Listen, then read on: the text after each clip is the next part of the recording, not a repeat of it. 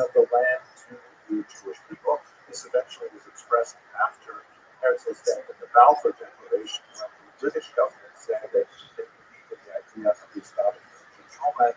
We talked about this many other books.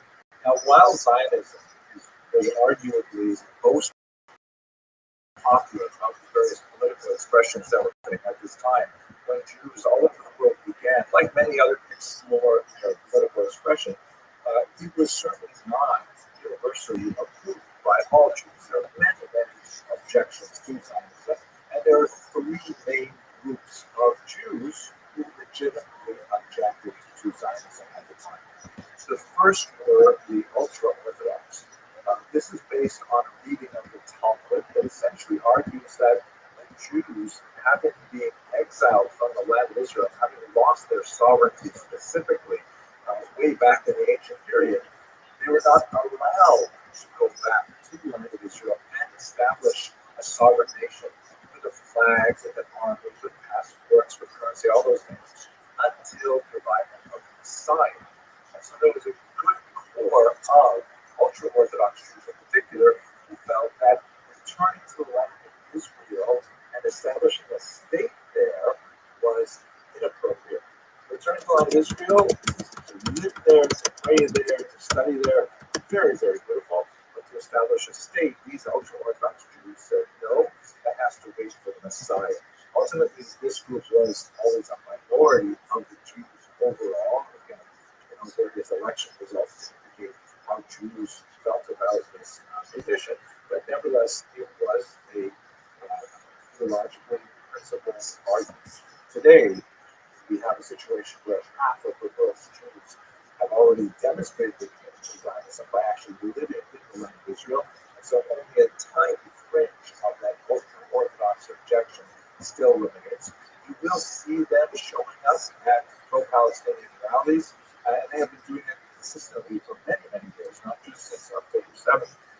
They're associated with groups like Notori Tarta, who are pretty much universally disliked by the rest of world Jewry. You can see them here. This is in a German protest. And they have a few non-rabbis or non-Jews apparently standing beside them, carrying signs that say, authentic rabbis are opposed to Zionism. Here's a pro tip, by the way. If you believe you are authentic, you are certainly not going to convince anyone by putting it on a sign and saying that you are, in fact, authentic.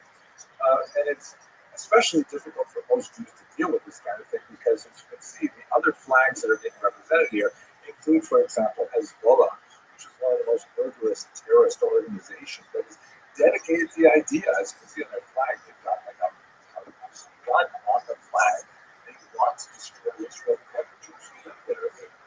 It's just very offensive to most Jews to even think of Jews participating in these kinds of rallies. Enough that they're wearing this kind of keffiyeh, taliesin, things like that. But anyways, that is, nevertheless, the modern vestigial remnant of a theological objection to Zionism, which was more prevalent at the turn of the 20th century, but dramatically dropped off after Israel became a state in 1948. There was also a socialist objection to it, and you see this most dramatically in the political party called the Jewish General Socialist Workers' Party, known in English as the Bund. And this was a group that said, no. Zionism is a bad thing because it's going back in time to a kind of bourgeois form of government, whereas we want to move forward with a social democratic government, specifically kind of a communist government. So they oppose Zionism on political grounds. The Bund basically also disappeared with the 20th century. Stalin got rid of the most leftist sections of the Bund. It survived to a certain degree in America as a Jewish workman's circle and so on, but that was also a principle opposition to Zionism on the basis that it was moving in the opposite direction of what all society should go. This is why, the social democrats tend to embrace Zionism, and there were Jewish social democrats at the turn of the 20th century as well. Finally, much smaller group, but still nevertheless significant in some ways. The so-called diaspora nationalists were led by Shimon Zugno and had some success in implementing their notion of the appropriate form of Jewish political expression in the interwar period in the Baltic states, in Latvia, Lithuania, and Estonia, and also in short-lived Ukraine before it was taken over by the Russians. Dubnow's vision of Jewish political expression argued that they should, in fact, be more invested in their own communities around the world and not seek to go and create a state. With no vision, he felt that existing as a diaspora community actually represented a more advanced form of social organization than statehood, and that Jews were in a unique place to actually express it in the future. So people see occasionally the diaspora nationalist objection to Zionism. It was especially common in the 1920s. It faded away in the 1930s under the influence of executive nationalism and fascism and so on. Nevertheless, these are three principled oppositions to Zionism that existed when Zionism was still like an idea as opposed to actual expression in the state. Let us move now to what is anti-Zionism and what is specifically anti-Semitic about it, since I've just described to you three reasonable forms of anti-Zionism, although they're very hard to find in actual people today. So let us understand that anti-Zionism is unfortunately basically the fifth stage of the evolution or devolution, if you prefer, of a form of ancient hatred. Jew hatred is, arguably the oldest form of hatred we have on the planet. Just like the Jews are a very old people, antipathy to the Jews is also a very old phenomenon. But we see it in much the same ways, and when it happens, we recognize it. I think to myself, for example, how many times have I walked to synagogue on a Saturday and some car drives by and someone rolls down the window and yells, some expletive, F you Jews, that kind of thing. Nowadays, they roll down the window and they yell, Free Palestine. It's the same thing. It really is just a different form of expressing hatred for Jews, but I hope to demonstrate exactly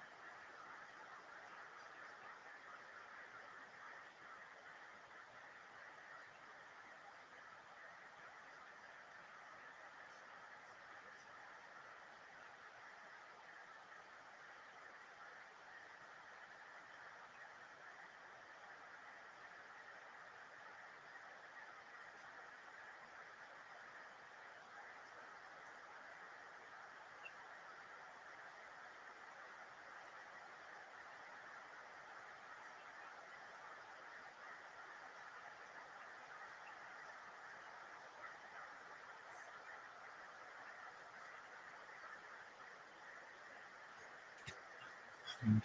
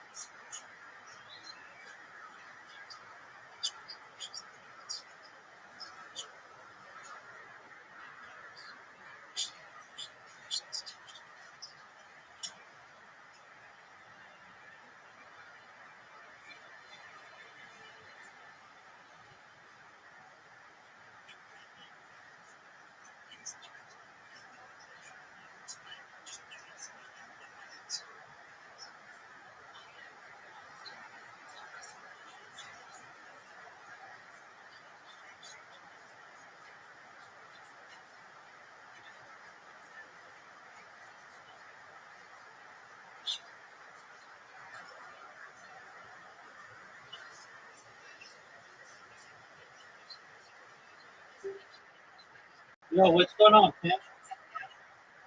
How are you? What up, big dog? Watch it, William Montgomery.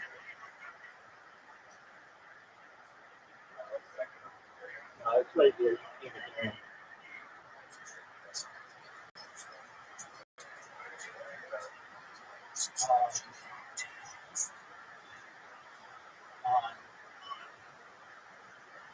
On William Montgomery podcast.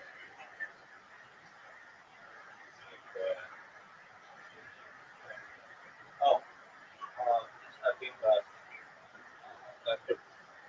Professor Henry Everton is talking about the various movements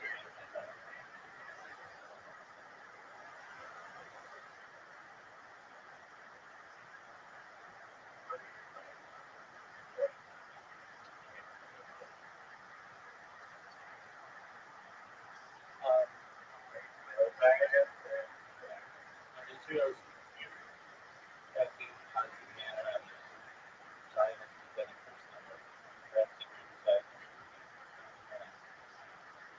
That is another time. Um, it's a contentious subject and has been for about 200 years in Judaism. There are groups, Jewish groups, Greek primarily Jewish groups that have been anti-Zionist.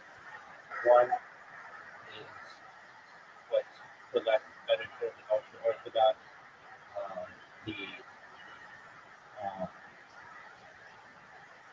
a segment that feels that we should not return to Israel until Mashiach comes. I understand the legitimacy of that argument. It makes a lot of sense to me. There is an argument to be made, the second one is the Root, which is like a Jewish socialist movement, particularly in Russia. And that one argued that basically Israel should be established in its current form. It's too bureaucratic. It should be established as a socialist state, which I get that one too. And then the third, which basically states it's another socialist movement that is popular in the community. So from like 1918 to 1939 or so, that makes an argument that Israel shouldn't be established in its current form. But it's not. Yeah, not in its current form because it is built on the idealism of communism or a socialist strategy or philosophy, I should say, strategy. I think these all make sense, particularly the first. And while it's considered a fringe within Judaism, it is not. There are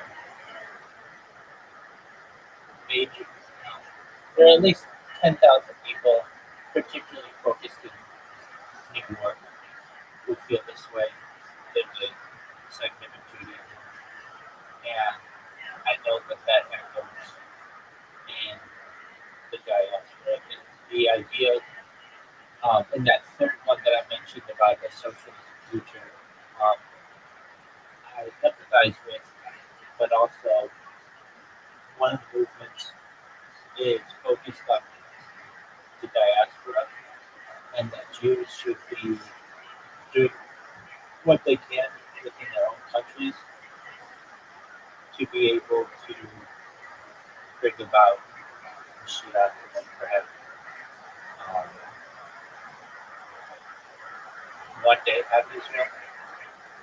I'm of the mindset that Israel is everywhere, and the reason why I say that, it doesn't say in the Bible the borders of Israel. It just doesn't. It doesn't say like, oh, it's from the Mediterranean Sea to the Jordan River, the Sinai Peninsula to the Golan Heights. It does not say. It's not saying that at all.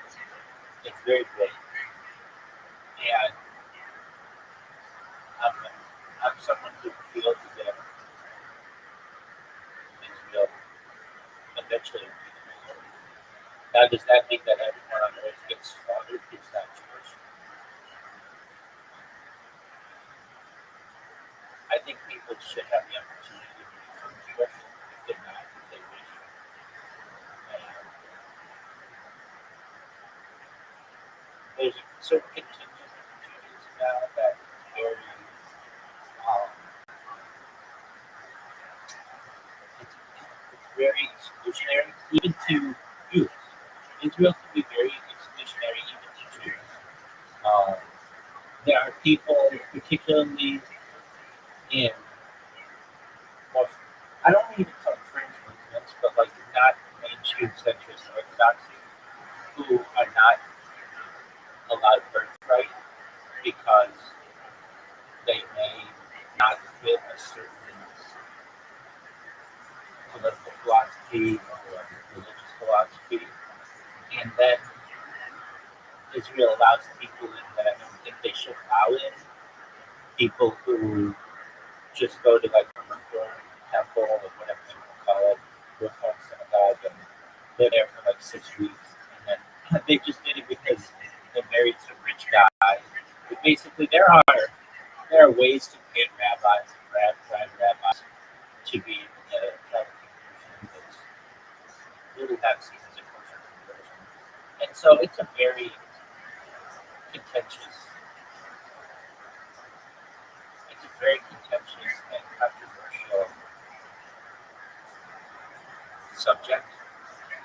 I am someone who feels that, no, honestly, guys, no one is a good enough Jew. I'm not a good enough Jew. And Netanyahu isn't a good enough Jew. The the Rabbi Lau, the Ashkenazi chief rabbi, is not good enough Jew. Rabbi Yitzhak Yosef, the chief Sephardic Jew, or chief Sephardic rabbi of Israel, is not a good enough Jew. And to what we all been thinking, I realize what a Jew should be. And thus, I think we all need a conversion of some sort, or at least need to improve. And that would be that when Mashiach comes, he's supposed to unite the nations, but also teach us all exactly how to uphold the mitzvot. So basically, like with the Judaism, much of our teaching have just been passed on from the rabbis. And these are men who make mistakes. They are fallible and fallible, I should say. And it becomes an issue, especially when you get into the nitty-gritty of Judaism, where it almost becomes like an obsessive compulsive way of living. And it that's fine if it is consistent, but it's inconsistent in other ways. Like, um, so we're not supposed to drive on Shabbat. I don't drive on Shabbat. I've known rabbis in particular situations. I don't agree with this. Who consider themselves Orthodox, who take Uber on Shabbat. I don't agree with that. That to me is a loophole that they're exploiting. And some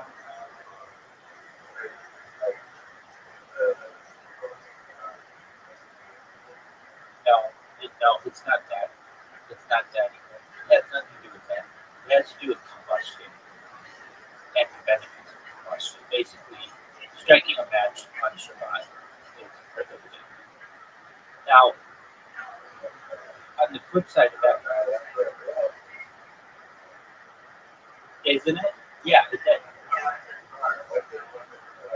So that's an issue. Very good. Um, an excellent observation. What about the electric car? So generally, we consider the electric car to be alcohol or prohibited to ride it on an electric car is considered to be prohibited. However, there are Judaism is an ever evolving religion, and there are arguments to be made that once you can completely program a car from start to finish, you may be able to because there's no combustion. So what does this mean? Once you have like a race situation where you can program it to come to your house, or Waymo, I should say, you can program it to come to your house at a certain time, pick you up at a certain time, drop you off at a certain time. There's an argument to be made that you are not violating any of the prohibitions of Shabbat, and you should be allowed to do this. Now, there are some really minuscule aspects of this because we're not supposed to.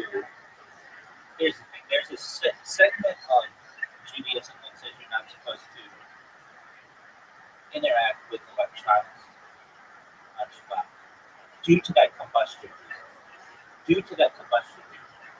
However, this was very contentious about 150 years ago, where people said, "But electricity is not combustion," and the majority of rabbis said, "Yeah, but it's close enough."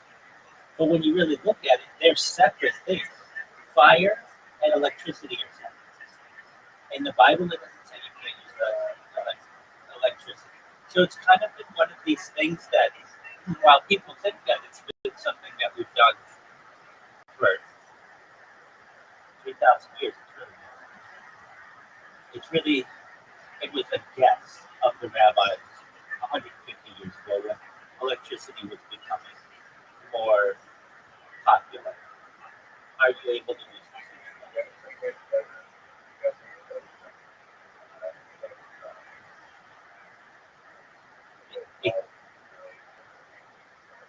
Yeah, I mean, it's really not even anything like striking a match. Basically.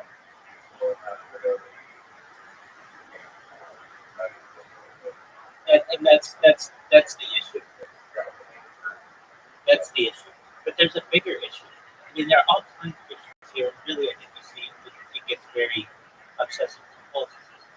That, like, before I started streaming, I had to fight, and I mean fight. I could write a book, and I thought about writing a book, and I think I will write a book one day on my journey of it would just be a book on how to be an Orthodox Jew in the modern world. And what just a specific part of this book would be the negotiations that you have to have with employers and in order to observe certain holy days. Like here, there are all kinds of just confusing aspects. And I remember I was working on this project with a very large company, Fortune 100 company, and I was working on a project in Irvine and working remotely on a project for Israel, for our Israeli segment of the company. And I'm in the diaspora, which is outside of the land of Israel, generally speaking, like outside the borders. And traditionally, if you were in the diaspora, when you would celebrate a holiday, you celebrate 2 days. And the reason why you celebrate 2 days is because you didn't know specifically when the holiday was going to be sometimes because we didn't have phones, we didn't have telegrams, email, or anything like that. And so to ensure that you celebrated on the correct day, you would celebrate 2 days. And sometimes the message would take a while to come to your city to say, like, okay, it's sundown on this day. So you celebrate 2 days. So that means during Passover, the first 2 days are holidays. The last 2 days are holidays. During uh, during Rosh Hashanah, that's 2 days. During Shavuot, that's 2 days. During holiday of Simchat Torah and Shemini Atzeret, those would be 2 days. During Sukkot, those are 2 days. Everything is 2 days except really Yom Kippur. And the reason why that's different, and it's really not explicitly stated, is because that's a fast, and it's just too difficult to fast for 2 days. We don't fast when we fast without water and without food, and it's pretty difficult. It's not just like without food, like some things. Okay, so everything's 2 days. But then I work with a team in Israel, and I tell them, okay, we've got Yom Tov, we've got a holiday coming up. I'm going to be on, let's say, Monday and Tuesday. They're like, why are you going to be on Tuesday? And I say, because I'm in the diaspora, and we celebrate 2 days. I know that you're in Israel, and you only celebrate 1 day. So what is this? So here I am. We're both Jews. We're both very, they were more secular than I. But yet I'm having to take 2 days off, and they only take 1 day off. And they asked me, what are you talking about? You're taking 2 days. And I said, look it up. It's 2 days in the diaspora. This has been the tradition for 3,000 years. They look it up, and they're like, oh, you're right.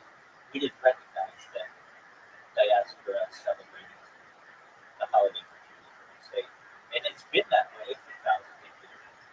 And yet, who the fuck really knows? We don't. We really don't know. But I remember this one incident, or incident where it wasn't an incident. I should say that. But this one time, this one,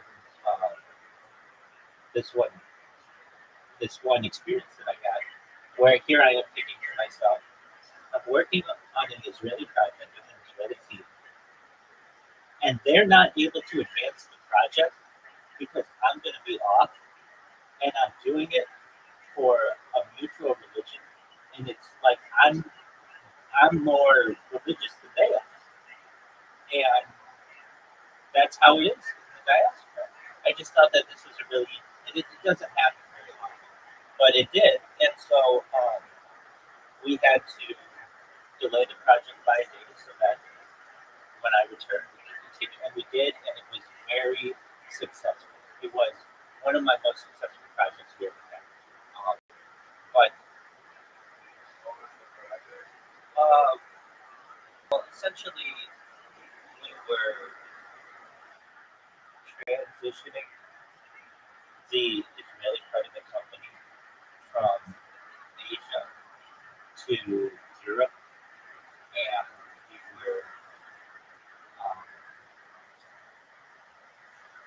doing a lot of software transitions, and basically one segment of the company was being run out of Asia, but then the company changed, and this was pretty popular with Fortune 100, Fortune 500 companies.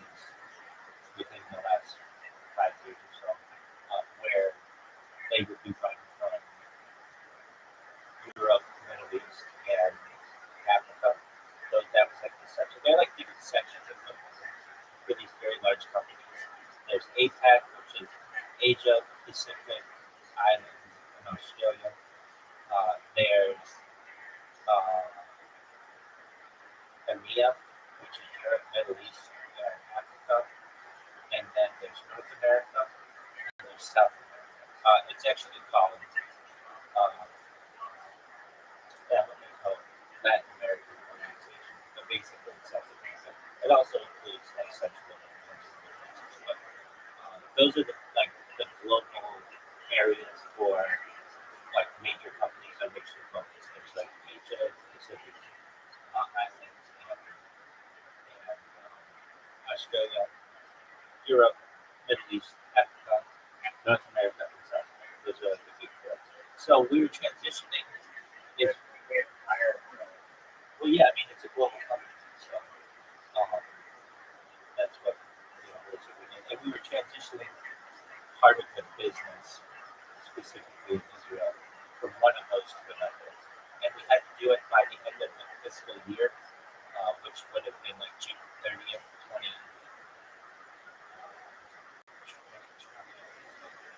And no, 2021, and we did it by it was like June 50th. We had like another 2 weeks. We were up done successfully. But anyway, previous to that, it was like May, I don't know, it's like late May or June. We had a holiday known as Shavuot, where we celebrate getting the oral Torah on Mount Sinai from Moses. And when we were celebrating it, I explained to the team, we all Monday, Tuesday, or whatever it was every week. And they're like, okay, but why are you missing Tuesday? And I'm like, because I'm in diaspora. And don't you know, we celebrate our holidays in 2 days. And they're like, what? I'm like, yeah, I know you guys do it one day, but we do it 2 days. It's been like since when? Like, since at least the following September, so at least 2,000 years, at least 1,900 years. And they're like, actually before that, it was like 25 years. And they're like, oh, we didn't really think about that. So I'm like, yeah, so we'll have to delay this one day. And they're like, okay. And we did, and we were still early with like delivery, and it was very successful. But now without that garbage, and I call it garbage because who the fuck knows? With that being said, this all goes back to Genesis and when God created the world. And this is an argument that I make to even like the most orthodox of Jews.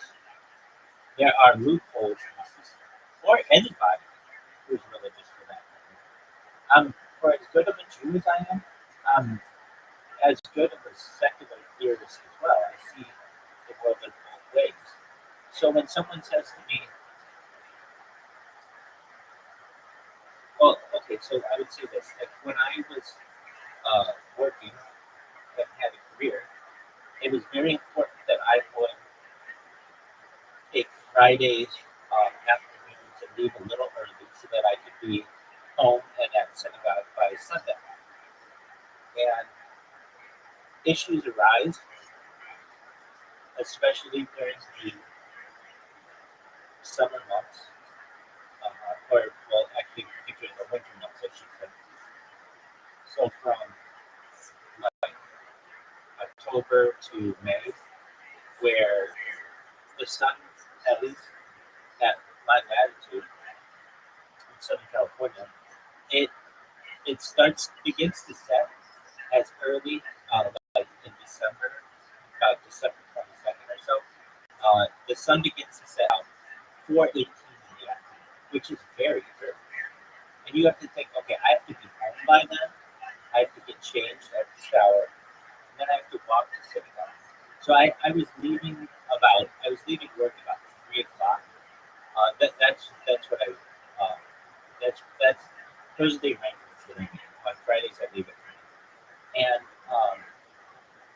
I would do all this work to do that. I would make sure all my food is prepared and like everything. Like I didn't have to do anything for not just 24 hours, for 25 hours. And I would think to myself, I'm doing all this But in reality, if I go back to Genesis and read, on the seventh day, God rested. That's cool. But we don't know exactly what day that is. So what am I saying? Yes, traditionally we have an idea of what day it was, and we can calculate back 5,785 years. But in reality, that's fairly accurate, just because it's very hard to keep time during such a long period of time. Exactly. So there's an argument to be made, an excellent argument, that any day could be Shabbat.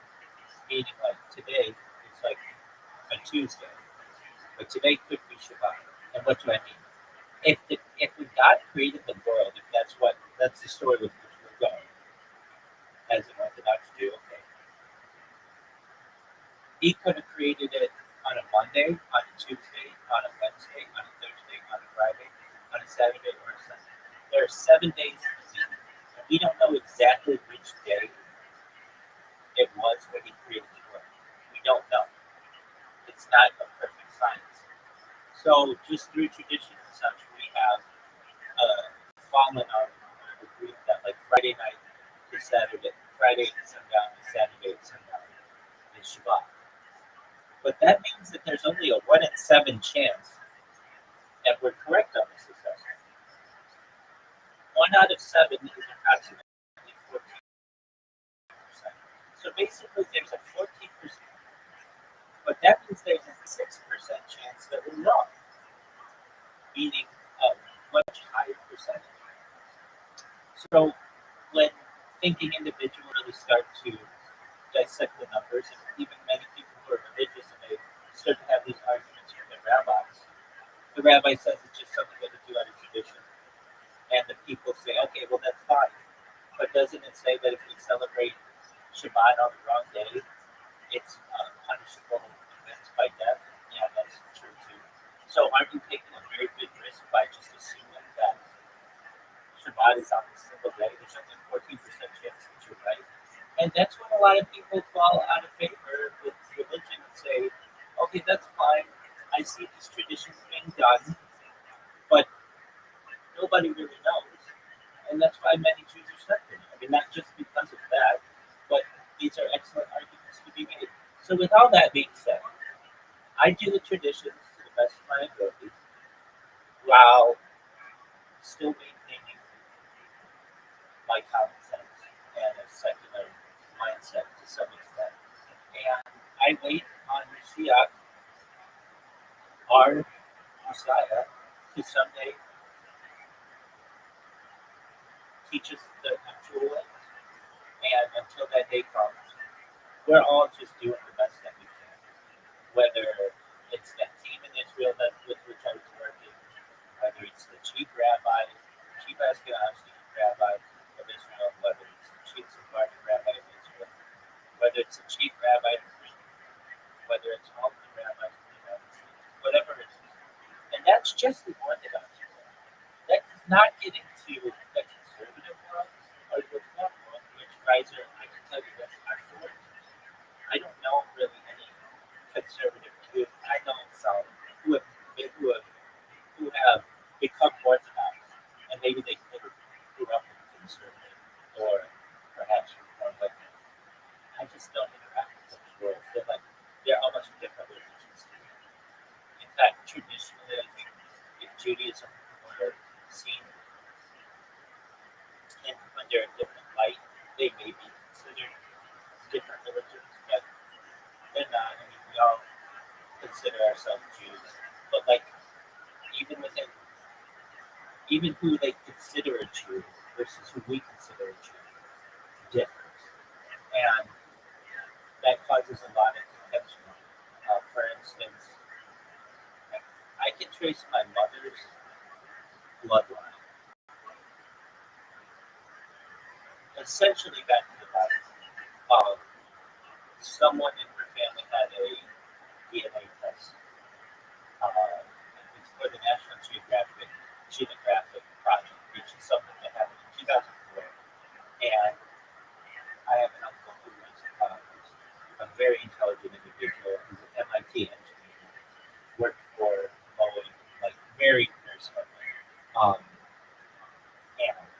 was like at the forefront of genetic testing because he's just very interested in population and such. And so this isn't like a 23andMe. All of the data on the 23andMe was based on these groups and was based on this test. So this is a test that happened a long time ago, and or no, maybe 20 years ago, and it stated that basically our matrimonial line could be traced back to the Vikings, or at least back to 4 people who had this genetic cancer, 4 women who had this genetic ancestry. Okay, great. That may be better than anybody knows. But and and there, I'm not the only person who has this kind of bloodline. It's pretty common within Orthodox Jews. But then we run into an issue where, let's say, within Orthodoxy, we have someone who converts, and let's say their mother converted 3 generations, and she has children, and those children have children. And usually what happens with the conversion is it occurs, then we don't really talk about it. We don't remind somebody that that's the past and we look towards the future. All right, that's fine. But then those kids, let's say of this generation, think that they have the same bloodline as I do. And it just doesn't turn out to be that way. And it's very disappointing to us when they find out that they don't. It shows that they have escaped confidence. And they can cause a lot of contention. Now, with all that being said, we didn't always within Orthodoxy determine a person's Jewishness by women. Back in biblical days, it was both your father and your mother. But that changed like 2,000 years ago. It's been very consistent since then. Okay, so then we have other movements within Judaism, specifically the conservative, but actually specifically the Reform, that in 1982 or so stated that you could become Jewish from both your mother or your father, which causes a huge amount of issue. That to me is a different position, but it hasn't been determined that way. But okay, that's fine. So then what happens is we get people who are like Jewish summer camps, who are matrilineally Jewish, and that's seen as the gold standard of Judaism. And you get people there who say they're Jewish because their dad is Jewish, and they're just looked at as non-Jews. And they're told that they're non-Jews. And then they go to their mom and dad, they start crying, and they say they don't consider me Jewish, and it's like, yes, it's not Jewish. And it's just very, very common. When in reality, these are all human-made laws. They're not necessarily determined by anything but what somebody said, some rabbi said, either 100 years ago, or 30 years ago, 100 years ago, 1,000 years ago, 3,000 years ago. These are just some of the difficulties. So back to your original question, what are my thoughts on Zionism and anti-Zionism? It's very complicated, and that's why I feel whether you're a Zionist or you're really anti-Zionist, if you want to be a Jew, everybody needs it. I don't want to say it's a conversion, but everybody needs to play by the same rules. And when Mashiach comes, I think that day, Mashiach comes to just what to do. So that's enough Jewish time with Rabbi Rothschild. Let's go back to the Razor.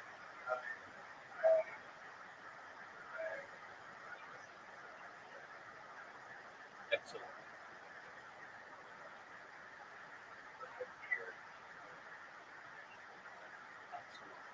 Hey, and whether you're Jewish or Christian or Muslim or Buddhist or Tao or whatever, never forget, no one really knows. I don't know. The chief rabbi of Israel doesn't know. The top imam in the world doesn't know. The Pope doesn't. In the end, we are, if we're being truthful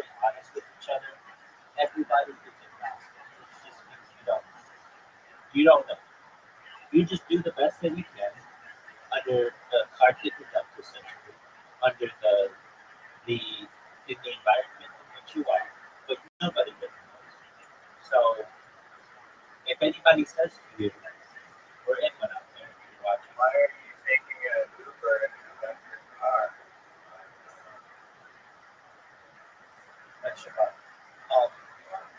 Yeah, I don't do that. I don't do that. I see that as a prohibition. And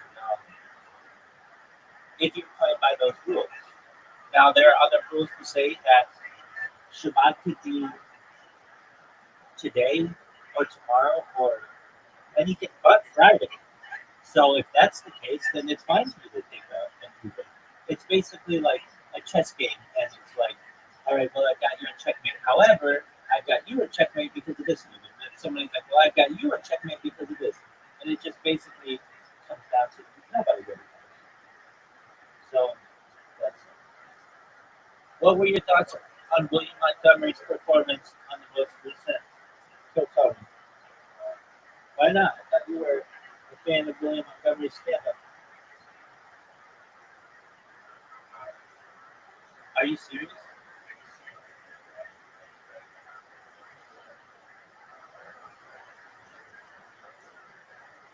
Well, I, I must say, while I appreciate it, it doesn't surprise me in my heart. I was the number one fan this entire time. And with all of the William Montgomery knowledge that I've needed from this podcast, I think I can destroy the William Montgomery trivia, perhaps. Uh, Dog, I'm watching it. I'm watching it right now. It's weird. You can hear it.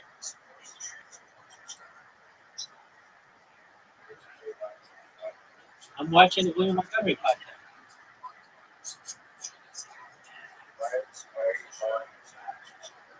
It's William Montgomery's show. No, I am.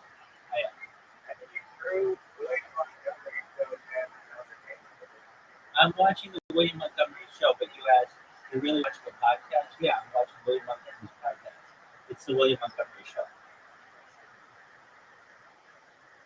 I know about Tony Chan. So I'm watching them in reverse, and I'm on episode like 34, maybe episode 39 of 168. So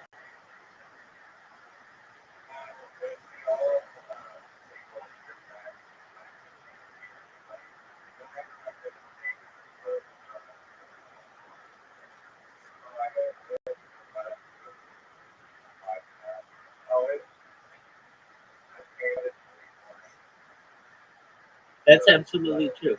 I even said at that time, the best part of the show is the last 5 seconds when they go shh, dun, dun, dun, dun, dun, and then he's like, "Who the fuck said that?" That to me was the funniest part, and I still think that's the funniest part. It's a very funny part of the show. Um, it is not the best. Well, I want to also go back and say that I think it's a good idea that um, he does um,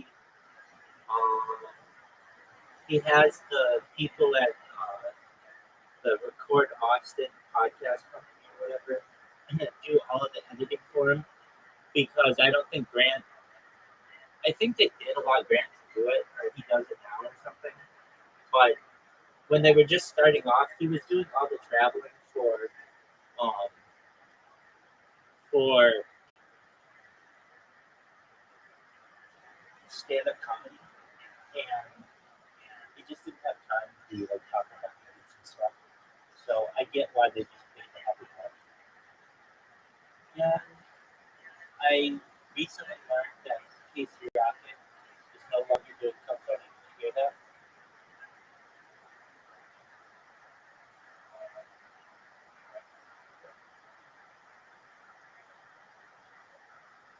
Yeah, he's doing like he's moving to Chicago. He's like was born in Illinois. He's moving to Chicago to work at uh, for a month. He's doing like a residency, and I think he's gonna fly back and do like a cover show. Cover show. But he's not gonna do Kill Tony. And a lot of people on Kill Tony are upset about this because he's one of the favorite people on Kill Tony. But he he says that it's very difficult for him to do 1 minute of stand up and be funny, which I get. You and I study the art of stand up a lot more than most people, I would say, at least in a discussion forum. And in order to be funny in front of that audience of Kill Tony, you can't go out and just be a storyteller. And a lot of these quote unquote stand up comedians aren't traditional stand up comedians, they're storytellers. Like who? Like Bert Kreischer, like Joe Rogan, like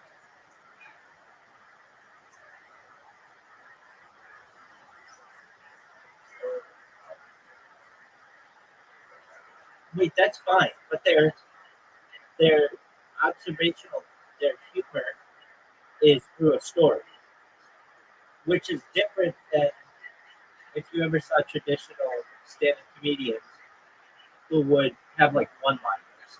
They would be joke after joke after joke after joke after joke. And the thing is to be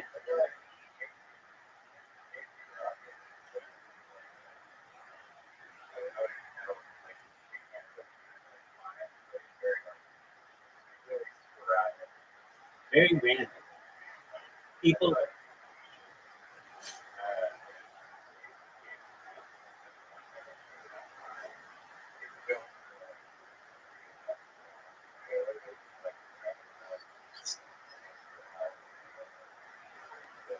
right,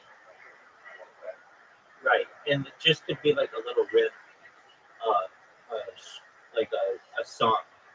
Like one thing he always says that I don't know if he always says it, but he said it on one of them, and it just becomes like very popular until Tony. He just goes, "Never made it as a wise man," and then like that's his joke. Like that's just a song that's there. But and then he'll like go do his like riff. He'll do his crab walk or whatever, and that just people really like that.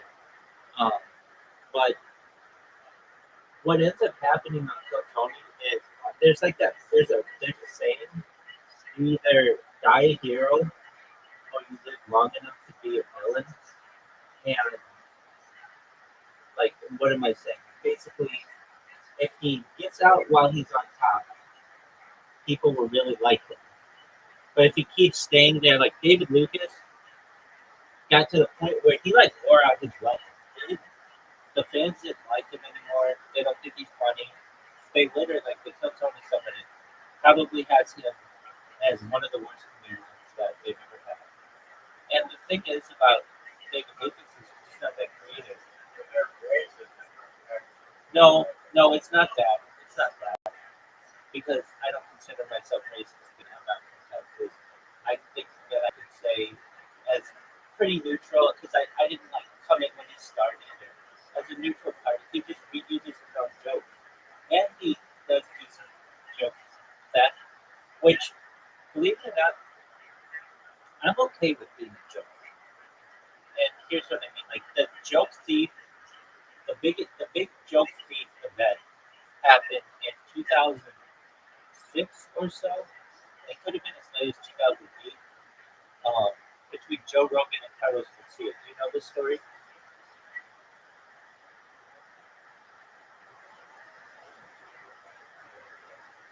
Okay, so it's on camera. It's on camera if you ever want to see it.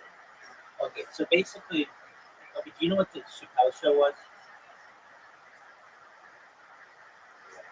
Okay, so Chappelle show was like a phenomenon from like the year 2003 to 2005. It ran like 2 seasons, but then it ran like a little bit of a third season.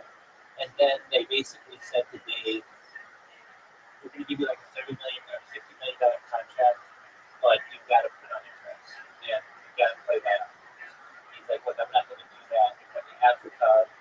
disappeared for a while. But he had like the he had like a black, like African American, but like it was more than that. It was black, meaning like it had Africa and Europe. It wasn't just necessarily. He had like a black, um, what do they call those kind of shows? Um, skit show, basically.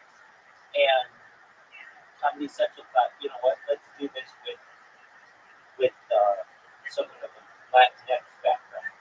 So they make it like a Latino sketch show. And so he had a show known as Mind of Mencia. And Mind of Mencia was not as popular as Chappelle's show, but still gave Carlos Mencia a lot of visibility and made him a very popular comic. Well, what he would do, what Carlos Mencia would do, is he would go to the comedy store and see younger comics who had good jokes, and he would steal them.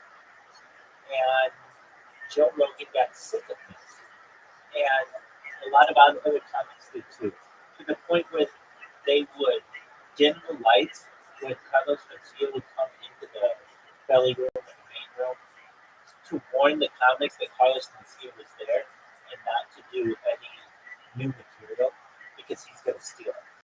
And because he had his own show, he's going to be able to basically win the argument like, well, I'm the bigger comic, that's my show.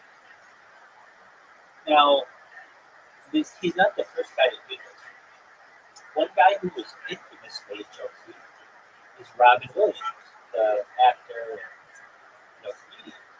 Robin Williams would steal people's jokes. He would just get drunk at the bar and just do coke and just watch comics and steal their jokes.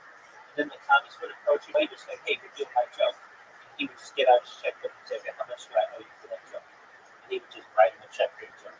Now, normally it's not seen as a bad thing to sell your jokes if you're doing it before the person starts using it. But if you're having to confront them, that's where it becomes an issue. So anyway, Carlos Mencia is at the comedy store. And this is early days. This is before Joe Rogan's podcast starts. This is Brian Redman, who just followed Joe around the green room and videotaped it, just doing like random conversations with people. And Carlos Mencia gets up on stage, and they basically he starts doing some of his jokes, and somebody complains or something like that. Joe Rogan gets up there, and he's like, "What are you doing? You keep stealing the art of the people who are here and portraying it as your own. This is wrong." And he's like, "What do you mean?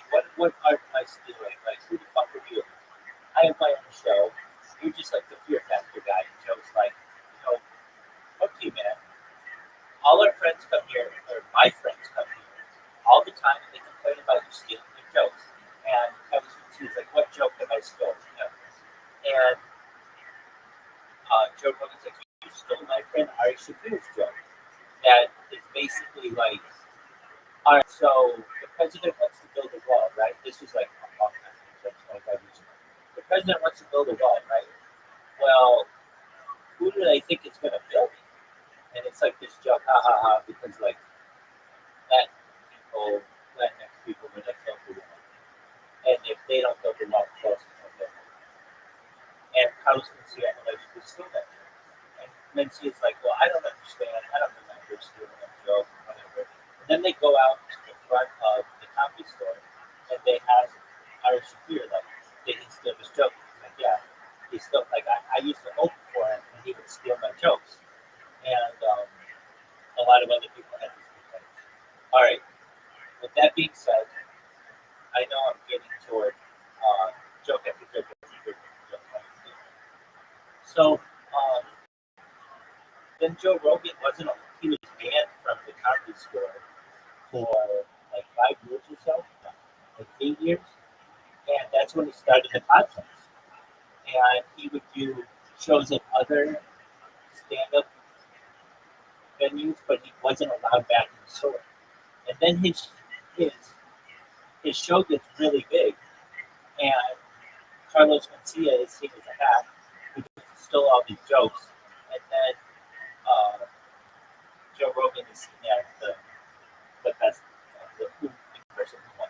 So this is getting back to the argument about joke theft. So there's this issue that arises that happens in music too, that like or any kind of art. All art is borrowed, no matter what it is. Somebody had to hear it from someone else and make it funny, but or a song had to make it catchy. They borrowed it from someone. All right, so what ends up happening is somebody hears something or reads something and they think it's funny and they add it to it. Well, or they think of it organic. But there's something known as parallel thought as well. For instance, like you and I could both think something is fun, like we come up with a joke that's exactly the same, but we didn't talk about it. We just came to the same conclusion with the same joke. It's not super common, but it does happen. It happens in marketing, it happens in music as well. So who deserves credit for it? Should I get credit for it or should you get credit for it? It's usually first to market is the person who gets credit for it. All right, so moving into the modern day, every joke, I mean, I even see this with comics and music too. There are certain categories of jokes that very few people think outside the box, but they have like racial jokes, they have gender jokes, they have political jokes, they have like fart jokes. They're just like certain categories. Back like maybe 40 years ago, there were other popular ones. There were like blonde jokes, dead baby jokes were popular. There were racist jokes. Like, but like you read a joke book. If you read a joke book, it would be like they have different categories of jokes. And basically, we're at the point now in comedy where I don't want to say every joke has been told. That's not true. But especially with how many comics there are, that let's say I'm gonna just go do stand up. If I come up with a joke that I think on my own, let's say with you, and let's say we come up with a William Montgomery looks like a red Sasquatch joke. That's our joke. And we probably get a few people to chuckle at that if they really fans. Someone else has made that joke something. That's not that creative. And because of that, we came up with that joke on our own. I mean, I just came up with it right now. But somebody else could come out and say, you stole that joke. And the thing is, we didn't. We just came up with it right now. We parallel thinking to the same punchline.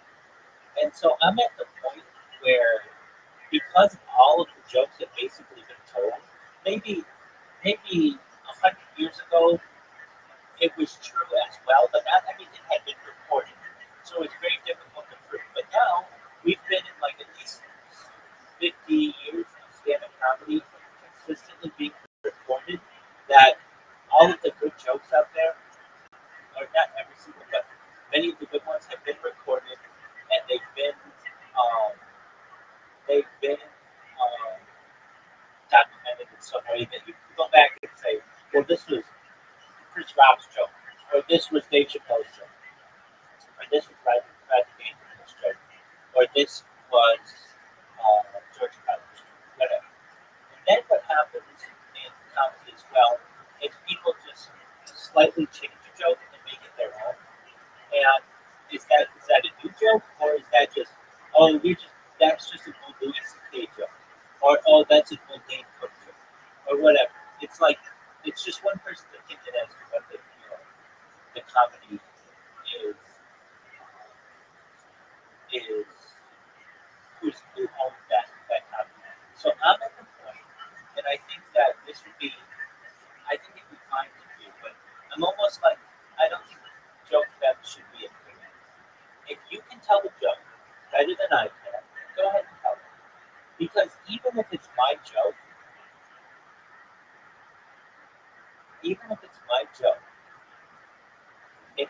if you can make an audience laugh more with my joke, then that's fine. If you want to give me credit for the joke, then that's fine too. But if you don't want to almost am okay with that because was it really my joke? Couldn't somebody else have come up with that on TikTok or come up with that on Instagram or on YouTube or saw it on a comedy special, whatever it may be? Like basically everyone is built on everybody else. So for one person to say, well, you stole my joke is to me not that valid of an argument anymore because everybody stole everybody's jokes. So with that all said, I think that these comedians now who go out and this is David Lucas, who says that David Lucas just steals people's jokes. That's that may be true. But what allegedly David Lucas does is he just goes on Twitter and looks for funny jokes and he puts those in his act. That's how he gets jokes. And which is considered like a hacky way of doing it, but it is what's allegedly he's done. Um, what I'm saying is I think that's fine. Basically, it's best to, if you know where you got the joke, to credit the person. I think that should be seen as a very high act. But no longer do I think that someone shouldn't be able to tell the joke because someone else told that joke back. And why do I say this? Because there are a lot of jokes out there, a Lenny Bruce joke, a George Carlin joke, a Richard Pryor joke, that nobody's going to hear anymore because those guys are dead. So why shouldn't you be able to bring those jokes back? With that being said, what are your thoughts?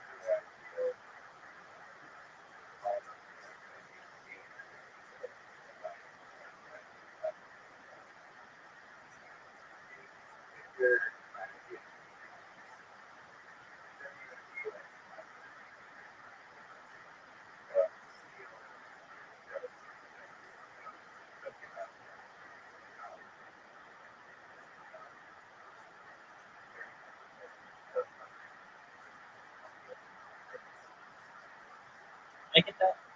I get that. I'm not going to argue that. And I think that you're right, probably, that to some extent we are just scratching the surface on what could be funny.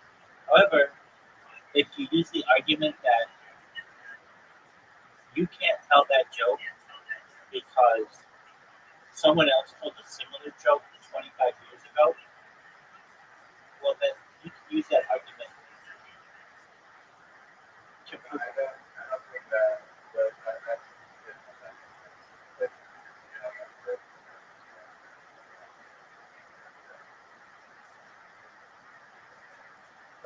you understand how they could have some overlap, basically. No, no. I mean, like, you're, like, their house, there's like a little,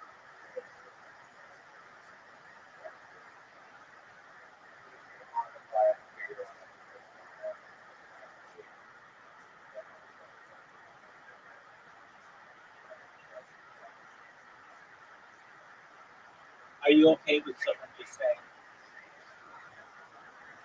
this is an old Lenny Bruce joke that I'm going to do in honor of Lenny Bruce, and then they just do their stand up?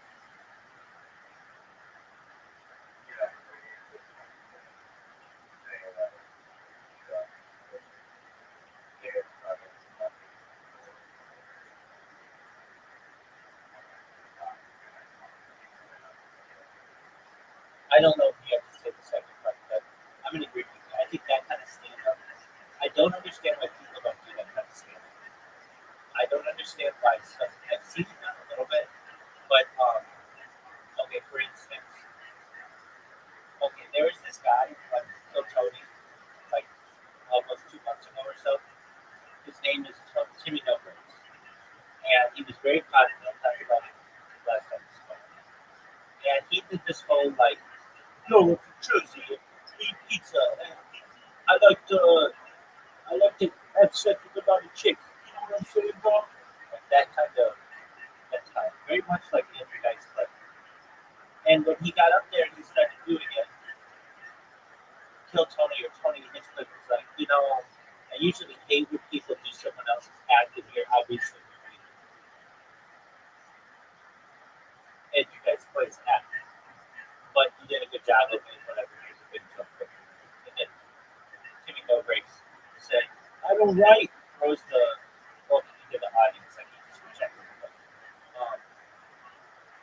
But if you actually like look at the Andrew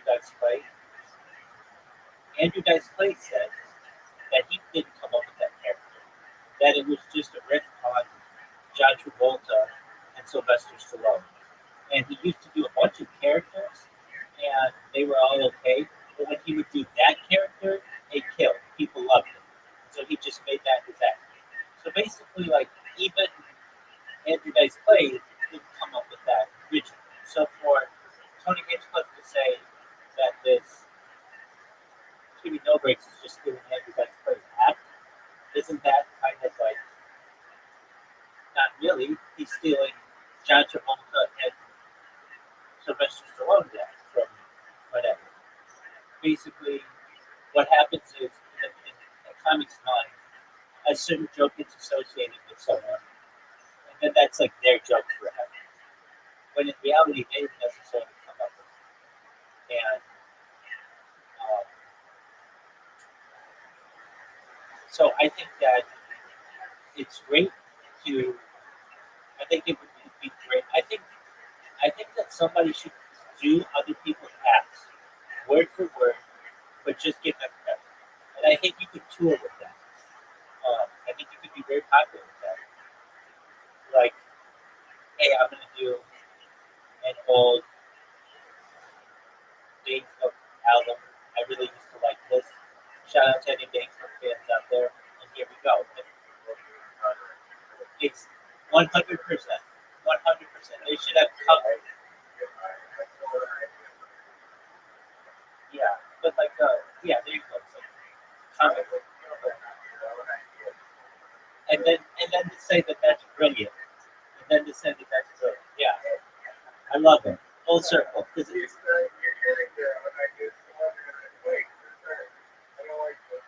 yeah, no, I think it's really good. I think it can be really popular. Um, it's almost like people doing a play, like you know what I mean, like Shakespeare.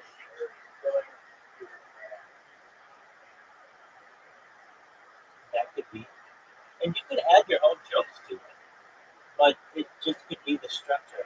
So here's what happens, and this is what modern comedy becomes, and it gets back to Casey Rock. So these comedians, it's very important for them to have like an out. to be a big touring comic. And it takes them like an entire year to come up with an hour of material. And it's much easier to tell a story to fill an hour than to do joke after joke after joke after joke after joke. When you do joke after joke after joke after joke, like a Gatling gun, it takes a lot of work to remember all of that, and also to come up with that much creative material, as opposed to just telling a story, which is like to take up like a chunk of like 5 or 10 minutes. It takes a lot longer to come up with, like within a story, you might have 5 jokes in it, but if you're doing joke after joke after joke after, you might have 60 jokes in 10 minutes or so. And I find that comedians are much more leaning, at least big time comedians, they're much more leaning to political commentary and stories, and they moved away from that fast hitting joke after joke after joke.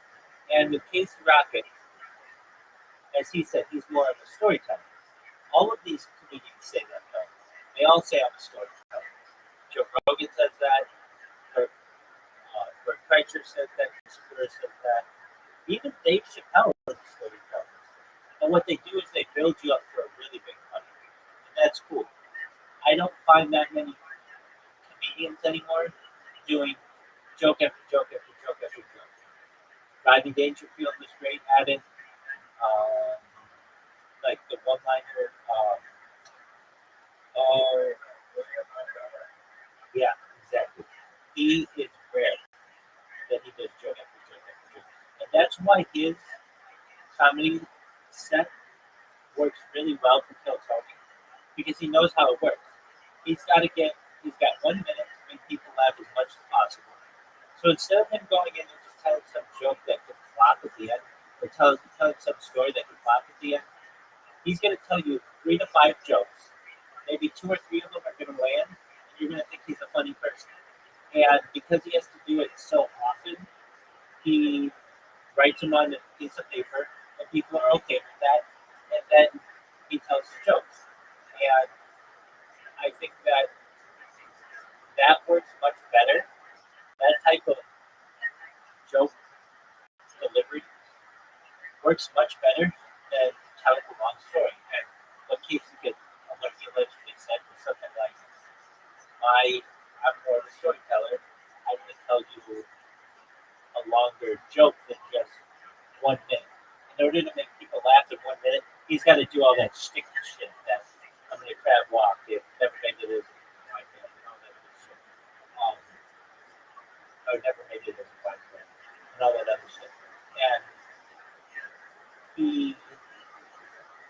he's kind of a zany guy, and it's hard to keep the momentum going week after week after week when you're doing that. When um, when like if you have a bad week, the people on the Kill Tony subreddit just absolutely shit. And they say, "Oh, I remember when he was good. He's not as good as he once said. He's a hack. All these other things." So my Casey Rocket say that he did Kill Tony for a few months. He's been a comedian for 15 years. That's a long time. And now he's just gonna do this residency. He's gonna continue to do the William Montgomery show. I'm sure he'll be back on Kill Tony eventually, but I see why he made that decision. Basically, to be funny within 1 minute is very difficult. To be funny within 10 minutes, I think it's, some people may say it's much more difficult, but in a lot of ways it's easier. If they say to you, you have 10 minutes, not you have to fill 10 minutes, just you have 10 minutes to make people laugh as much as you want.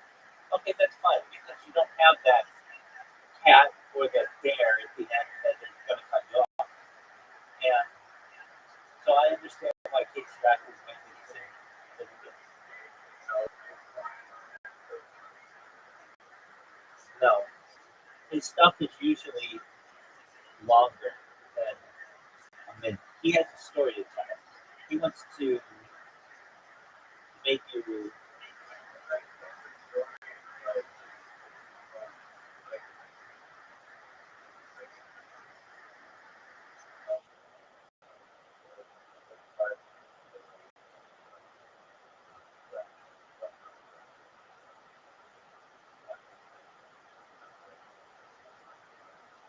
Right. Or at least, or at least people will laugh, even if it's not a joke. People will just laugh at his delivery. Um, it's exactly right. What is funny?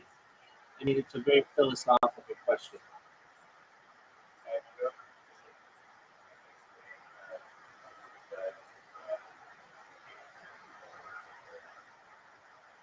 But what if?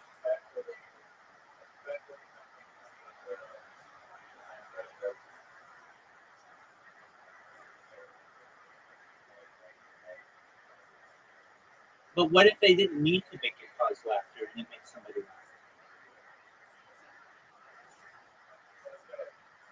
Okay, well, you said it had to have the express purpose, essentially, to make someone laugh.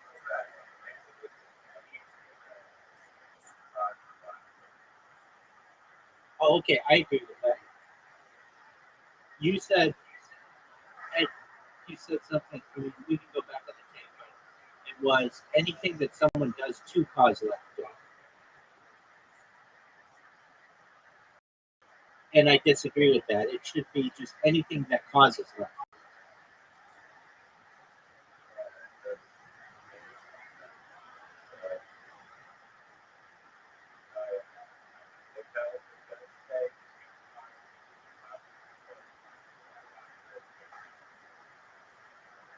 Right?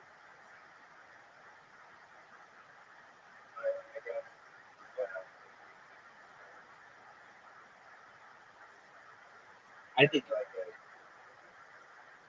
I think that it does. Right, which is very vague. Hey, Zoot and I have been playing this game. It's the oldest game. It's the oldest board game in human history. Do you want to play it? No. No. Oh, wait. It's been continuously played. Let me look. Um, let me look. So it's called Mancala, and it's pretty simple, but it's like fascinating. It was played in Egypt, like in the pyramids. So it is versions of the game date back past the third century, and evidence suggests such games existed in ancient Egypt. It is among the oldest known family of games to still widely played today.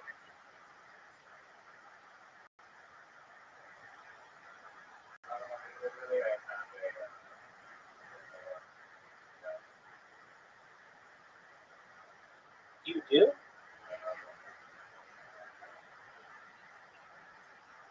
All right. Well, I'm sending you an invite, and we're gonna play.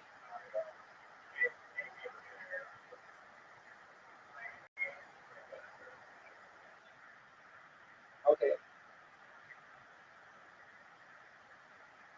Well, I want to play with you. It's kind of a fascinating game.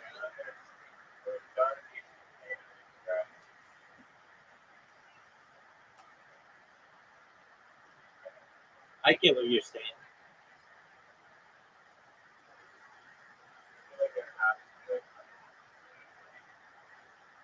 Yeah.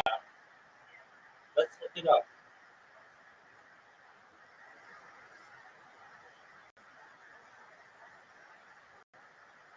I'll look it up right now.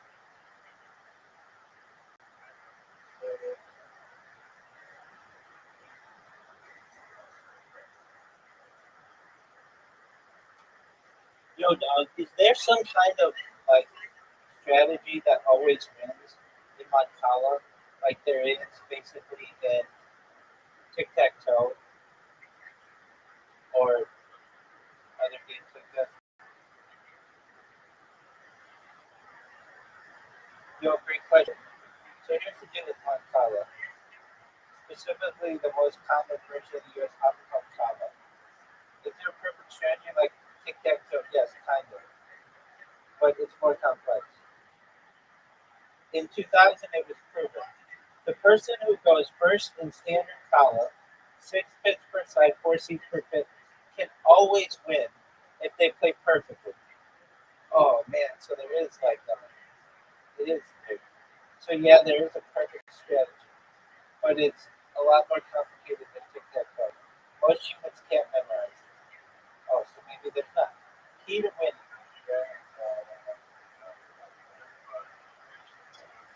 Yeah, dog. How you looking, Jack?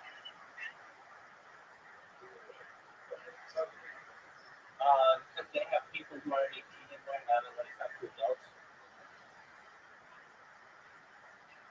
How you looking, big dog?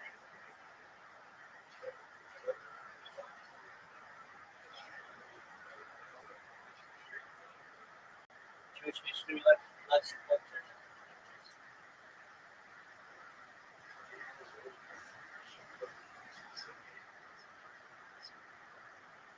Word, dog. Are you a big Rothschild fan? Okay, what do you like about it?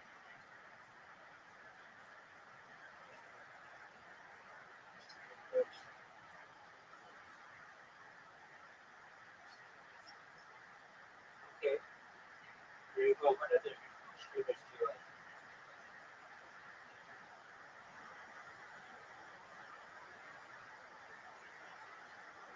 Who's that?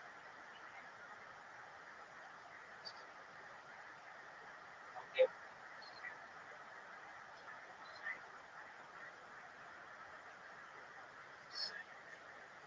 I got you. Do you like any games, something? You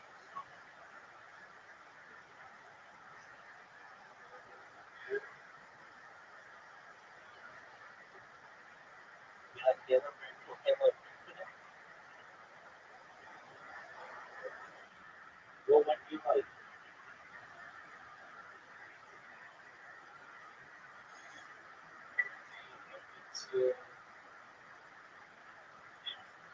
Did you ever play Halo 2?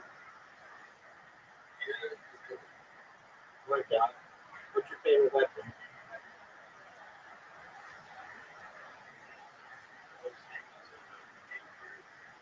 In any of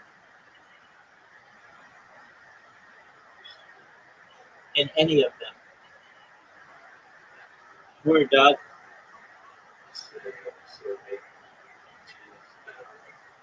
All right. What are your thoughts on the plasma sword?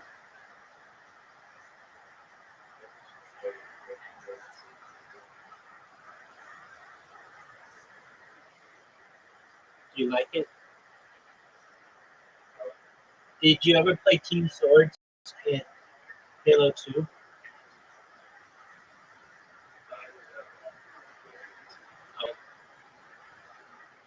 well, it's pretty baller. What's in your agenda for tonight?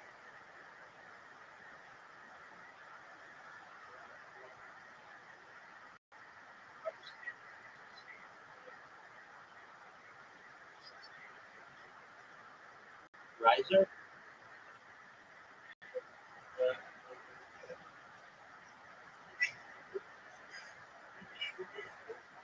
24/7, 365. Welcome, Zoo. Word, dog.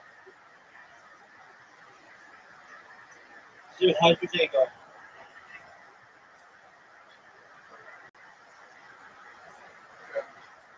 What happened, Zoo?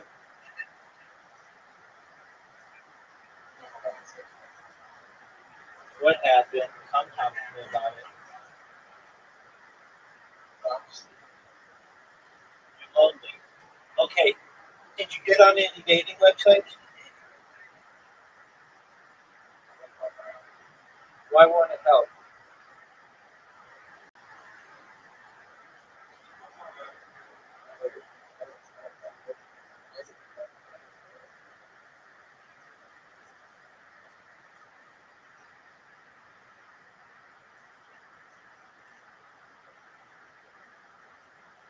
Zoo,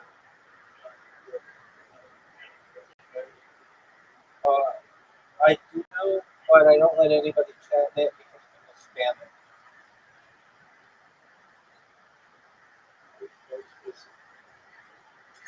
With VC, dog.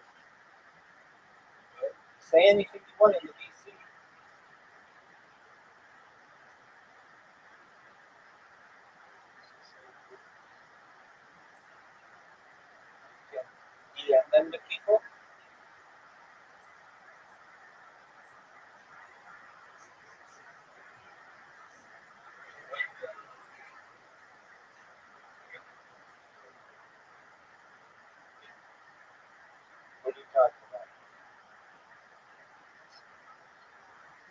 so that I can watch Jewish history lectures on one and talk on another.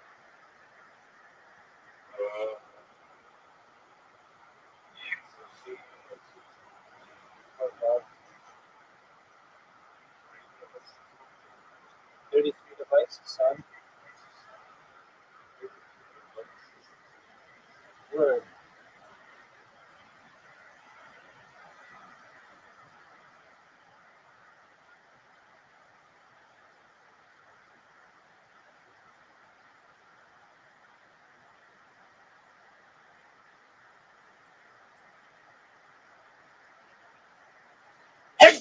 Pardon me. So what are your hobbies? What are your favorite things to do?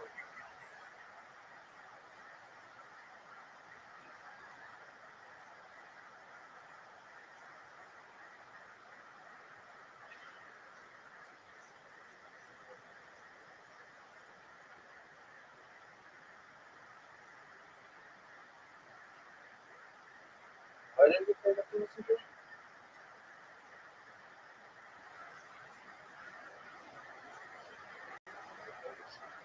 Oh, type. Do you play on Xbox Live? Yeah. Oh, you play on. What do you play on? How was that? Is it, good, is it a good experience? Okay, type.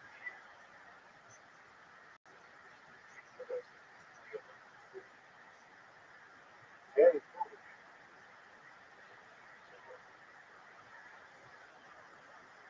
So it comes with Halo 1, Halo 2, Halo 3.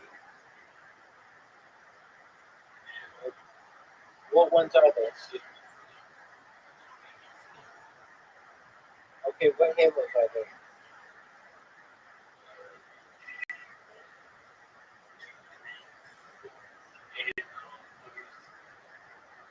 What was the last one you said? What's ODST?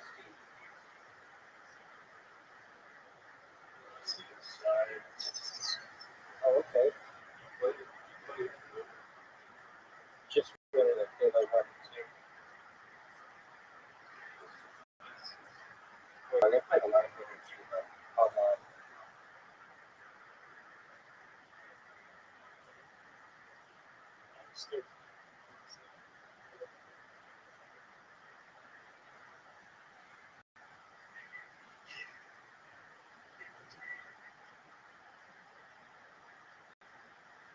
That's smaller.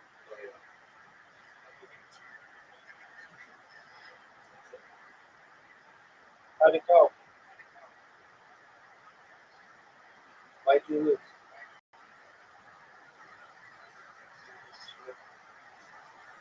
To make me sweaty. Very cool. Do you like sports?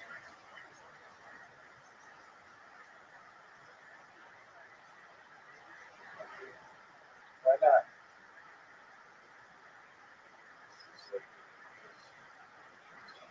Okay, you like UFC. You know there's a UFC this weekend? That's fun now. Victoria, I think? UFC. UFC.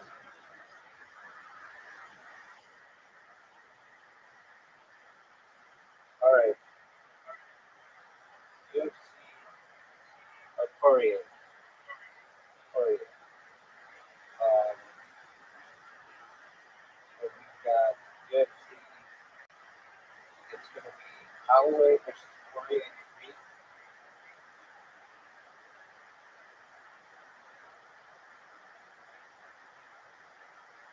You going to watch it?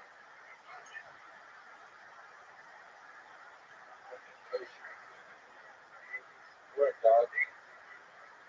Word. You going to check it out there?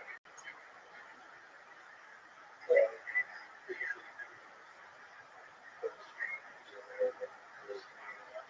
Right. Do you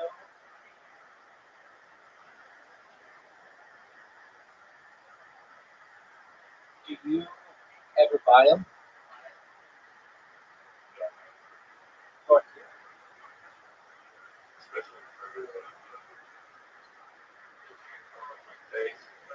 word?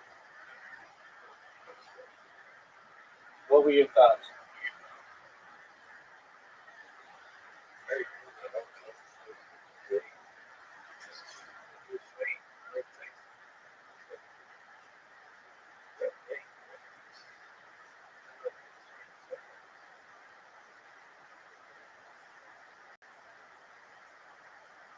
Do you want to play a game?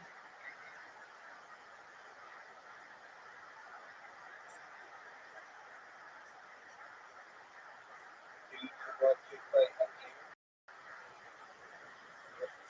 Do you want to play a game? Do you know what Play-Doh is? Plato. It's an app on the App Store. Google Play. It's free. Download. It's got like 30 games on it. Things like mini golf and archery darts and billiards and poker and checkers and chess and Uno. It's got like everything. No, it's not universal. Play-Doh right now.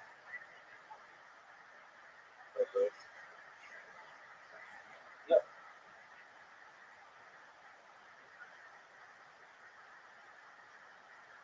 You download it. It'll and it takes like 1 minute to create an account, and then you can play all these games for free. And it's really a smooth game or a smooth platform, meaning it doesn't crash. It's not really heavy on your system. You have an iOS or Android device.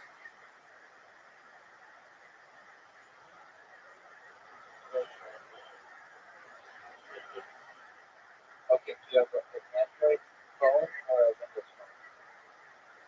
Or an iOS phone? Do you have an iPhone or an Android device? Okay, so that's an Android device. Yeah. Well, hold on. Hold on. Is it an old Nokia or a new Nokia? You have an OG Nokia with like Snake? Why do you have that phone?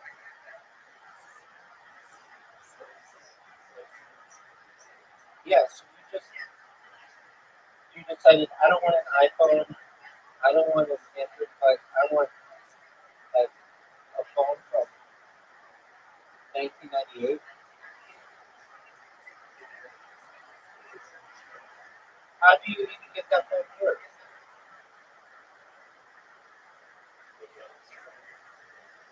No, I mean you get like cell service with it. Can you get email on it?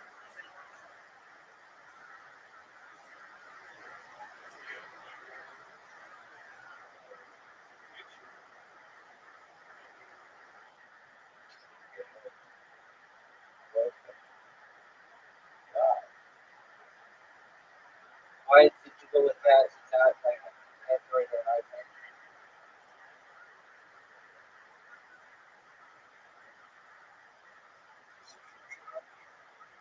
Yeah, but you could always put a case on your other phone that makes it pretty strong.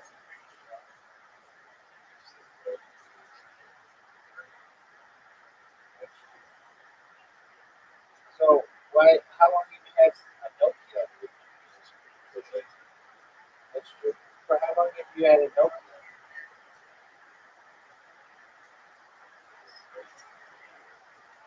You just messing with me. You've had a phone since 1998. Shush. They didn't even have email on some phones back then.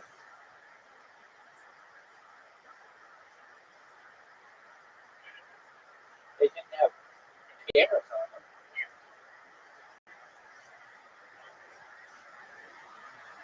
Well, it's not the 1998 if it's got a camera.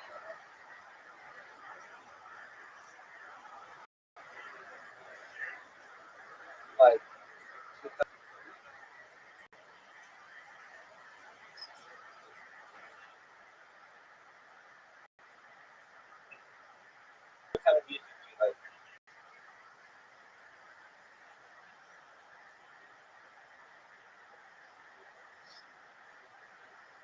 Bruno Mars? Who's that?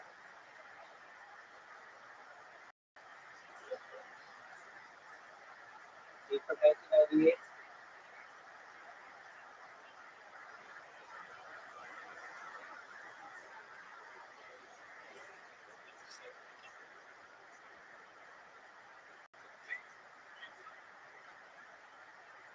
All right. You like him?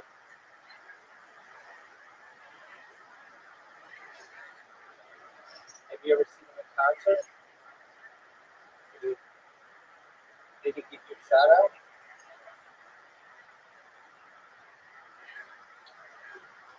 Since you were the only person there?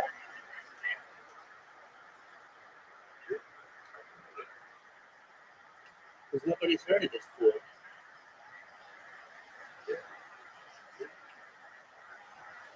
All right. Do you like oldies music? Why not?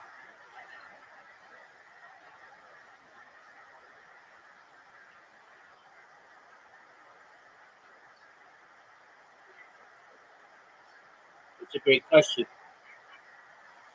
I define music from the 50s, 60s, and early 70s as oldies.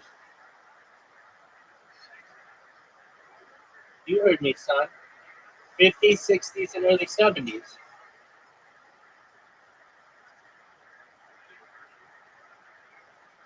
You've never heard of the Beatles? Have you ever heard of the Beatles?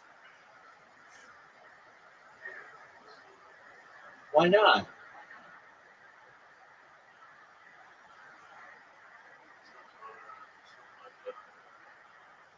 What is your genre?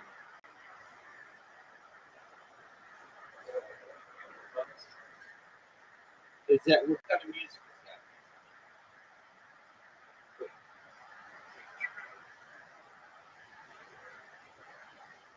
that? Have you met Bruno Mars? Are you guys your manager? Does he have a Nokia from 1998?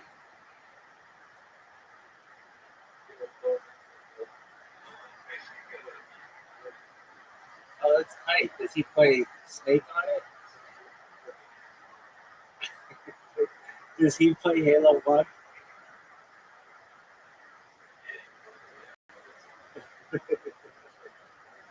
Does he use Xbox Live?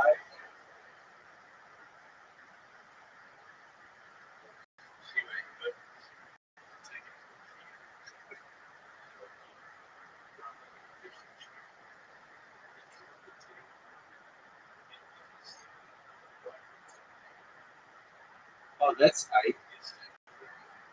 That's tight, and that works well.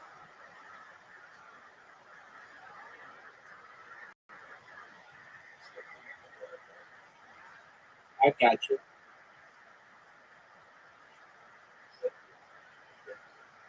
What is what? Where?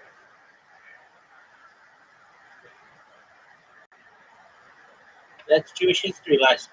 That's Jewish history lectures. You want to listen to them?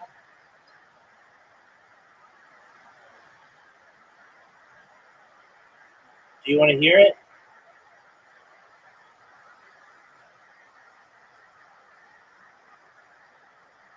Do you want to hear it? All right, Doug, you're gonna hate it. How that's happening. Let's go through the first four ideological forms of anti-Semitism, and then we're going to focus on anti-Zionism specifically. The first form of anti-Jews is actually the most normal of them, the most kind of like human and understandable, and that's basically xenophobia. Yes. This is something we see in the ancient period among Greeks and Romans, in particular. You see it in Greek and Roman literature, and it basically refers to like nasty things said about Jews, largely because the authors did not understand Judaism, Jewish culture. For example, the fact that Jews would refrain from work 1 day a week, and that they were therefore considered slothful because that was on the Sabbath. That was something that was not familiar to Greeks and Romans, and they just didn't understand it. So they assumed Jews were lazy because Judaism requires, if you want to convert to Judaism, it requires a fairly high part of commitment, for example, circumcision for men. So they felt that Jews were clannish and were, like self-selected and things like that. And so it basically represents a form of misunderstanding of the basic functions. So here's another one, for example, Jews keep kosher. And so if you want to invite a Jewish neighbor over to your home and say, hey, we're having pork or shellfish or something like that, and you say, sorry, I can't eat that food, say, oh, what's wrong with you? I'm having kosher. So that's just misunderstanding the reasons why they're not eating with you as a form of misanthropy, of hatred of other people. So this is something that happens when cultures meet up against each other and don't quite understand each other. It's still not so nice, but nevertheless, it's something that happens, and it happens to all people. The second form of anti-Jewish antipathy is something that we see more with the birth of Christianity, because Christianity is a daughter religion to Judaism.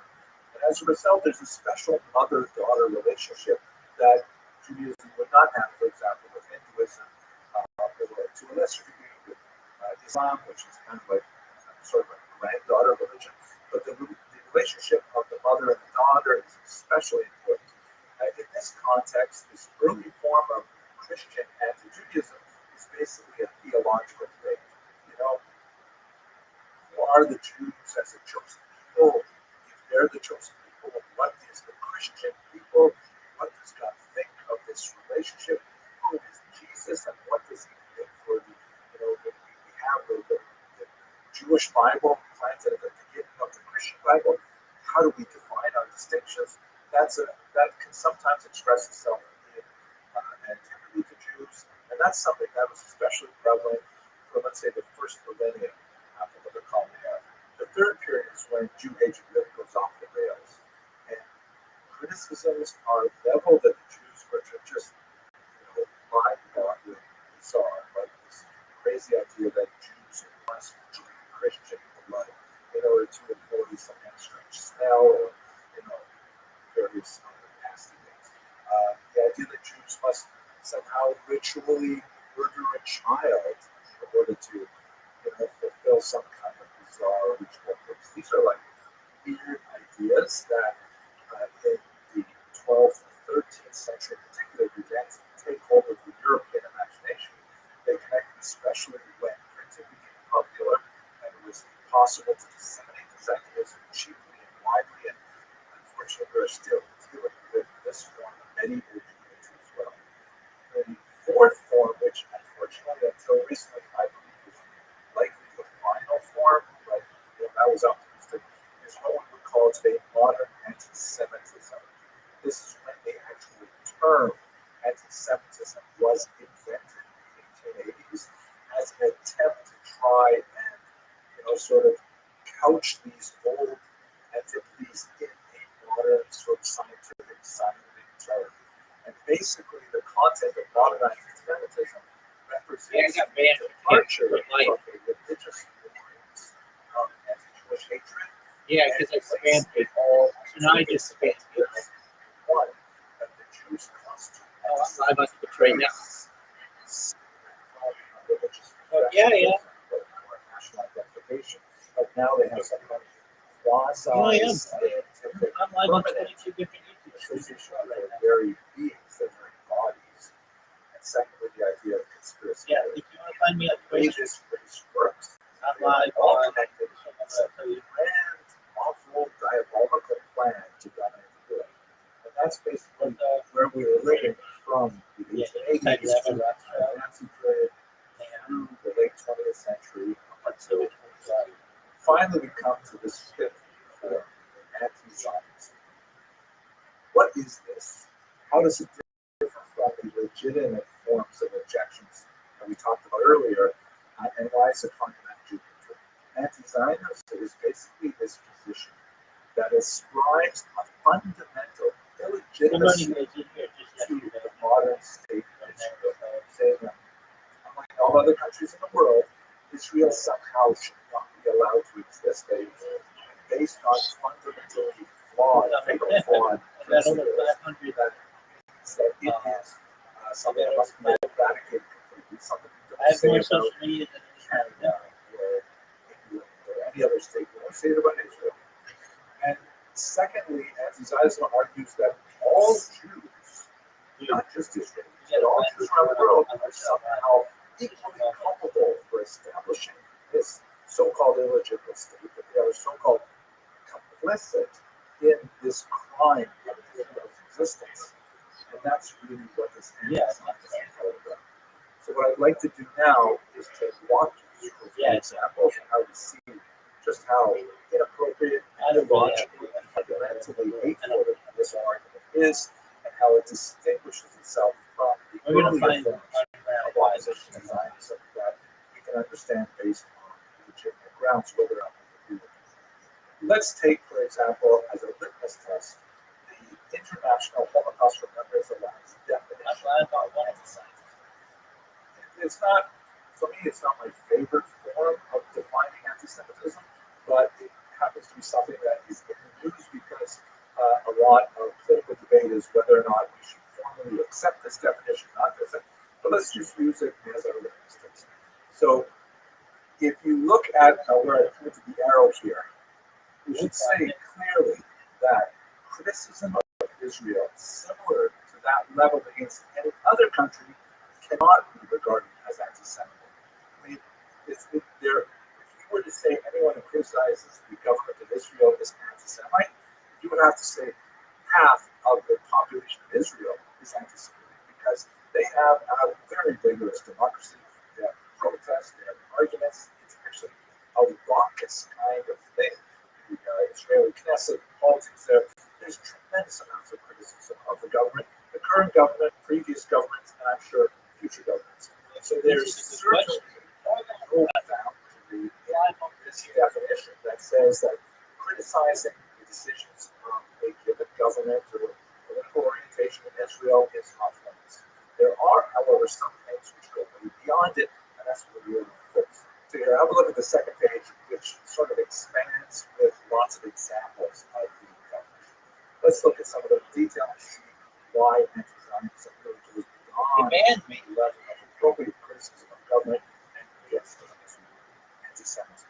They know me so well that whenever I think of Jews as a people, or Israel as a state of invented or exaggerated Holocaust. Sometimes call this Holocaust revisionism, and the reason why an anti-Semite might want to do this is because part of the reason why the need for state Israel is present is because of the genocidal attack on the Jewish people during the Second World War that necessitates some kind of refuge for people.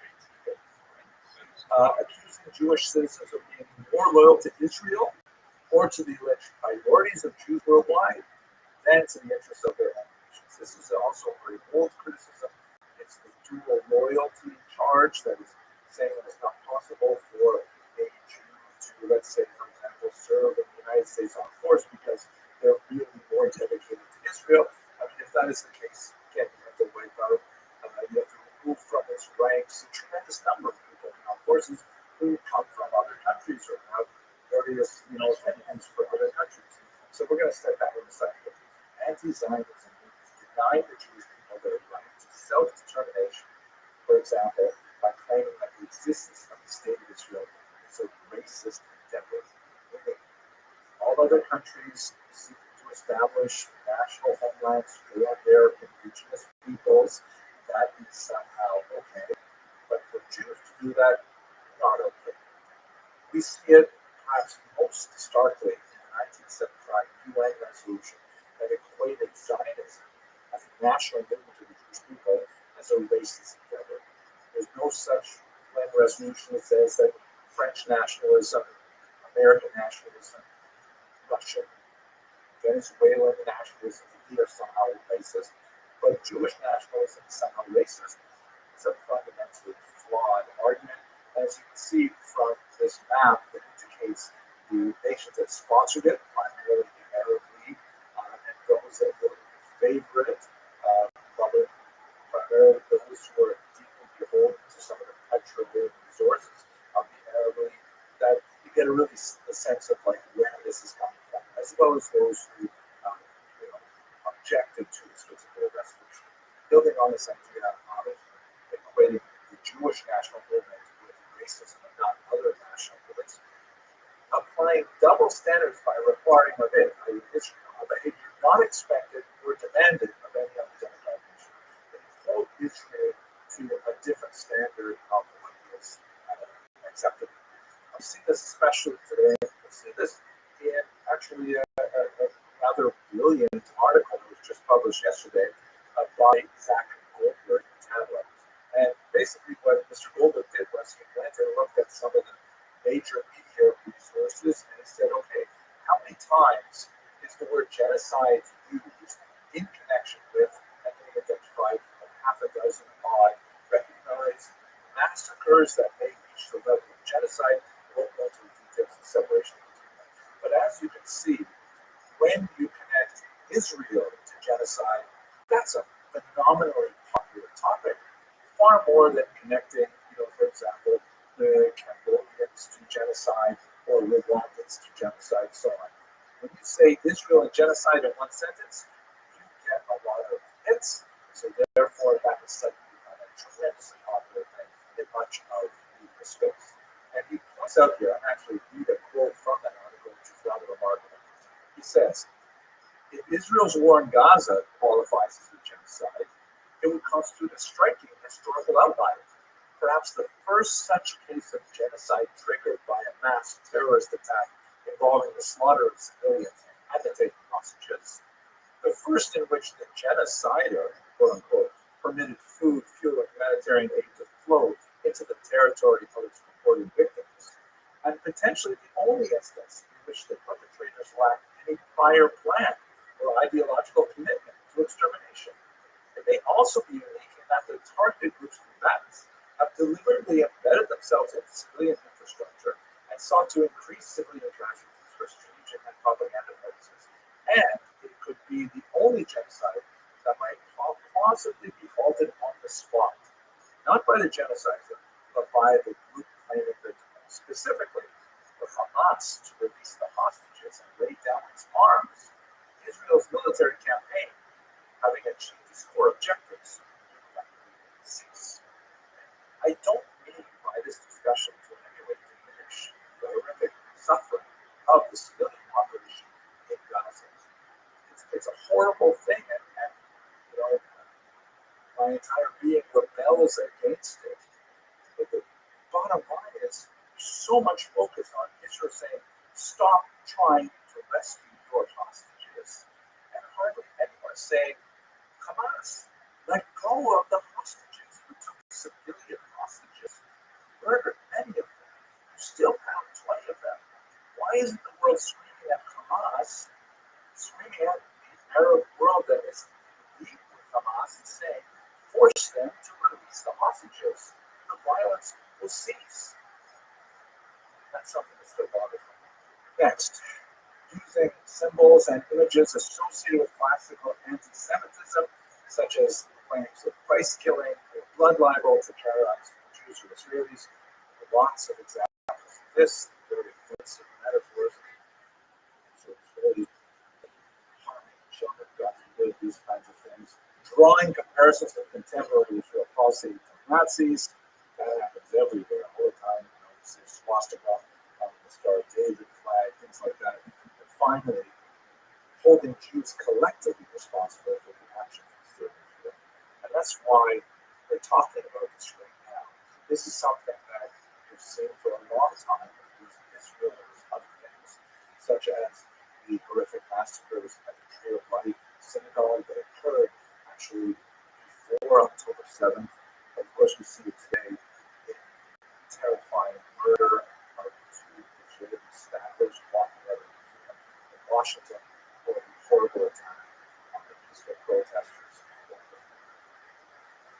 Okay, I hope this video sort of explains what is anti-Zionism, why it is fundamentally a form of Jewish truth. Yes, there is a possibility of disagreeing with the policies of the State of Israel. Yes, there are so many people who disagree with how the current government is waging this war, and that's not the topic of this video. But the purpose of this video is to illustrate that by allying yourself with a group that calls themselves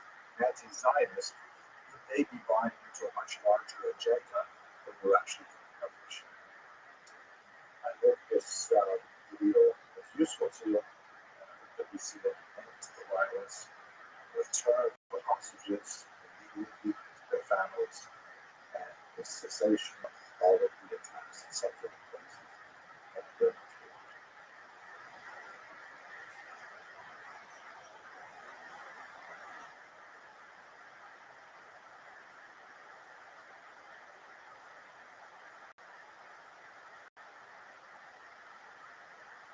Hello, fellow students of Jewish history.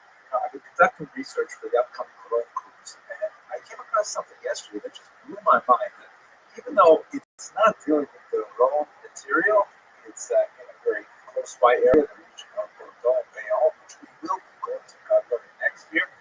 It was just such a fascinating thing. I figured I've got to do more research on this, and I can't wait to share it with you. So let me talk a little bit about the region of Bordeaux, and specifically to the south, the region of Bayonne. I was reading a one-volume study of French Jew by Esther Bernard, a fascinating historian who was also a politician. She was a senator in France. And I came across this amazing story of the Jews of a place called Saint-Esprit in Bayonne. I chased down an article by Zig on this to read a little more, and it's just absolutely amazing. So this place, Saint-Esprit in Bayonne, you can see where it is here, sort of like perched on the very western edge of France, just above the border of Spain. That, by the way, gives it a very important role later in the colonization of the Americas, and Jews were part of the story, and I'll return to that in a second. It's also especially important because it was the destination for a lot of Portuguese Jews. And let's just quickly explore why they're coming to this spot specifically. Let's recall, Jews were not allowed in France at the time the Portuguese Jews began to move there. The Jews were expelled from France. Is not unified like it is today. There are different territories controlled by different powers and so on. But basically, the Jews are expelled first in 1182 and then invited back, and of course they're expelled again several times until the end of the 14th century. And in Provence, the region that's close by here, finally expelled at the beginning of the 16th century. However, there's a little footnote in that King Louis XI wanted to resettle the region of Bordeaux, which was devastated by the 100 Years' War. So in 1474, he invites foreigners, except the hated English, to return to Bordeaux and to settle them. And there he explicitly allows these so-called Portuguese merchants, and later they're openly called Portuguese New Christians. They are given residency rights in this region of Bordeaux and Bayonne. Now, who are these Portuguese merchants, also known as Portuguese Christians? These are essentially Jews who were forcibly converted in 1497 in Portugal and were looking for ways to get out of that country. And many of them made their way to more hospitable colliers like Amsterdam, for example, who's spoken about that quite a bit, and many of them went out to the New World, to Brazil, and other places. But this is really close by. It's just over the Pyrenees, just over the border, and there's a lot of these Jews who are given technically the rights of Christians, but still wishing at some level to live as Jews. These are called crypto-Jews. They used to be called Marranos, which in itself a derogatory term, meaning swine. So crypto-Jews or conversos is considered a more acceptable term. They're Jews who, they're along a whole spectrum. There are some who really become true believers and are ultimately absorbed into the larger Catholic population. There are those who deeply resent the forcible conversion and they're doing everything they can to live underground as Jews. And then there's a whole bunch of Jews who are in the middle of that, who are trying to maintain their safety really as Christians to the outside world, but in their own homes, they're still marrying other crypto Jews, practicing some Jewish traditions, and so on. So they're making their way now to the region of Bordeaux and Bayonne. Everybody knows that they are of Jewish extraction, and there's a degree of persecution that goes along with that, even though they are technically baptized. We know that the Jews were useful. I look at this chart here, you can see that in 1751, 51% of the Jews, a very small number of them were impoverished, almost all of them producing for the economy. About half of them are involved in trade, about are involved in banking. That is a little bit skewed from the see in other parts of Europe where Jews are allowed to go banking. Small commerce might be a little bit larger nevertheless. There's 12% involved in crafts and 5% involved in other things. In terms of the trade, this is Santos Creek is on an important river that opens out into the Atlantic, so they're involved in all kinds of things, wool sales, chocolate, and tobacco, and you name it, all kinds of soap and making soap, all kinds of things that are going on there, and they're definitely very useful for the market. So by 1550, King Henri II specifically assures their residency rights, even though they are Portuguese Christians. Now, what's especially interesting about all this is that what's going on in Bordeaux and Bayonne is not necessarily what's going on in the entire country. By 1615, King Louis XIII requires all Jews, including crypto Jews, to leave France. And that, by the way, affects a lot of the Jews who have made their way to the New World. A lot of French holdings, like Louisiana and elsewhere, Jews are technically expelled from those regions as well. But in Bordeaux, here's really interesting. In Bordeaux, the Jews are allowed to remain there because the local parliament refuses to obey the king on the expulsion of the Jews. And in fact, they develop a legal remedy. They sell naturalization rights to Portuguese merchants. 260 of them take advantage of this, and they buy the right to be naturalized in Bordeaux specifically.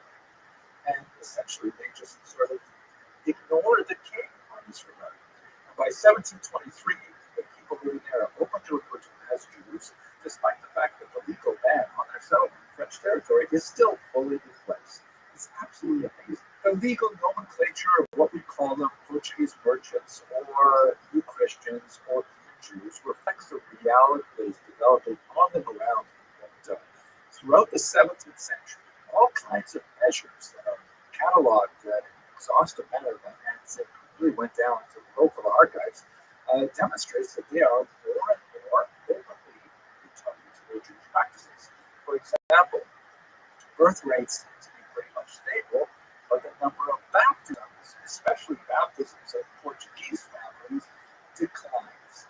They employed a Paris priest to serve as this kind of go-between to buy a plot of land to allow them to have their own cemetery with their own segregation of rights, and they developed all kinds of traditional institutions, like you have in a much more well-developed area than, let's say, Jewish Eastern Europe. So by the last quarter of the 18th century, Jews of Bordeaux are openly voting what's going on in the rest of France. They're living without any restrictions on their movement within Bordeaux and Bayonne. They can own the real estate. They don't have to wear the well, the Jewish badge. They don't have to wear the yellow hat. They have an incredible amount of freedoms within this region. Now, I want to point out one thing here that we can't miss this. Just think about this. I was just describing things that happened at the end of the 1700s. But they were descendants of people who were forcibly converted at the end of the 1400s. So we're talking about 300 years, right? From, let's say, 1500 to 1800. So we're talking about how many generations is that? For generations, about 25 years. That's 3 times. That's 12 generations. I mean, can you imagine living as a submerged identity? 12 generations.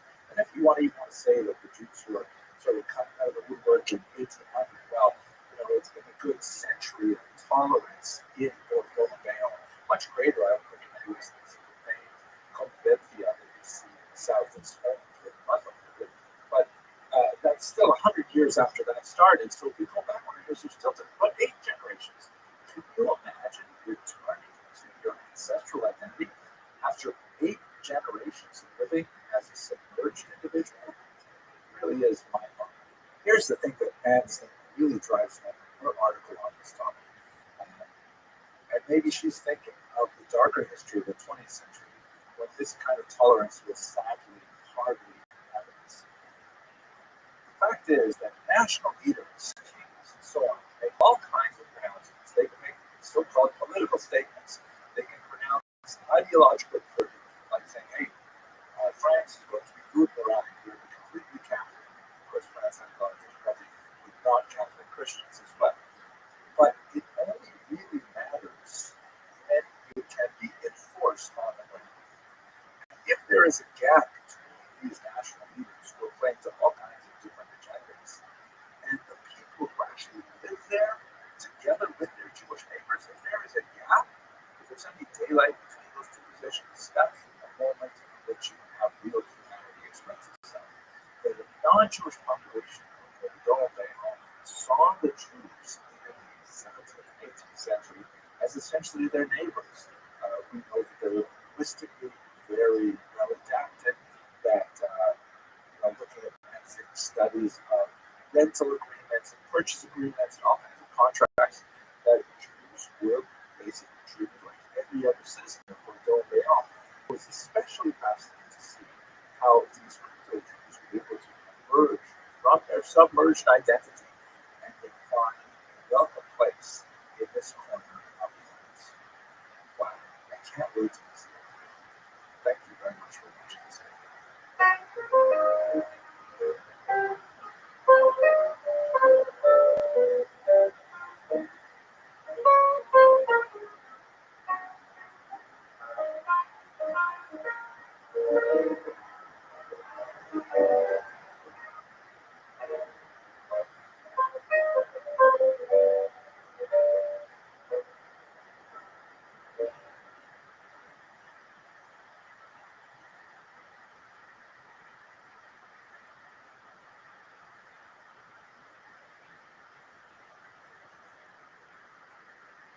Hello, fellow students of Jewish history. In the course of my research, as I prepare for another kosher pilgrimage in France, this time in Bordeaux, in the southwestern part of the country, I came across this absolutely fascinating discussion related to liturgy. Many historians have pointed out that one of the best ways to study Jewish history is to simply look at the Siddur, the prayer book, because so many events and experiences of the Jewish people are layered into the fabric of Jewish prayer book. And as you peel away those layers, you can see a lot of fascinating things about Jewish history in general. So I came across this one passage in the book of Gerard Nahum. He's a phenomenal historian, perhaps the greatest historian, certainly of the Bordeaux and Bordeaux, which has been studied all his life. His family was originally from Algeria, although he himself was born in Paris. He was a student at the Sorbonne and he taught at many universities, and Nahum is especially associated with Rabbi. He's a major scholar of French and Sephardic Jews. I found something really fascinating in his 2003 publication, Judaïsme et Judaïsme à Bordeaux, Jews and Judaism in Bordeaux. So here's what it is. So the first part of his book goes into some of the Bordeaux antiquities, like when did Jews first come to this region? And certainly lost in the sands of time, because by the time we first get records of Jews, they are referring to their settlement, so referring to Jews that have lived there for some centuries. Most likely they came in the early first millennium, maybe the first or second century with the Romans, but we'll get into some of the details. We have some interesting archaeological discoveries. For example, in Bordeaux, a gold ring was discovered in the vicinity of streets later called Rue Dega, or Rue Juive, the Jewish street.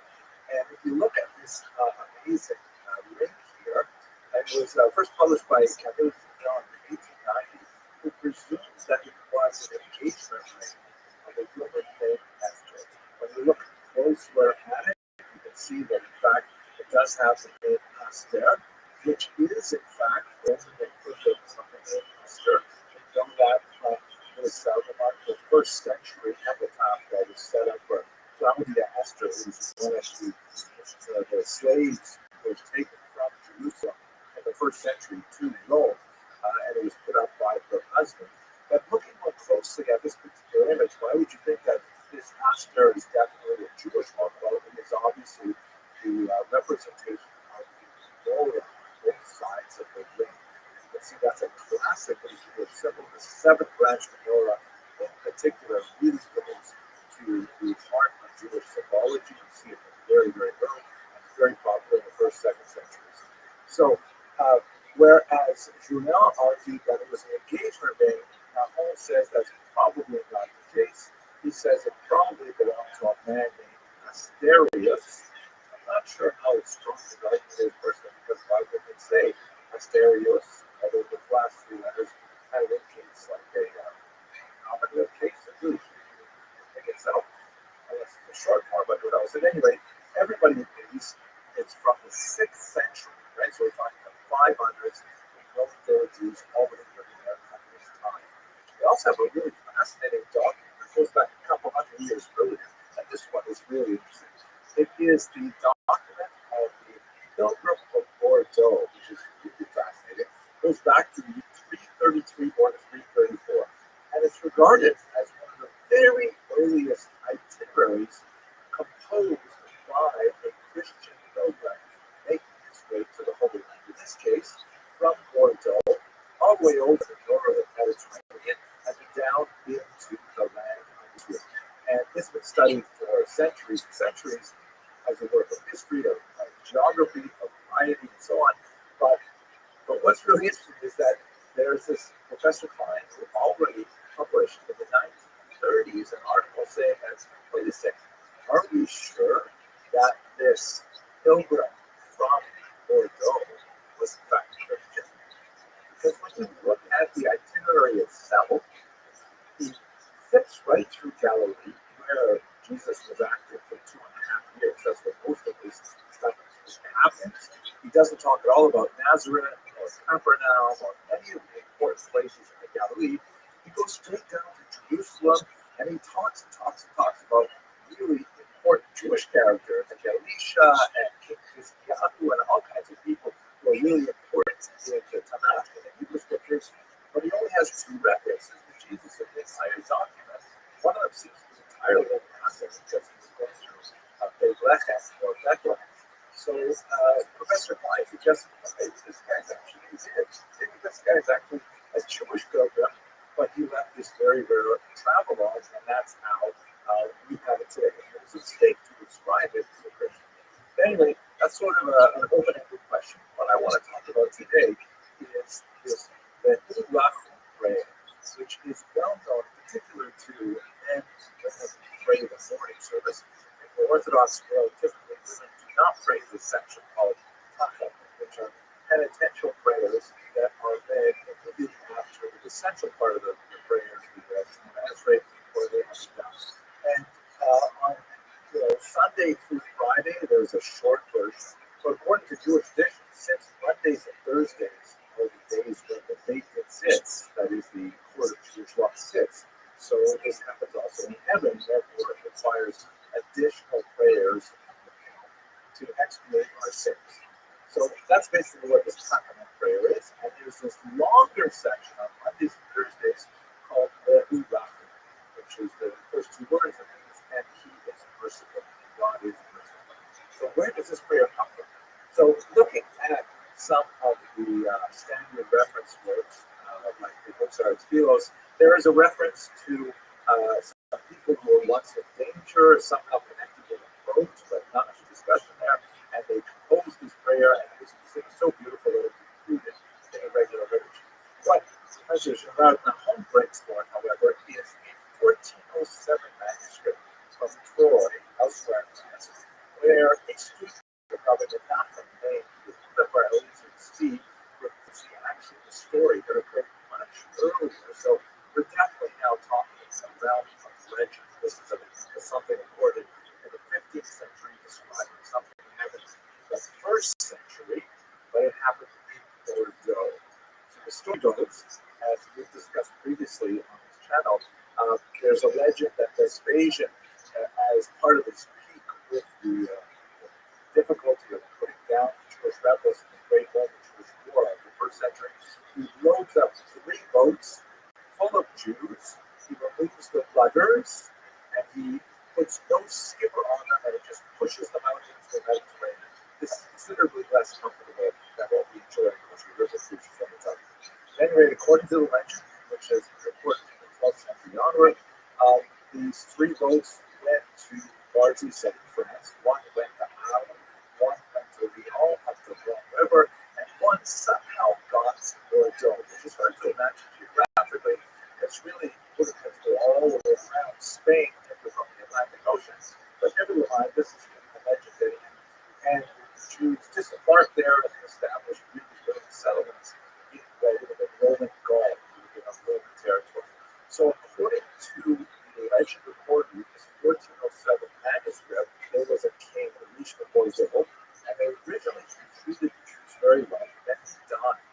just like we have in the book of Exodus, a neutral of those who knew not the Jews and began to persecute them. So there were two brothers named Joseph and Benjamin, and a cousin of theirs named Shmuel. It's interesting that the specific names Joseph, Benjamin, and Shmuel adds a degree of this to the whole story. But anyway, these three people get together and they each compose a section of a special prayer. They recite this prayer to God, and then the king forgets about persecuting Jews and decides he dies a horrible death. After this, the prayer was to be so successful. And actually, it is very beautiful. I will tell you that, we tend to rush through it. We really like saying time. It's very sad to have prayers, but it's actually very beautiful. So actually enjoy it. This prayer spread throughout the entire Jewish world. It has been incorporated into both the Ashkenazic and the Sephardic rites because of its great antiquity. It predates the separation of Ashkenazic and Sephardic culture, and it is included and appreciated to this very day. So it has its origins, apparently, in these Portuguese legends in Portugal. I hope you found this interesting, and I hope you'll be able to join us on this fantastic cruise to really an unusual part of France. We'll hope to discover a lot more Jewish history along the way. And if not, I really look forward to sharing these videos with you. Thank you very much for watching.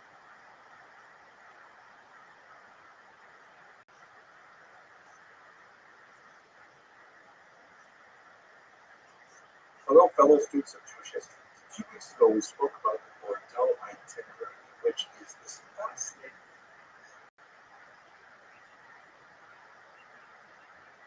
sort of travel on, taking a pilgrim from Bordeaux, France, all the way to the land of Israel and back.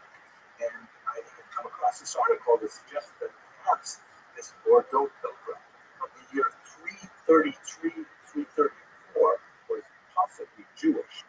I want to dive into that just a little bit more because I just think it's so fascinating that we should have some kind of artifact like this all the way from Bordeaux at this very early period of time. So first of all, what is this Bordeaux itinerary? It's known in Latin as the Itinerarium Urdicalense or Itinerarium Urdicala usque Jerusalem, meaning the Bordeaux itinerary or the itinerary from Bordeaux to Jerusalem.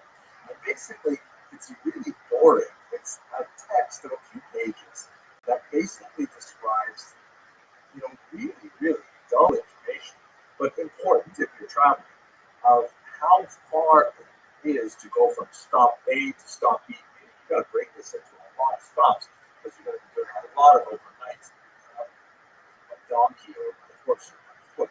So how long it takes to get from one place to another one, and where you can change horses. I think it's really fascinating that you would have like horse renting, horse renting stuff, horse things like that. The oldest versions of this document that exist today are from the 8th and 10th centuries, and there are 4 of them. 2 of them omit most of it except for the section in the land of Israel itself, which is especially relevant for people all over. But 2 of them do describe the route all the way from Bordeaux to Israel and back.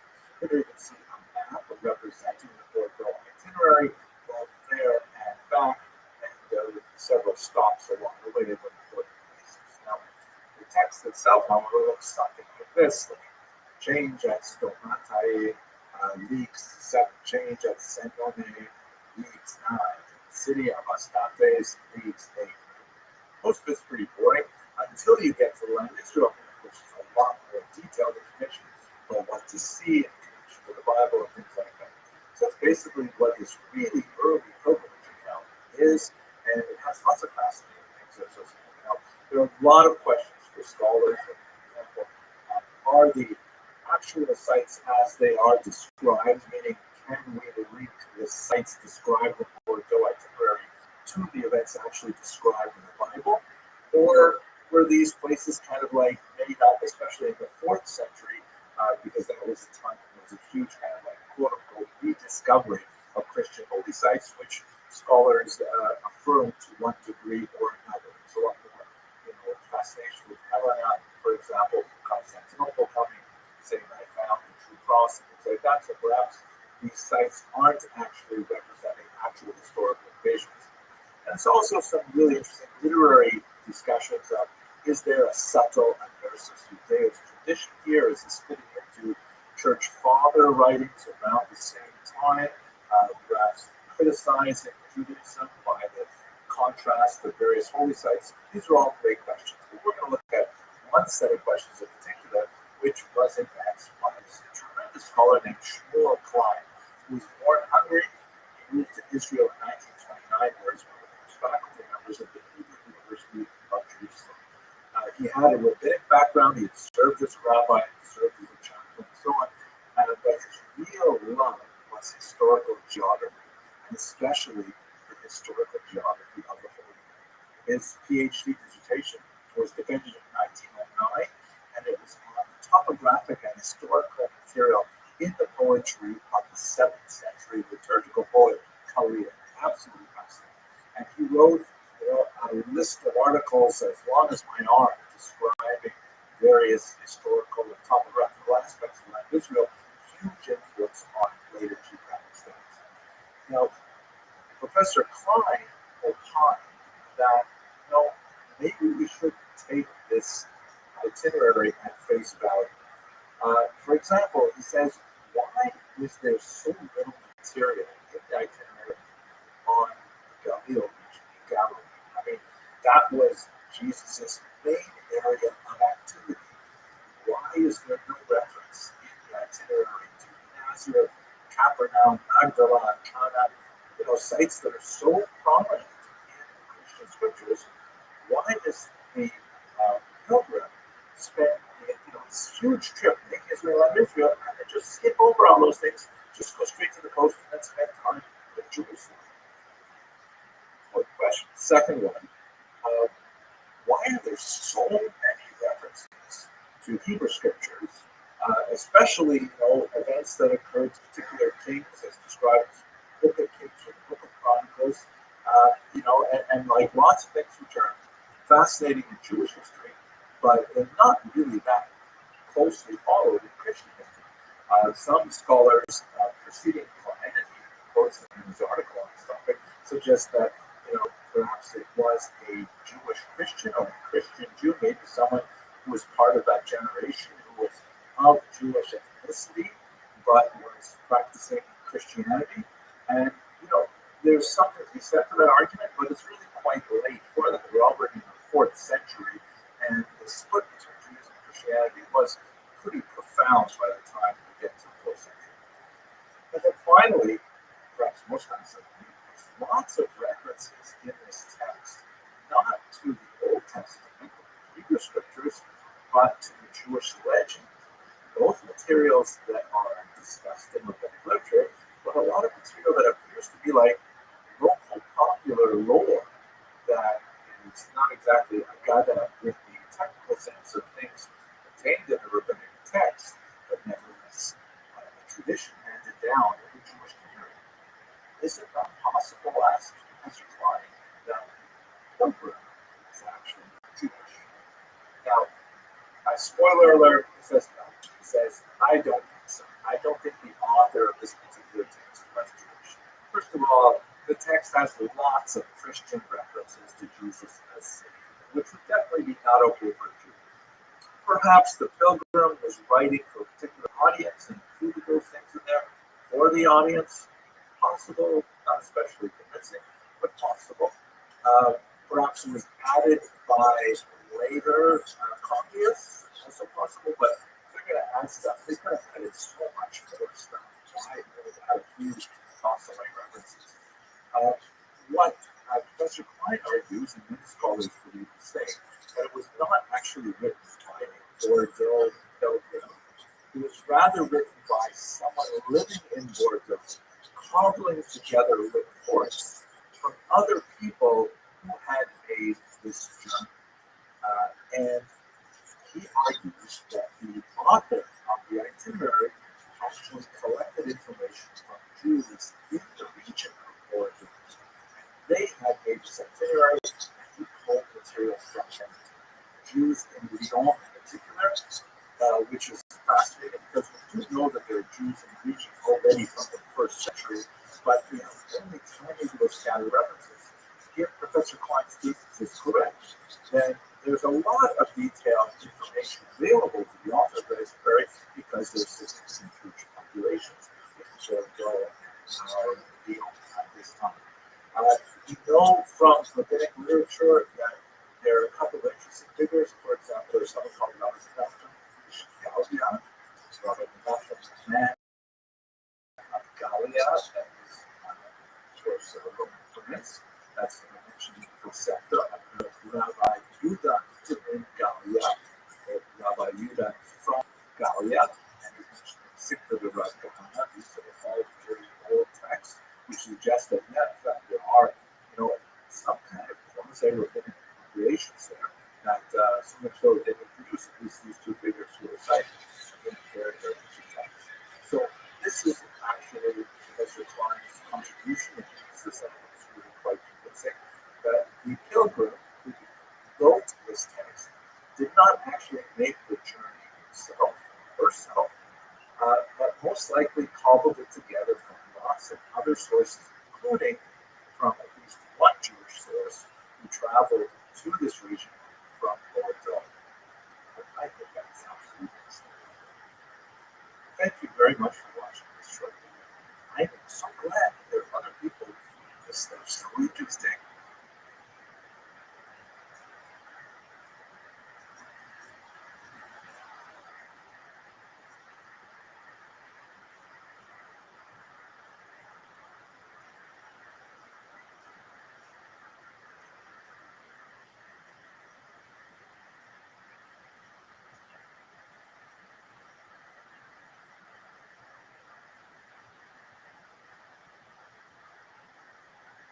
Hello, fellow students of Jewish history.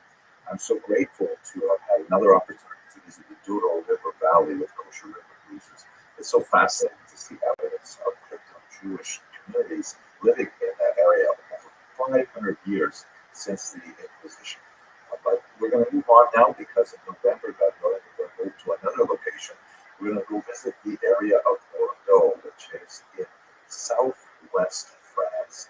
It's a new area for me. I've never been there before, and I'm quite fascinated to see what that place is like and to discover the Jewish history inherent in this very unusual region. So what I'd like to do in this short video is to just go quickly over the history of Jewish settlement in Bordeaux. It's quite fascinating and unusual, and very much related to the discussions we had regarding Portugal as well, because a significant number of Portuguese Jews made their way to Bordeaux, particularly in the 16th century.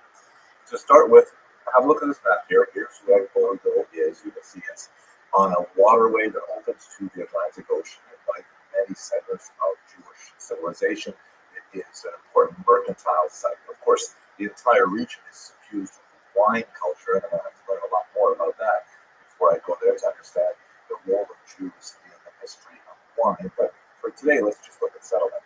So we have a medieval legend that speaks about 3 rudderless ships being tossed adrift in the Mediterranean Sea by Vespasian in the 1st century after the destruction of the Temple of Jerusalem.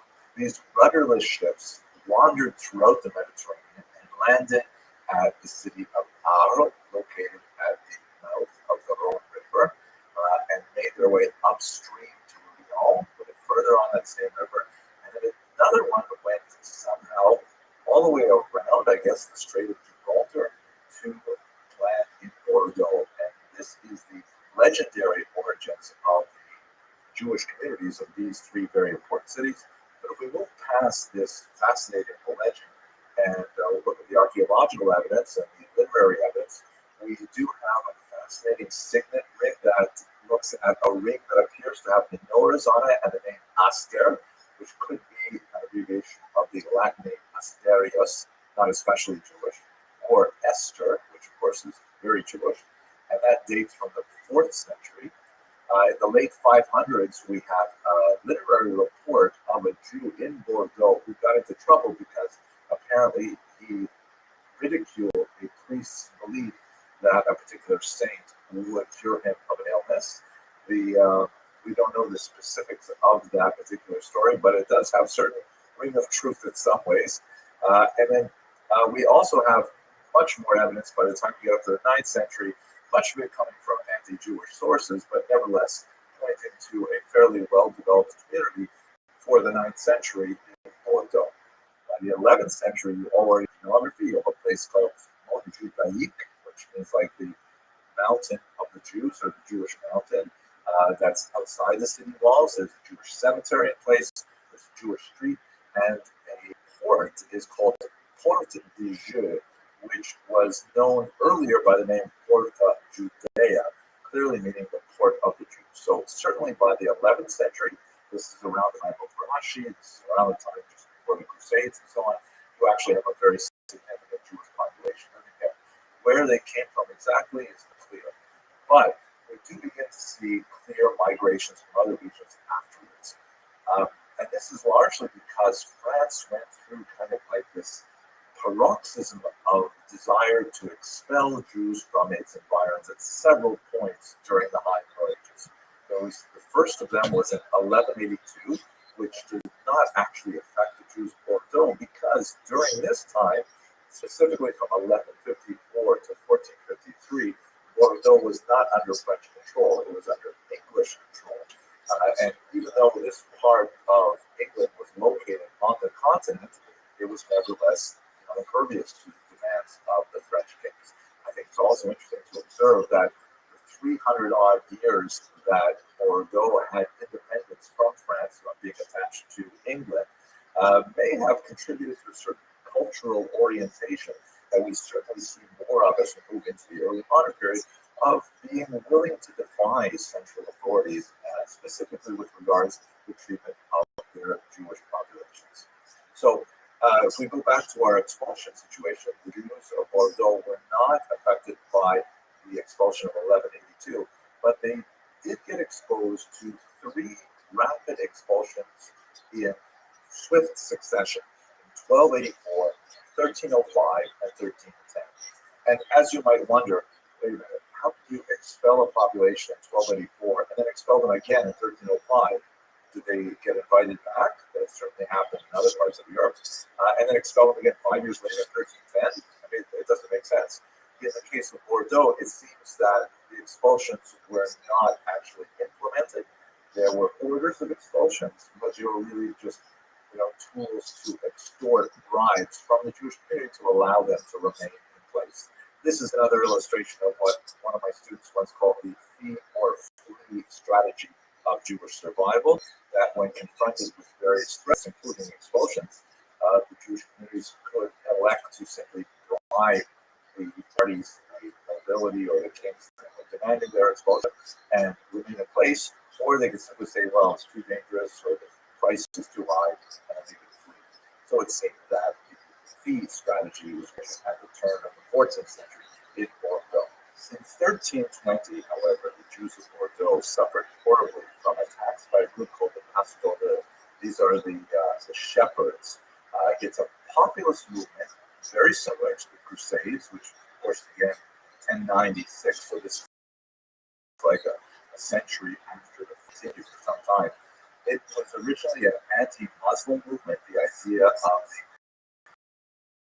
the European Christian effort to Jerusalem and the Holy Land had lots of very negative spillovers in Europe proper, and particularly for the Jewish communities living in Europe, particularly because of the whole idea of the Crusades is to reclaim the Holy Land for Christianity and drive out the infidel. Well, a lot of locals and populists said, we have infidels living right here in our own communities, obviously referring to the Jews. So there was also a class element specifically to the Pasteurs uprising, in that they wanted to, try and attack communities that had concentrations of wealth. The Jews were unfortunately an ideal target. They were concentrated in urban centers like Bordeaux, and also they were more openly associated with cash-bearing industries like money lending, like minting, like crafts, silver, goldsmiths, things like that. And so they were a favorite target by the Pasteurs, and they suffered horribly in the year 1320. The upper church, and the Pope in particular, defended the Jews like they did with blood libels, things like that, saying this is not right, this is Christianity. We should not be doing these things. However, when the Pastorella had forcibly baptized Jews in their rioting, the church would not allow them to return to Judaism because, we've discussed many times in connection with the zeitgeist, the spirit of the era, that baptism being a sacrament meant that once a person was baptized, forcibly or otherwise, even though it was forbidden to forcibly baptize someone, that meant that they were nevertheless considered Christians. A lot of sad stories about that, but I won't get off track. So at any rate, 1453, Bordeaux returns to French control, which was technically at this time Lutheran because there had been a major expulsion of Jews in 1306 from a large amount of French territory. And it's not certain if this decree was imposed on the Jews of Bordeaux. What we do know, however, is that there were significant populations of Jews, and especially crypto Jews, who had been making their way up to Bordeaux from the 15th century and on. Again, you'll recall that in Spain, there was a massive wave of pogroms and forced conversions that gave people the status of new Christians. And as I mentioned a second ago, they were officially Christians, even though they did not necessarily want to regard themselves as Christians, but they had the privileges of free movement as Christians. There would be attempts to lock this down by both Spain and especially by Portugal, where a lot of these Jews fled.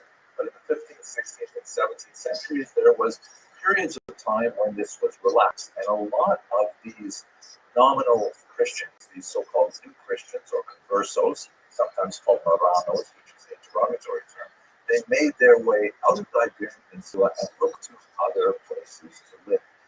Amsterdam, Hamburg, very prominent sites.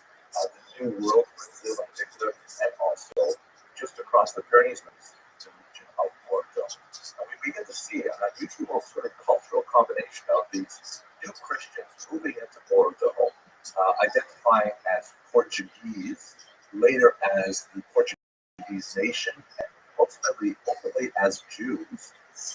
That combines with the sort of contrarian spirit of the Bordeaux population, and the Jews begin to get more and more privileges for their independent communities, even though they're still technically considered Christians. We see that they develop separate cemeteries. We see that they're developing unique processes of marriages, which are recorded in church documents as, these people were married according to the Portuguese rite, which means essentially they're married Jewishly.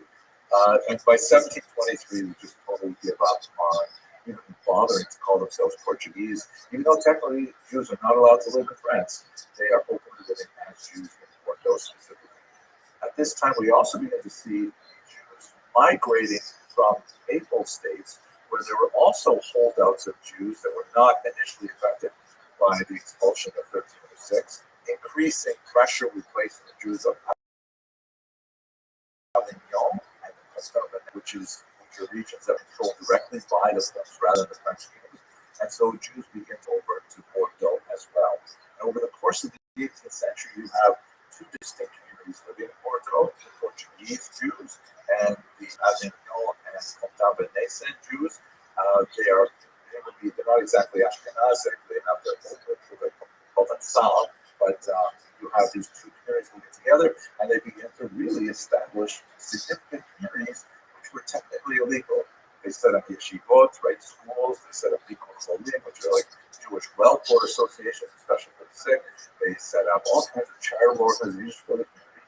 And eventually, the Jews from Avignon claim a similar communal status as the Portuguese, even though they had never been to Christians at all. By the time you get to 1806, which we aren't going to cut off this, but we're going to enter into the modern world and some amazing things that affect Bordeaux at this time, you have 2,131 Jews living in Bordeaux. 1,651 of them were Spanish/Portuguese. 144 were from Avignon, and another 336 were attracted from other Ashkenazic lands, Germany, Poland, and the Netherlands. Absolutely fascinating community with all kinds of different strands of thought coming in. I'm really looking forward to visiting Bordeaux in November, and I hope you'll be able to join me. Thank you very much for watching this video.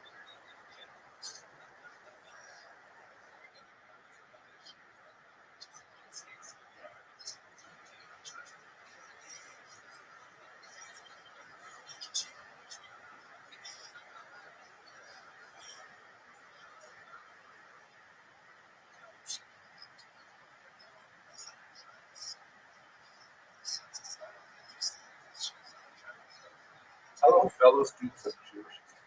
I just want to tell you about one really interesting moment in year 1755 when a great scholar named Rabbi and another remarkable scholar from Rothschild, really fascinating historians have a little bit of humor and experience. So first of all, who was the Rabbi? That's an abbreviation for his name, Rabbi Chaim Yosef David Azulai. He's an incredibly important scholar who lived in the year 1724 to 1806. I've actually studied personally many of his books, and one of his books I've actually read multiple times. Great encyclopedic scholar, tremendous special interest in manuscripts and fascinating. So the reason that he's especially useful for us is because in the year 1753, when he was in his 30s, he was asked by the community of Hebron, he lived in Israel, he was asked by the community of Hebron to make a circuit of some of the larger communities, particularly in Europe, to collect money for his struggling. And so he did this. He went and he became like a Mashulach, as it were, messenger to collect funds for the yeshiva in Hebron in particular. He ended up being really good at it, and he did it for about 2 decades. On the course of his many travels, he wrote down a travelogue, which is called Magal Tov. It is one of the most remarkable rabbinic documents of the 18th century, which also produced a whole series of amazing documents. But this book, Magal Tov, is just all, it fits within the long history of Jews going on trips and describing them everywhere from Benjamin of Tudela to, your Aunt Sadie going to Boca and writing about it on Facebook. This is a long Jewish tradition of describing Barlowitz. And the Chudah writes with a sense of adventure and curiosity and provides all kinds of fascinating details. Many of them really quite scurrilous, really surprising, quite fascinating how he gets deep into the community and understands the kind of stress they have going on. And it's a remarkably important source for understanding of major Jewish communities throughout Europe in the 18th century.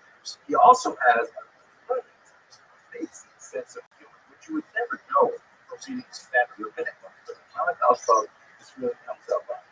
He went to Bordeaux several times. That's the reason for this particular research is that preparing for the Kosher Cookies to Bordeaux this November. And there's a lot to say about Bordeaux in specific, but I want to talk about one encounter he has with a remarkable Bordeaux Jew whose name was Jacob Rodriguez Pereira, also known as Pereira. He was born in 1750, a rough contemporary of the Chudah, and he lived until 1750.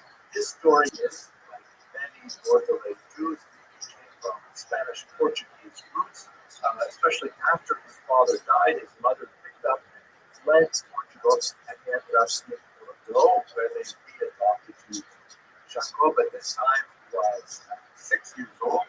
He was circumcised, and he dropped his baptismal name of Francisco, and that's when he became Jacob.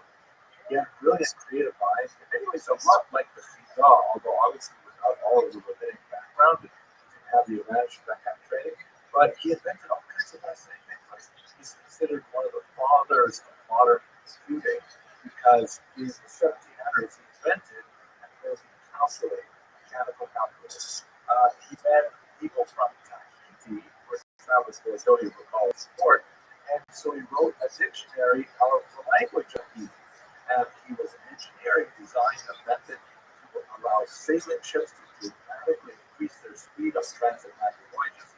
Really, really fascinating. He was an educator, and he was also not only a tremendous advocate for the Jewish community in particular, we'll talk about that in another video, but he also believed in public education, and he taught the poor children of Bordeaux for free, giving them basic life skills, vocational training, and so on. He was a well-regarded, well-revered figure. His main claim to fame was that he was one of the first early people to teach people who were deaf and mute how to speak. He actually demonstrated the effectiveness of his techniques for King Louis XV, who awarded him with an annual pension of £80 a month, and was a big hero for inventing this particular method of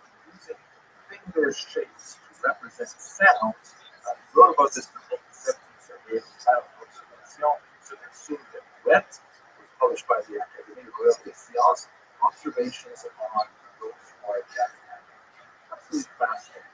Now, in his travels, the Rabbi went to Paris and arranged for a meeting with this individual. They met on the 12th of Av in the year 55, which corresponds to July 20, 1755. And the Rabbi was just overwhelmed with it. Just imagine that personality-wise, they probably had a lot in common, very curious, very eclectic, and so on. And now I'd like to read to you from this passage of their meeting. It's really quite fascinating. I should mention that Magal Tov is really quite an amazing book. It's published many times in Hebrew original. There's a very, very hard to find English translation, which of course we have in the University Library. Translation by Dr. Benjamin Zimmerman, who published in 1996. Now listen to this illustration. Now, an astounding thing of wisdom to the Senor Jacob relate to. With his wisdom and by exercise of his intellect, together with painstaking care, he had succeeded in taking a person who was deaf. The sages refer to this Talmud. A person who is both deaf and mute is considered an invalid in all kinds of ways, not only in terms of obvious disability, but also in terms of legal agency and so on. There's a question about the level of intelligence and so on. And Professor Herrera really changed that. Let's go back to person. Could not hear and could not speak from the womb and from conception. He never was able to speak. And bring him to a state of speaking whereby he would reply with his mouth orally to something they would ask him in writing. Yes, yes, no, no. He could also write with his own hand in the French language and in the Holy language, which is Jewish, deaf, mute kids to be able to write Hebrew as well. And with his mouth, read the books of both languages. And he could understand Tanakh, he could understand the Bible. And he, Rodriguez, was also competent, and he gave signs on the joints of his fingers, right? And each joint he made is a sign of one letter. And when he wanted to speak with him, with great celerity, would he take and move the joints of his fingers, indicating the letters of the word desired, and the mute person, after much practice, straightway understood his question. And now with my own eyes I saw in his house a lad, who they said was a mute, neither hearing nor speaking. And I saw him talking to me in the holy language and in French. Now here's the funny thing. And my eyes watched Senor Jacob, indicating with his fingers to his mute, and immediately would he indeed reply to his question. And as I was making a jest, I did make some signs with my fingers in a random manner. Right? He decided to hey, I'll try this out too. He started making gestures with his fingers. For I did not know the signs which Jacob had selected to his meaning. I was just making up. I didn't know the specific dialogue. And I saw that the lad was perplexed by the sight and was upset that he did not understand. Then his master said to him, right, Professor Rodriguez said to him, oh, don't be upset, for the rabbi did not mean to send the finger. So that is actually what it sounds like. This phrase, send the finger. I looked it up in Hebrew. The original here is shalach etzva, it's the literal translation. And of course, the Chidah with tremendous erudition is quoting a verse from Isaiah 58:9, which has that phrase there. And the commentators explain that the subject says that this phrase to send the finger is like an aggressive gesture. There, Adam and the but people who are arguing, one will send the other a finger. And then the Shadal, a very important Italian commentator, quotes a Latin commentator, Marshall, who refers to it as the digitum medium, which means the middle finger. So essentially, what happened was the Chidah, in attempting to communicate with this person, or this jesting, joking about it, accidentally made an offensive gesture, which caused the voice of consternation. But Professor assure him that the rabbi didn't. You really get a sense of the humor that the Chidah records in his mind of thoughts. At any rate, the Chidah is clearly very impressive. Hence, his description of the visit to Professor Ferrer with the phrase, Baruch Honei Adam. Blessed is the one who gives knowledge. What an amazing scholar. Develop a method to teaching people definitely. That was Jacob. Amazing story. Thank you very much.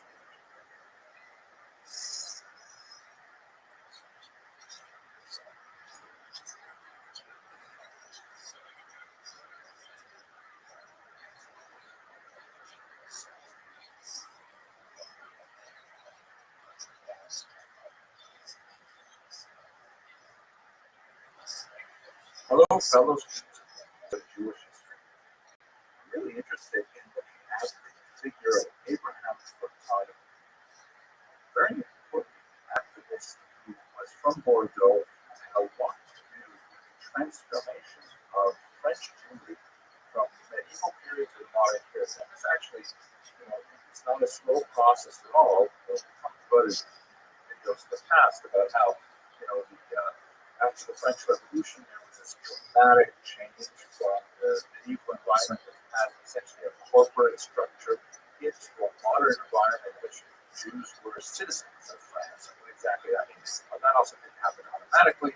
They had a petition for it. It took a couple of years. This started first, then the Ashkenazim, all kinds of things like that. But right now, I'd like to take a few minutes to look at Abraham Flautado and specifically his role in the last years before the revolution. One really fascinating moment. It illustrates the complexities of French extinction. Okay. So first of all, he was born in 1756. There is some controversy over the nature of his parents' experiences, but the story goes that at least his mother, possibly his father, left Lisbon, where they were natives, after the tremendous earthquake that happened on November 1st, 1755. This was an important earthquake, not only because of the tremendous damage that it caused. A fire broke out that destroyed much of the city, and then a tsunami. Imagine all three of those things happening at the same time, totally destroying Lisbon. It allowed, however, for a new creative force to step in and not only reorganize the city and lay it out with modern processes throughout the middle of the 18th century, but also there was a kind of a mood in Lisbon that just get rid of all of this old stuff. And the Marquis de Pombal, in particular, very, very important political figure who was one of the major reformist activists who led the country at that time, and in fact got rid of some of the most noxious aspects of the Spanish Inquisition. Anyway, focusing on Furtado, however, according to many accounts, including very reliable historical accounts, his father was killed in that earthquake. His mother moved to London, and he was born on the 30th of July of 1756. Now, this is kind of confusing because if his father died in this earthquake and he was born 9 months later, it's kind of a tragic moment. His father would have died shortly after conceiving his son. However, Francis was definitely the greatest authority on Jews of Bordeaux, especially the Sephardi Jews, who wrote this great book. She argues that no, the couple left together after the earthquake to London. So it's possible that the accounts are mistaken. At any rate, our protagonist, Abraham, was born in London, and then when he gets married at age 19, he moves to Bordeaux, where he becomes very successful, like many other Jews of Bordeaux at this time. The maritime trade, or out for that international commerce that's just burgeoning in this century. Now, so let's just recall what's going on in the French period. Remember that as of 1306, and later confirmed in 1394, there are no Jews officially in France. And of course, there are Jews unofficially in France in a couple of different ways. And there's distinct populations with very different rights and privileges, even though they're all technically illegal as Jews. There are, of course, the Sephardim, who are largely from Portugal, who are living in the Bordeaux region, and also in the neighboring Bayonne. These are Jews who are technically Christians as well. So Bordeaux experiences, they were largely populated from Jews who were forcibly converted a few hundred years earlier in Portugal, and then they made their way up France, where they were slowly adopting their Jewish identities, openly or otherwise, by the time it gets to the century, as we're discussing in the future. Then you also have an interesting population of Provençal Jews who live at the mouth of the Rhone River in regions that were originally under papal control. Here, Jews were allowed to live quite a bit longer. Important communities of Carpentras, for example, having known an extremely important place. And sometimes these are called the African population of Jews. And many of them later actually moved to the Bordeaux region, so they're also living in Bordeaux. They're not the same as Sephardic. They have their own right, the Provençal right, which is largely been lost, but they were never converted to Christianity like the Portuguese Jews were. And then, of course, you have on the eastern part of France, neighboring Germany, you have a mass of Ashkenazi Jews, and they are very, very different. And again, like the Provençal Jews, they have never been converted to Christianity, and certainly, unlike the Sephardic Jews, they have largely no interest in adapting to non-Jewish culture. This would be changing over the 18th and especially the 19th century, where there would be a lot more assimilationist pressures brought to bear on the Ashkenazi Jews. But in the medieval period, they're highly distinct. They speak a different language, Yiddish, which is very close to German, not at all close to French. They dress distinctively. They tend to be much more pious, much more scrupulous about certain traditional Judaism. So they're a very different population and largely considered undigestible mass in France. And again, all of these populations as Jews are technically illegal, but this is a medieval state on the cusp of modernity. A lot was changing in the 18th century. And a lot of the change as a result of this man, whose name I will now attempt to slowly pronounce. Jean Chrétien et Jean de Malesherbes. That's really fun. I know some French, but that's really hard. Malesherbes, how I look for it now. He wrote a really important essay that ultimately resulted in the 1787 edict giving Protestants civil rights. Because although we're focused on the history of the Jews here, the Protestants posed a much larger problem for technically Catholic France. And they persecuted them at one point, and they discriminated against them later, but they didn't go away. And they constituted a massive population in France, and they had to somehow come to terms with it. So ultimately, in 1787, with this edict, tolerances that are defined, they'll have civil rights as Protestants.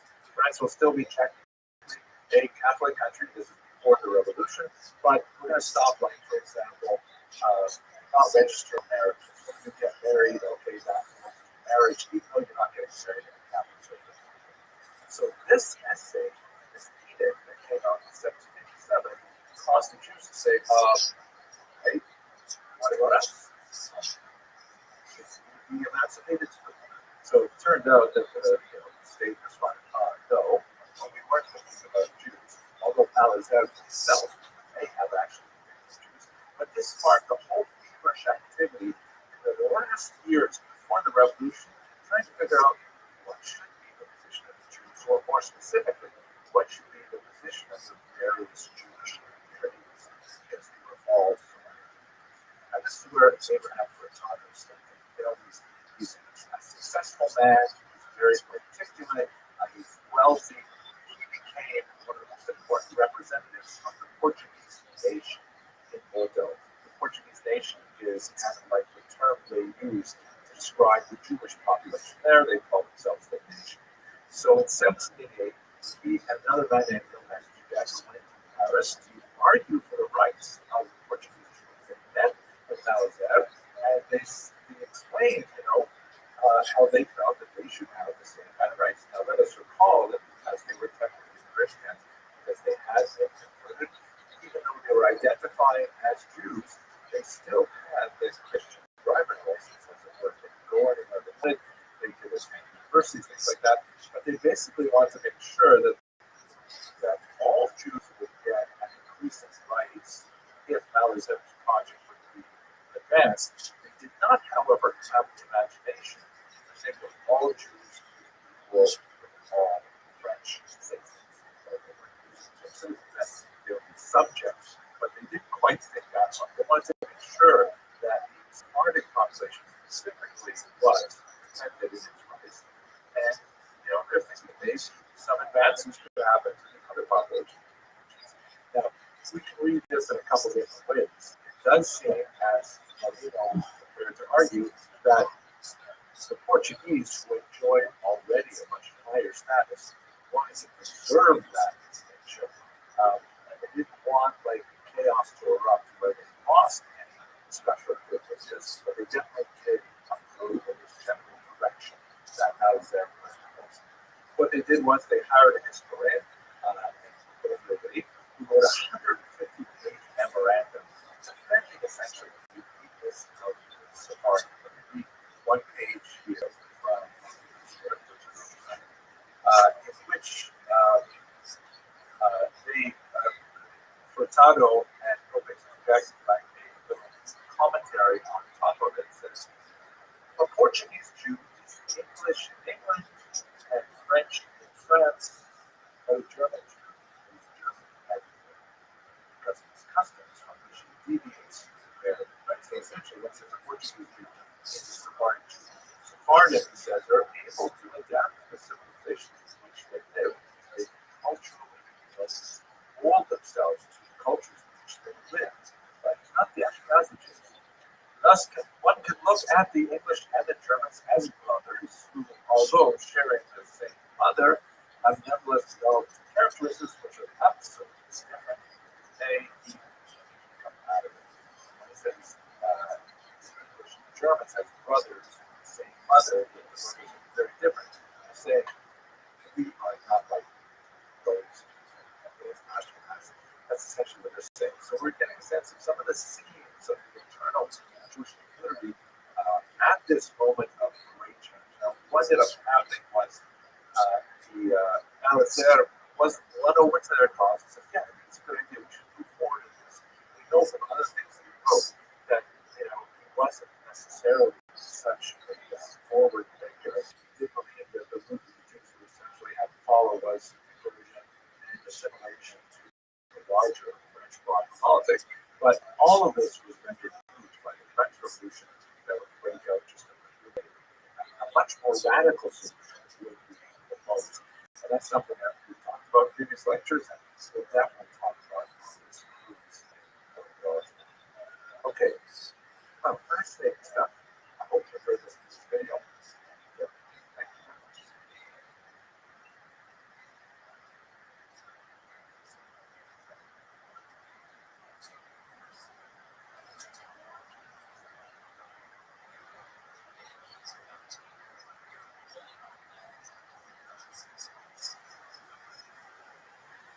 Hello, fellow students and teachers. One of these plans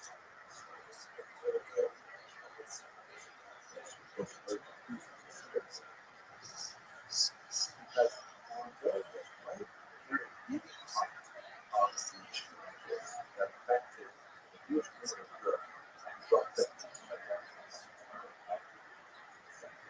speaking specifically about the movement towards emancipation. It was primarily in Paris, that's where most of the debates, especially for Alice and the great scientists that I'll talk about in a second, was in and so on.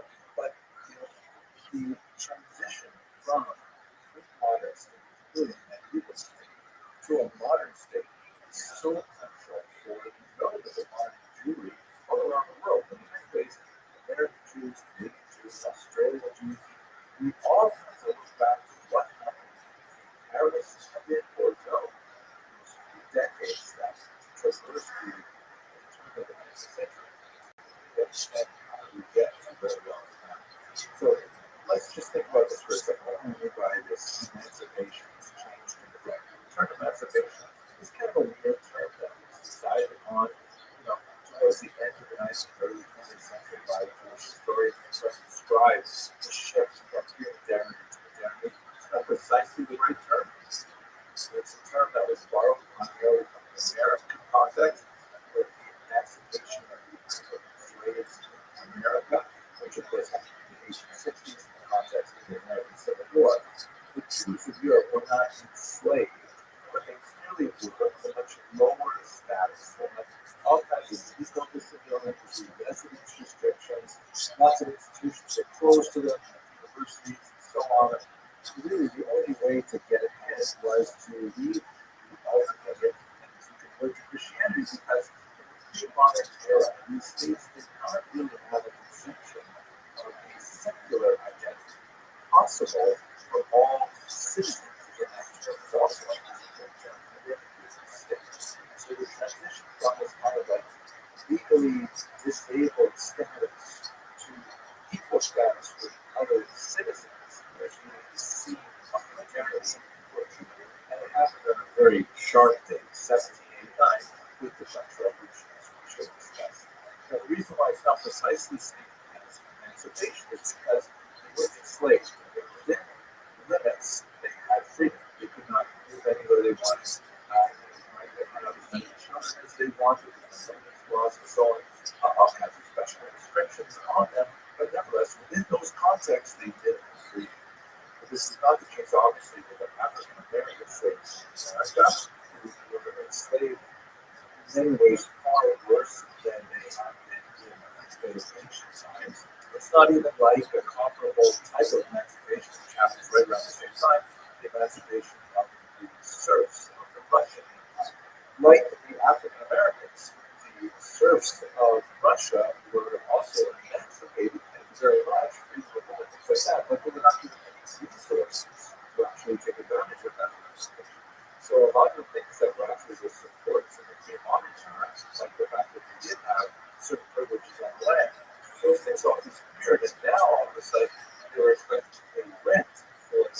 But that meant that, if they weren't producing quite enough agricultural output, they had to find other sources of income, which led to the slow emergence and industrialization of Russia, which took much longer than it did in Western Europe, and the increase of the population in rural sectors and urban centers, and all kinds of major changes. It's not the same things that affected Jewry, especially French Jewry. So let's go very quickly to what happened in Revolution, how it affected what and Phoenician Jewry, and later it's all around the world.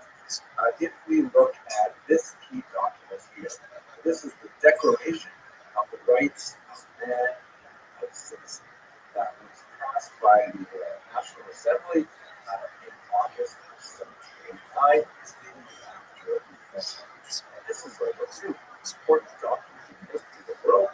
It basically declares the same kinds of things that you see in the Constitution, the Bill of Rights, etc. Fundamental commitments to equality. All citizens within the bracket. Now, this was a massive shift from modern day because at that time it was not equality. You had nobility and high ranks, and clergy had their own little pockets. The peasants, you had the burghers, the cities and villages and so on. And there were all kinds of different rights and privileges. They saw this not only with the Jews as an entire corporation, an entire class, but even within Jewish communities. Folks perhaps the substantial supplier communities were primarily located in the area of both here towards the southwest, very distinct from the population of Ashkenazim, primarily in the northeast. These distinctions within the Jewish community, and especially between Jews and non-Jews, all of that was thrown out the window theoretically in the French Revolution when they promulgated this document. A lot of Jews and women said, hey, that includes us, right? All of a sudden, the authors of Rothschild said, wait a second, we weren't necessarily quite that broad, but to include Jews as citizens, women as citizens, wait a second. So they put the brakes on that, but they couldn't put the brakes on it forever. So by 1790, they said, okay, the Sephardic Jews are very different than the French speakers. They're fairly well assimilated or acculturated to French. We give them the Ashkenazi Jews. It took another year, but by 1791, with this emancipation, we had lots of tensions. And tensions really lasted for 2 decades. As these Jews who had been pent up with all kinds of artificial restrictions suddenly found that they had an open and level playing field in all kinds of areas. But they already had natural and cultural strengths. Like, for example, a long tradition of literacy and numeracy, a long familiarity with financial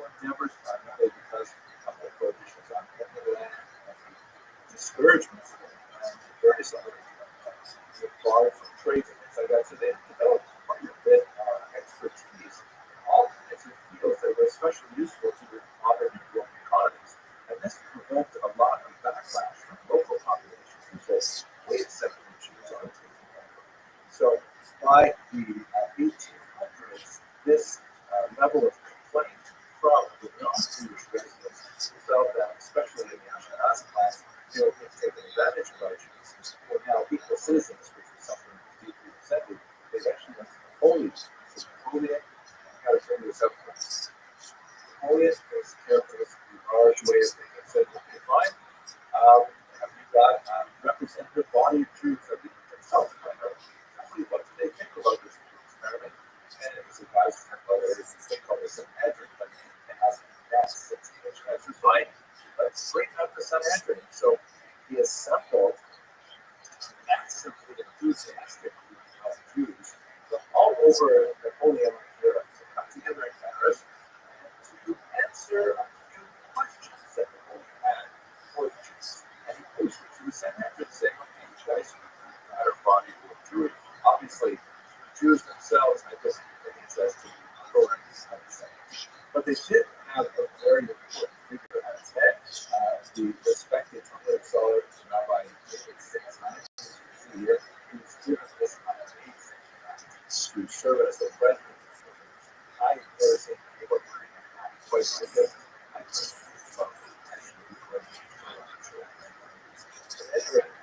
the Sanhedrin, which had a lot of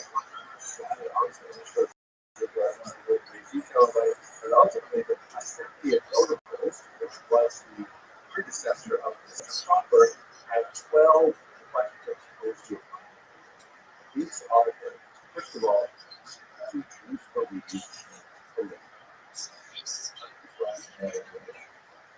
that was the first question for the well, why is this question in the first place?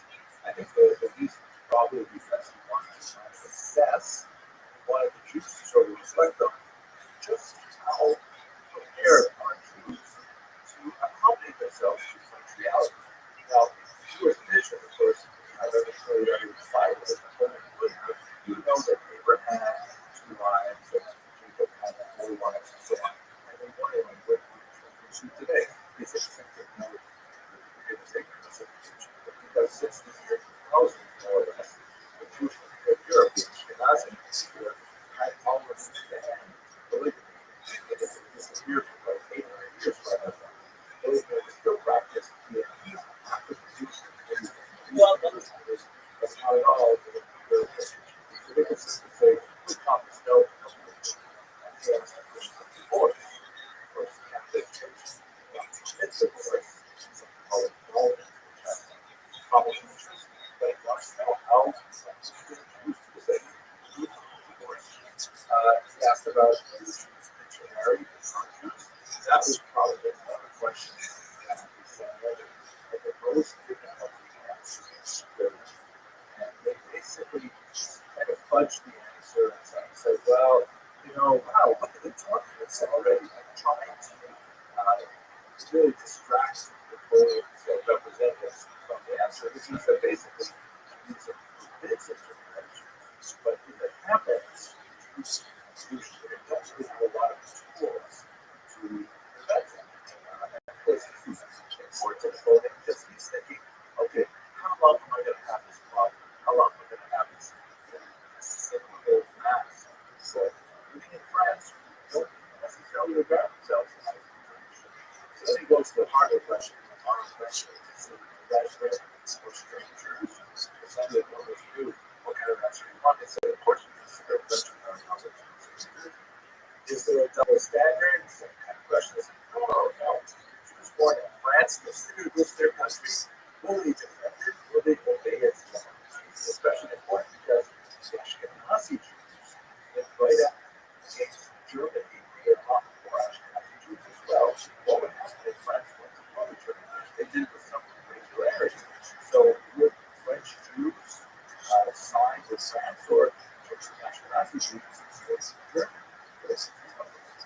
Then he delves into the last 6 questions. How do Jews organize themselves? Like question 7 is,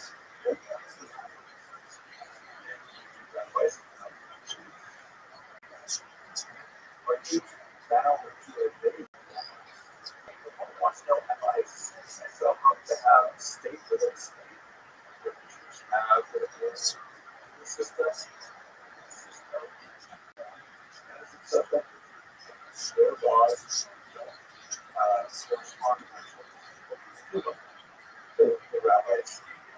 This is where it's another break between pre-modernity and Jews essentially did have their own ecosystem, did have their own enforcement system, typically supported by the state, but instead, the modern seats-based democracy can't have two different systems, two different states, take different populations. Rules for everybody, the laws for everybody, so on. So they have to choose that. Then he asks an economic question, but are Jews required to engage in usury, which is what is kind of negative term for money lending? Are Jews forced to engage in that? What if they want to pursue a different occupation?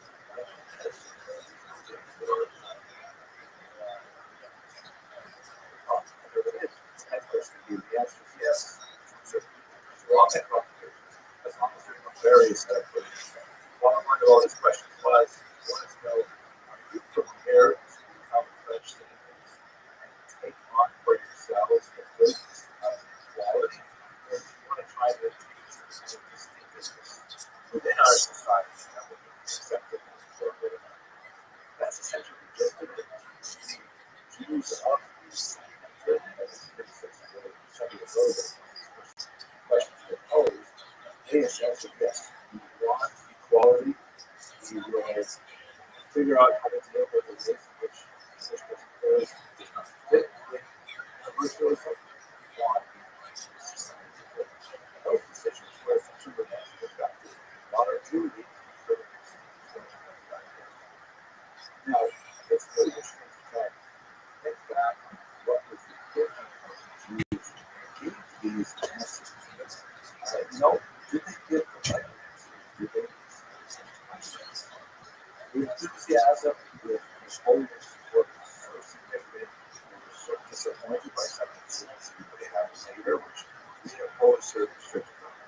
But if you want to get a sense for the somewhat slavish admiration that these performance on, again, not shared university, many of the Jews in Eastern Europe were quite hesitant to give us this sure. But have a look at this remarkable medallion, which was coined by the Jewish community to specifically celebrate the achievements of Napoleon's and left, of course, is the profile of Napoleon himself. It says, right, he's emperor and king. And right, you see Napoleon actually illustrate the text to Sicilius Jew, which essentially is basically Napoleon is the bishop of Moses.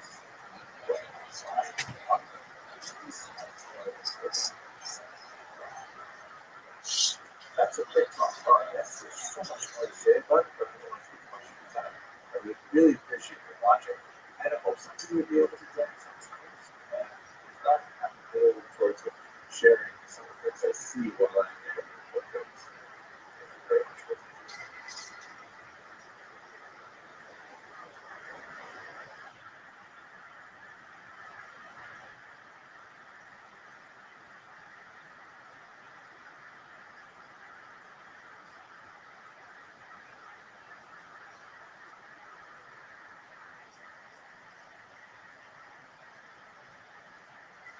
Hello, fellow students at Jewish History. In the course of my research for this upcoming 64 show to explore Jewish history in its remarkable Eastern France, I came across another really fascinating artifact. And what I'm speaking about now is the imperial decree of July 20th, 1808, which was concerning Jews with no fixed first or family names. This is a pretty bizarre thing. There are 8 articles. I want to go over the first few of those and discuss what exactly is this strange Napoleonic law referring to. So, what we discussed in the last lecture in the series was Napoleon's 12 questions to the Jews of France. They had been emancipated in 1790 and then again in 1791, 2 different populations. largely as a result of extremely hard labor by Jews coming from Bordeaux. And then when Jews had been emancipated, there was still a backlash in larger society. And Napoleon had this really strange kind of difficult challenge of threading the needle with allowing the Jews into a rapidly modernized society, which was something that he cared about very deeply, but at the same time, curbing the ridiculous necessities of the terror of the period immediately following the revolution, which had a huge backlash as well. And so we wanted to establish some kind of calming devices, speed bumps, as it were, along the road to New France. And one of those areas, which was kind of like a test case for so much of the revolution, was what do you do with the Jews? The Jews are, an unusual population, potentially very helpful to the society, especially those Jews in Bordeaux and Bayonne who had been adapted to French life because they had their strange status as Portuguese citizens or Portuguese subjects. But on the other hand, you also have a mass of Ashkenazi Jews in Alsace and Lorraine who had long been held down by various anti-Semitic decrees. And once those decrees were lifted and they were allowed to participate on equal footing in the marketplace, their long-honed skills of literacy and numeracy and so on really took a huge advantage in the marketplace. And as a result, there was a backlash from that region as well. Napoleon is trying very hard to try and find ways to negotiate these things. So let's have a look, first of all, this specific law, July 20th, 1808, concerning Jews with no fixed or first names, which was issued in Bayonne, very close to the Bordeaux region. So here's Article 1. I'll just read the translation. Those amongst our subjects who follow the Hebrew religion and who, up to the present, have not had fixed surnames or last names, shall be ordered to adopt one in the 3 months following the publication of this our present decree, and to make a declaration of the fact before the civil status officer in the commune where they live. What is going on? Okay, let's try to figure this out. So first of all, what is this business about Jews not having fixed surnames or last names? In Jewish practice, Jews always have a fixed first name. This is crucial for the obvious reasons people get names, but also for lots of reasons in Jewish law, like marriage contracts and business contracts and all kinds of things.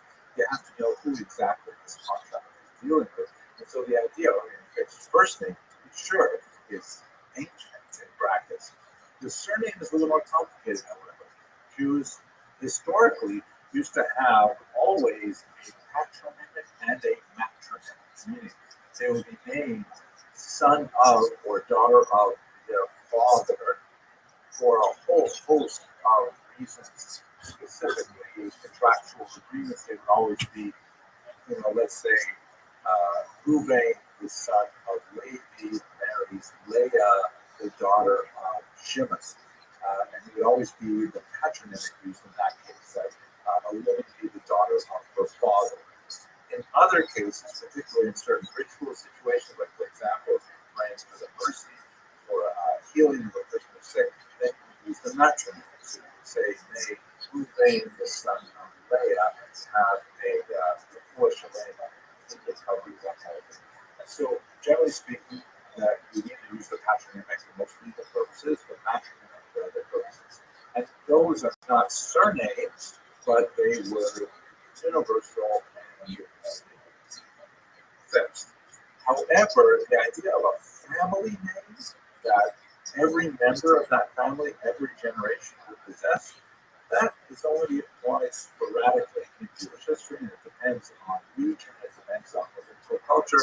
Sometimes a particular family would get a surname that was used, but it's not necessarily fixed. And that's basically the practice for European Jews up to the late 18th and early 19th century.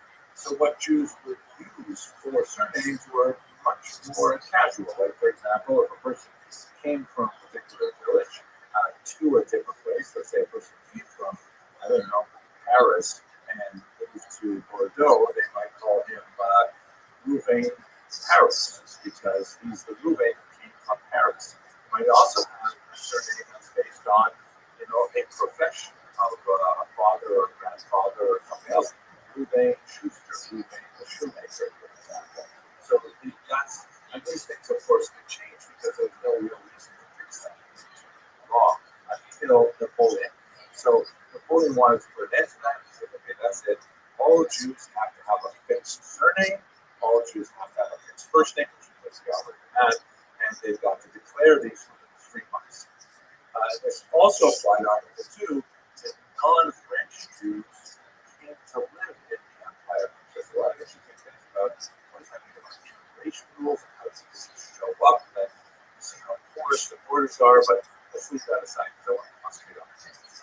Now, Article 3, I think, is so fascinating because Article 3 says names of the Old Testament, which you would think is a pretty popular choice for many Jews, and names of towns are expressly forbidden.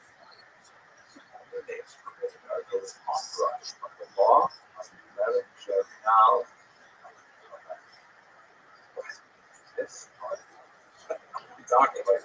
So, what happens that only a few years later, this particular article was abandoned, at least the Old Testament part of it was abandoned, because Jews would take names from the Old Testament, especially for their first names. It's unclear exactly why the towns were forbidden. Perhaps this was a sense of the wanting to make things a little bit more formal. But to really understand Article 3, we have to go back and say, well, what is this strange law of 11 of year 11? Let us recall that after the revolution, surge changing everything. Not only are we changing government, we're going to change the way we measure things, the metric system. We're going to change the way we measure time. So a Republican calendar, which was metric, so it had 10 months and it had 10 days a week, which they kind of like, of course, on any Sabbath or something. And all of the names of the months were changed and things like that. So this law of the 11th of Chesnal of year 11 refers to actually the Gregorian calendar of April 1st, 1803. In case you remember, yes, the French banned that Republican calendar because it was just crazy and impossible to use. So on April 1st, 1803, I know it sounds like April Fool's, but at any rate, this new law came out. This law of 11 Germinal outlawed all unusual names for French people. The law of 11 Germinal restricted the choices of names that French people could give their children to names that were recognized from antiquity, like ancient Roman Greek period, and also names that had been enshrined in the Christian calendar of saints and things like that. But they could not use, for example, very popular names that have been adopted during the revolutionary period, like names of particular heroes from that revolution, they later discredited, or names of particular battles, or even the names of the months of the year under the Republican calendar. All of those names were considered way too strange, and the court said, no more using those names, you got to focus only on a list of names, which apparently was never actually published. That the idea was that by giving people names that people recognize, this would develop stability, this would develop kind of like a flow through from the pre-revolutionary past, things like that. But it left again, because what about the Jews? Jews are not going to typically choose names of Christian saints for their children. How do we deal with that? So hence the idea of the law of 1808, which was to impose the same kind of stability on the Jewish population as the law of 11 Germinal did on the French population. I read a really interesting article on this issue by Pierre Birnbaum, who is a professor emeritus at the Sorbonne, and he says that unfortunately there's never been any good study done of how this law was implemented. Apparently, many of its provisions were abandoned shortly thereafter, but it definitely was a transformation that was effected on the Jewish population. Women with names like Yido or Shiro became Julie, Rahel became Rishon. All kinds of names were transformed as a result of this law, and it leads to the long-standing practice of Jews having really two separate names. It's fascinating to see Napoleon's attempt to regulate the Jewish community, which really could only happen when the Jews believed in the overall project. And in general, this was the case for much of There the he is. 19th century. Dude, how you looking, Tim? Adopted French names with enthusiasm, and it was only when you're trying this affairly that you begin to see I think you have two. universal. Second ticket mini ball. You're a prodigy at it, dog. I've never known anyone better. Incorrect. You're not funny enough. Next one.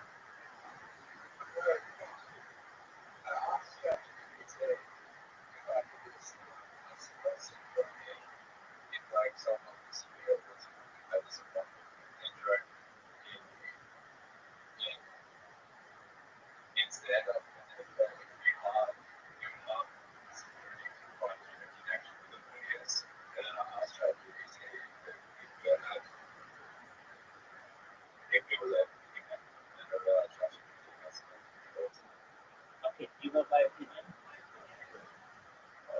You don't have severe autism. No, you never met anybody with severe autism. Someone with severe autism generally is nonverbal. Someone with severe autism is generally nonverbal.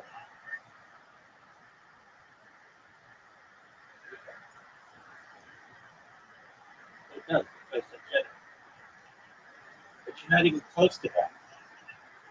You're just some dude. You're some dude who does have some things. You have Tourette's. I'll give you that. You spent $2,500 at a doctor to basically diagnose you with anything they want. So they said that you have ADHD and Tourette's and autism and all this other shit. Okay, cool. And then they also insulted your intelligence, which you can't get over. They also insulted your intelligence, which you can't get over.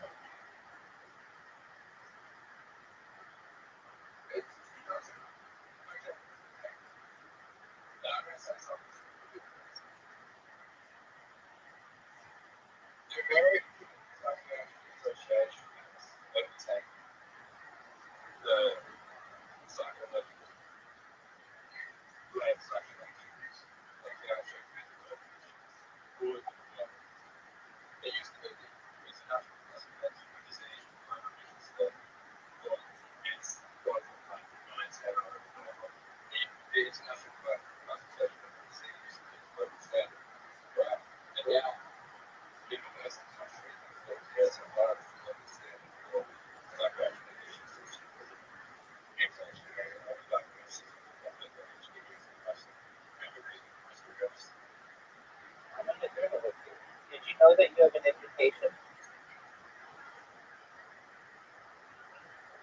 And I still think that you may be a savant at sucking dick at mini golf. There's no doubt. Someone cannot play over 1,000 games as much as you play and suck so much dick without having some type of special ability.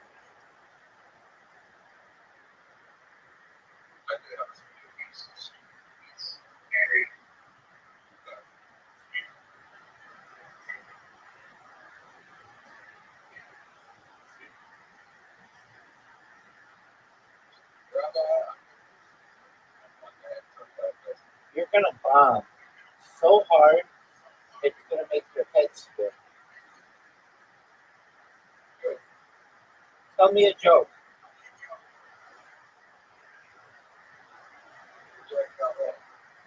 You need jokes to be a stand-up because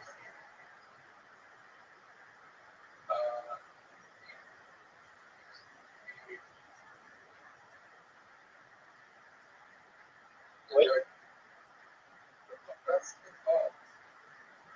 Doug, you're gonna dude, I do not recommend you do stand-up. At least not yet. You need a routine, dog. What's your routine? Let's hear it.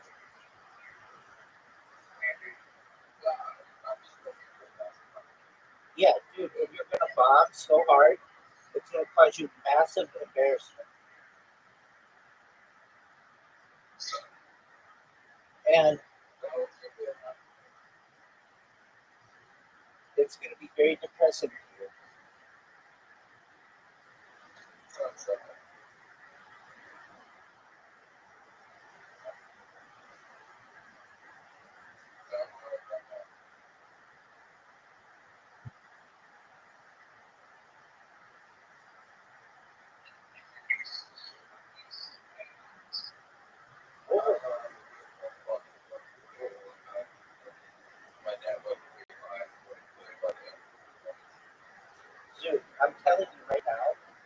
I watch more stand-up comedy than maybe any person on earth, and you are not ready for it.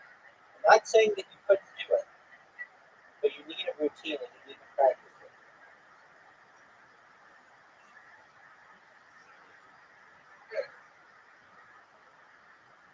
How long are you going to go up there? For how long are you going to go up there?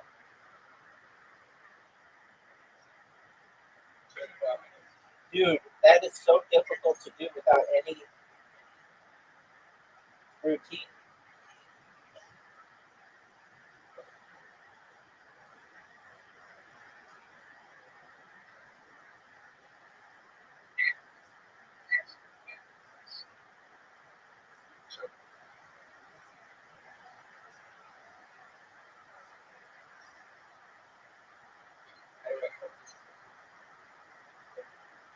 Yeah, and so you aren't generous.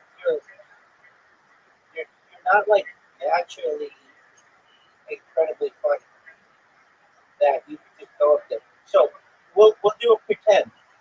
Okay, so just pretend. Sue, you're going to be on stage in the next 10 seconds. 9, 8, 7. Get your routine ready. 6, 5, 4, 3, 2, and now to the greatest comedy club in Australia. We have Sue. Go ahead, Sue. Yay! Take it away.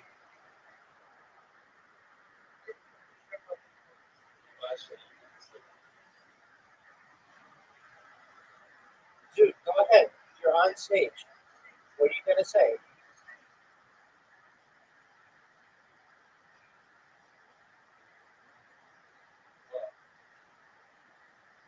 Sue, you're up.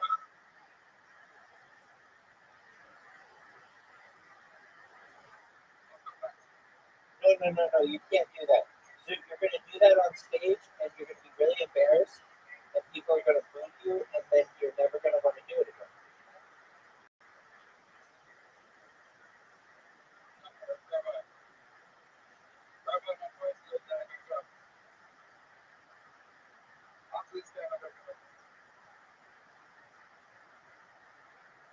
Okay, Sue, just pretend you're on stage. Ready? Make a joke.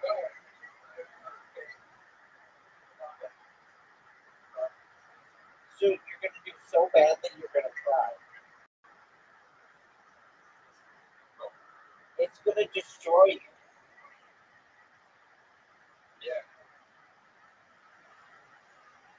You're never going to want to do it again.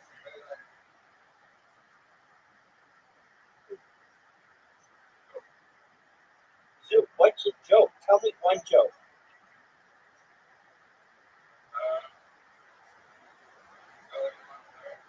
That was my question.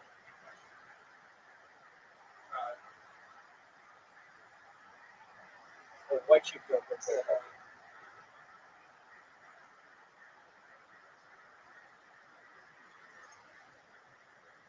So pretend you're on stage.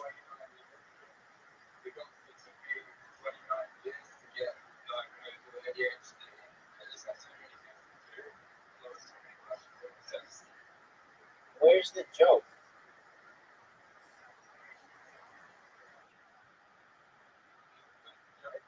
Yeah, that's not a joke.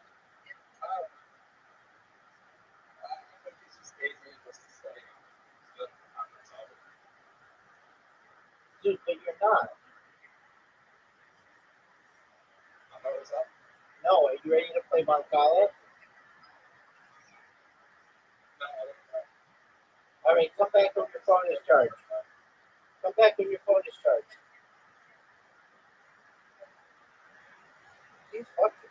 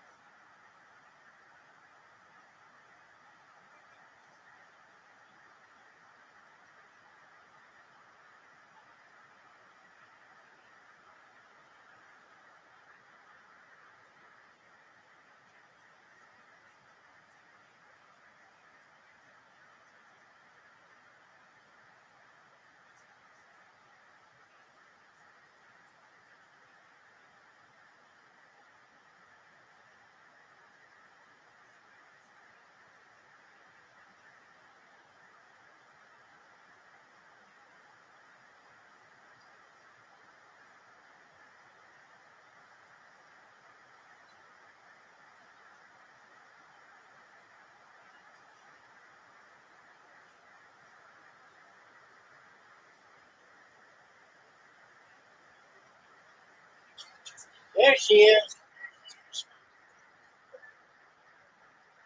How you doing, girl? I'm wonderful. Are you ready for me? All right. You're going to have an invitation at 10, 9, 8, 7, 6, 5, 4, 3, 2, 1.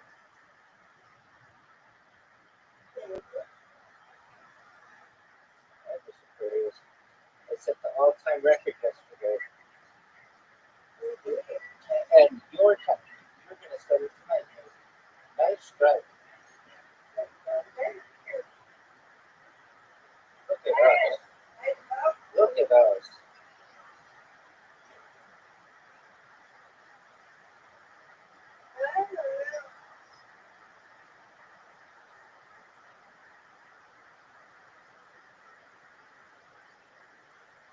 Yeah. Nice.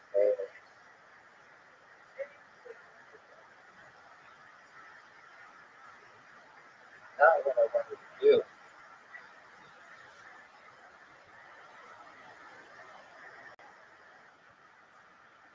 There we go.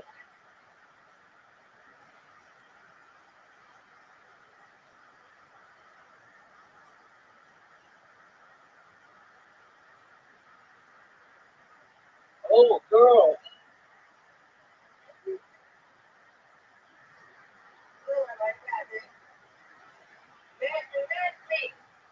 I tried.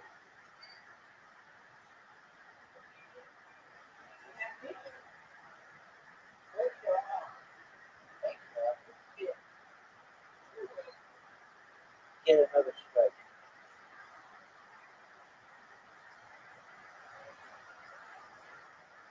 Get another spare.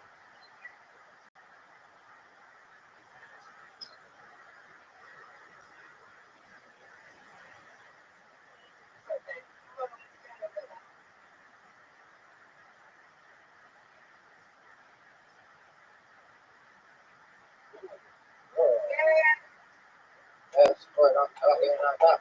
That's what I'm talking about. That's what I'm talking about. Get it, girl. All right. Get it. Almost.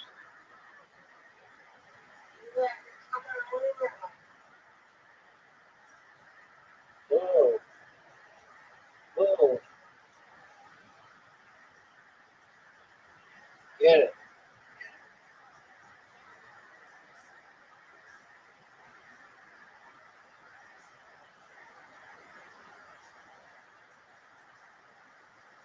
Seven. Pretty good. All right, Mr. Curtis. It's your turn. Your turn. I will do that.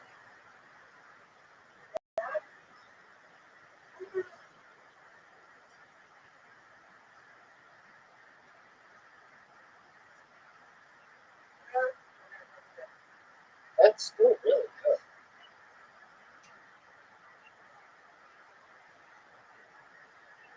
Get it. Oh, you just kissed it. That was beautiful. Well, that was terrible. That was awesome.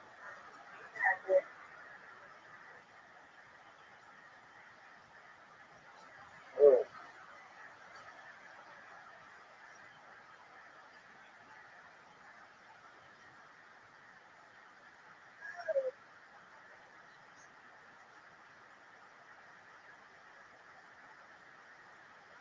get this.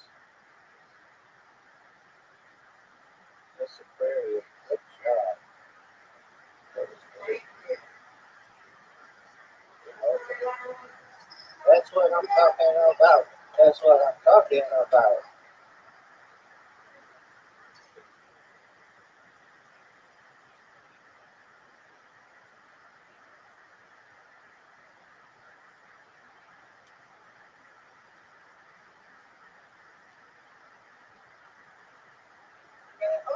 That was beautiful.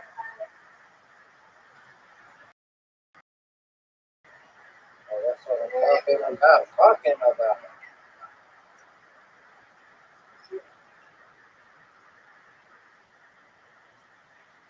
Get it. Miss Aquarius. That was dirty. Good job. That was dirty. Good job.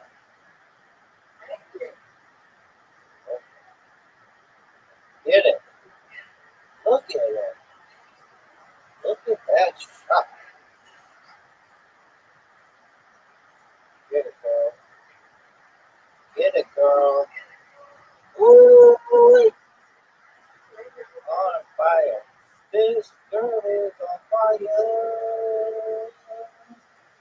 This girl is on fire. She's walking.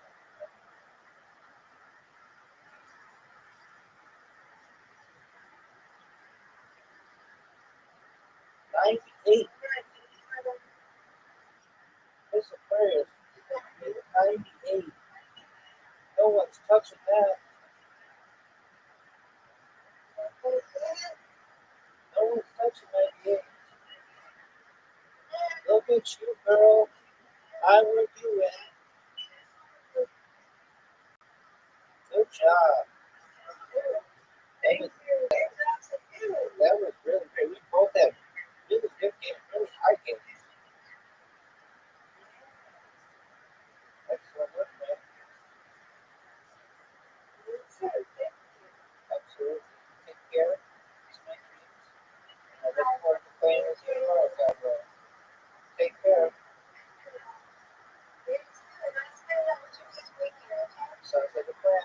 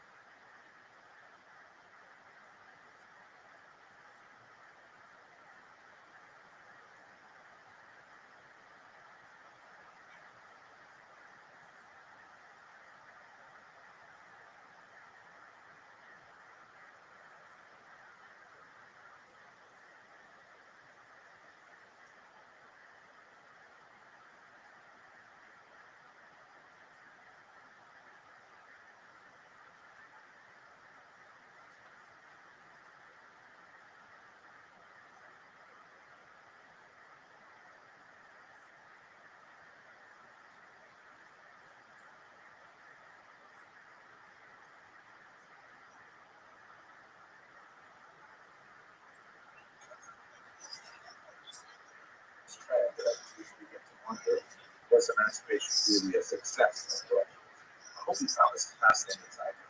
And I look forward to speaking with you in the future. Thanks for watching.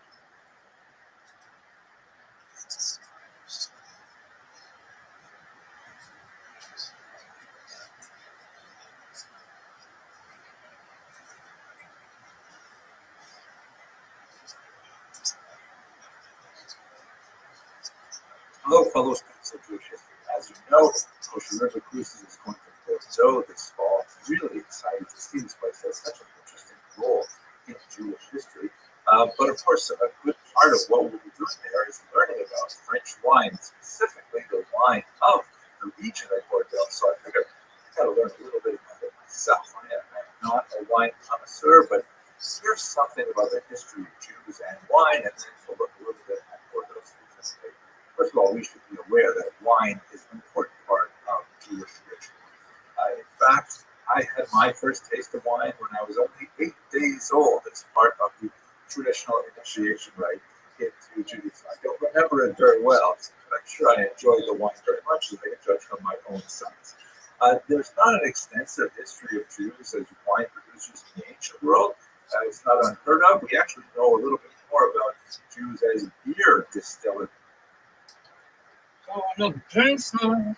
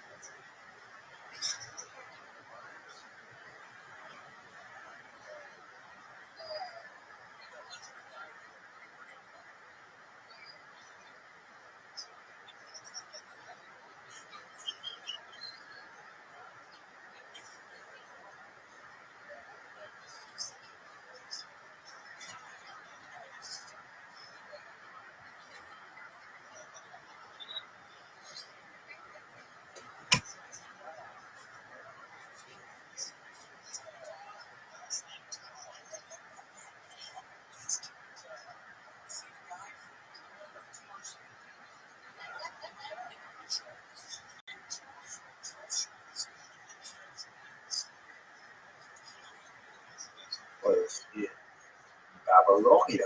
We only begin to see Jews really engaged in the production of wine at a significant level in Christian Europe already from the 9th century. And this, by the way, is another example of the widespread fallacy that Jews were not allowed to own land. The reality is that Jews were allowed to own land in lots of parts of Europe.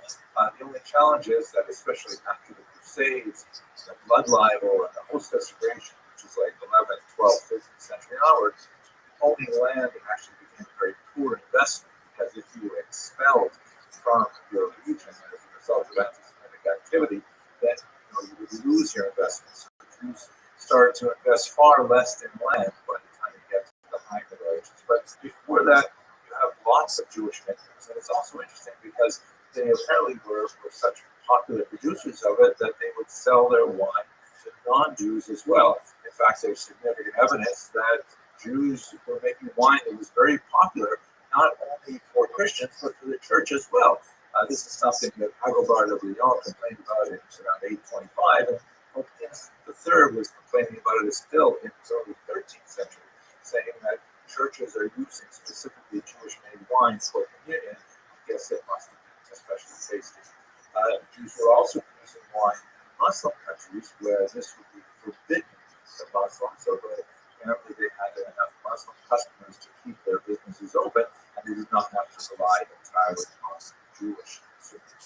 Let's just take a minute and understand what is it that makes wine kosher, or what could possibly make wine non-kosher. But most people have some sense of what kosher refers to in general. There's basically two types of rules that can make something kosher or not kosher. The type of food itself, like for example, pigs, not a kosher type of food, shellfish, not kosher types of food, and then there are kosher and non kosher mixtures. Meat and milk in themselves are kosher, but if you mix them, not kosher, that kind of thing. So wine typically does not have any non kosher ingredients. Nobody puts lard or shellfish in wine. So it's not non-kosher on the basis of its ingredients. And if it is basically, grapes and maybe some kind of yeast, which would make it non-kosher with Pesach, and water, like how does it become non-kosher? There's nothing mixed in there that would render it a forbidden mixture as well. So the basic rule is ritual input. It goes back to laws which are explained in great detail in the Talmud, where if wine was ever used for any kind of idolatrous purpose, for example, wine dedicated to a Greek god or something like that, that would ipso facto render the wine, which is otherwise, on the basis of its ingredients or its tinctures, still be kosher. That dedication to a particular god would immediately render it non-kosher. So it's really not non-kosher in the same sense as the other types of food. It's really like forbidden, but for specific reasons. So the rabbis came up with a rule that said that in order for wine to be consumed by Jews, it had to be supervised all the way through its process by Jews so that nobody could somehow dedicate it to a foreign god. That's kind of like a short and somewhat distorted view of it, but that's basically what it is. So in other words, wines are kosher in terms of what they contain, but not necessarily kosher in terms of ritual law. And that's why Jews have to be involved in the process in order to make sure that the wine will be kosher. There is a significant shift from producing wine to trading wine around the 15th century, especially because of the reduction in arable lands under Jewish control for the reasons I just mentioned.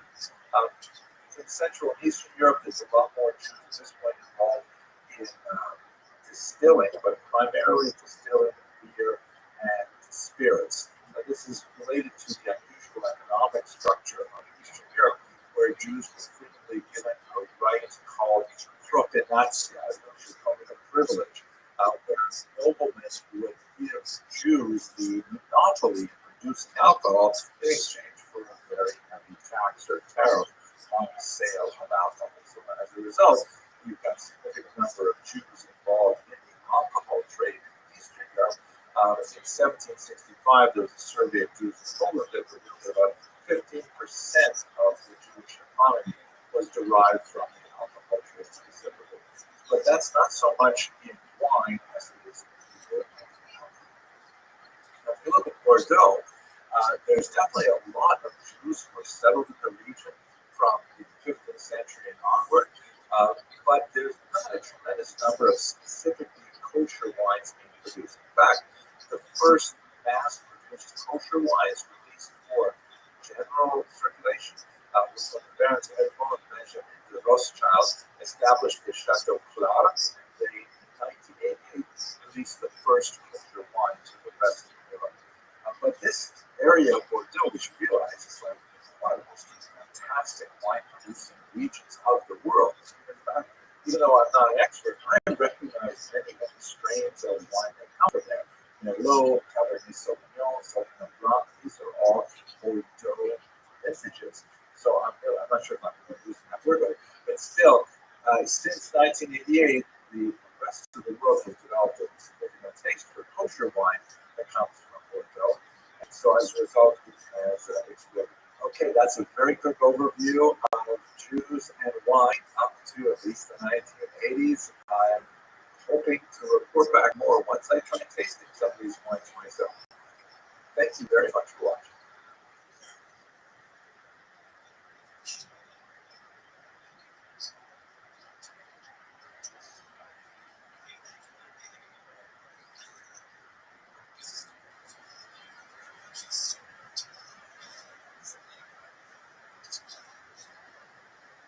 Hello, fellow Jewish.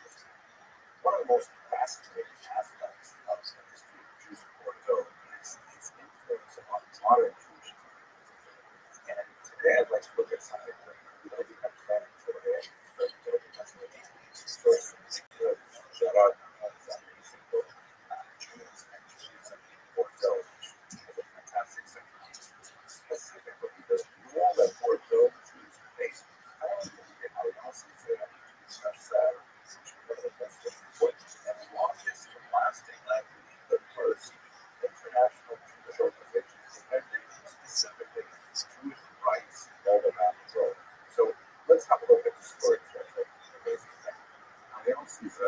Rothschild, which was just called the Alliance in translation, just like it sounds in French. The Alliance of Israelites, things like Rothschild University Israelite Alliance, and Israelite is like sort of like another term for in some languages, particularly in the late 19th century, the term Jew was considered slightly derogatory. I don't know why. And so they preferred other words like Israelite or Hebrew. We see that, for example, in Russian, the term Jew is definitely derogatory. And so it's so close. And so they preferred the term Hebrei and things like Hebrew. In French, the term Juif is not nearly as shaded as it was in the East, but nevertheless, they preferred the term Israeli member of the House of Israel. So, anyways, this organization called the Alliance of Religion was founded in 1860 in Paris. The motto was Kol Israel Kadesh. All Israel are called, all Israel are comrades. It also has an allusion to the very famous passage of the Talmud that says Kol Israel Kadesh, not Kadesh, but Kadesh, which is part of the larger sentence that says all Jews are responsible one for each other. And this really encapsulates the idea of the Israeli organization, which is actually the oldest international organization currently still in existence that's dedicated to Jewish development worldwide. Its principal activities are Jewish education, vocational training, and things like that, and it had some diplomatic, actually, Second World War that was severely depleted by, of course, the Holocaust. And that gives me some great before we go. Here is a look at the logo of the Alliance. You can see it has the globe that captures the international aspect of it, the shaking of hands, and on top of it, the two tablets of the law and the word Echad, which means God is one. That's the mission statement, but I want to get right to the story. The two major international events that sparked the ideas for the Alliance, which was born by particularly one individual, Jude Carvalho, who's shown here. From 1820 to 1819, one of the founding members of the Alliance, and he was from Portugal. He was one of the first to really raise the idea that Jews needed national aspiration. So then, one of the two major events that really brought this to the fore was the Damascus Affair and the Tara Affair, 1840 and 1858 respectively.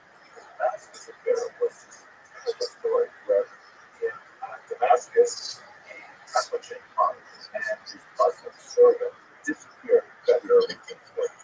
This crazy idea circulated that somehow the Jews of Damascus were responsible for the disappearance as a repossessors of that bizarre medieval myth called the Blood. This is something that first appeared in England in the 12th century and then rapidly spread throughout Europe. This same notion that Jews somehow need to consume the blood of Christian children for various ritual purposes. Absolutely ridiculous libel, lie that had been perpetrated for much of medieval history and our motivation whatsoever to it. But nevertheless, it stuck in upon their minds very hard to let go of this thing. The Nazis were making war on us all. 7 Jews were arrested and they were accused of this blood libel and were exposed to hunger and torture. 2 of them actually died while in custody. 1 converted to Islam and returned to avoid torture, and the remaining 4 issued a false confession, much like the tortures of the Spanish Inquisition. Tortures extended beyond these 7 individuals as well. 63 Jewish children were arrested in an attempt to coerce their mothers to divulge information as to the whereabouts of Thomas and his servant of art. And no information was ever found. Actually, this is awful. Medieval revival in the 19th century, this era already of the telegraph and things like that, the Jewish world was absolutely shocked that this could still be happening in the 18th. Now, it happened that one of the arrested Jews was an Austin citizen. And so this month, a lot of European powers take fall to save Jews to Ottoman Empire. What are you doing there? Moses Montefiore, a very important, wealthy British citizen, traveled to the Middle East, and he demanded, together with other prominent Jews, including a Rothschild, a very important French Jew, that the case be transferred out of the backward judicial center of Damascus more advanced Alexandria, where the case could be tried properly, and of course they would be dealt with. In fact, what happened was there was this one story pressed on this. Damascus ultimately had to admit this was just a sham, and they released the prisoners, and so this was scandal for the prison after this horrific the Damascus affair subsided afterwards.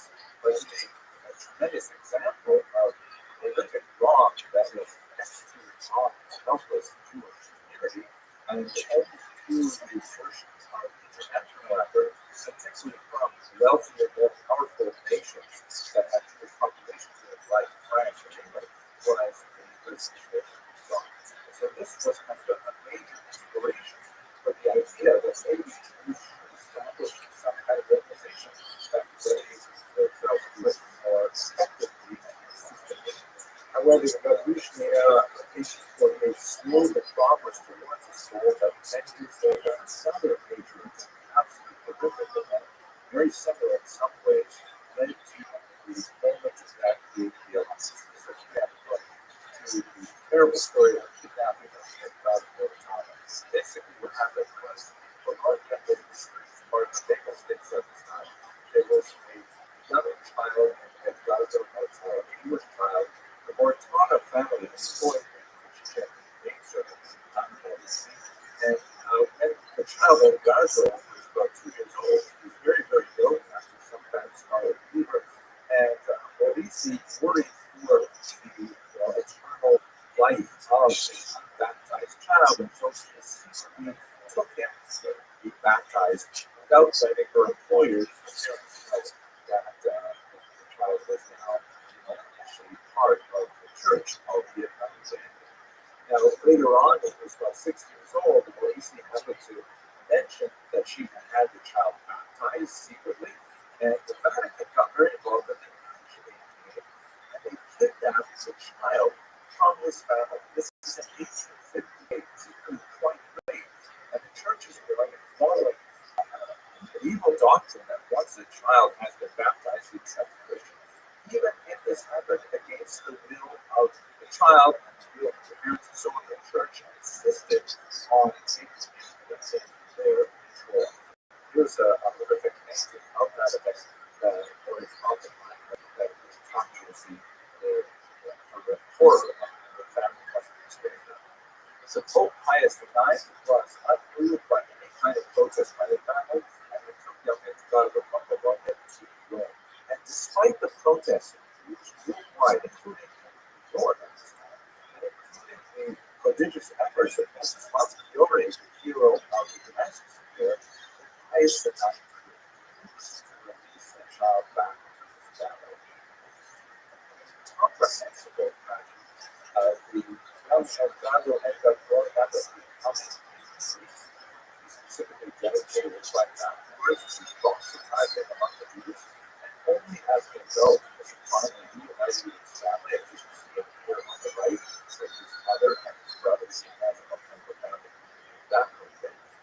Montalvo lived the rest of his life as a Jew, ultimately died without shortly before the Nazis invaded. The Nazis would certainly consider him the darkest of his baptism and Christian heritage.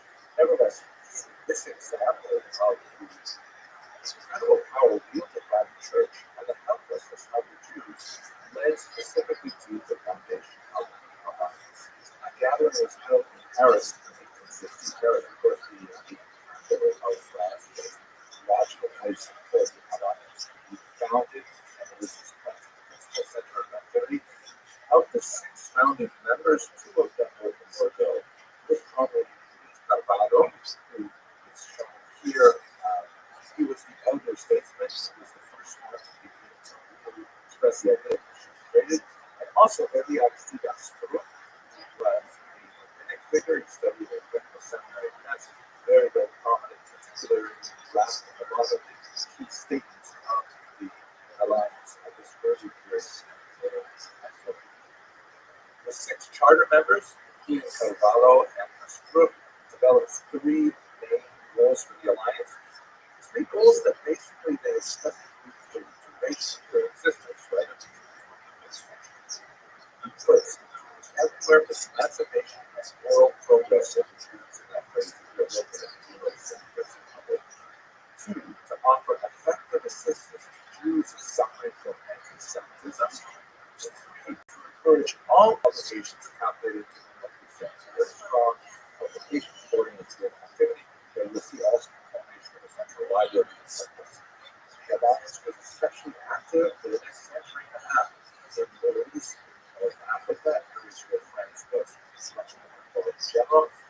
They set up schools and major networks of schools throughout North Africa, the Middle East, into Persia as well, and they were especially known for the education of women. They're also quite active in helping migrant Jews fleeing persecution in the Russian Empire and so on. And their heyday was really the last half of the 19th century, moving into the early 20th century, all across the course of the horrific but the Alliance never left to be active. They look at the website to see, although it does offer a English service on the website, but they have a relatively active YouTube channel, specifically into library and things like that. They remain in this unusual space where they are promoting understanding Judaism that's faithful to tradition, like this tolerant open modern world, and they do a lot of Asian meditations all around it.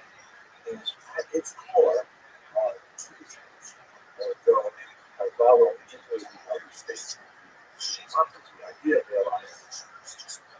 I hope you'll be able to join us on this Bordeaux, not only for the search that I can have there, and I put some videos from this part.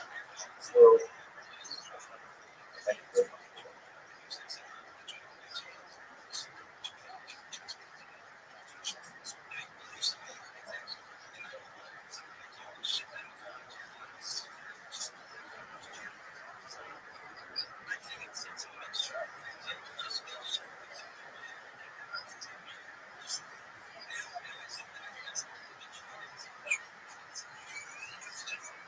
This morning we're docked in Libourne in the region of Bordeaux.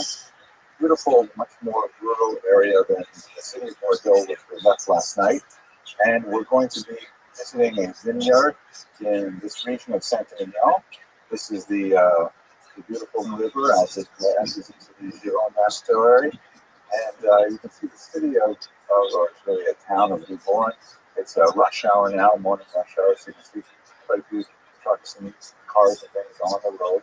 And we're going to head up to the synagogue, which is up by the church. It's not at all uncommon to have synagogues near the churches, sometimes cathedrals in large cities, because of the settlement of Jews typically is in the oldest parts of the city. Since they tend to be the oldest residents, I think this particular town is especially fascinating to illustrate a widespread phenomenon that we don't study very much, because we tend to focus our energies on larger centers where you have a lot of Jews concentrating and tend to have like great minds involved in creating something amazing. But the truth is, after the Spanish expulsion of 1492, there's a huge influx of Spanish Jewish refugees into this part of Bordeaux, where they spread out into a lot of the smaller villages and smaller settlements. And it's fascinating that they retained their identity for so long here. We're going to go visit the synagogue of Libourne, which is still functioning. It's absolutely amazing, and I'm really looking forward to seeing it later today. Here we are, coming up to the synagogue of Libourne, a really great example. Okay, so you have this hallway here, which is really cool. And look at this, they got a sukkah here in the courtyard. It's so nice. Beautiful sukkah here. And then check this out. It's great. It says, "Let us go to the house of God with feeling." 1847, very important date. Very typical kind of architecture with the courtyard, like protecting it from the street. There's just a fairly, quiet gate up front. And we come into the synagogue itself. I'll walk in for the first time. This is the whole synagogue. Very, very excellent example of a tiny little provincial synagogue for a community that we know in 1840 numbered less than 100 individuals. They got a women's section up there. Wow, just fascinating. Look at this. It's an amazing thing.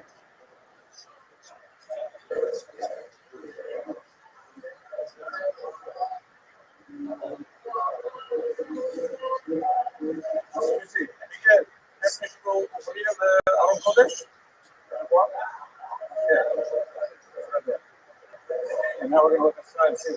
The Aron beautiful. So Sephardic and Ashkenazi style synagogue. I really enjoyed this beautiful little synagogue.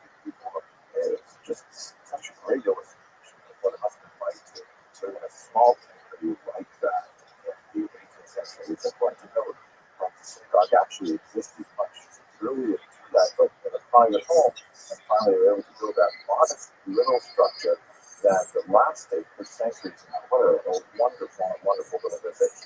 We're now headed south. It's the next day. We had a fantastic concert last night, a classic concert that was just amazing at a local chateau.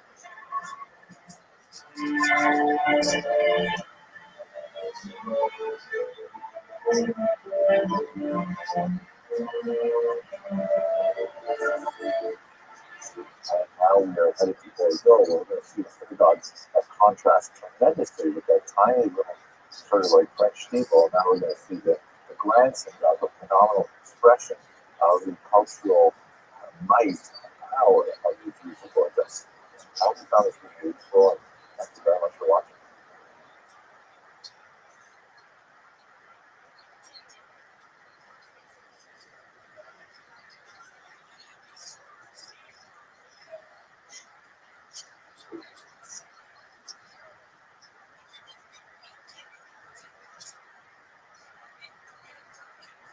Here we are at the gorgeous, massive edifice of the Bordeaux Synagogue. A really interesting looking sort of menorah right in the middle there. This building was originally constructed not on this particular design in the, it was 1812, and then it was burned in a fire in 1873, reconstructed in 1882.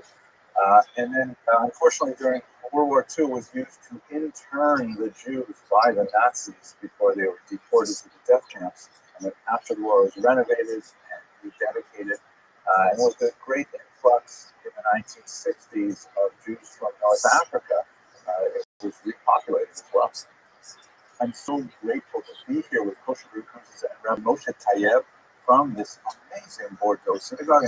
And he speaks English, so he's going to share a few words with you about the history and so on, and whatever it is you would like to say about the nature of Bordeaux Jewry.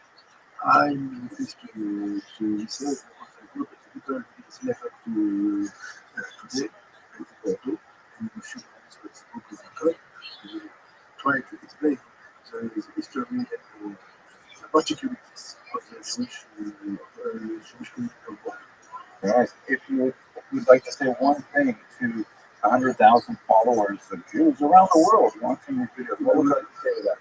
It's a very that we are very pleased to serve all people, all Jewish people, or non-Jewish people, to see our synagogue, to come in Bordeaux, to see, to learn about the history, the history of the Judaism and the Jewish people in the city of Bordeaux. Thank you very much. Okay, go down. So this is the entrance here, and there are mosaics and so on. And as we come into the main entrance, it's just gorgeous. Wow! And look at there's that motif of that gorgeous menorah again. Wow! Beautiful synagogue. Here I am at the top of the amazing Bordeaux synagogue. The smell inside is just gorgeous. It smells like old wood, polished for decades and decades, coming from the pews here, the seats. You can see there's a massive menorah right in the center. It's the menorah that's on the exterior wall. And here is the Talmud. This is a really interesting pulpit with these huge theatrical light curtains that go up. Looks like about 4 stories worth. Has a skylight bringing natural light in. Hopefully, Aron. And You can see that the Aron itself has decorative elements of the 12 tribes, and then the stones on the breastplate of metal, and then they have a small statement of the, not the abbreviated text, of the Ten Commandments. These are all spelled out as per the biblical text. Just gorgeous. They have a large women's section on the top, and it looks like they have, it goes all the way around the back as well. It's beautiful. Acoustics, gorgeous. And look at this, there is a massive organ here. Now, I have to get into the history a little bit to find out what they did with the organ on Shabbos. There was a huge bone of contention in 19th century Europe. Do you use the organ, not use the organ? Because it is possible to play an organ without electricity using hydraulics, for example, and compressed air. But the question is it appropriate on Shabbos? So it was a hallmark of reform to use them. Orthodoxy was really quite hesitant. This looks like the Kisei Eliyahu, the chair of Elijah that is used for circumcision. The Sandek, the godfather of the who holds the baby on his lap, which sits there, and the spot here for his feet. It's like the Bordeaux synagogue is just a tremendous statement of the status that the Jews had achieved after so many hundreds of years of living, first secretly as Portuguese merchants in this region, and only in the 18th century beginning to assert their Jewish identity, which had long been artificially submerged. And then ultimately, by the time you get to the 19th century, when they built this great edifice, finally they'd come of age. They had pioneered the emancipation of Jews, not only in France, but also in all of Europe, and by extension, North America, where a lot of the articulations of how Jews were to exist in modern society were finally expressed in a contemporary society where membership in a state is based on citizenship rather than on membership in a community, which has its upsides and its downsides. We've discussed that in other lectures, but it's really amazing to be here in Bordeaux with Crucial River Cruises and actually see artifacts like this, great architectural artifacts like this in real life. Okay, I'm going to go up into the women's section right now. Nice curving stairs here. And check it out. Right Koran kind of books to the top. And it looks like you can enter into the center section or to the left section. Let's go to the center section and see if it's open. Yes. Here we go. Okay, you got these banked seats, kind of like, like a bleacher style. Well, not terribly big, but this is 19th century people. Once you can see it's actually used, people need a sitter here. And it actually looks like the sitter is with the photograph from Bordeaux itself. The sign here says, please don't forget to put the books back on the shelf. And the synagogue is active. They have a minyan. We just saw them coming out this morning. As I don't think they probably don't pray in this large room here. They probably use a smaller room somewhere else during the week. On Shabbat and holidays, they have quite a crowd here.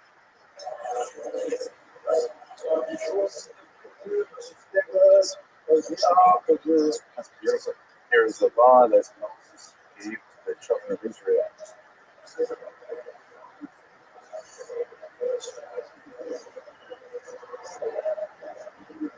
Most of the original Sefer Torahs were actually thrown in the river by the Nazis, but several were saved by the community, hidden away, and later returned. And also, of course, new ones that have been added since then. So immediately behind me, see there is a plaque that memorializes the 1,600 Jews who were actually interned in this synagogue during World War II. This is the only synagogue in France that was used actually as a jail by the Nazis. So that's ironically it was not destroyed like so many other edifices were. But the Jews of Bordeaux were all held here until they were later deported to Dulce and then from there to Auschwitz. Their deaths. And someone pointed out that it's a sad irony that on the wall over there we have a memorial to Jews who were interned in the synagogue during World War II.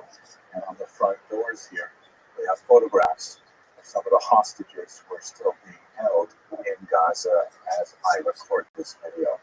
It's a tragic reminder of the historic act to Sachon's Jerusalem that shows more changes, the more it stays the same.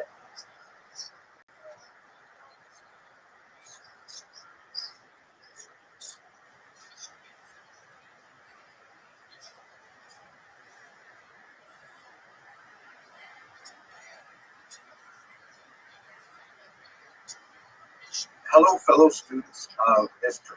I'm very happy to have something special to offer you today. I'm working with Truro University Berlin and some of their esteemed faculty on a new project. We're going to spend 20 brief videos discussing this remarkable book on tyranny by Professor Timothy Snyder. Professor Snyder is a professor with a tremendous amount of expertise in 20th century politics and history in particular. And this happens to be a really fascinating book that looks at both the historical devolution of politics in the modern era and applies it as well to our current situation in some fascinating ways. Perhaps controversial, but I'm really looking forward to having these discussions with the faculties of Truro University Berlin. In particular, we want to highlight the really creative and important work that's done by the Holocaust Studies and Tolerance Studies faculty at Truro University Berlin. And today I want to invite Dr. Stefan Lehnstab, who is going to speak to us about the first chapter. Welcome, Professor Lehnstab. Welcome. Hello. Okay. Do you want to give us a very brief précis of what Professor Snyder says in this first chapter? So this book is basically a manual how to prevent or how to deal with tyranny. And the first chapter is called anticipatory obedience, and it basically means don't be nice to dictators and don't have them become dictators if you're not forced to do so. And this obviously makes a lot of sense, and on a general level, it means you should pay attention to the things that are happening around you. But on the other hand, it comes up with some historical examples from the history, especially of Nazi Germany and the Holocaust, but also with on a smaller scale, also with examples of the Soviet Union. But these historical analogies are sometimes a little bit, well, they are not often not convincing, I have to say, or at least this very first chapter. Well, let's go down into those examples. If I remember correctly, and I should because I just reread the chapter this morning, he gives three examples, right? He gives the example of Austria immediately after the Anschluss has an anti-Jewish wave of persecution, which is then, of course, repeated by the Nazis with Kristallnacht. So like Lenin rising to power in 1970.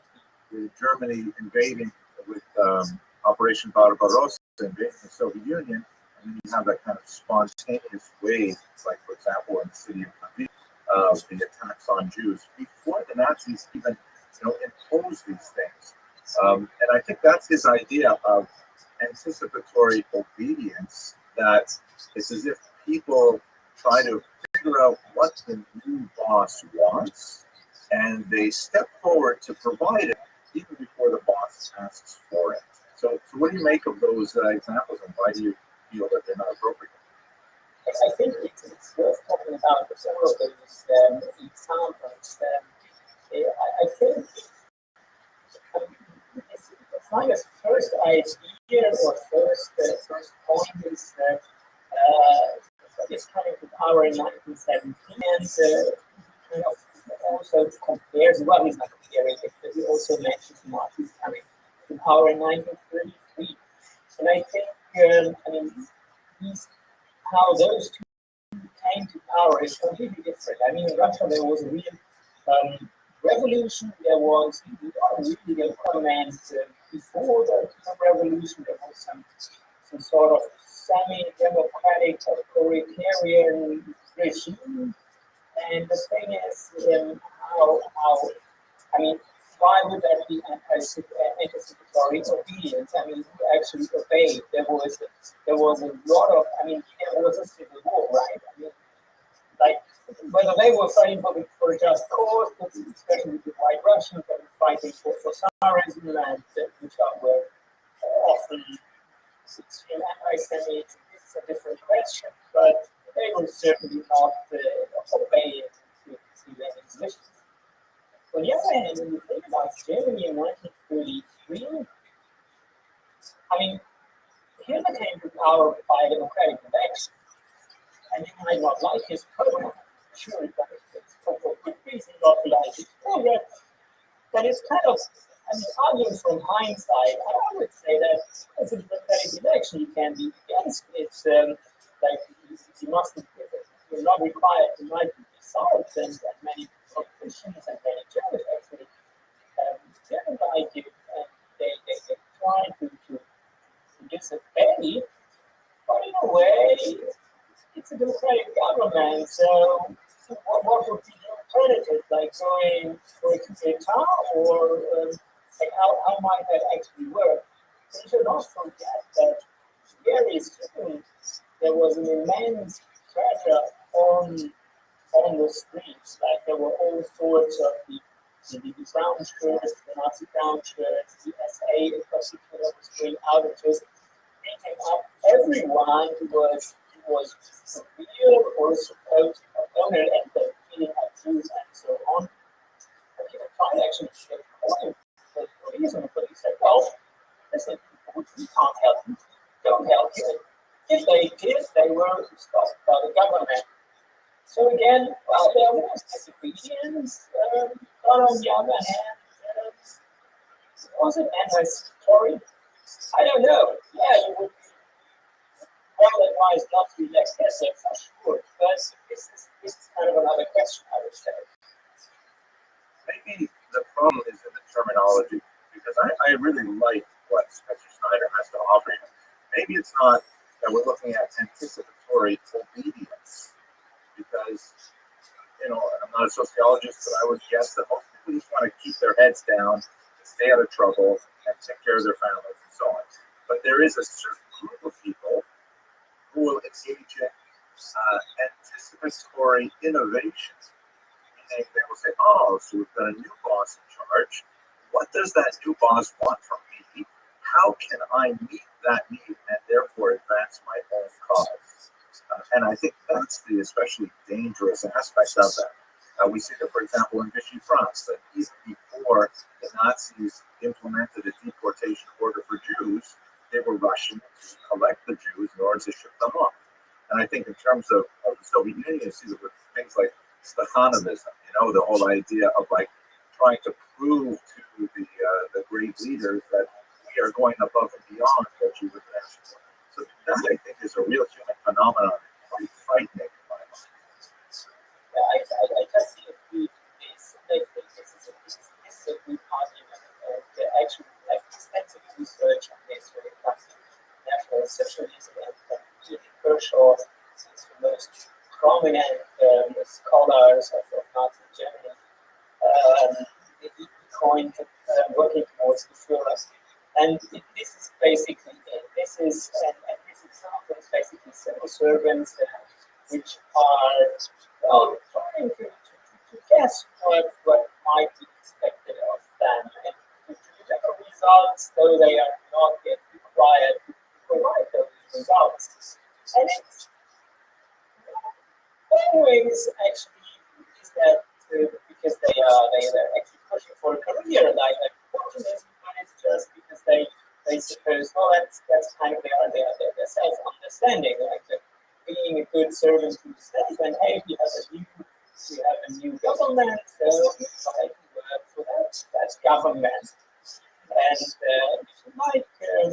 this is what also happened in 1945. It was the same personnel, and they just continued their job, and they became loyal servants to a democratic state.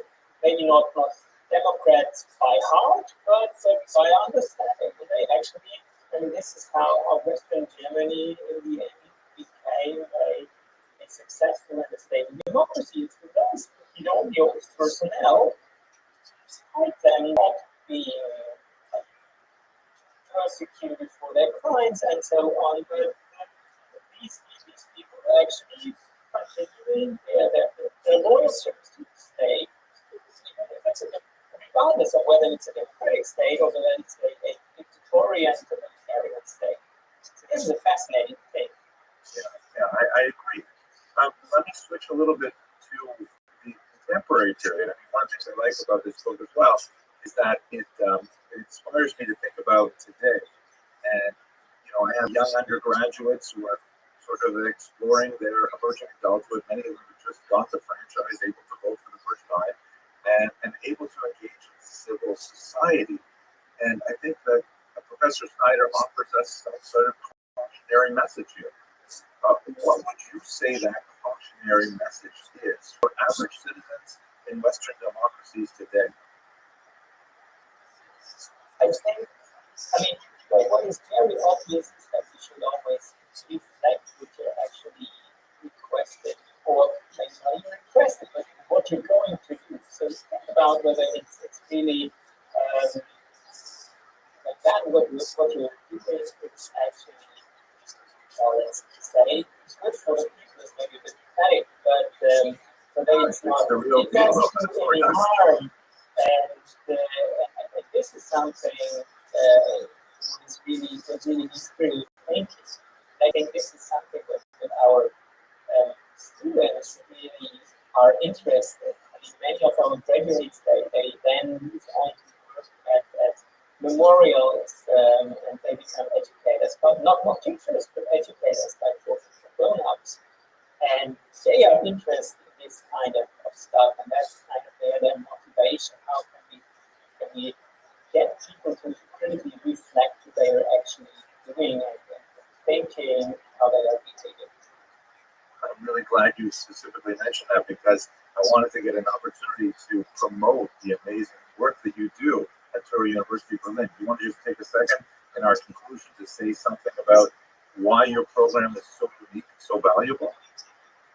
Yeah, I mean, what we actually do with our students that we also do is that they actually curate exhibitions. So it's not just about theoretically reflecting also things we're just discussing, but also trying to get an actual outreach, like the practical relevance of history, and see that the lessons that history teaches us, and it can teach us a lot of lessons. The question is whether these lessons are actually learned, so that we can transfer them in a way that it's understandable, and it's not a program academic writing or so, but an exhibition can also be an online exhibition that is accessible, it's understandable, it reaches the audience, and we do this together with Berlin Memorial. So actually, this means the exhibitions, they are not just on campus, but they are really out there.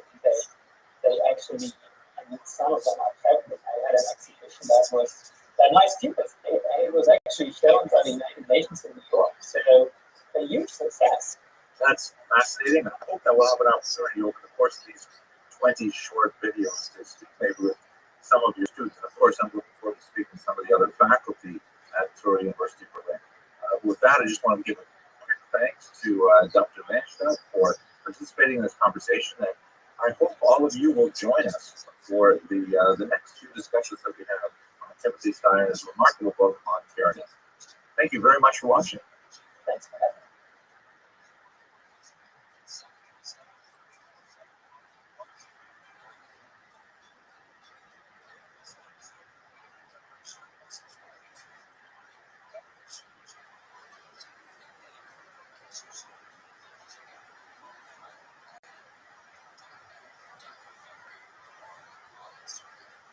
Hello, fellow students of Rothschild.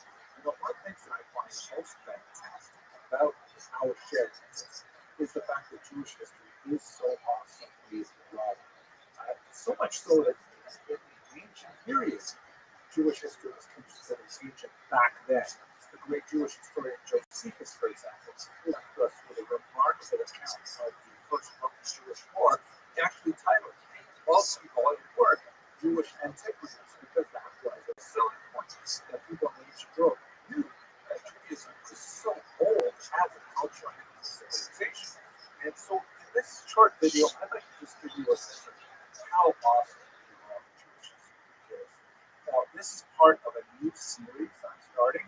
I've called it Jewish History for Parents and Other Teachers of Children. Now, let me just step back for a second to why I created this new series. My wife and I recently moved to a community where we are like on the older end of the spectrum, very young. Lots and lots of parents and young children. And I want to speak to the community that I'm living in, so that's why I'm so structured. I'm thinking about it, kind of like, since I feel like I'm old enough that I'm like the old guy sitting there on the campfire explaining the stories of the elders to the younger people, but also because, it's just so crucial for the survival of the Jewish people to understand how long and how important, how very complicated this story really is. It is the story to the passage that the late Rabbi Jonathan Sachs has shared so many times. It is that story that has really kept the Jewish people alive, and understanding the arc of this brilliant narrative where contemporary Jews and their children find themselves in.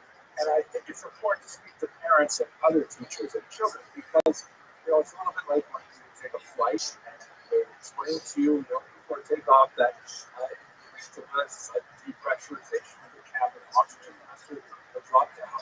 If you're traveling with small children, your natural instinct would be, well, let me put this on the kid first. But in reality, you're supposed to put it on yourself first because only if you're getting oxygen are you going to be able to take care of your child.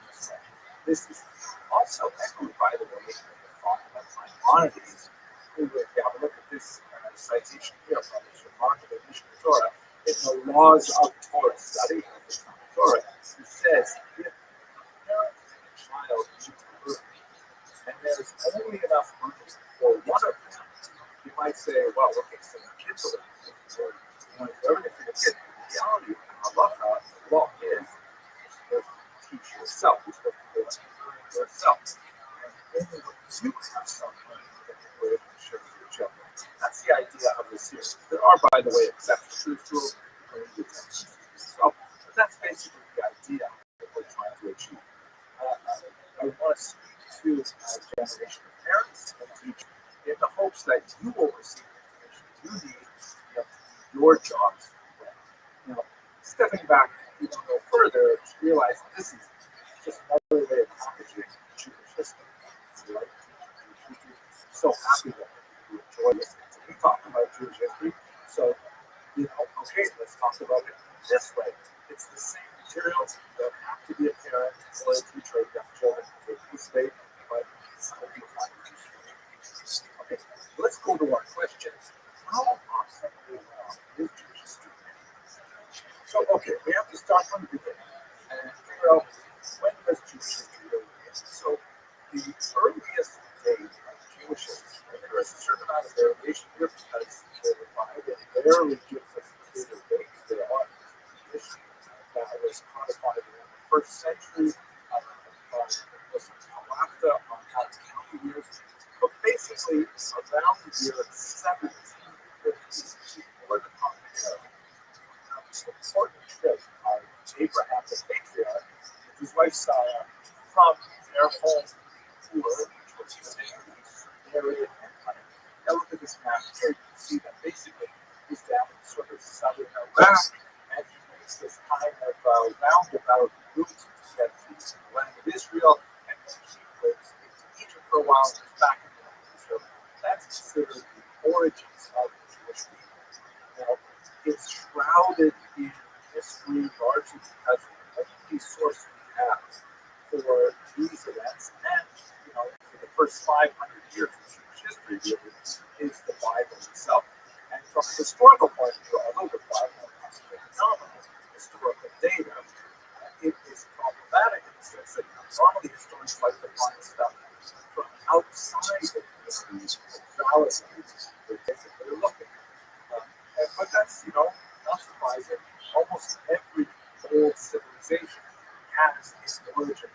beyond the point where they start to actually record data. The Bible, however you want to look at it, was not given to the Jewish people until hundreds of years after the events described in Genesis. So those first 100 years are largely kind of like give that easy realm of what do we know about it from outside sources. The first time we have a reference to the Jewish people in any form is the Memphis that's shown here, which dates from about the year 1209. So not to say 1209, maybe a little bit later, but not too much, because we know exactly when the found Memphis lived. This is after his conquest, and there is one little nasty history in this stealing, and so that's the first evidence we have that gives to corroborate the narrative that's presented. Obviously, there's a lot more to say about how to understand the Bible and the historical sources, and hopefully we'll speak about it more in future classes. But looking at it the way Jewish people understand their history, they would date their origins back to about the year 1750 BCE, give or take a century or so. But they also mentioned one small notes. Those of you who are watching who are more familiar with years BC and AD, it is not a scholarly convention today to use those terms because they are distinctly religious, specifically Christian. The word BC obviously stands for before Christ, and although that may be the actual year we're working with, it has an internal inaccuracy built in because there's something made about the actual year of his birth. And secondly, the term AD is offensive to non-Christians because it stands for Anno Domini, year of our Lord. And so therefore, a non-Christian who does not consider the founder of Christianity to be his or her Lord would prefer not to use that term AD. So the scholarly convention, which is secular in nature, is to use the letters BCE or the common era, or dates before the year 1. I like to jump up to year 0, and the term CE, common era, after that time. Okay, so sorry if you're offended by that. Sorry, you can leave a nasty comment in the comment box. Most people do. So good. At any rate, so here we have this early start about the year 1750 BCE, which means that Jewish culture is approximately 3,700 years old. We want to start from the earliest extra biblical evidence that is giving, that's still 3,200 years, which is still a pretty long time. I have to say, as a historian, it's really good for me because we get paid by the year. So Jewish history is like full of opportunity. I want to leave that small public service announcement for those of you who are considering Jewish history as a career. Great. Very few other histories have this long duration.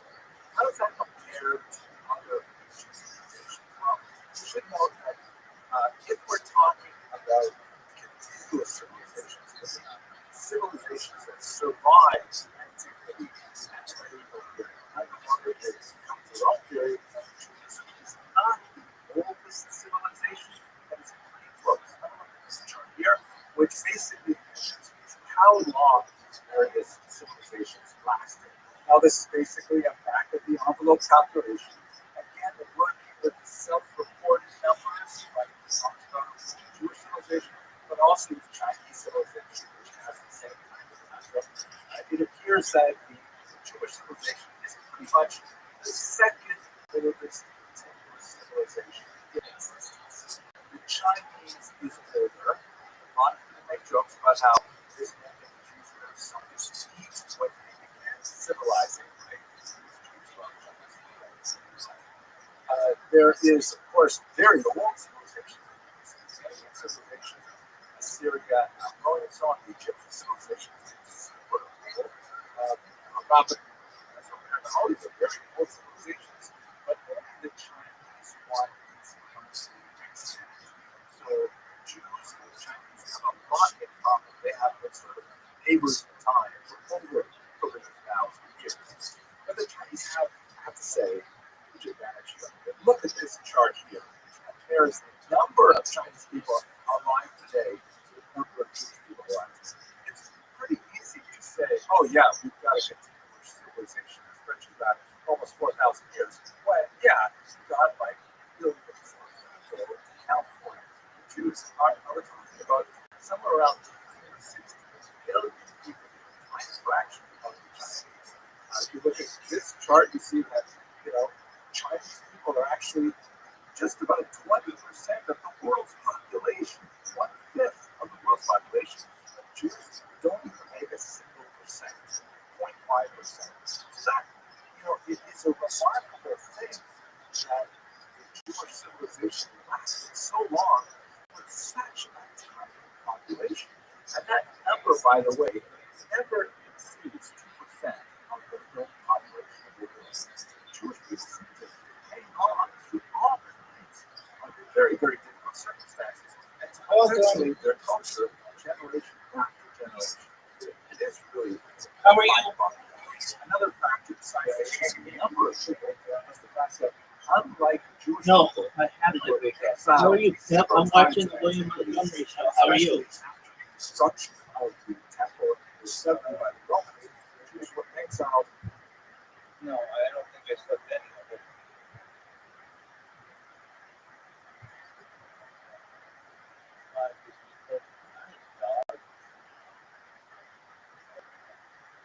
It's good in your neck of the woods.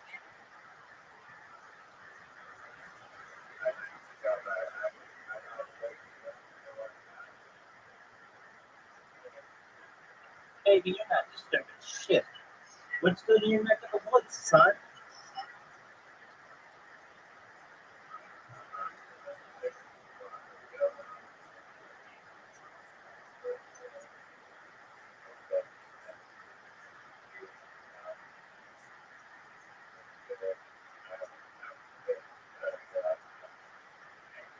What's your fish's name?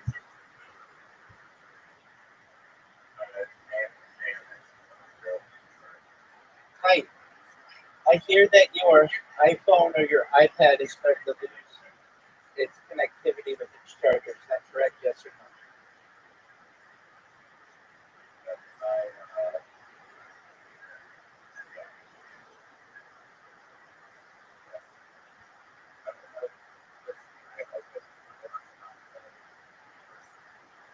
No, it's definitely a speaker.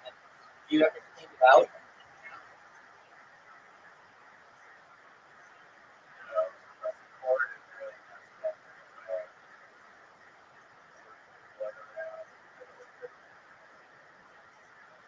Okay, well, it could be important. Have you seen these AI videos in Sasquatch?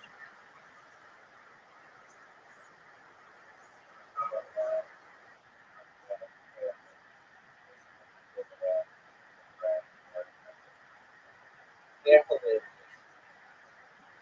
I can watch like a whole TV show just on that fucking Sasquatch.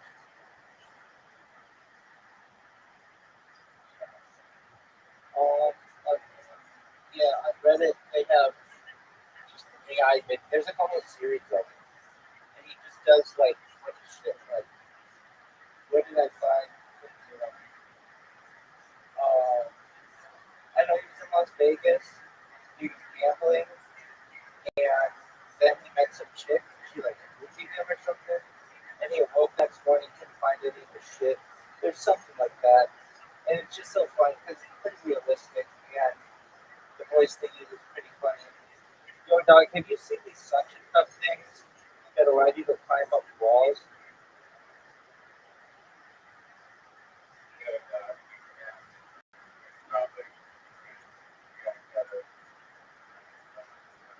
You're right. But that's the next topic. Suction cups. So, what are your thoughts on the Sasquatch?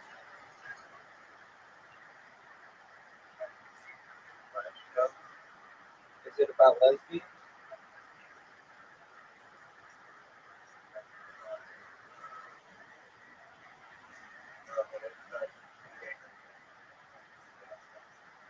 Hi.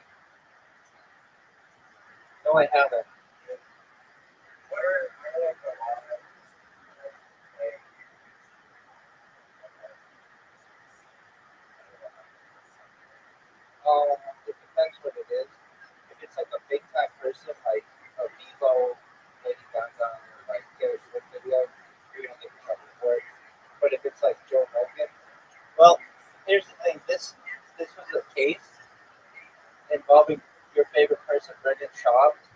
guy from been on Joe Rogan more than anybody. And so long as you create, it has like the words are. Let me get the exact words. It's like it needs to be transformed and the creative, like new creative uh, elements. It's fine. What are the rules on YouTube and being able to use other people's content? Like, doesn't it have to be transformative? That's the word, or something like that. Dog, you're exactly right. The key word you're looking for is transformative. That comes from fair use, which is what YouTube often relies on when there's someone else's content without giving them a copyright strike and taking them. Here's a breakdown of how it works. Fair use basis. U.S. law, YouTube policies. Fair use allows limited use of copyright material without permission under certain conditions. To qualify as fair use, a video must usually be transformative, meaning it adds new meaning, message, or purpose to the original content. Four factors of fair use. YouTube and courts look for these four main things. Purpose and character of use. Is it transformative like commentary, criticism, parody, or education? Is it commercial or non-profit? Nature of the original work. Factual works are more likely to be fair use than creative ones, like music, movies, etc. Amount use. Using only what you need helps. Using too much hurts your taste. Effect on the market. Does your use hurt the original creator's ability to make money? Examples of transformative use. Reaction videos. If you add commentary, not just watch silent. Video essays or reviews. With breakdowns, opinions, or analysis. Parodies, not just copying or twisting it into a joke or satire. Educational remixes, like explaining a news clip or breaking down a song. What doesn't count for use? Just reposting a song or video, even canceled. Using long clips or no commentary. Compilation content like funny moments, highlight themes, unless it heavily adds context. Monetizing full-length shows for music without permission. YouTube-specific tips. Content ID, YouTube scans videos for copyright stuff. Even fair use videos can get flagged. Disputes. You can dispute a claim, but it's risky if the owner fights back. Transform it well. Add your voice, visuals, editing, or critical perspective. Don't just borrow. Dog, what if something is newsworthy? Then can't you use it? 100%. You're tapping into another major protection. If something is newsworthy, there's often more legal wiggle room to use it, but it's not automatic. Let me break it down. Newsworthiness is not equal to free pass. Just because something is newsworthy doesn't mean you're totally safe to use it without transferring it. Even journalists have to play like some copyright rules. But it does strengthen your fair use case, especially if you're reporting, not just reposting, adding analysis, commentary, context, using only short, necessary quotes. Real world example. Let's say there's a viral video of someone doing something wild at a protest. Fair use would be YouTube uses a 10-second clip to talk about what it means, gives political or social analysis, add subtitles, commentary, etc. Not fair use. Another channel re-uploads the full clip with just a title like Wild Protest Footage, LOL. The first is transformative and newsworthy, the second is just right.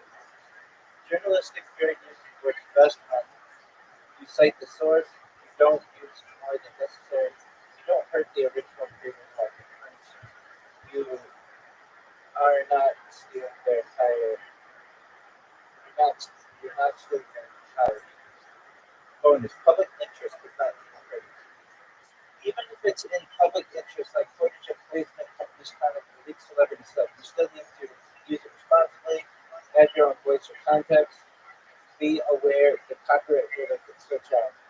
TLDR, if it's newsworthy and you're reporting on it, adding value, and not just re-uploading, you've got strong fair use skills. But always aim to be transformative, even with the news. You want me to drop another example? So does that make sense?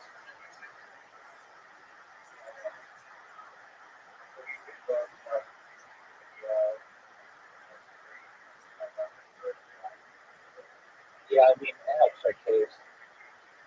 It also helps the case that I don't make money off it.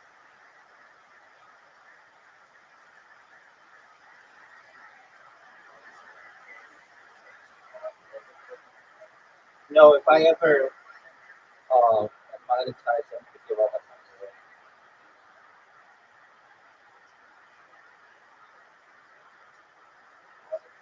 100%. Yeah, I won't read it.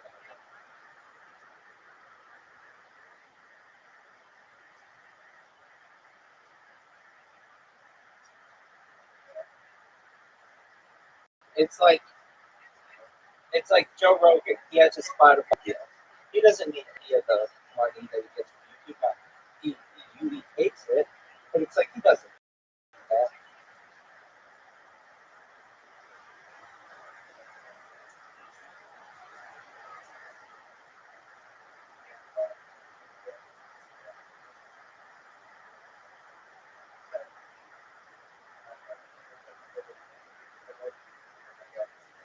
Yeah, that's where you get into trouble.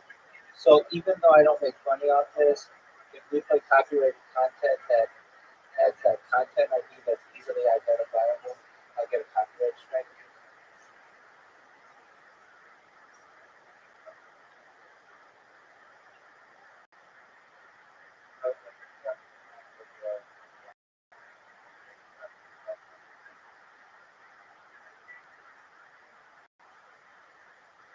It depends how long it is, but yeah, check out if you're okay with that.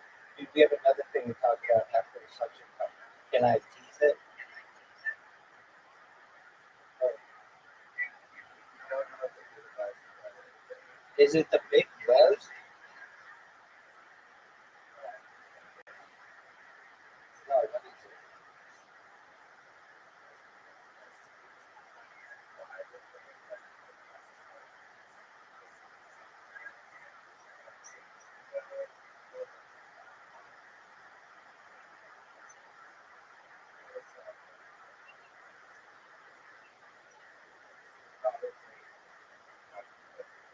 I'm looking at it right now.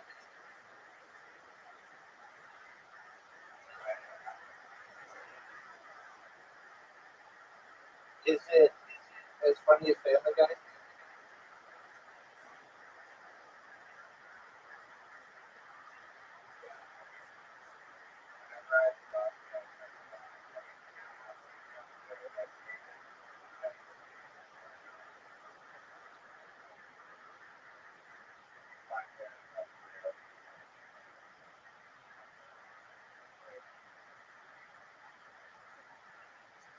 All right, just a minute. I'm gonna watch a 55-second clip.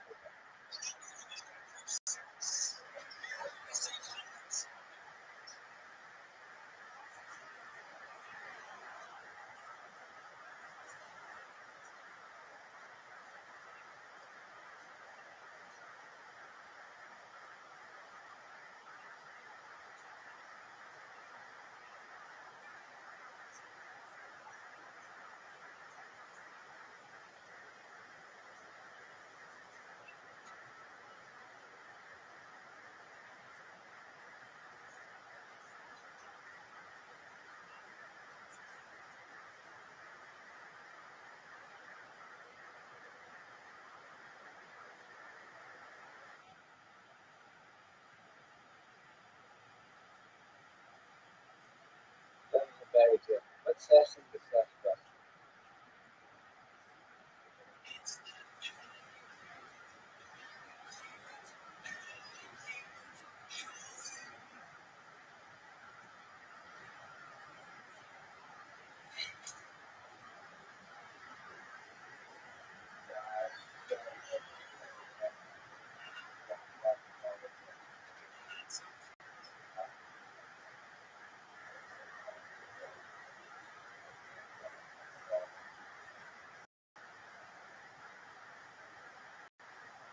Yo, were you aware? Move on from the topic of Sasquatch, and then we talk about section cups. But I have another topic. Do you have anything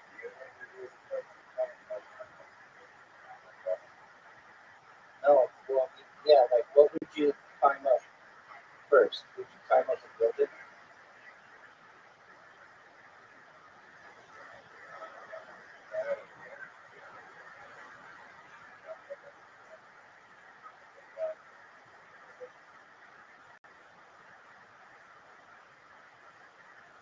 I think I'd like to start primary. No, like Empire State Building.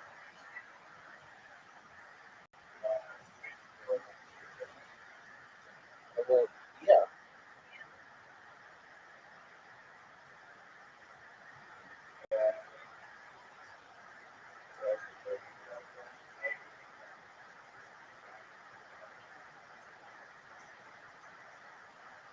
All right. Um, yeah, one of those. I think it's like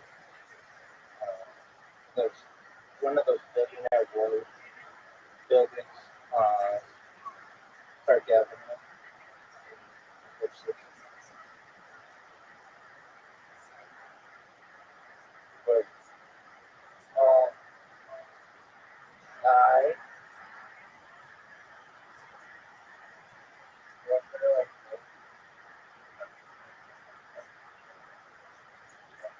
then I'll allegedly masturbate to every single one of them because old chicks are my thing.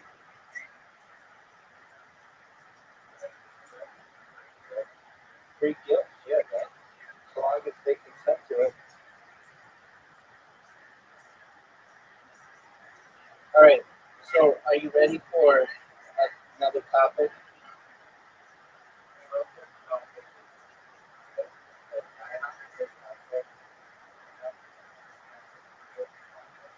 Yeah. So, everybody's favorite Australian musician.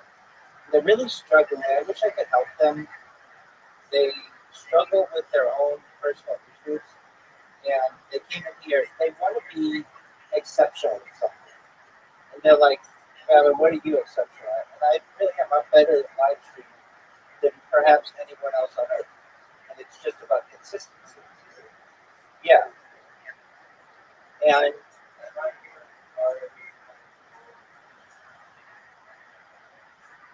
uh, well, he's just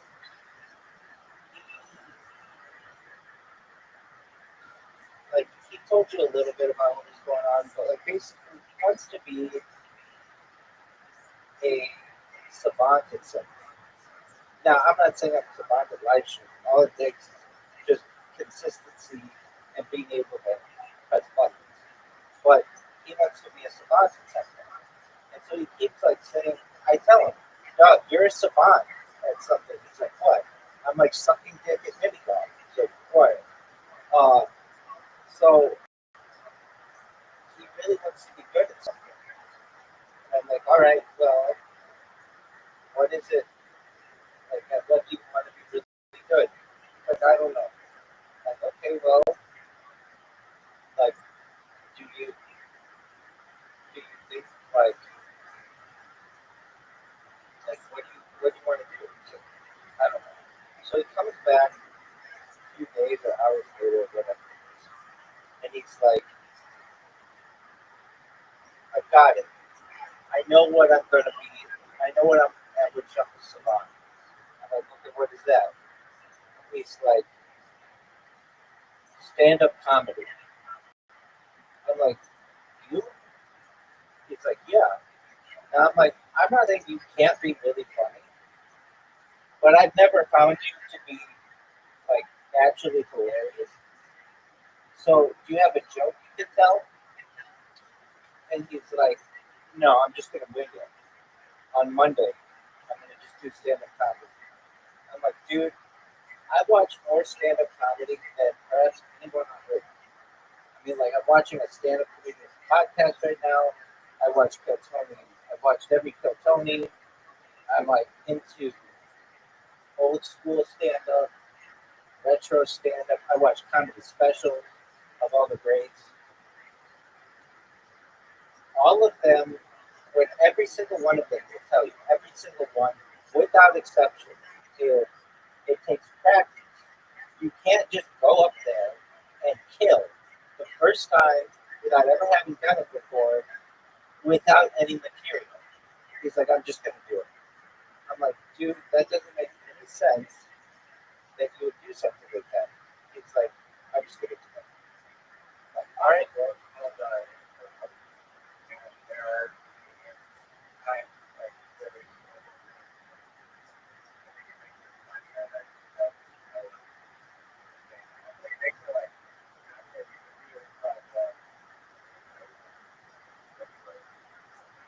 Improv is different. Improv is different. Improv, you have things on which they're different. Improv, usually they're. Hold on, hold on, hold on, hold on, hold on, hold on, hold on. Somebody's got to give you the seed, right? But that's not that's like category of improv. Hold on. The idea of improv is that you don't know what is going to be there. That's like in the name. It's improvisation.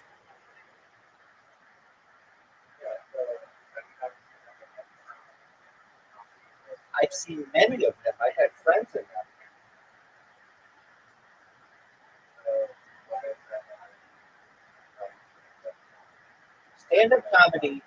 Stand-up comedy generally is there's you and a microphone. You have to make everybody laugh, right?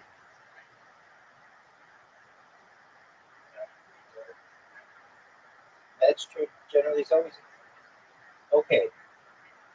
With improv, even in its most basic form, where you're there to make people laugh, there's someone else giving you a scenario of what to do. And that changes everything in the expectation of the audience. What I'm saying is that if an audience sees you do stand-up comedy, they have an expectation that you've prepared whatever it is, your routine, to make them laugh. So they have a higher expectation of the comedy because of the fact that they expect you to be prepared. With improv, they have a lower expectation of the quality because they know that you just got the scenario seconds ago and you're just thinking off the cuff. So their expectation, their bar for humor is much lower than it is for stand-up. Does that make sense?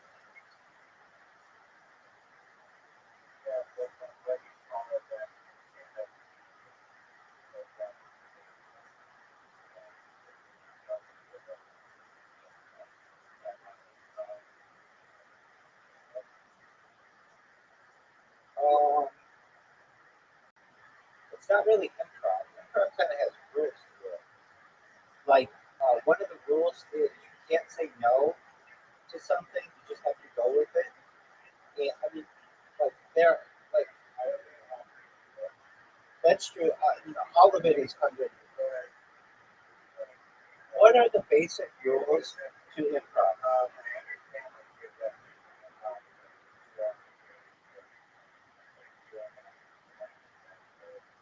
Right, exactly. So the first one is yes and. Usually you need a partner as well.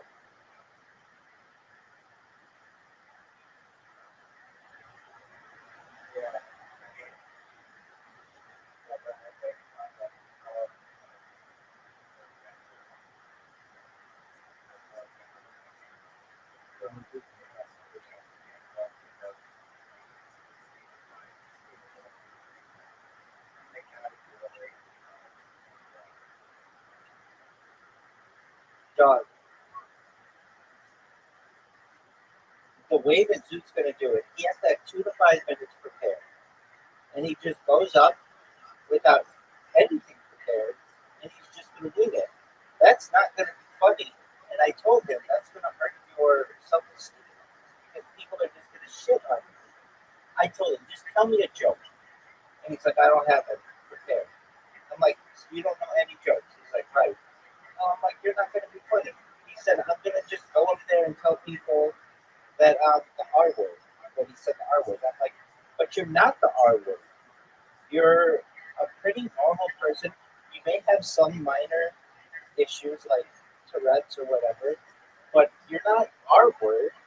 You're far from it. In fact, in some things, you're pretty smart. So no one's going to think it's funny if you go up there and just name uh, a bunch of like psychological issues that you think you have. No one's going to think that's funny.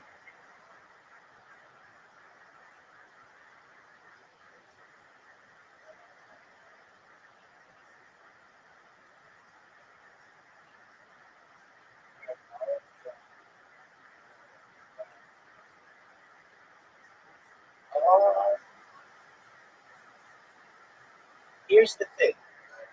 Here's the thing. At least with how I understand improv, you need someone to randomly give you a seat, right?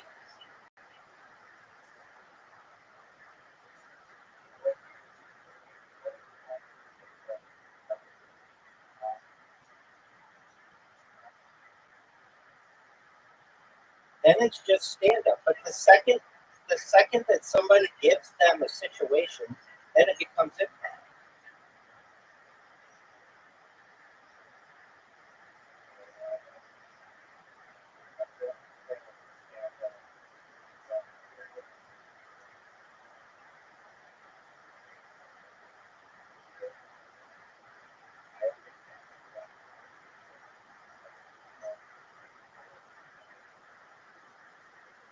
Now there's a type of stand up that utilizes improv a lot, which is crowd work.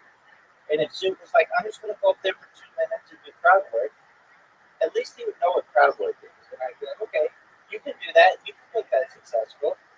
And that's improv in itself because you're getting information from the audience and you're improvising using it, you're riffing on it, you're commenting on it, whatever it may be. So I'm going to go to ChatGPT. Yo, dog, from a very basic standpoint, what is the difference between stand-up and improv? Explain it to me in 3 bullet points, no more. It could be less than that. Yo, dog, here's the difference. Stand-up is written and rehearsed. One person delivers jokes as planned. Improv is made up on the spot, usually done with a group, no script.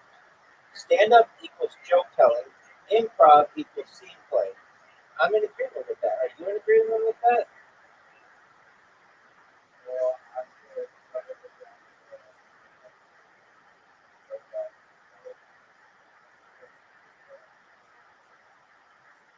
What is it when a stand-up comedian goes up with no material and just wings it? Yo,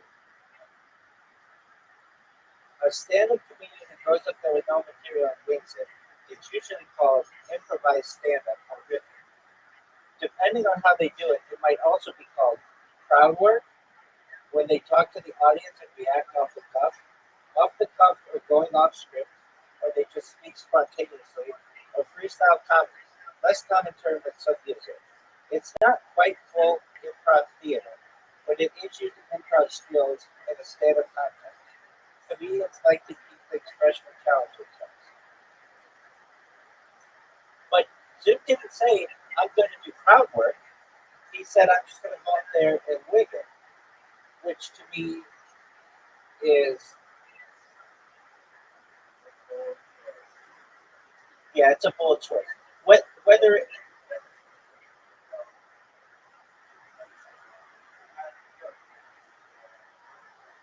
yeah, but he doesn't need it right now.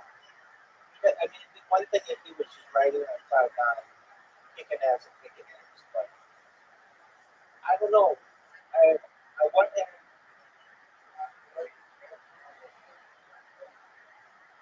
Yeah, he's been doing it. I'm gonna call him. I want him here. I'm gonna, and here's the other weird thing. It's not that weird, but I'm always like, Zoom, come to,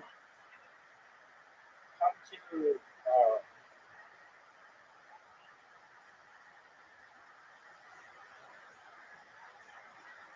Let's play. He always comes in here and he's like, my phone's about to die, and it's like, dude, every single time. The other day, we were like, what percentage? How much percentage? It's like 49%. Like, that doesn't mean your phone's about to die.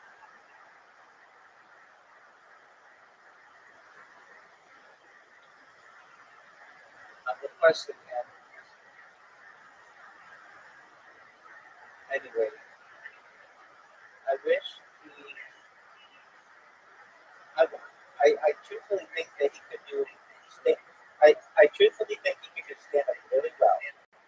But he just needs to rehearse. That's all.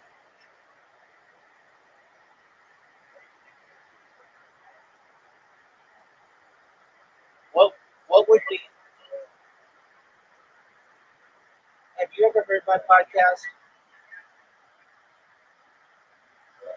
Have you ever heard my podcast?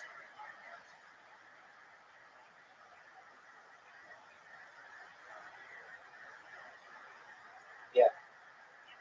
No, different. I had I had 15. What do you mean it's not a podcast?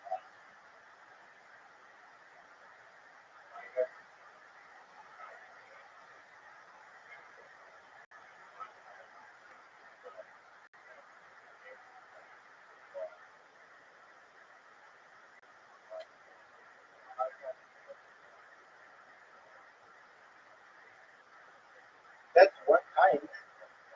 Have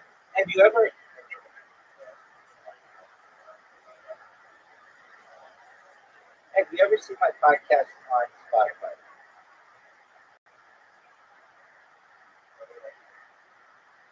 Rabbi Rothschild podcast on Spotify.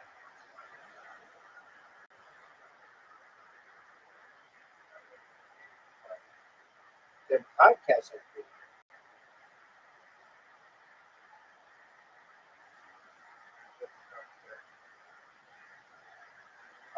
The first part of it is, and then I let people talk about anything they want.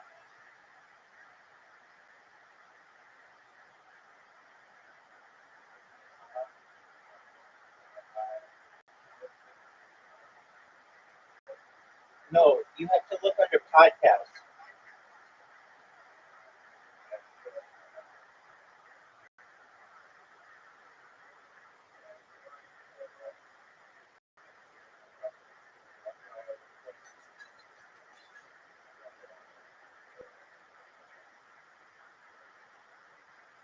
What are you talking about?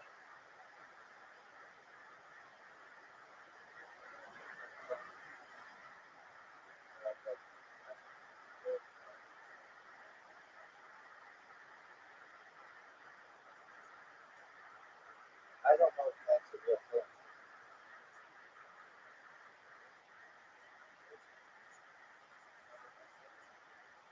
I've never interviewed anyone. Oh wait, there was one guy I think maybe. I don't even know. Maybe.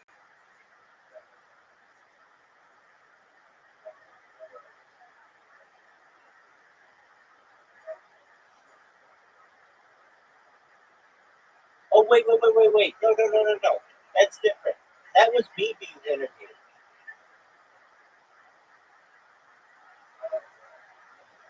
Yeah, no.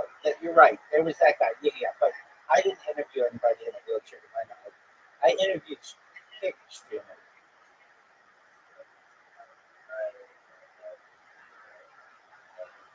Let me do apologize. Yeah. Well, anyway, I did a podcast and I have 15 episodes. I could have more. The reason why I don't have more is because it takes too long for me to download them and upload them and to edit them and everything. That takes time and I don't like to do that. Um, have you ever heard any of the ones where I interview somebody?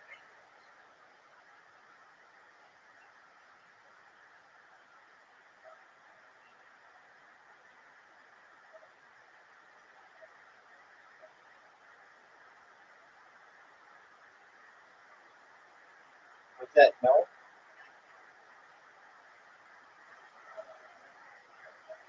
That's okay. No big deal.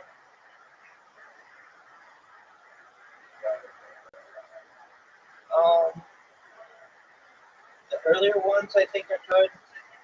I'm not saying the later ones aren't, but sometimes the quality isn't as good. There's one that I do that a guy and I kind of like get into it. I'm asking him questions and he's just kind of being a jackass. But I still posted it. Um, but like, I think they're all the greatest ones that you're ever going to hear, and they're full of content. And I ask everybody the same 73 questions.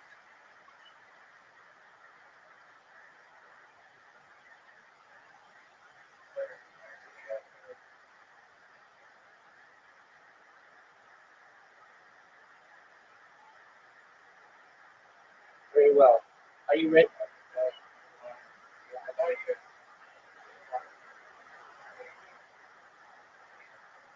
Yeah, dude, that was the plan. And then when I asked him about it, he's like, I need a six pack. I'm like, do you have a six pack? He's like, well, yeah, but now I'm working on bulking. I'm like, well, didn't you just need a six pack to like get this job or whatever? Dude, play Moncala with me.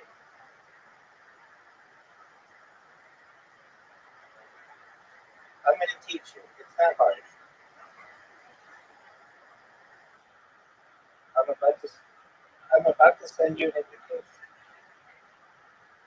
All right, Riser is about to get an invitation.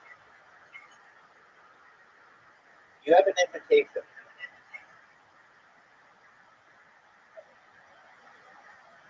Okay, so you don't know how to play, right?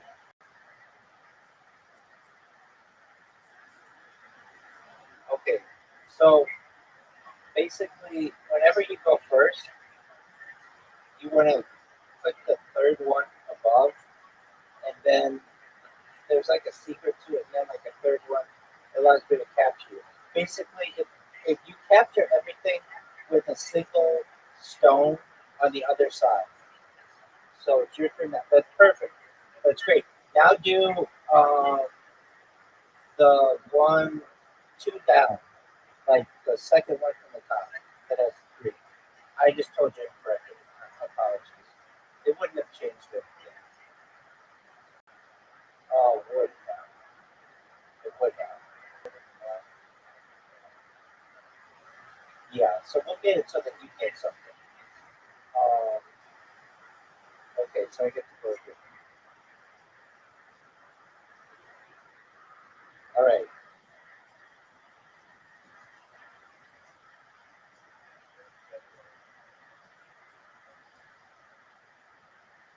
So pick something.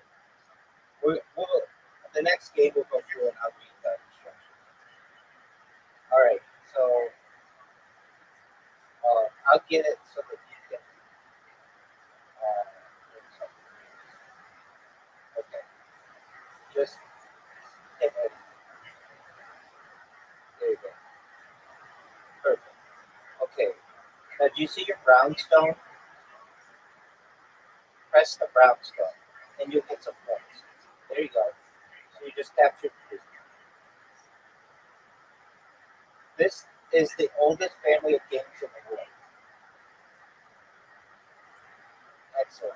So do you see your lowest greystone that's like about to square? Next time you have a chance, you press that greystone, you can score and get a new spot. Oh, the lowest one. That's okay. The lowest one, right? Right? Like the lowest greystone that you have. It's like do you see this? Yeah, the one with one that's right before where you score. No, not that. Oh, I bet it is. Apologies. I bet it is. Right. Okay. Um, so I'm going to take two of yours. I didn't want to. Okay, now there you go. So I'm just going to end it. Capture. Okay, I'm going to read to you the instructions. Here are the instructions. Moncala is a two-player turn-based strategy game played with single small steps and rows of picks in a board. The objective is to capture as many seeds in your store as possible. The player with the most seeds in their store at the end of the game wins. The game board. The game is made of two rows of six small holes known as pits and large holes on opposite ends called stores or opposite. The game starts with four seeds in each pit. The should be in each alphabet, but anyway, the colors of the seeds don't matter. Your scoring star is to your right, which is on the top side of the UI. Gameplay. One player will start the game by picking any heads containing seeds from your home side. The player will remove the seeds from that pit. Do you want to just play archery?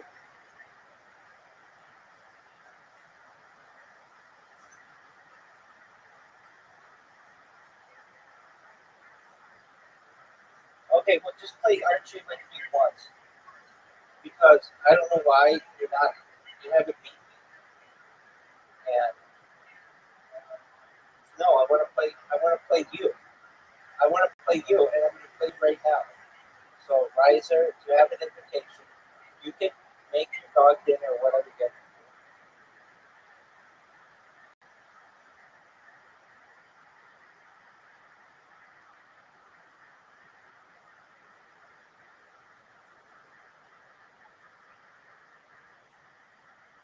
You have an invitation. Here we go, baby.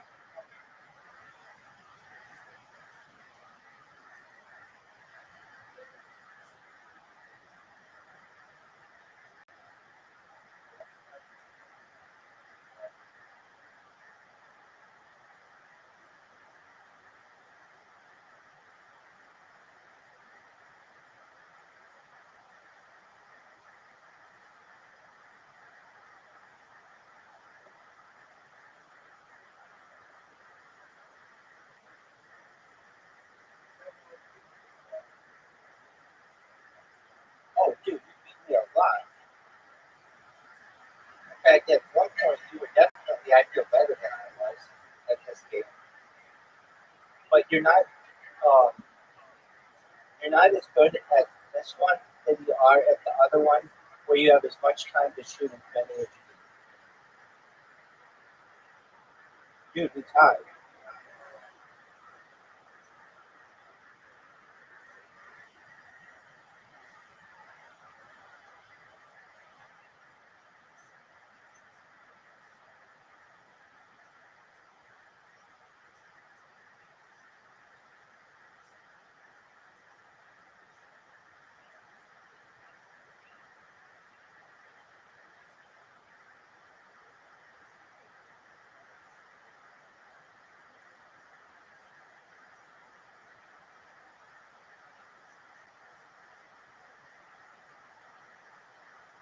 That was good.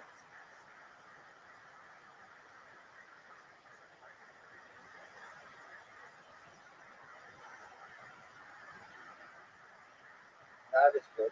But still pretty good. Get this one. This is the big one. Oh, that was great, dude.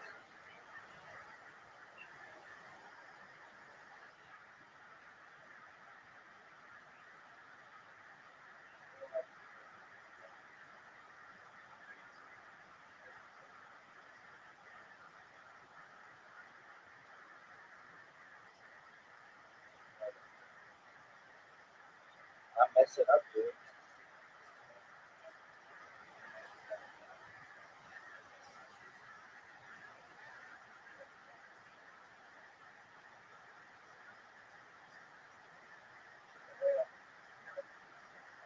You need to average a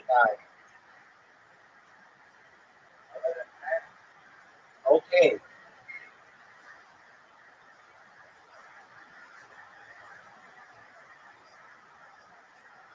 okay. You need a 9 to tie, a 10 to win. 9 to tie, 10 to win. Here you go. Game winner. Oh. You want to play again? You want to play? You want to play again?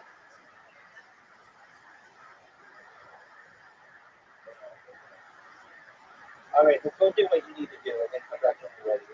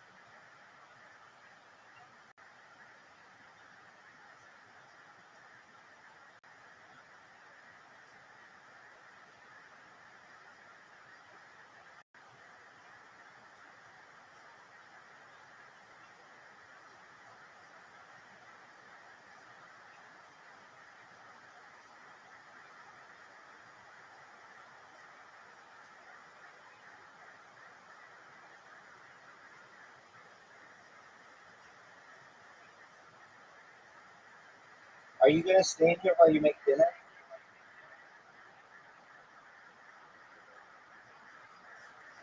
Was that a yes?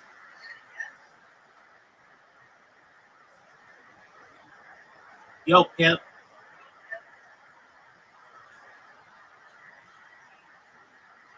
Was that a yes?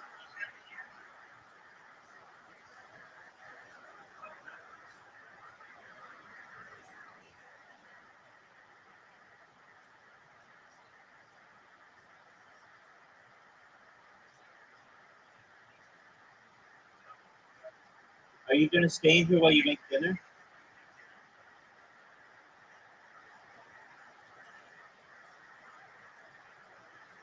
Oh, okay. Well, then we can listen to William Montgomery William Montgomery show.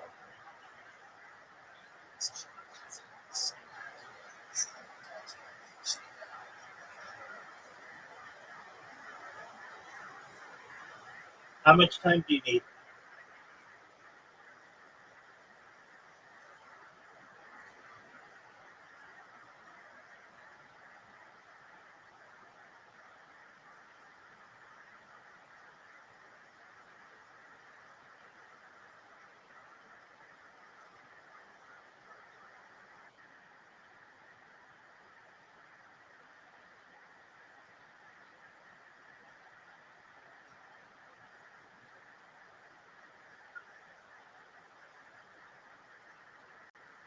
Do you want me to talk to you?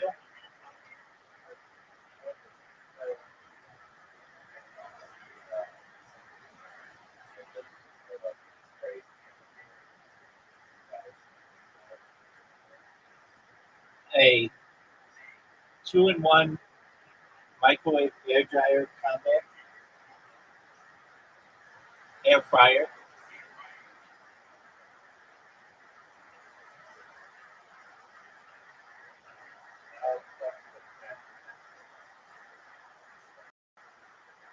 a a 2-in-1 washer and dryer.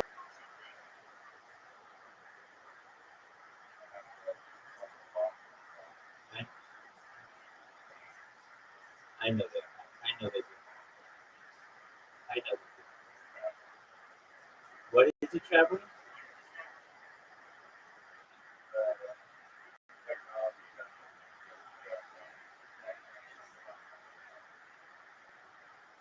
Am I supposed to guess this?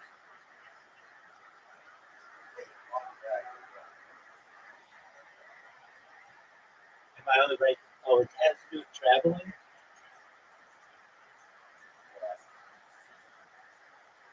Does it have to do with?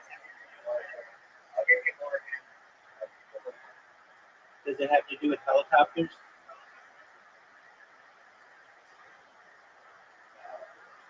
Does it have to do with?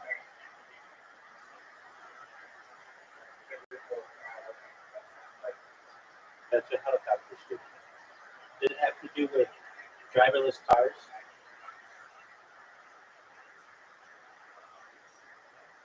Does it have to do with? Yeah, I mean, arguably we already have that with autopilot.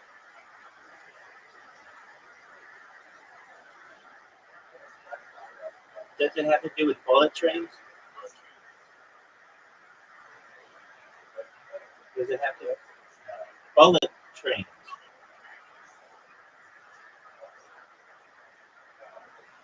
Okay, does it have to do with the water?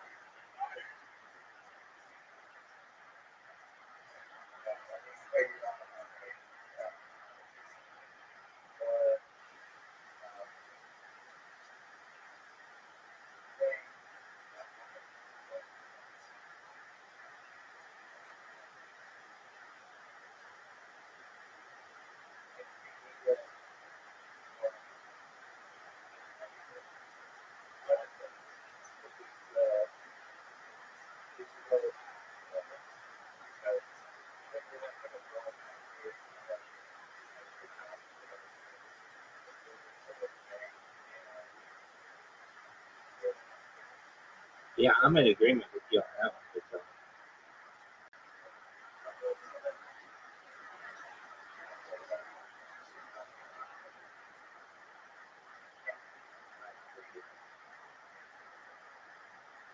I'm in agreement with you on that one.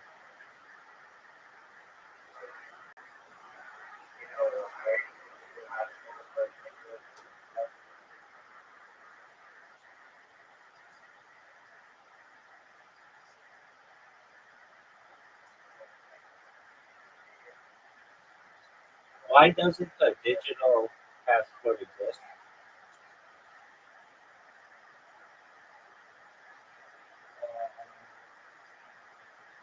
Security and privacy risks. Digital IDs are juicy targets by hackers.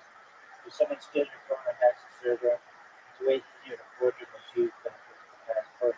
Governments are hesitant to fully rely on something that can be compromised with a few lines of code.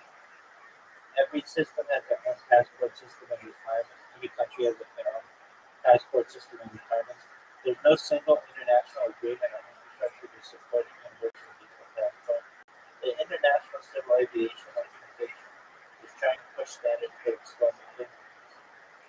Governments don't want to hand over control to a global system. A universal digital passport would require a high level of mutual trust and shared control, something most nations are comfortable with. Not everyone has reliable access to smartphones or internet. Digital-only systems could create inequity or exclusion of borders.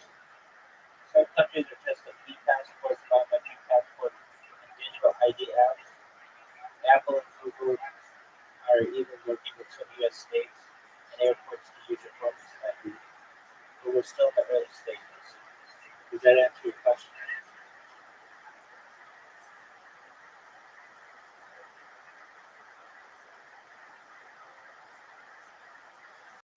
I think that we should have probably had these a long time ago. But yeah, I'm in agreement that those are reasons why we don't have them.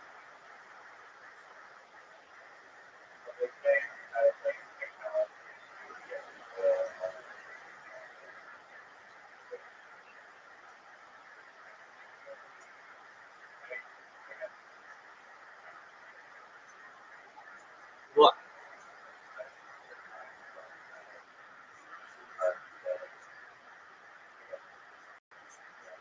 yeah, I mean, I don't understand why. It's not like you have to force everybody to be on the standard. It's just like an additional thing that you could have.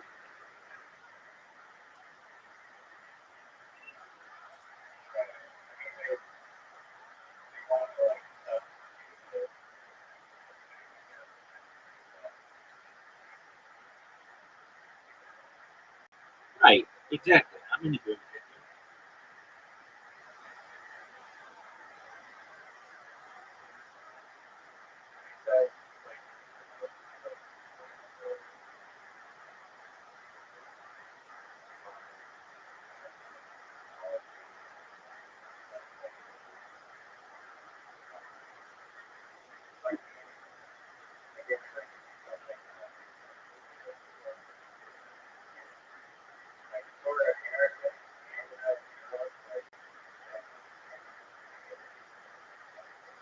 you. Yeah, I mean, I kind of don't believe the bullshit answers that I just gave you because they already have digital payment systems.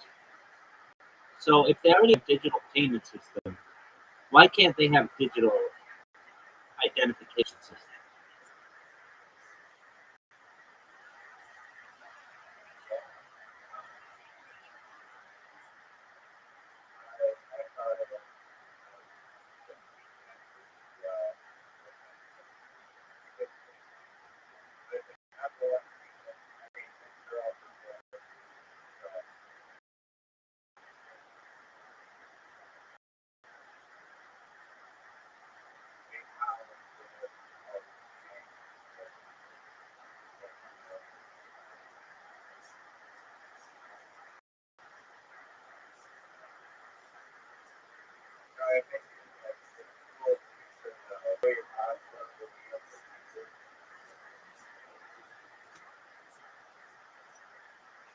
But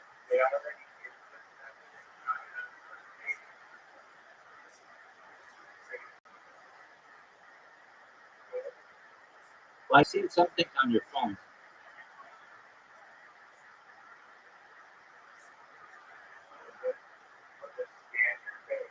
I've seen that too.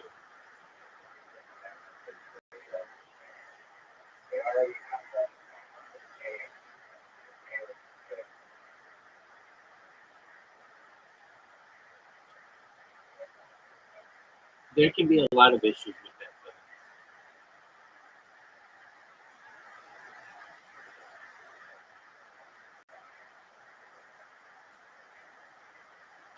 Well, like let's say you have some type of plastic surgery done, or even just fillers in your face, that can change your face makeup.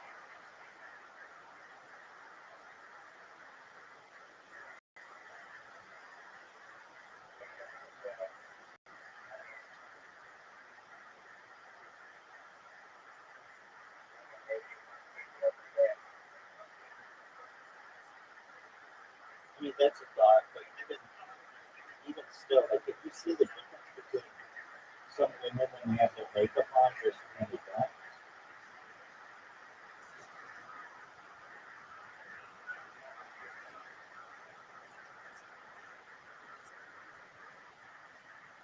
I mean, I know they do it in China, so it obviously works some way, but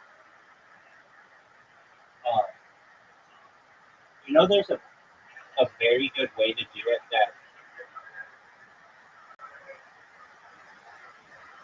you ready for this one?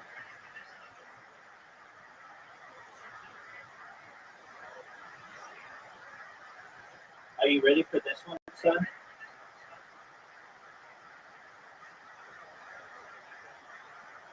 Do you know who Bob Lazar is?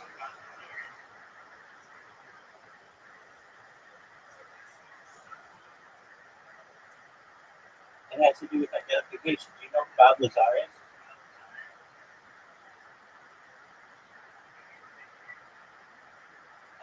I think you do. I talk about him all the time. Yeah. Okay, so you know Bob Lazar. When he worked at Area S4 back in like the late 80s, the technology wasn't really advanced. But one of the things that they would do for you to be able to get your identification card there is you would take your hand and put it over like a light, and the light would take an X-ray of your hand, and you can identify somebody by the size of their bones in their hand. Isn't it fascinating?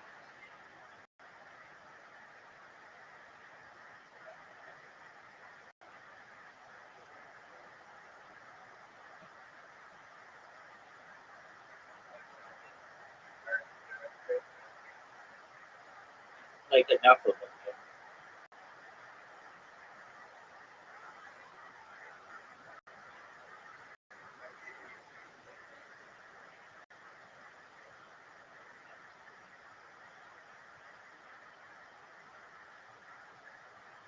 Yeah, maybe it wasn't. Let me make sure I have the technology correct.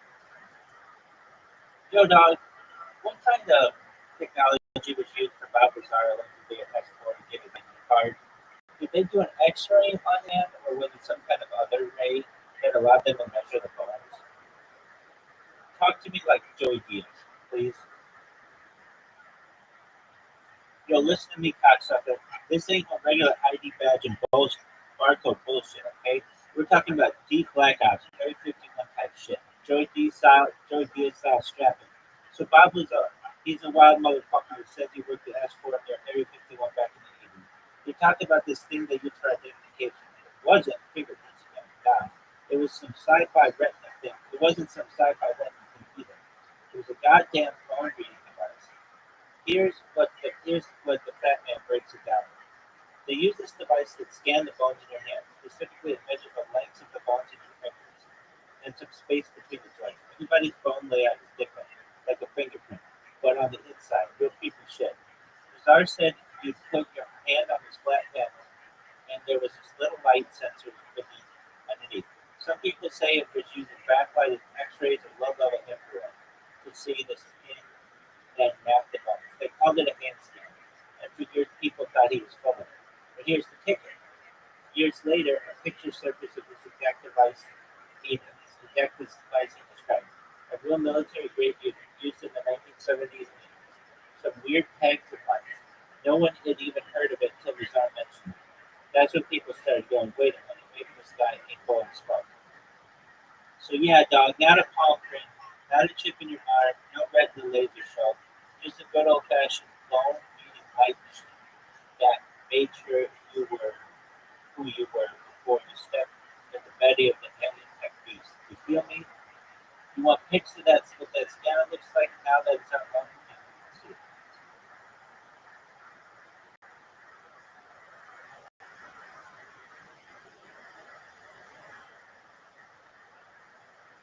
Yeah, that's what it looks like. So it seems like it's called an Identimat 2000. The guy talked about the bone-based biometric scanner called the Identimat 2000 that use subdermal bone patterns in your hand, not fingerprints or retina scans. You place your hand over its sensors or low-level X-ray or infrared beams to map your finger, bone lengths, and joint spacing. Why it's iconic. This wasn't some sci-fi barracuda. The machine was real and old school. His art insisted that it was a top secret escort that later folks dug up pictures of the same line he described. Supposedly, that exact hand scanner was even used in Spielberg's Close Encounters, commercially available since the 1970s. What it did was, as Lazar said, once the scanner verified his identity, a card authorizing access would be dispensed. No chips, no retina lasers, just stretch from cocksucker. Joey advice in your ear. This scanner's like insert your hand, see your bones, get the fuck out. Ain't no bullshit. That's how they kept the ducks in row at S4. Make sense?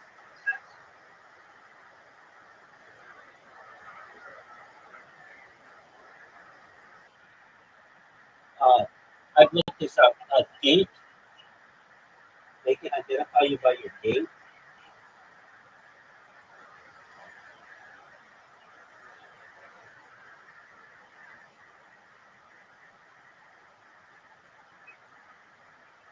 Yeah.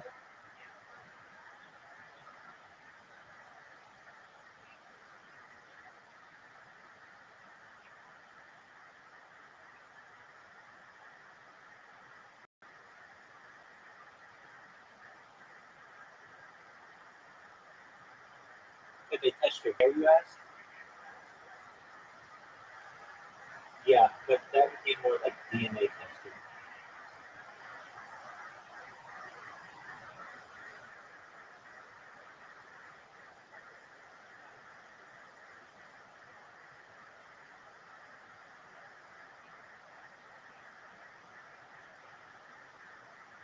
That could do it. Those would be.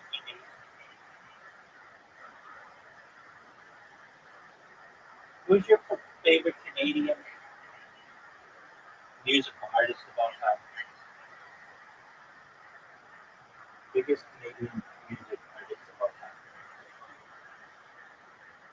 Do you like Rush?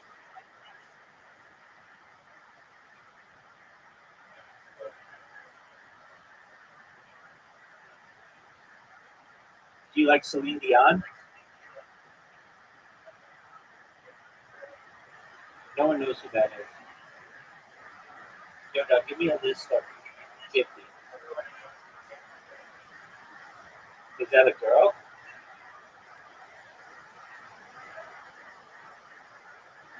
All right. The number one all time is Alanis Morissette.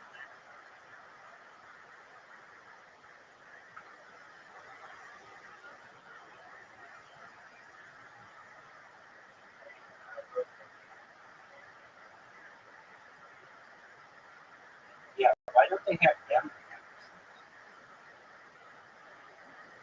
Oh, they are. Nickelback. Everybody hates Nickelback, but I really like Nickelback. Dude, there's something interesting about the name Rockstar. It's fucking amazing.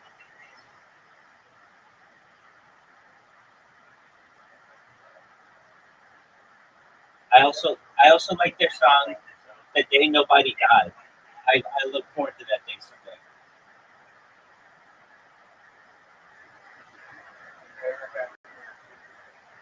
Dude. I mean this. There's some okay. When I say Nickelback, what do you think?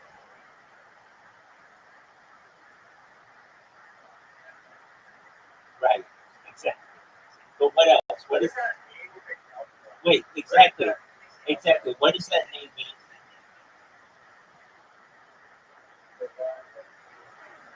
No. Generally, it seems, I guess in football, like there's a position called a nickelback, or the running back, nickelback, but it has a deeper meaning. Hold on, it has a deeper meaning. The meaning of this band is actually like something really fascinating, but I don't remember what it is. It has to do with science. So just one moment. Yo, dog, why does the name Nickelback band have that name?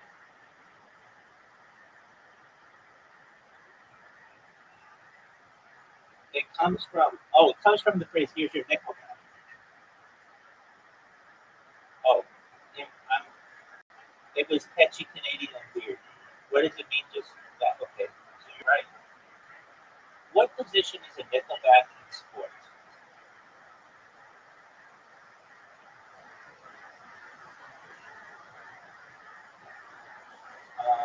A Nickelback is a defensive back, or the fifth defensive back in a field.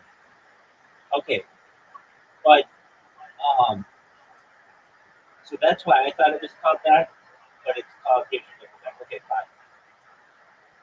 But there's an even deeper meaning. Yo, dog, what is this like scientific theory? Or it's something that I don't know exactly what it is, but it's Nickelback. It's either like it's like deep science. It's really important to like the world though, in the universe. What is it?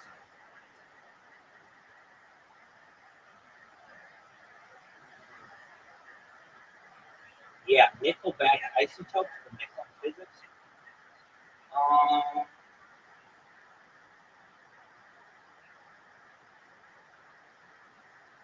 Nickel alloys and science.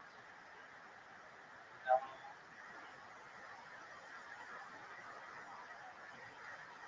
nickel isotopes and nickel-based nuclear reactions in astrophysics, especially in supernovae and nuclear fusion. It stars in supernovae. In some supernova explosions, massive amounts of nickel 56 appears. Nickel 56 is radioactive. No, no.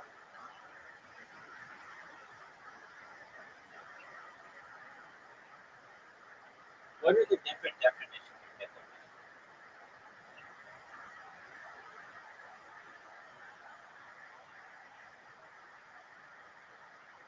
Nickelback the band, Nickelback in football position, Nickelback in science, nickel isotopes, produced supernovae, decays in cobalt. Huge part of what makes dying stars shine, nuclear-based catalysts. Nickelback is the bridge to catch them. There's something about Nickelback that, dog, can't you use Nickelback to like determine the age of this universe or something?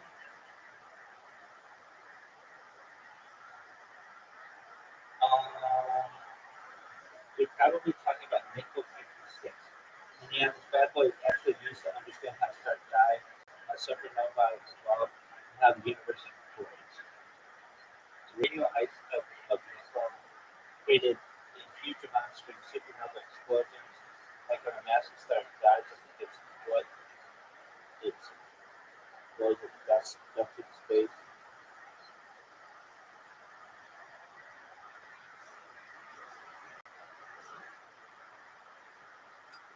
Scientists studied the decay rate of nickel 56 and similar isotopes in distant stars. Like there was something more to this. Is Nickelback used in like time travel at all?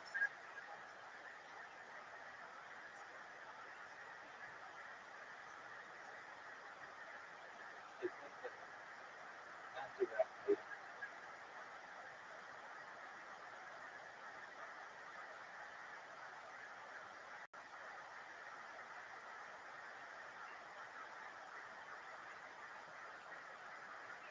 Is the term Nickelback used in any science fiction?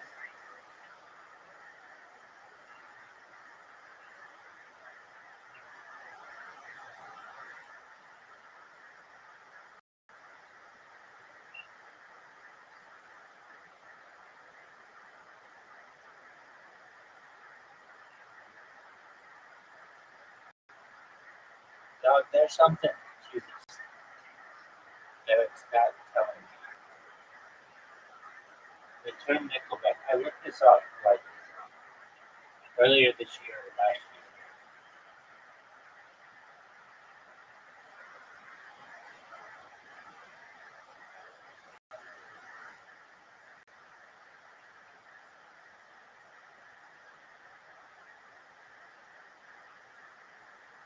What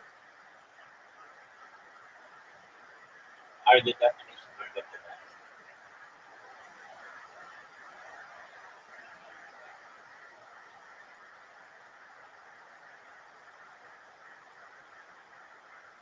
Band, football position, slang using Nickelback, pop culture, Nickel 56. Not really, not really.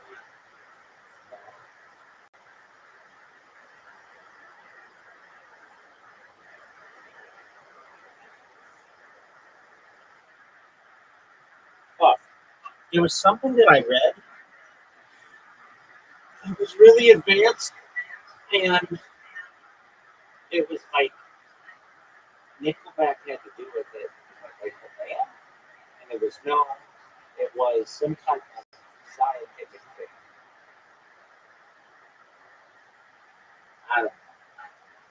I can't find anything about it, and that's really bothersome to me.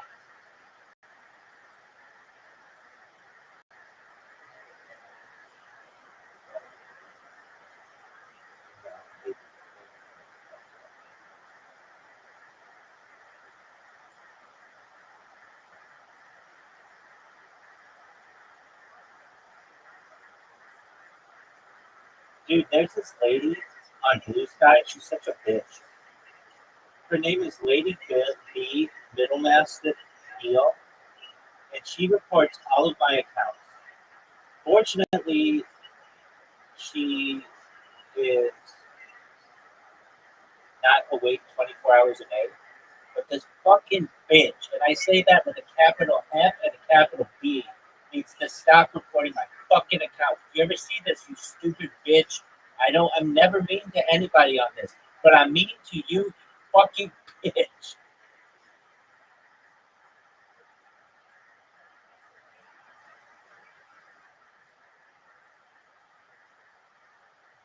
I say that Lady B, Middle Master Neil, like, I don't really think you're a beach. I think you are just doing your job. But quit being a bee, girl. I'm trying to bring world peace. You're over here being a socialist, atheist, humanist, empath, mostly harmless, sweary cis woman. You're a proud mom of two, nanny to Finley. Fuck Finley. And warning, make it contain nuts. What the fuck does that mean? Save the bees? I'm all for all the shit that you just said, woman. The opposite of woke is cunt. Don't be a cunt. Okay, whatever that means.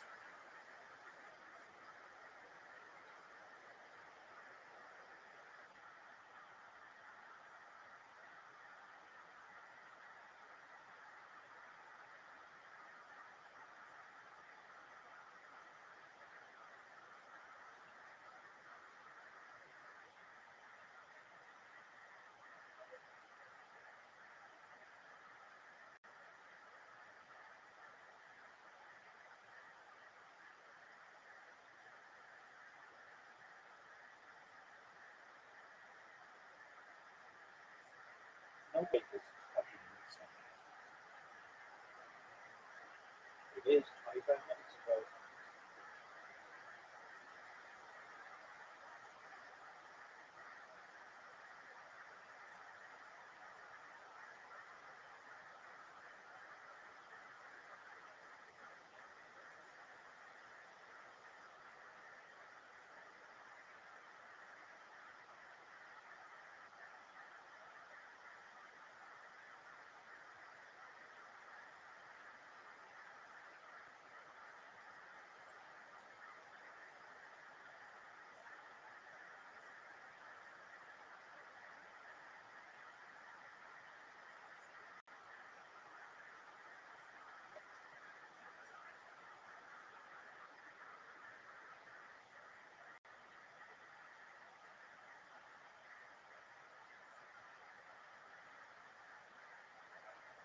What happened to what?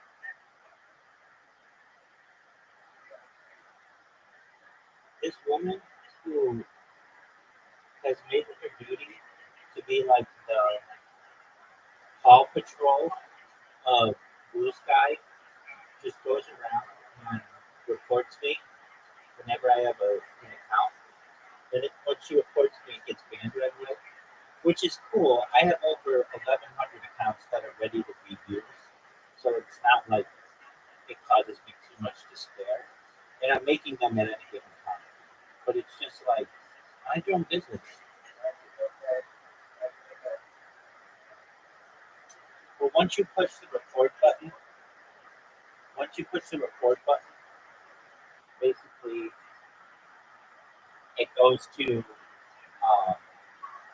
the moderation team of Blue Sky, and then they have like about 100 people around the world who work 24 hours a day.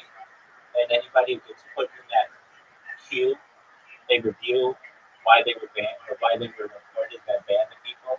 But the fact that they see Rabbi in it, they just ban it automatically.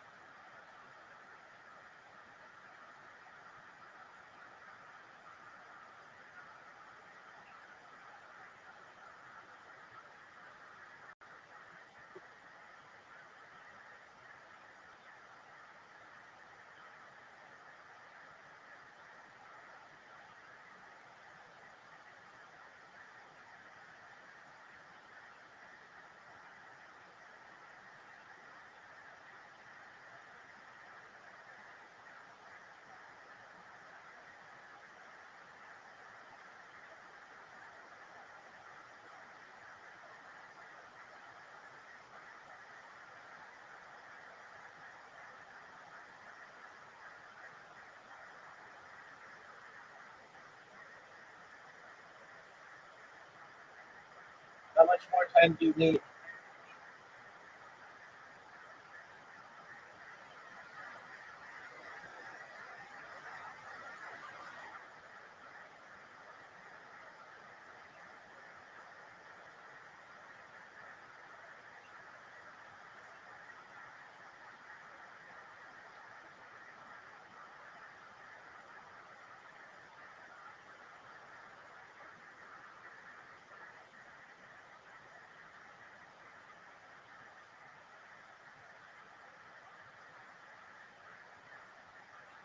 What are your thoughts on Alanis Morissette? Go.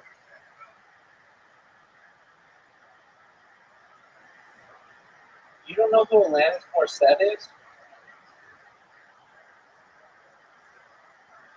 Oh, tight.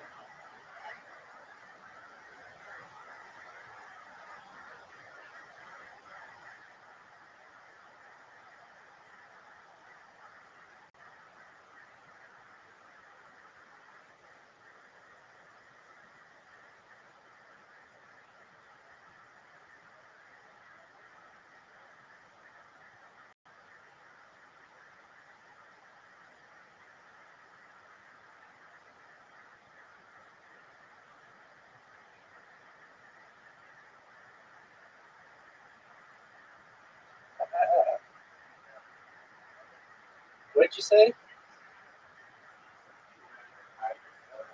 Nobody knows who that is. Patty Mail?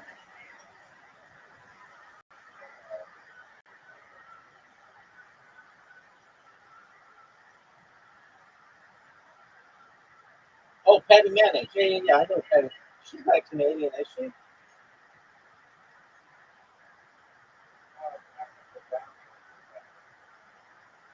Wait, you're not talking about the person from Doug?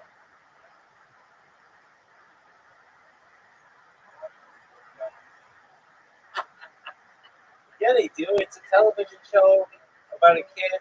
He's got a best friend named Skeeter, and his crush is named Patty Mayonnaise.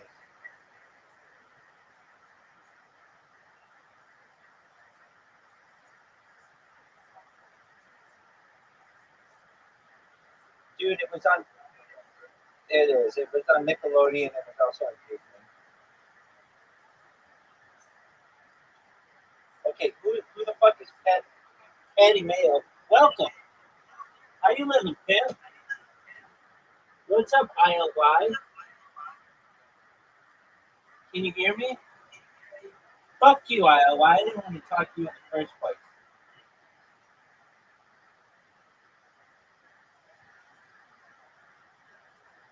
Who is Patty Mayo?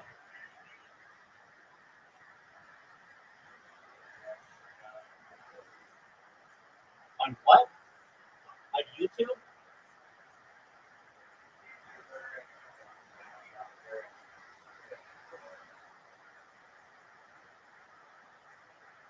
No one knows who that guy is.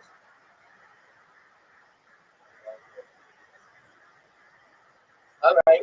How many hours of footage does he have uploaded to YouTube? How many?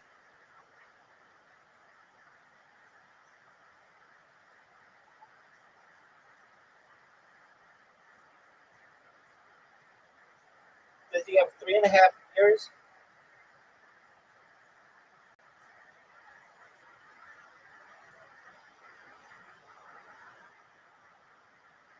3.5 years of 24/7 content, baby?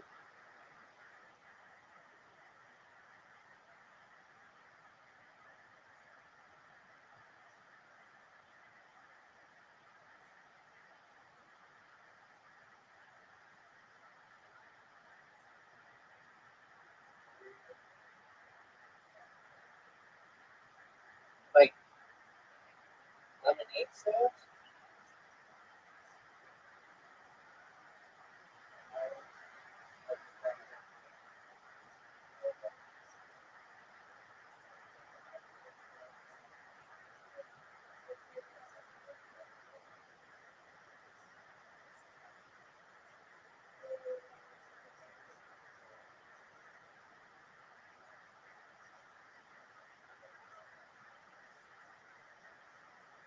Yeah.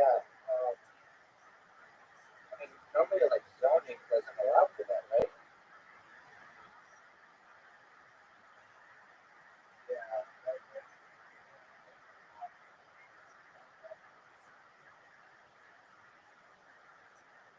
Yeah. Who gives a shit about that though?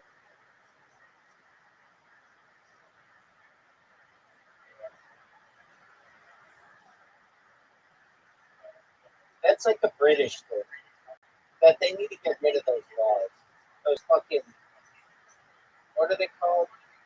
Dude, dog, what are those laws in England that don't allow you to block a neighbor's sunlight?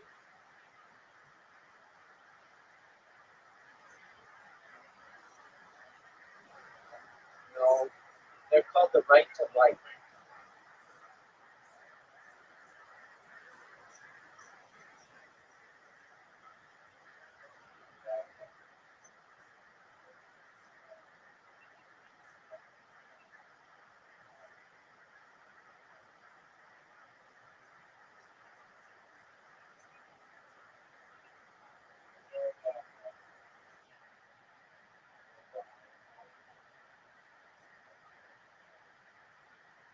Do I know why all apartments look the same?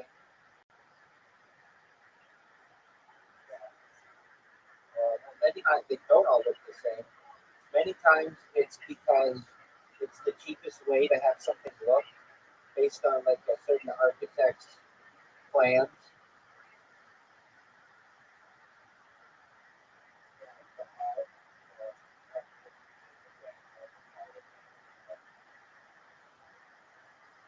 Right.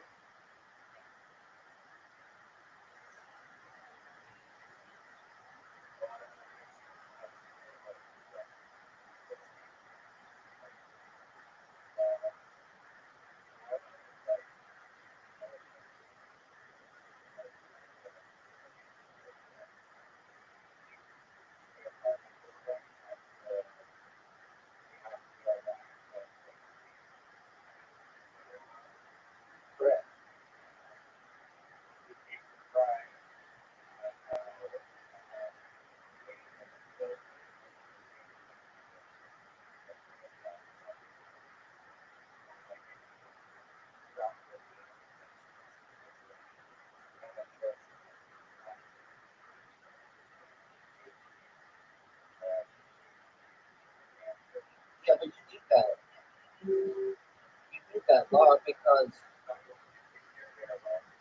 yeah, you do. In case one of them gets locked and fired,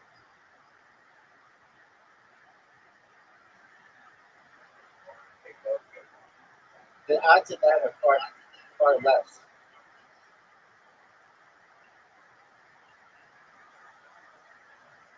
Basically, I could prevent an entire building from getting outside if I just start a fire in the stairwell under your laws.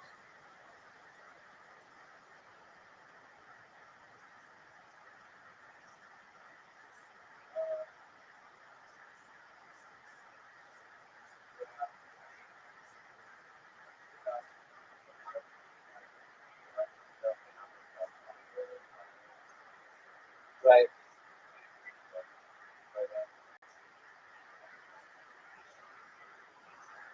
right. But those become damaged and they're not as strong, and people mess with them. When I was like in my late teens, early 20s, I lived in a place that had one of those on the side of the building, and people would be drunk at night and grab onto it and just like slam it, and uh, they'd be really loud and they would keep me awake. But I always thought it was kind of cool, so I never got mad. But that can happen. Yeah, I mean, I just kind of saw the fire escape as being kind of an old timey thing. So, um,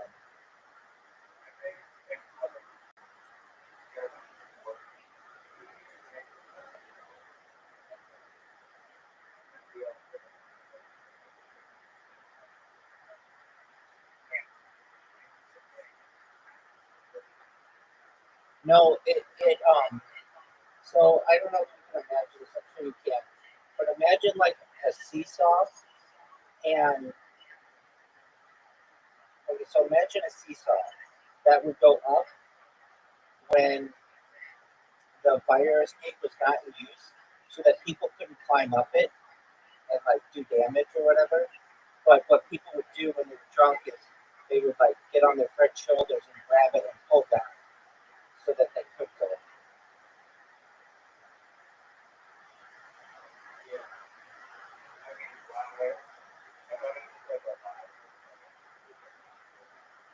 No. This is like a fire escape with like stairs.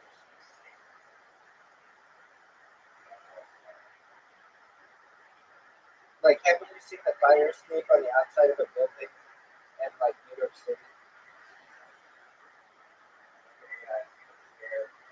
Yeah. So it was like that. And those things,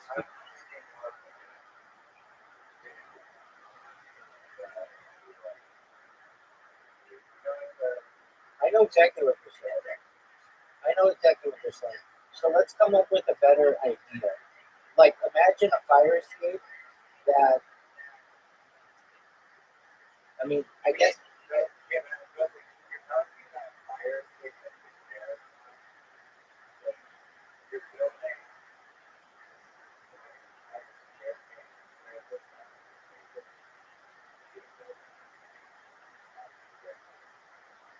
yeah, because usually it's in a high, like a dense area, and the property value mean that every square inch will make your building cost more.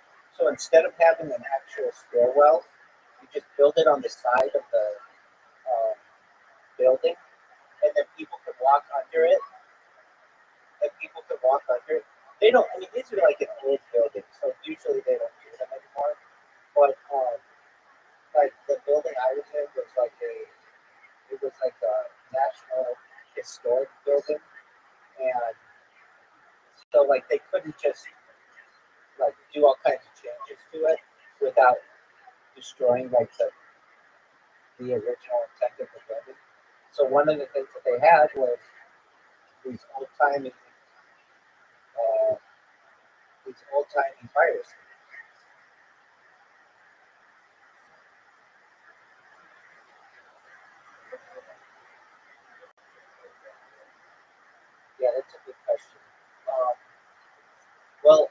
anything electronic is out of the door because it, like a lot of times with a fire, it can cause, um, um, like the power goes down. But yeah, have you ever seen how you get off a cruise ship that's like sinking?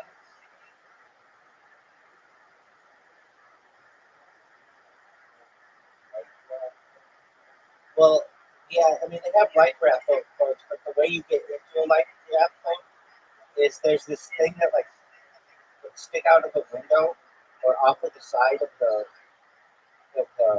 ship, and you slide down it, almost like when a plane, if a plane ever crashes or whatever, and you need to get off. It's like a big inflatable thing, and you just slide down it, but it has some friction so that you don't slide down too quickly, and then you slide into the life raft.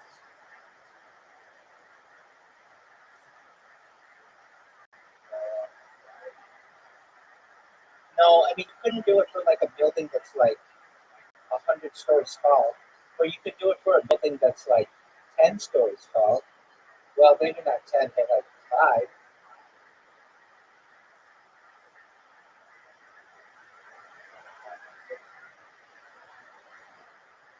Yeah, I'll get you. It's on.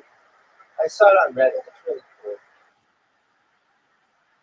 It's a cruise ship. Uh,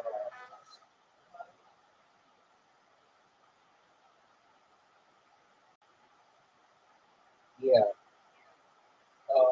It inflates in 90 seconds. Okay, type into Reddit cruise ship escape slide, and it's the first thing that was posted 4 years ago. Damn, that's interesting.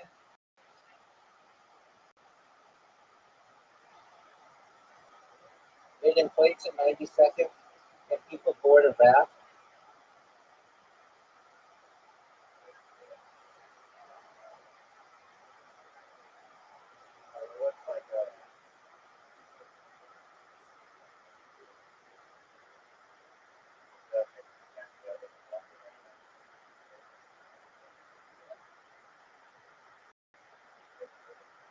No, it's not a vertical drop. There's like it like expands so that there's like friction.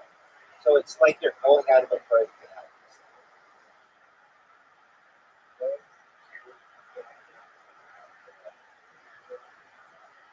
Yeah, but you don't drop. No, no. I've seen there's another there's another video that I've seen of somebody down. Okay. Um, okay. So then just go to the media part and a lot of these are water stuff. Not whatever. Escape stuff. Let me see if I can find it.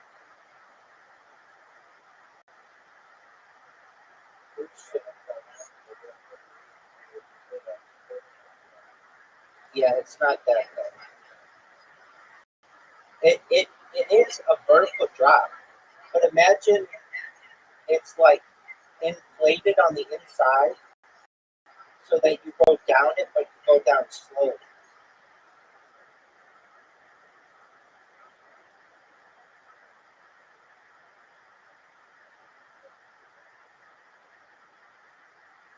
Which thing is go?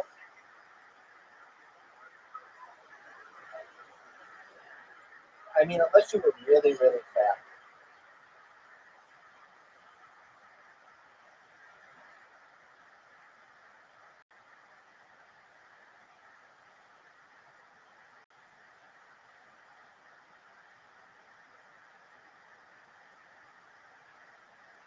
Okay, I found it. Okay, are you ready?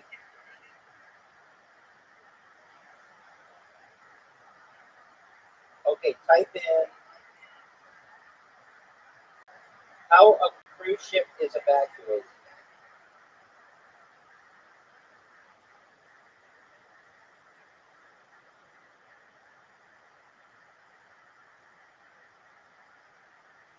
It's under oddly satisfying.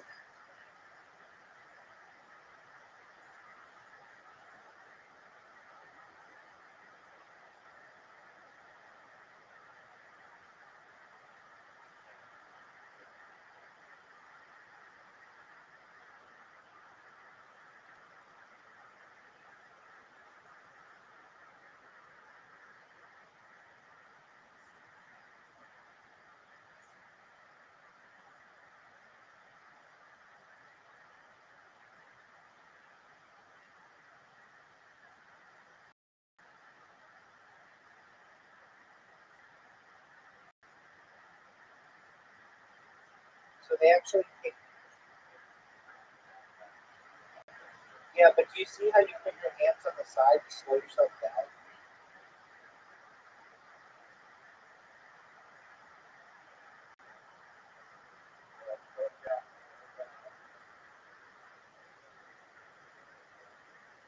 Exactly, that's what I said, like a birth canal.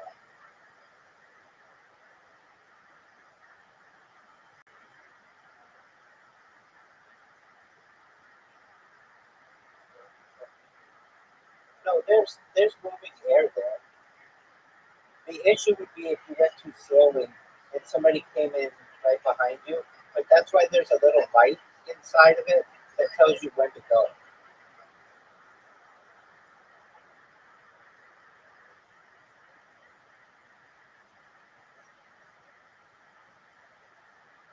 Yeah.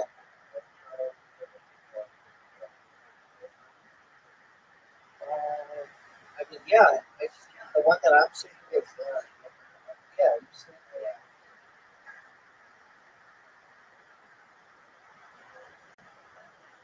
you see the guy's hand that can slow you down.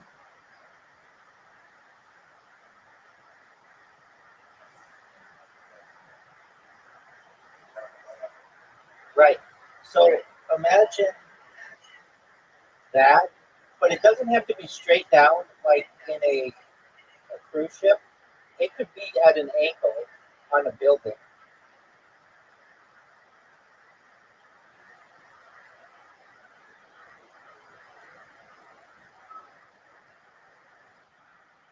Let's ask Chat. Let's ask ChatGPT about how high this could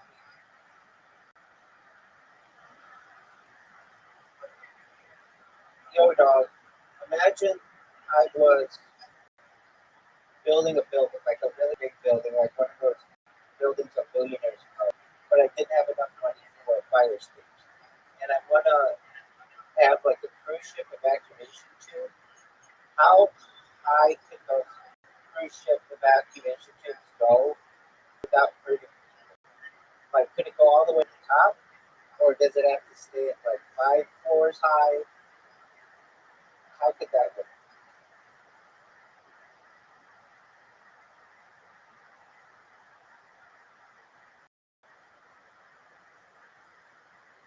That's a while like you're using the cruise ship evacuation tube kind of system for a skyscraper. I'll break this down. Okay. How high could it go? Height and speed limits. The higher the tube, the faster you go when you slide down to get your gravity. Speed increases roughly with the square root of the height you drop. If you drop from super high like 50 floors, people would be hitting crazy speeds, risking serious injury. G-force and the body increase with speed and turns. Too fast equals risk of bruises, broken bones, and worse. Cruise ship tubes usually max out at around a few stories, like 3 to 5 floors, because of these risks. Could it go all the way to the top of the skyscraper? No, it's too dangerous. But if you segmented the tube into multiple stages with smaller sections for gentle slopes, then maybe.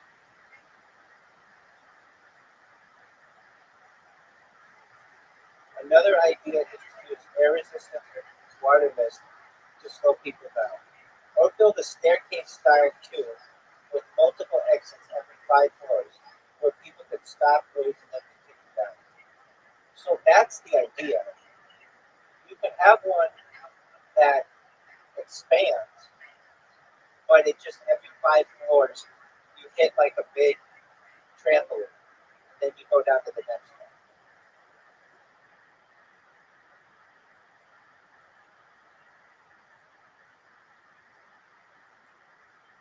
Oh wait, I've seen this. I've seen the design for something like this, but it was created after 9/11. Uh, it's a it's a skyscraper parachute.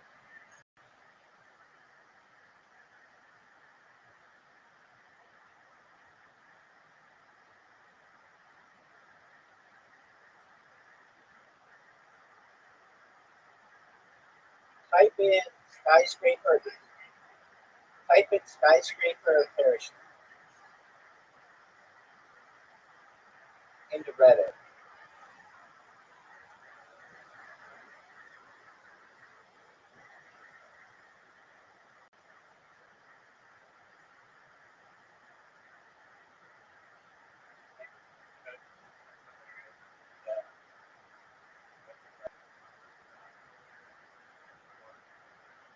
Yeah, but type in skyscraper parachute, and the first thing that comes up is damn, that's interesting, and that's how you can get people out in like a big fire.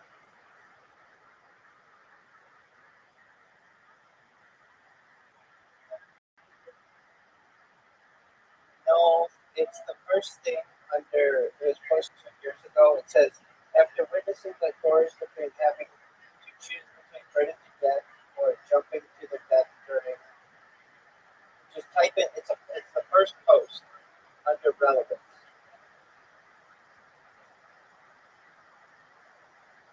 Oh, it's also the first thing in media. It's also the first thing in media.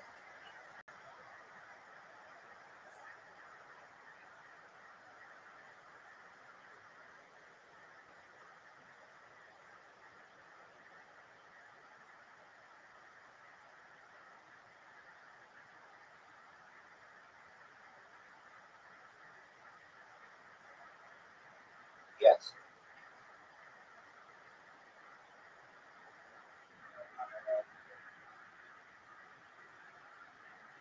Yeah. It shows a guy jumping out a window.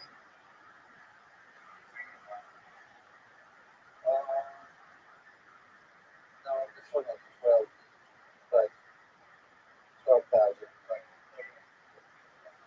No, it's a real person doing it.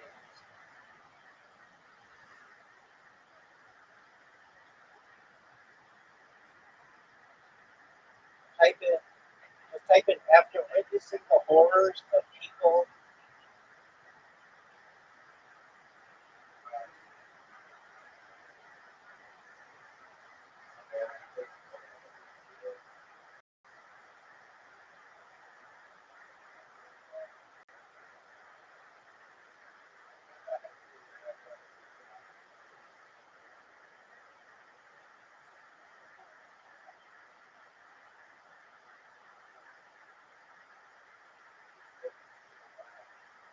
Well, after 9/11, there were all these people who felt badly for the people who were burning, and like you could see them in the footage, just like hanging outside the window with like all these flames going around them, and it would so people would, and then they would jump to their deaths, and so people came up with this like 25 years ago.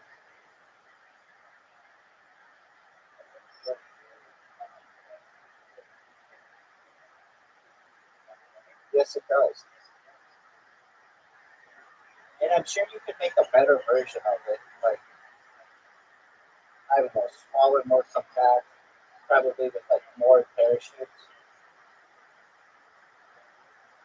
flame resistant, certainly.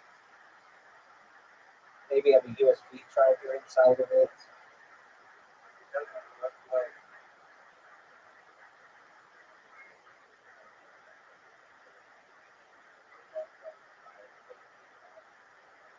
Right.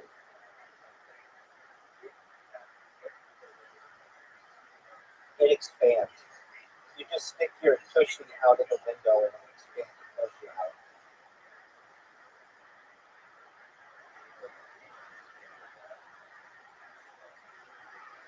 Well, you don't fall, it's a parachute.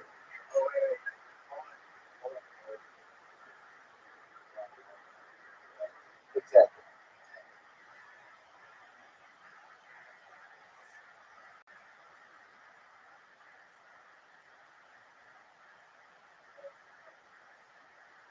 What'd you say? Not like an octopus? What'd you say?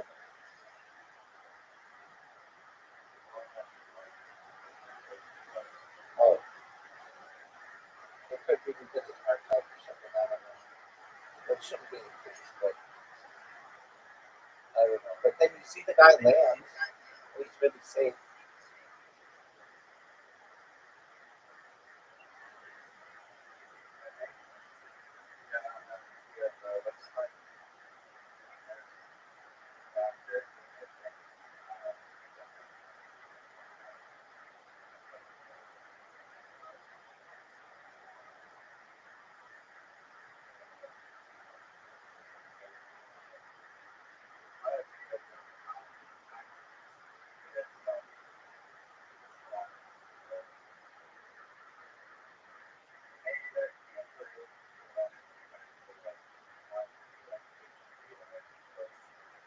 That could be.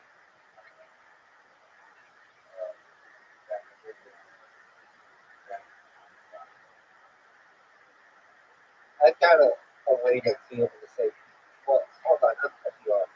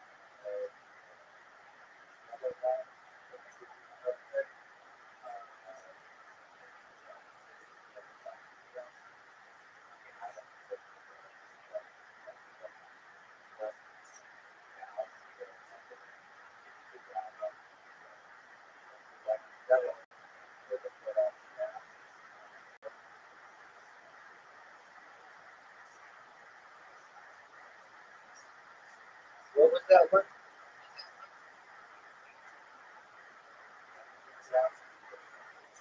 Okay. What about a series of drones that just hook you to a harness and then fly you out?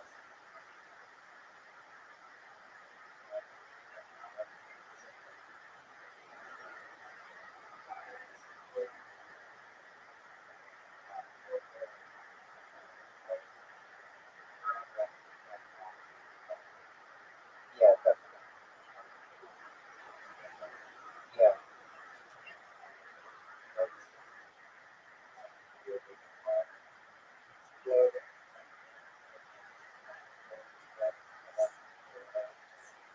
Well, you could just like have it on top of the fire department. And okay, I saw this the other day. It was on Reddit. This oh yeah, police are already starting to do this in the United States. So it's against the law in the United States to equip drones with firearms, but they're starting to use them like at police stations that they take off from the police station and they're able to get to the crime scene or whatever faster than the police are in a car and be able to give them like a visual of what's going on. And they're just automatically deployed. They don't have to like they don't have to manually drive them there. They just have to know the location and then these drones fly over it and basically allow them to apprehend people or whatever. And um, this that I saw because it's illegal for them to use a gun with a drone, which I hope it's forever illegal, but I'm sure they'll make some change that they'll allow in the future. Um, what they do is they have the drone. Like I've seen it for people for like for mass shooter incidents where you, let's say you have a mass shooter or whatever, the drone identifies the mass shooter and like charges or like flies into the guy's gun and puts like this substance on the gun that disarms him.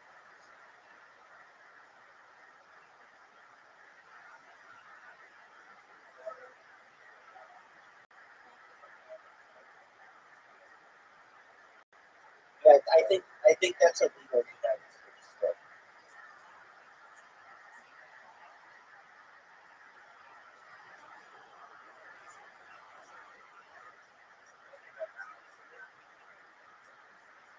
no, no exceptions to that. Because if it gets the wrong person, then you have someone who's dead.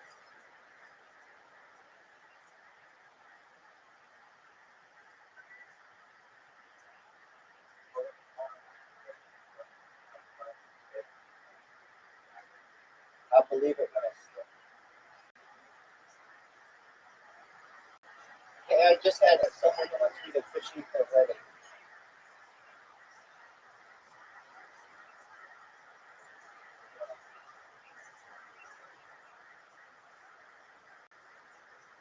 Ah, 3 minutes ago, they said, "Is the clit chewing rabbi available to officiate my wedding?" And somebody else, some chick said that, and then some other chick said, "The phrase clit chewing makes me physically recoil." And then the girl wrote, "I wonder if he actually uses teeth or if he just thinks clit chewing sounds odd. I bet he's actually really, really good at eating pussy." You got that right, girl.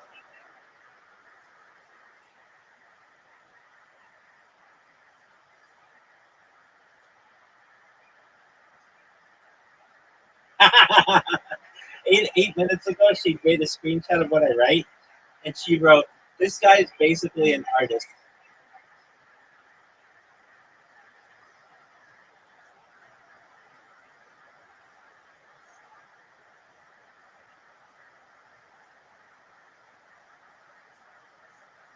I love it. All right, how long is it going to take you to make your fucking dinner, dude?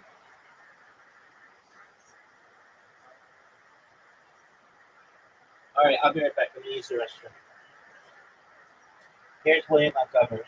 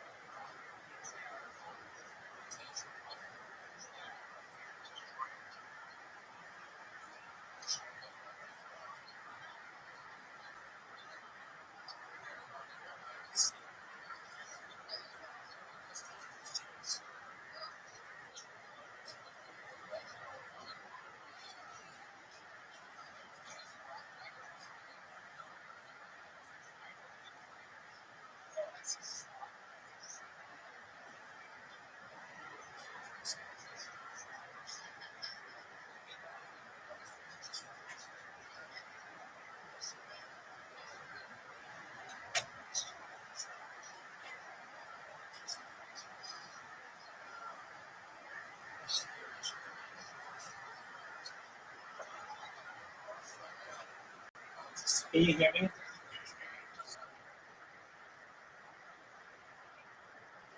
Do you think that William Montgomery should have called this podcast the William Montgomery Show or the William Montgomery Podcast?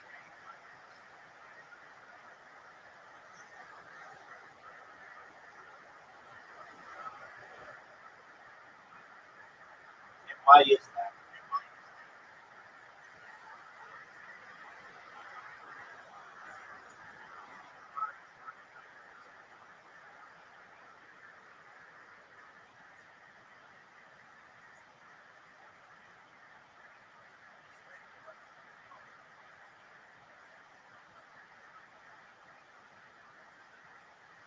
Some people do.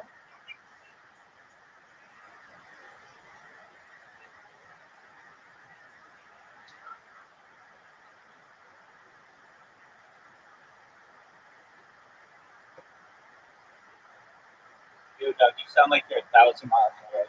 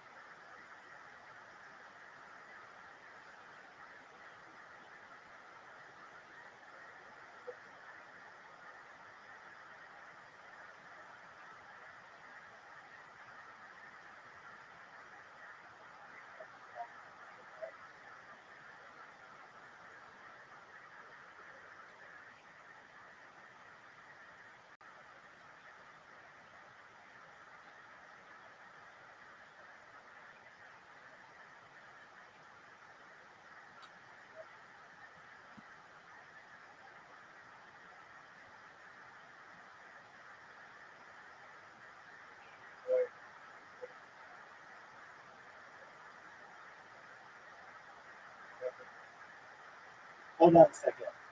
This other chick wrote, I unironically love the Rabbi bot. It's very funny and have to respect the depth and commitment.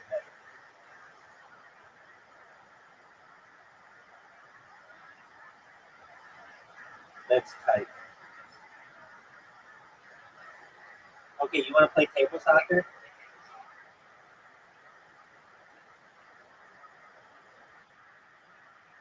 Okay, are we going to play? Are you going to be closer to the phone or are you going to be 1,000 miles away?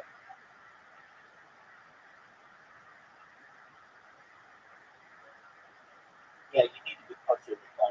Nobody can hear what the fuck you're saying.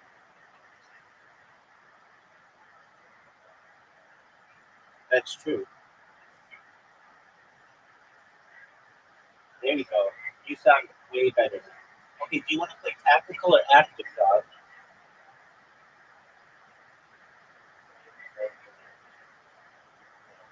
I'm not sure. Okay, so tactical means you go, and I go, you go, then I go. Active means we both choose what we want to do, and then it goes at the same time.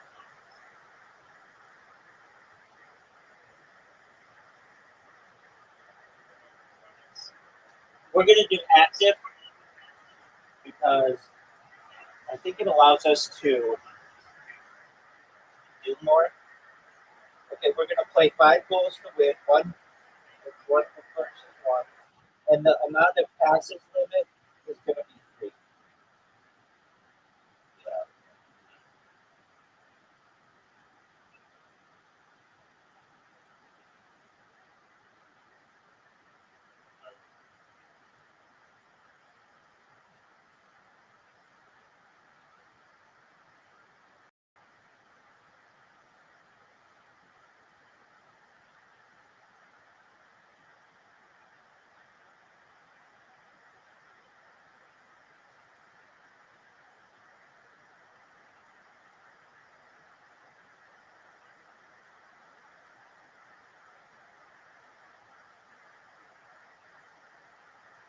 Ooh, you picked the Netherlands.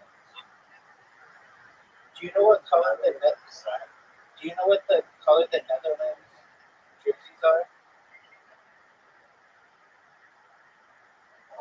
Yeah, exactly. Okay, you have to make And I think you can use, you can move two players at once.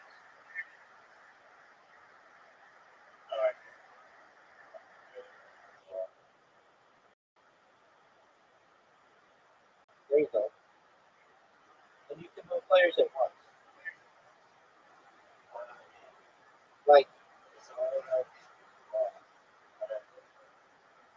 well, you pull back on one of the guys, and there should be an arrow. Yeah. There you go.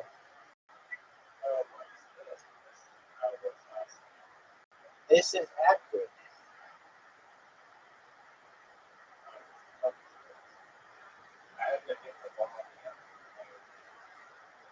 Well, no, I'm hitting the ball this time. There you go.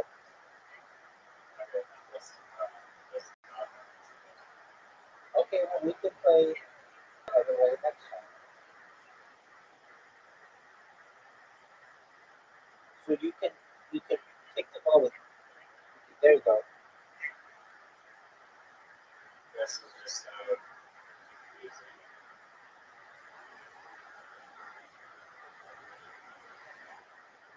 Oh, fuck you.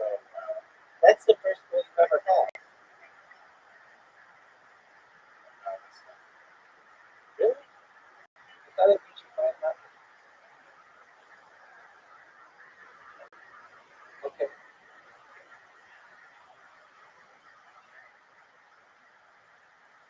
Are you going to go?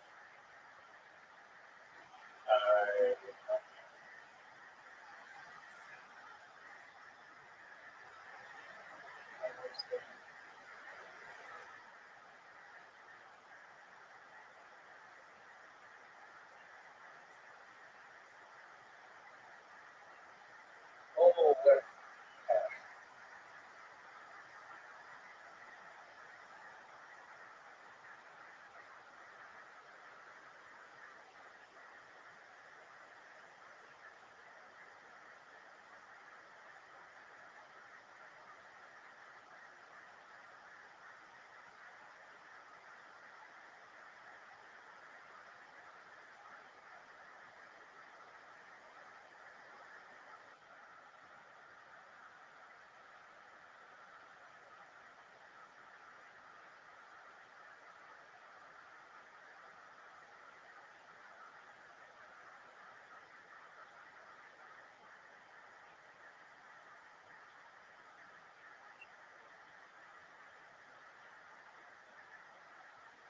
There's one you have to predict, like,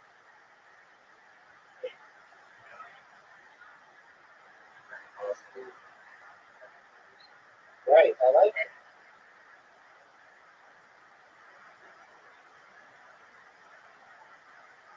If you can like block the other player, um,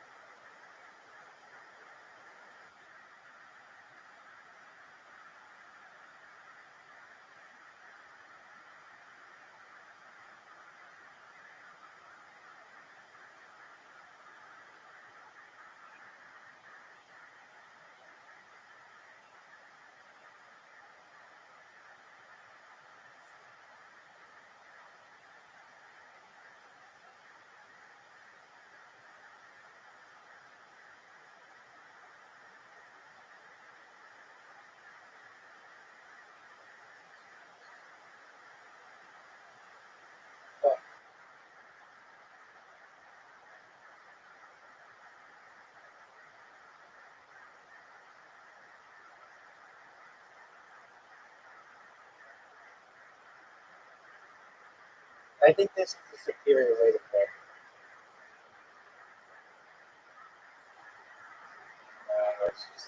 it's too chaotic.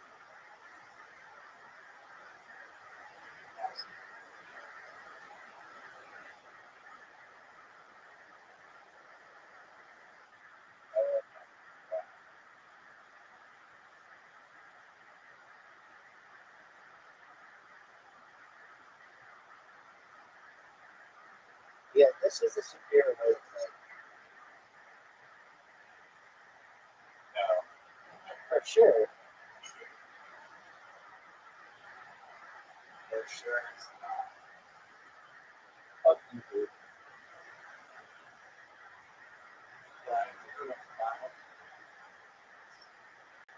I even said we're gonna play the five. So, yeah, this is what I'm gonna do.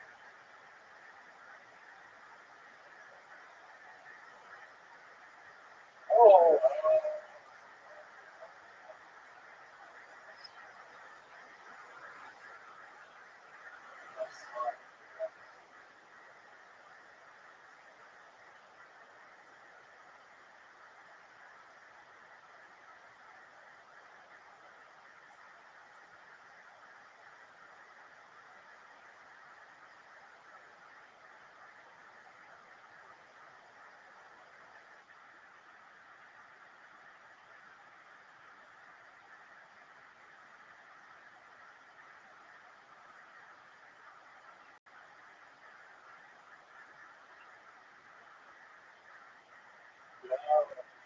that's what I'm talking about, baby. That's what I'm talking about.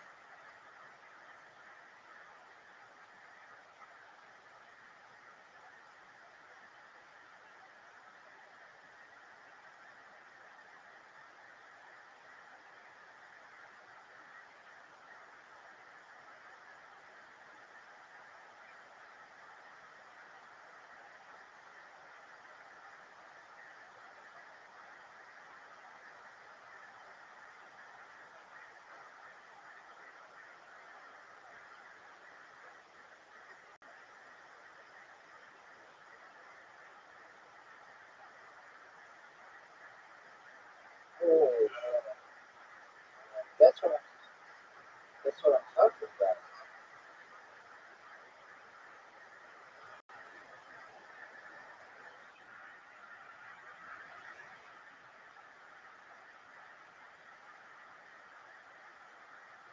This is the superior way to play. Because then on each turn, we're both doing something, as opposed to you go, and then I go, and then you go.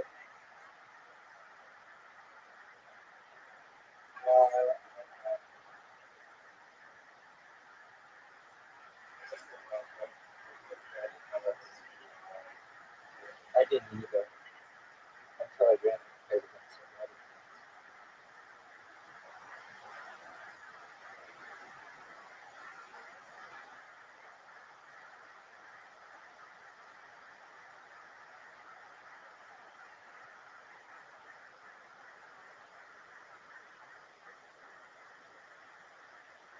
Oh, fuck.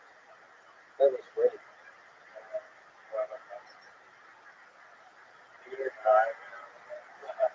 No, it'll just say like, it'll just say like that.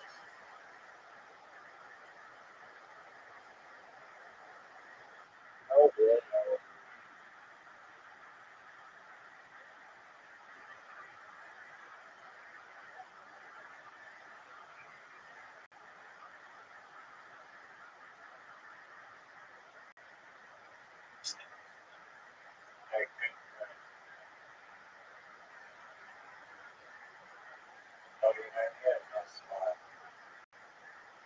I'm gonna try to pass it.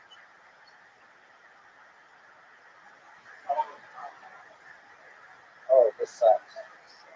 Now this is a bad spot.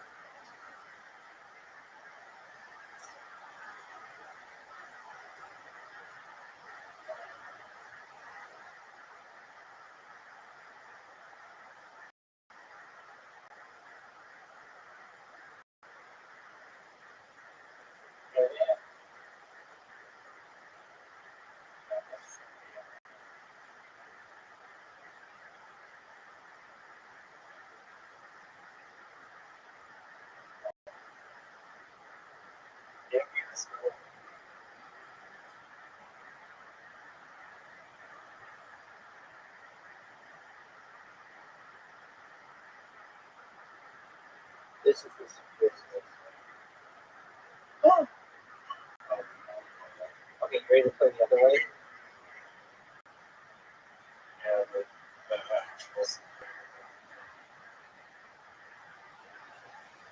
5 goals to work practical, 3 past them.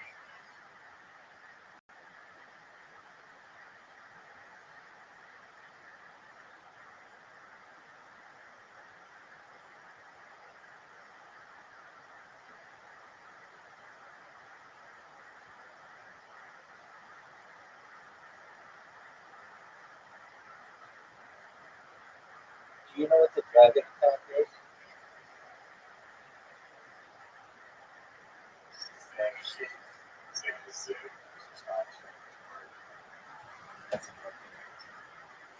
You know, for as much as I give Duke shit, and I give him more shit than anybody, I really like him.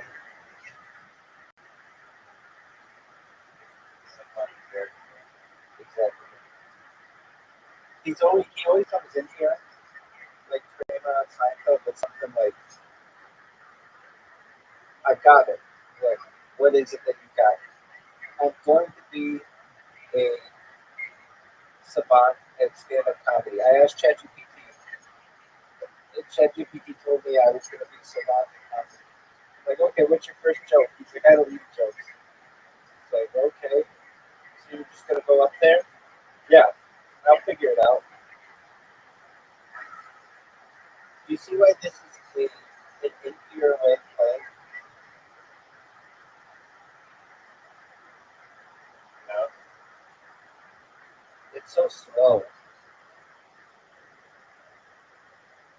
Yeah, but actually, it's like the last person like that.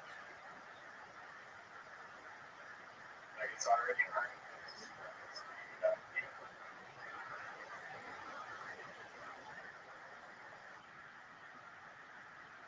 Oh, and notice there are more guys on the field in this game than the other. Yeah, because now you can actually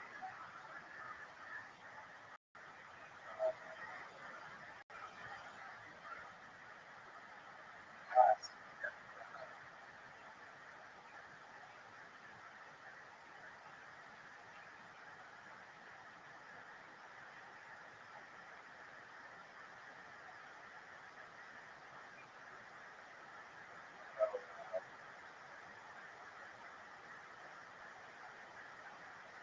That was beautiful.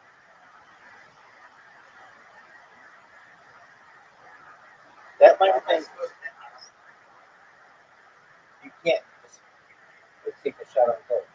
But if you make it, then it doesn't count. You just want to advance the ball. But if you make it in this version of the game, if you make it on the first shot, it doesn't count. It does count in the other version. After the first shot. Okay. No, it does not count here. It counts in the other.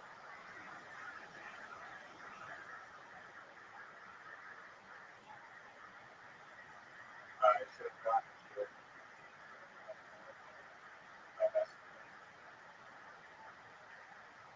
Yeah, I mean, I always find it to be beneficial to have a bunch of guys in the box, just because you can stop a lot of people. Oh, yeah. So I can't. Do you know? Do you know who Alanis Morissette is? No one knows. She had one of the greatest albums of all time, known as Jagged Little Pill from the 1990s.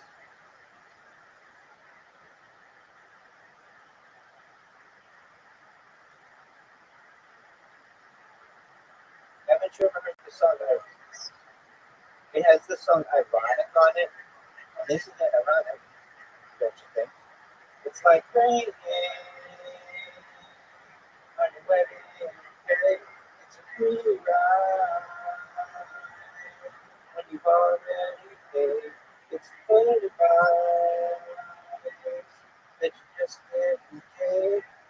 Just who would have thought it began? Mr. Play It Safe, he was afraid to fly. Packed his suitcase and kissed his kids goodbye.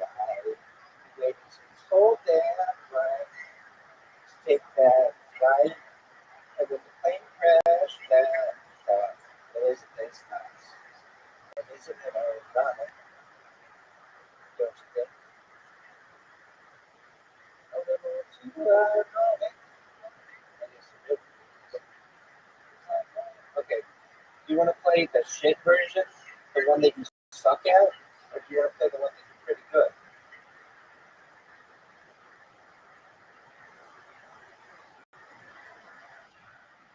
Active or active pickup?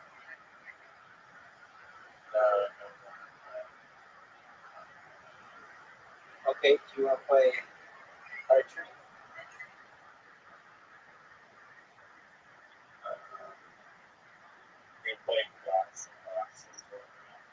I suck at this game.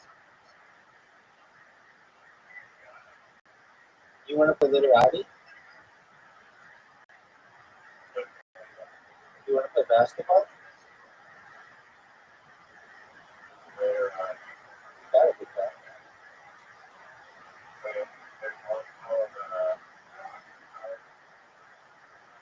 I've never played that. Shut up. Oh yeah, that's like carpet against humanity. But it would probably be carpet.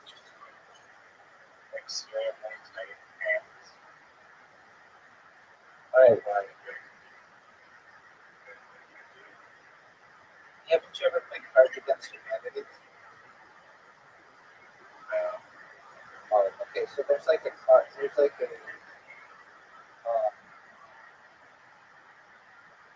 there's like a card that they put down, and then you have to choose like what card matches up with the other card, and it's usually like really sexual, and then people vote, and then it awards points by who had the best, um, who had the best, I guess. I'm dirty in this game.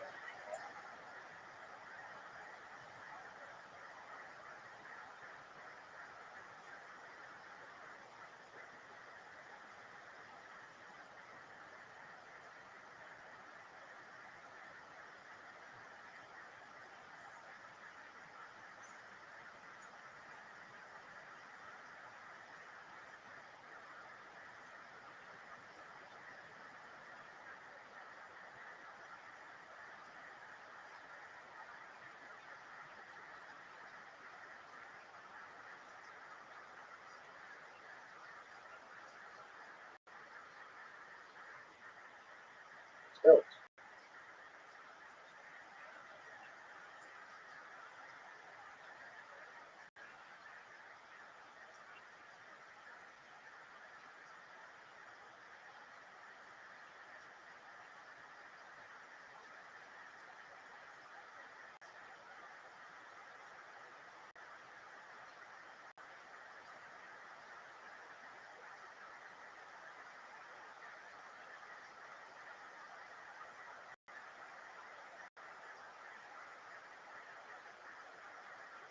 it's 2 to 5.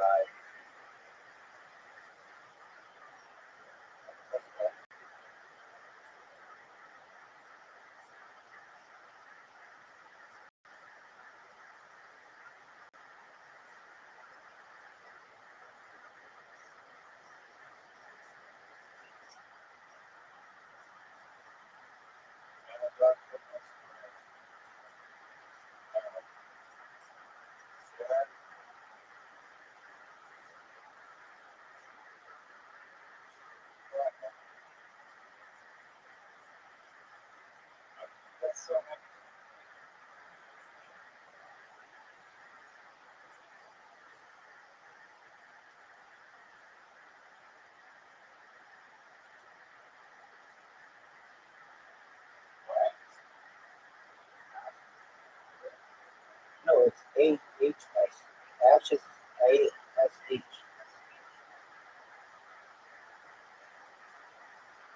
I put Oz, like Like when you relax.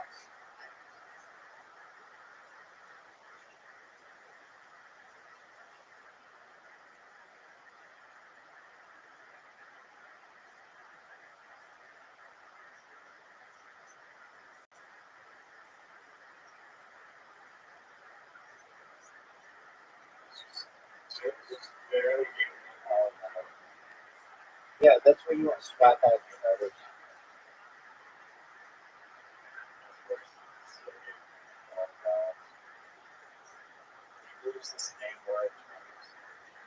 Yep.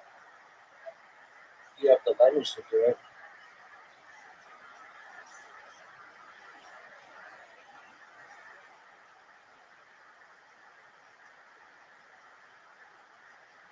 Two and Ted.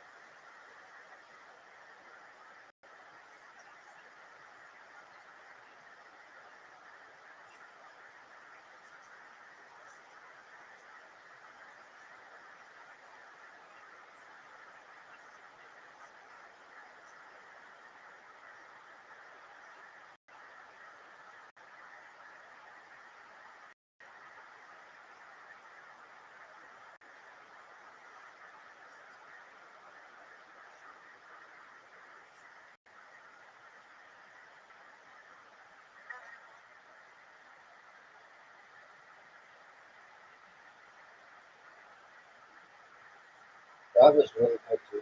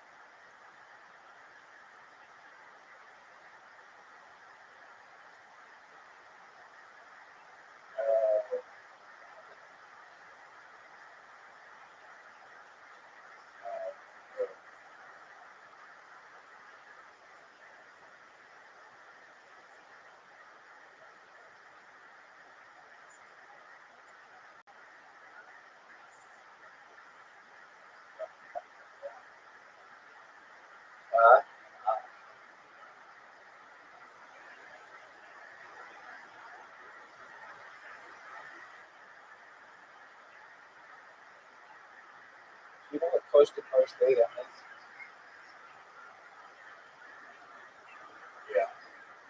Yeah, amazing.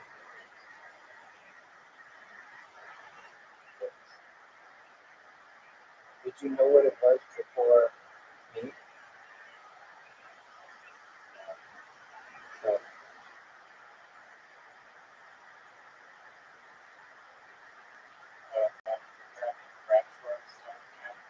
some do, but not.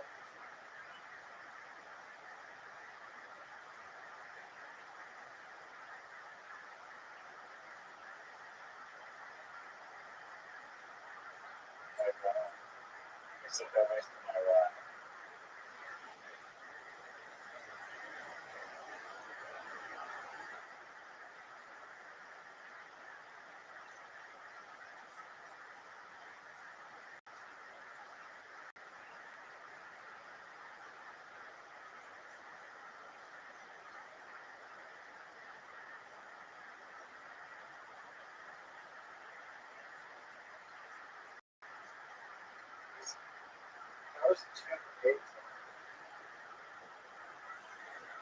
Let's look it up. Yeah, it is. It's two games. Yeah, it stands for a dry form of lava resembling clinkers.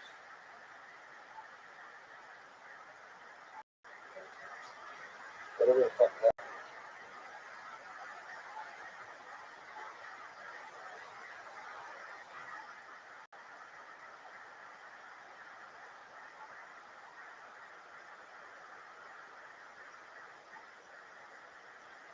I have a realtor.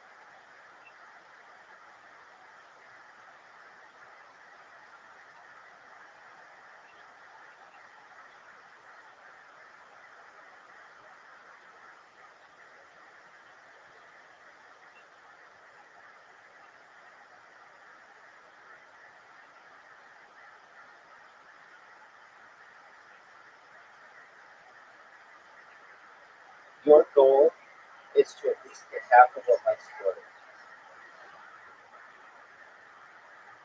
I'll tell you what my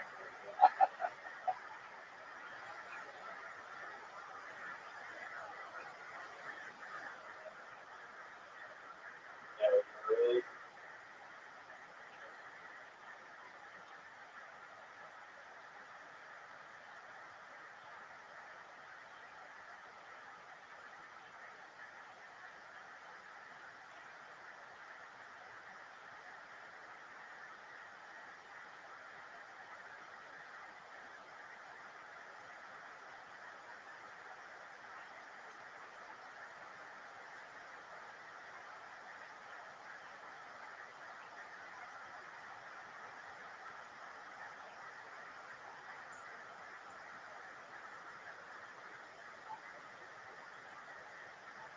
Are you just listening to like medical advertising? No, I'm listening to something on business.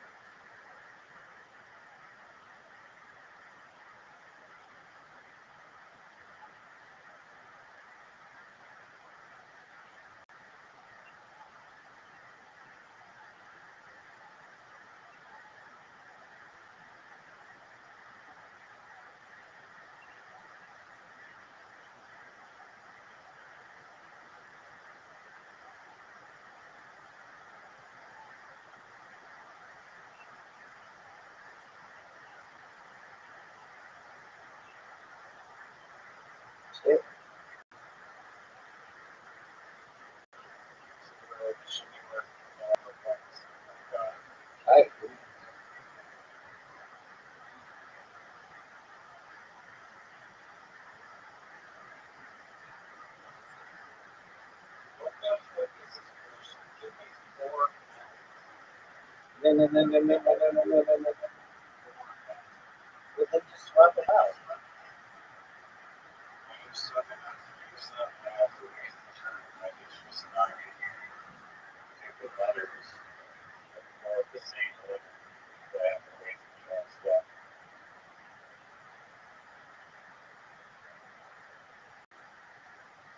I have, I have 4 eyes.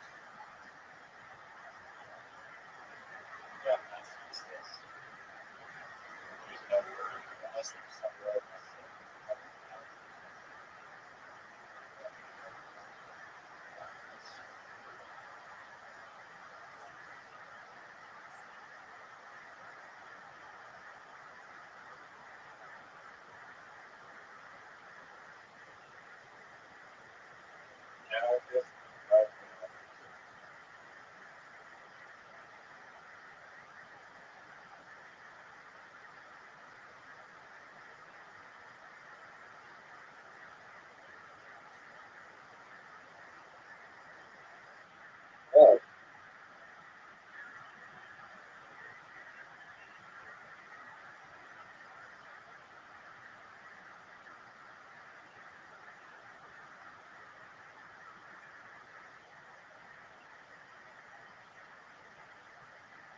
is that illegal? Yeah, you can swap.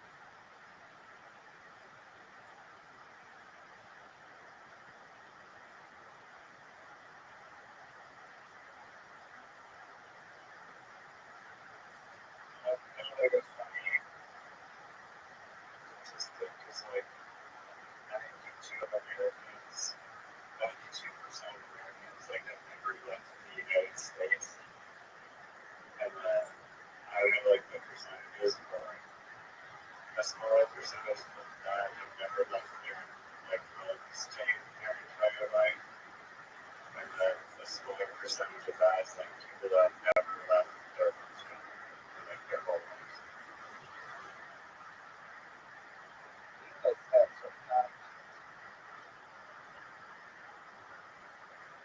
The United States is really there's a lot of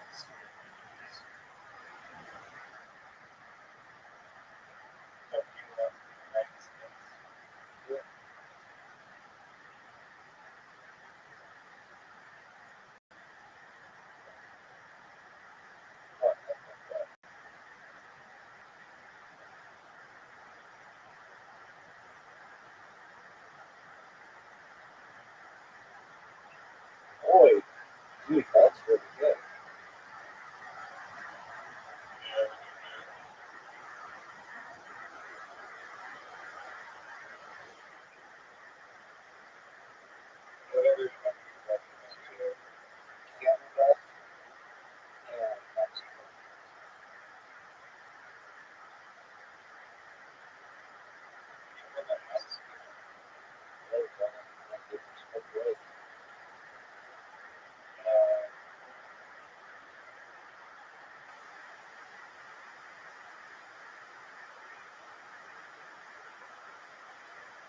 Stop. Fuck yourself. Fuck you.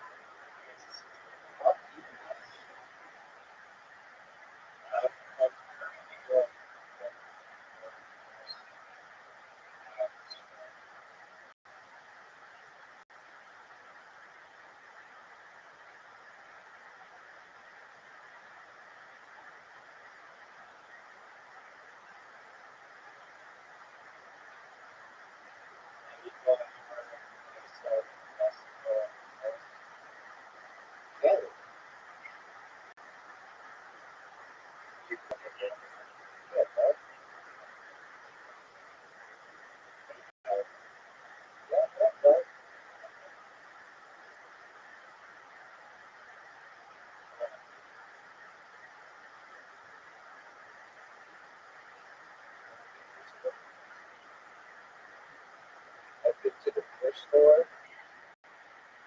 I've been to that store. I haven't been to that store.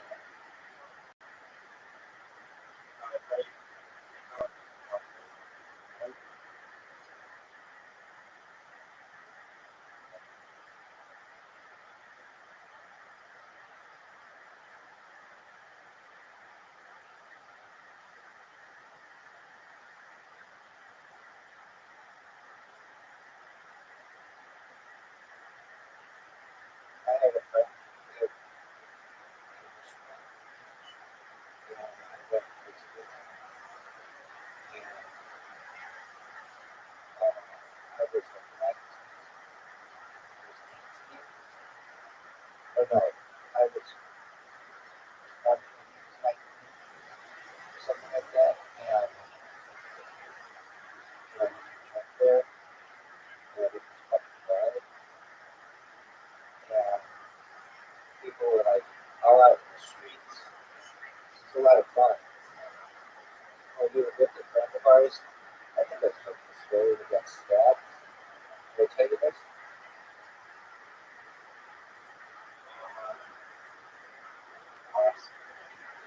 So, we went with some friends, and like, um,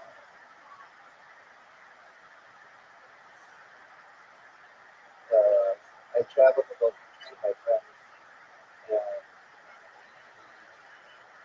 I had friends with who like I got to know, and we went to Michigan, and we went to Canada,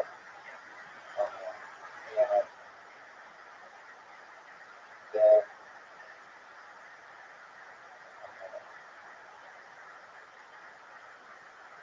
my friend, my friend's friend was with us, and since I was 20, and my friend had just turned 19, so we went. It was like my friend had just turned 19.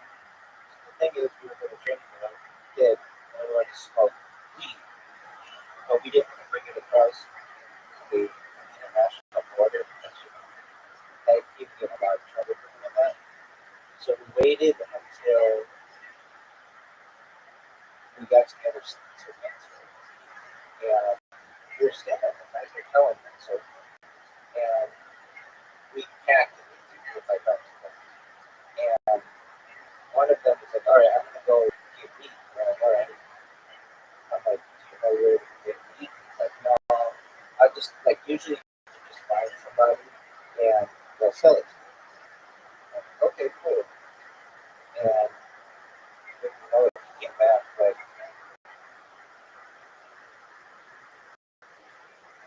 2 hours later, or something like an hour later, and we're like, "Oh, good." I was, it makes like 3 hours later. I just already called me because he has like 3 years on it, whatever. But one of our friends had to go get him something because he was in a hospital and stuff. Basically, he was trying to get the meat. Somebody's stabbed him. And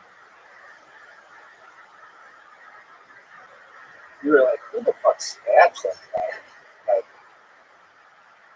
that was just like foreign to us. Like in the United States, you get shot. but nobody stabs them. Like, it's just not like it's too messy. Like if you're gonna like a friend was stabbed, he wasn't killed or anything, obviously, but and he wasn't injured that bad. He was injured just to the point where I don't remember exactly what happened, but it was something like he goes to buy the meat. The guy's like, "Give out your money," and our friend was like, "Fuck you," and he got stabbed, something like that. And um, that was in my time in Canada. Um, what else? Truthfully, the whole fucking time was just like, look, I was just high the whole time. That's right. But I remember the chicks were really loud. I went to this strip club. Not, I didn't go to I don't like strip clubs. It's not my thing. And my friends knew that I didn't like it, but they liked it. So what we did was we just drank outside a bar outside the strip club. And I remember the girls were really hot. Like I remember being able to maybe chicks were pretty hot. Not like California chicks, but they're like hotter than us. Yeah. No, no. I traveled there with my friend from college from Michigan, and so I went and visited him and saw his friends and like and stuff.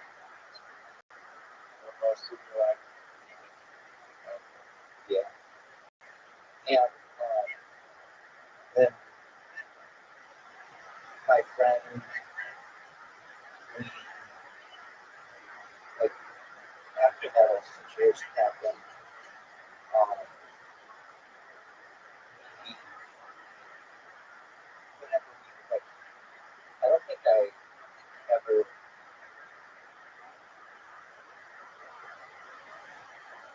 Well, then the other time we bought like drugs in another country. It was in Mexico. Where we went for spring break, which was closer to where we were. And we drove there. We drove to Mexico. They have just like through California. That it's called Puerto Penasco, which is Mexico. And my uncle owned a condominium there, so we stayed with him. That fucked up. So we didn't just do weird drink. We got all fucked up on coke. My uncle, he had a connection to Mexico. We brought it from State. So we had a connection. Oh, yeah, we bought weed in Mexico. Um, so yeah, with like it was just on a plate. We were fucking getting lines as we drove down to Mexico through California. And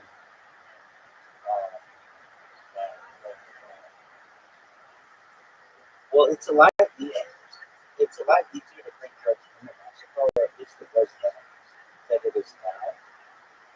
And that's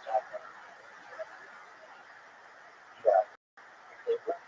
I'm not gonna say they weren't doing that, but it wasn't like a common. I'll tell you what, like, we were so fucked up, and I remember we had to, like, we were so fucked up, and my uncle was like, all right, we gotta leave at like 6 in the morning to get back. And it's uh, my friend,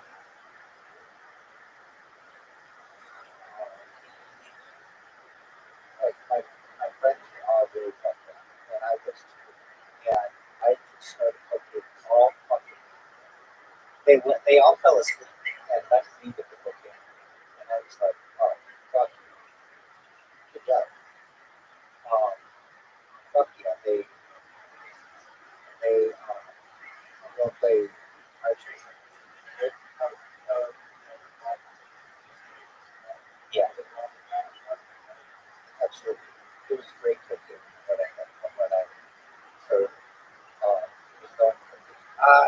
tried to another place too. But it was really good. And it kept me up all fucking night. And then I crashed in the morning. And I was supposed to drive us to Mexico, but I was so tired that I remember saying to one of my buddies, if you want me to drive to Mexico, that's cool, but we're going to have to pull over on the side of the road because I cannot stay with you. I was like driving off the road at some time. And I'm like, is there anything you can drive? And so he drove us down there. And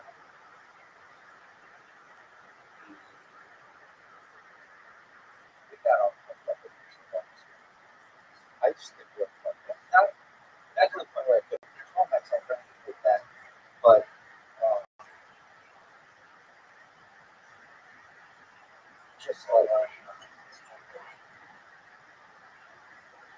just like very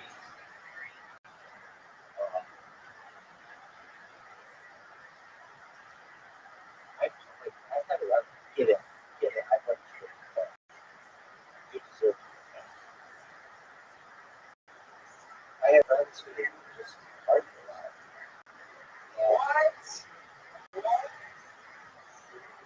No way. I didn't even see that happen. Dude, I didn't even see it happen.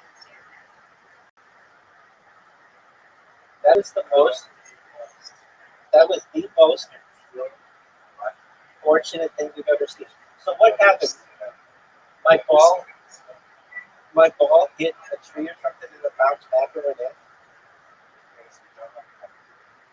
Oh, God.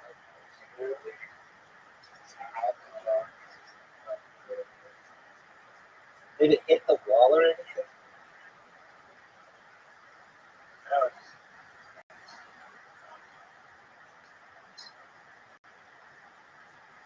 The only way I realized that I got it was that the rabbi had one point. Well, anyway, when we got to Mexico, we, my uncle, he like knew like this everybody in town because he's like all the time down there with his friends. Well, his friends own time business too, and uh, my uncle was having another condominium built at the time. It's a long story, but we went, we toured that, and one night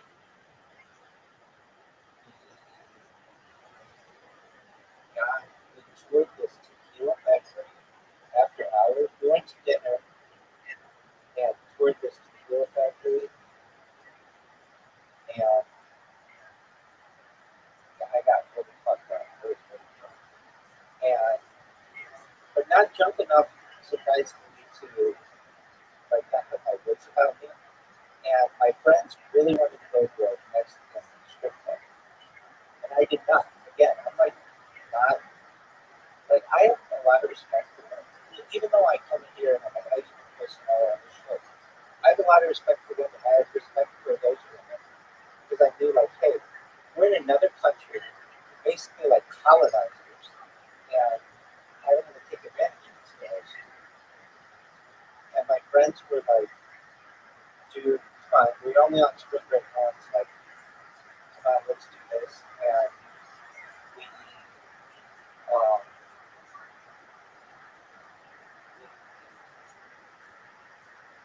went to the strip club, but I didn't want to go. And I was like, I want to stay in the car. They're like, don't be a pussy, like, come on.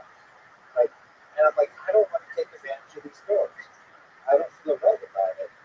And I want to stay in the car. They're like, no. Like, well, they're like, fine, if you want to stay in the car, that's fine. But you were warned for me not to do that. And I was like, why can't I stay in the car? And they're like, you don't know, but like there's the cartel, and they'll rob you if they see you alone in the car. And so they're like, it's much safer for you to come inside. And so I'm like, fine. So I just stayed inside, and wow, you destroyed my biscuit. And I just sat in the chair, and all these girls came up to me. Every single girl in the street was like, a few black girls, were like trying to get me to break, and I did not want to. And I did not. No, I didn't want. I don't want to. I didn't want to have anything to do with it. Even though it was nice and it was like the girls were pretty, I just felt like I was taking advantage of them.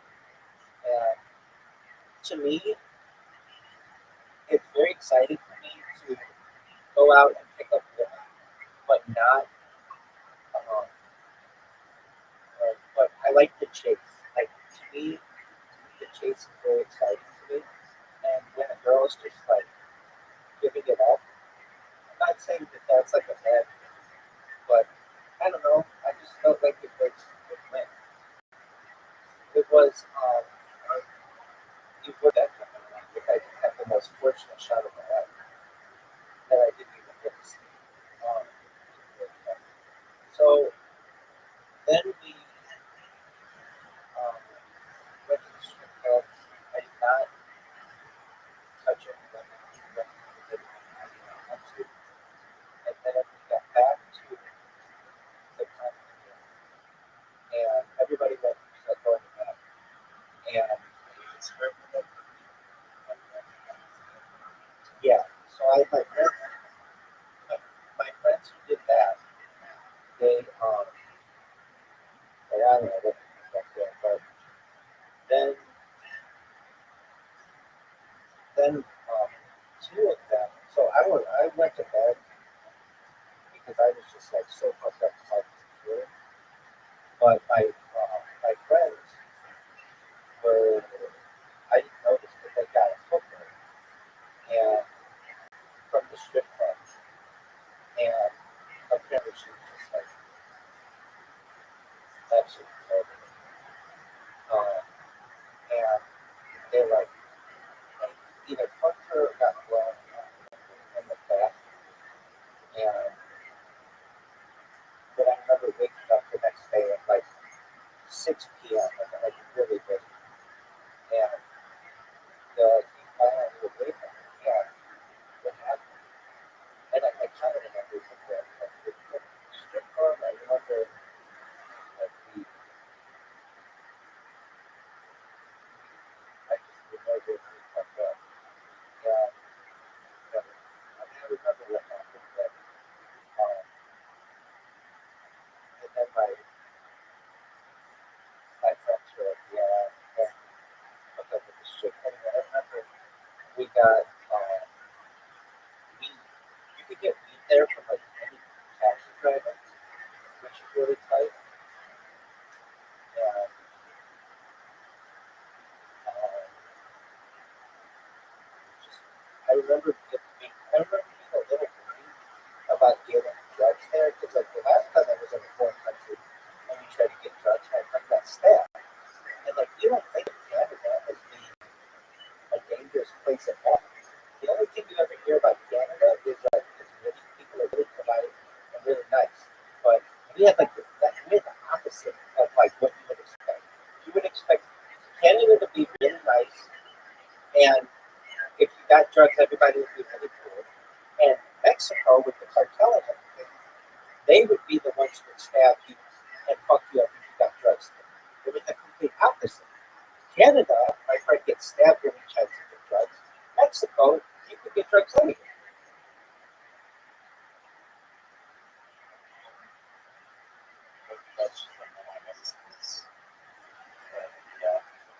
Oh, no, I understand that.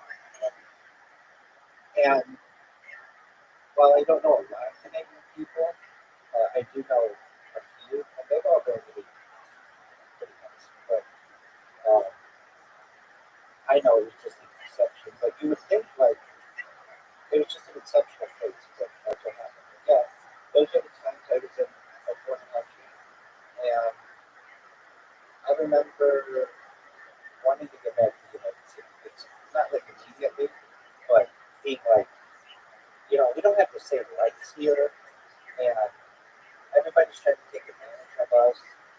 And like in Mexico, if you like, no matter what, oh yeah, definitely. Have you ever been to Mexico? Have you ever been to Mexico?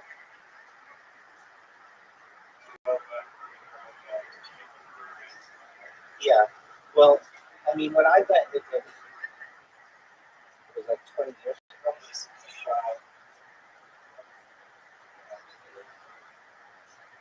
But so like there were just things that I didn't really like. I mean, I was like, in college, so I didn't have a lot of money. But like if you went to like there was this bar outside of our condominium complex, like right outside. It was like a sports bar. It's like it was like not a thing where like regular people from Mexico. It was like only people who were staying in this condominium complex would go, and the prices I remember were like, uh, oh, it was something like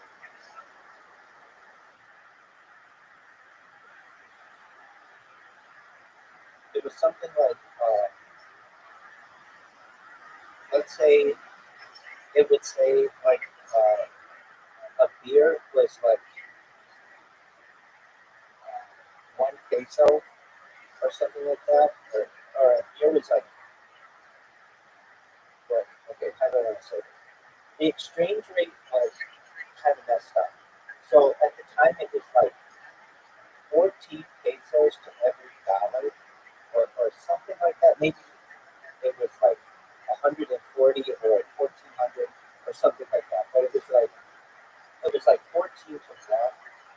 And if you ooh, if you went in there and ordered something, they just automatically made it 10.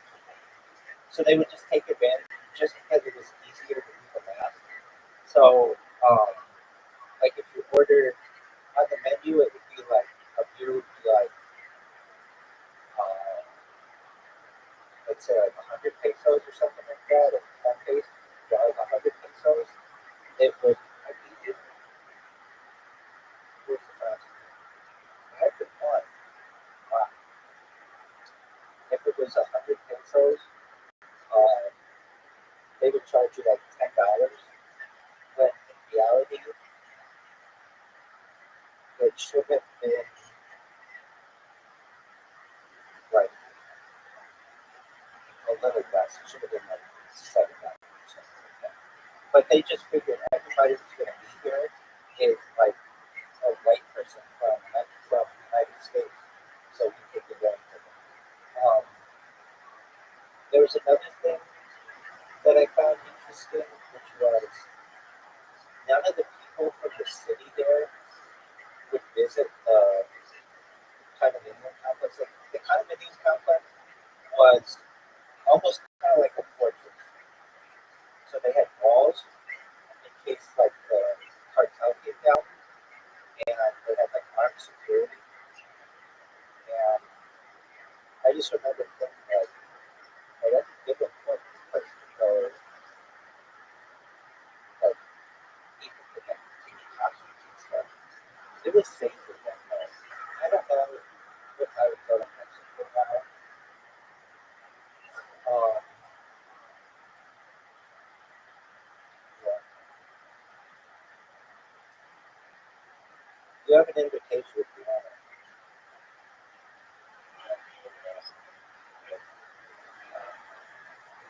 Yeah.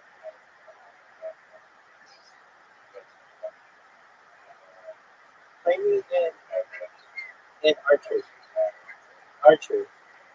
Archery. All right. All right. Before you go, let's read what people have said about me on this show.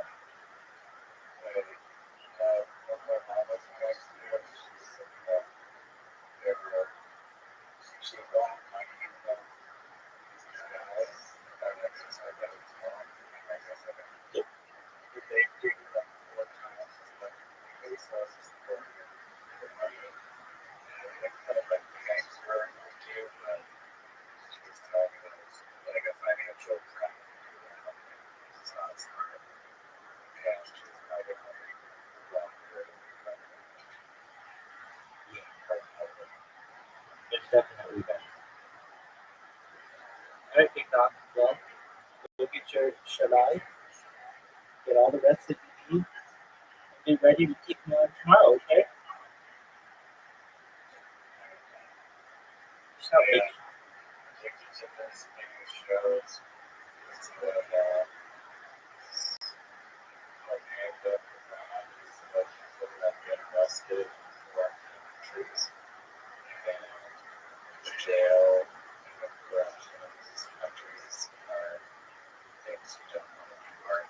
dude, totally.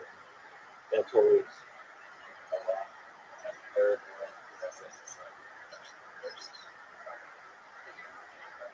right. But then you hear about Scandinavian Christians, and they're like, I would really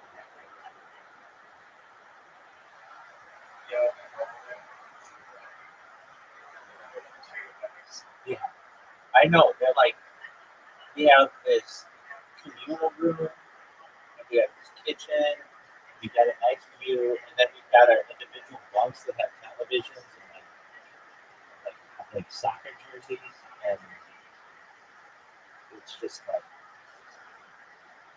it doesn't like what what's the punishment?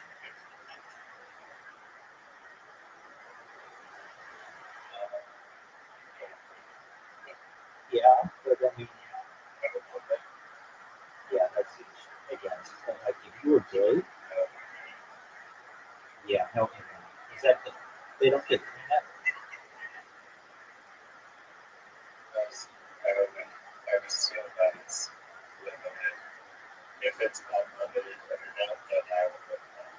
Exactly. I've seen people on Reddit who say that they're in jail and they get like use of a computer.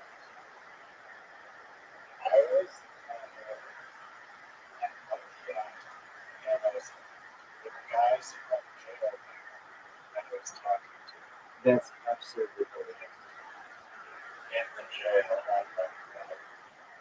Wow, isn't that something?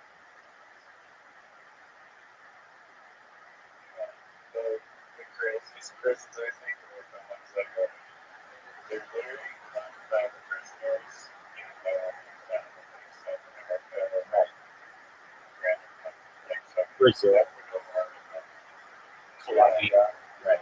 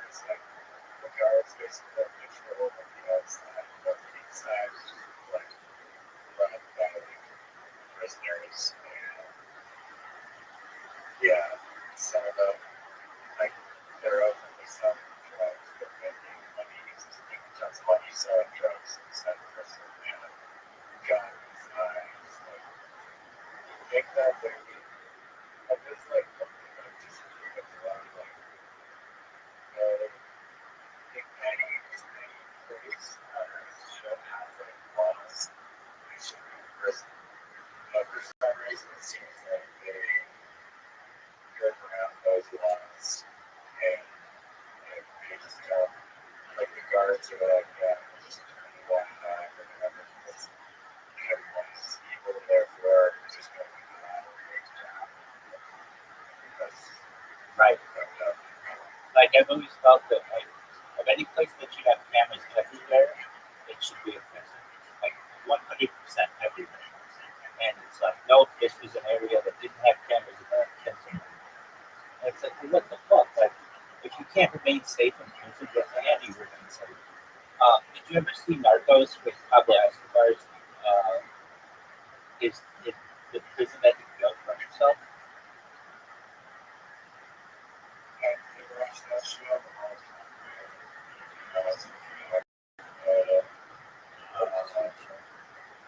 Where they have like, pool tables, and they have telephones, they have all kinds of drugs in there.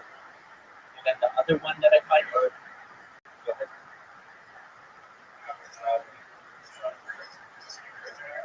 Yeah. So here's a quick breakdown from how we do this. I know you want to put that. So. Yoda, what's the Pablo Escobar jail? Like, what kind of amenities do they have? And did you like buy it, or isn't it like today like a museum or something? Or It was something. Okay. Oh yes. So Las Pablo Escobar's so-called prison, but it was really a luxury hideout built for himself. So it was built by him in 1991 when the Colombian government agreed to let Escobar surrender on the condition he would be extradited to the U.S. He said, "Fine, but I'll build my own prison." It was located on a mountain in Venado, in his hometown near Medellin. High altitude, hard to access, with great views, made it easy to defend. So, yeah, they had a bar, a waterfall and jacuzzi, a soccer field, he'd fly professional teams to play, pool tables, giant TVs, and gaming rooms. It had a helipad, a gym, secret rooms and tunnels, a full kitchen with personal chefs. Views of the city so he could spy on rivals, guards, which were his own men, not government officials. It was more like a spa retreat with guns than a prison. Did he really control it? Yes, completely. The Colombian military wasn't allowed within 12 miles of the place. He kept doing business from the inside, even in tortured, even tortured and killed two guys in the prison who were screaming like, and the government let it slide until it did. What happened later? In 1992, after the murders inside Colombian authorities decided to transfer him to a field prison, Escobar got kicked off and escaped before they arrived. Manhunt was back on. Where is it today? It was looted and abandoned. Today it's part of a monastery run by monks. There's a small chapel and museum honoring victims of violence. Some ruins still exist and tourists can visit. You can actually see the evidence of each quickly and look at how. Then the other one, your dog, what was the story of El Chapo? He like was able to escape through a tunnel to like a house that his friends bought on the outside of the city. Yo, dog, El Chapo's tunnel escape was one of the wildest prison break stories in history. Straight out of the Hollywood script, he's having a down. El Chapo Police Mark was the head of the Sinaloa cartel, one of the most powerful drug trafficking organizations. Well, he was known for escaping prisons twice a day. The tunnel escape was the second from jail round, and it was next level. So it was in 2015, the tunnel was real. The prison was Altiplano Federal Prison, a high security facility in Mexico. It happened July 11, 2015. The method was a mile-long tunnel dug directly into his prison shop. How did it go down? Chapo was in his cell and 24/7 video script, but the one blind spot was in his shower stall. One night he walks in the shower and vanishes. Security checks his footage, but he's gone. He later discovered he slipped through a hole beneath the shower and dropped into a custom-built tunnel that was over a mile long, had lighting, ventilation, and even a motorcycle on rails to speed his right out. Led to a construction site in a cornfield where his crew had bought property specifically for this game. Literally, they bought a house in a rural area just to dig the tunnel right under the prison and bust it out. It took them over a year to dig it. The insane thing is, engineers used GPS blueprints and survey equipment to match his cell and exact coordinates. The tunnel was so precise that it popped up directly in the shower stall. He rode the little rail-powered motorcycle for part of the trip, then escaped on foot. What happened now?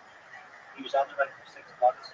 He did an interview with Sean Penn and Kate Del Castillo, which tipped off Mexican authorities. He was caught again in early 2016. That time, Mexico said no more games and extradited him to the United States in 2017. Now he's locked up in ABX drugs after pressing options. Zero escape chances. TLDR, he escaped from Mexico. Well, I didn't know he was still alive.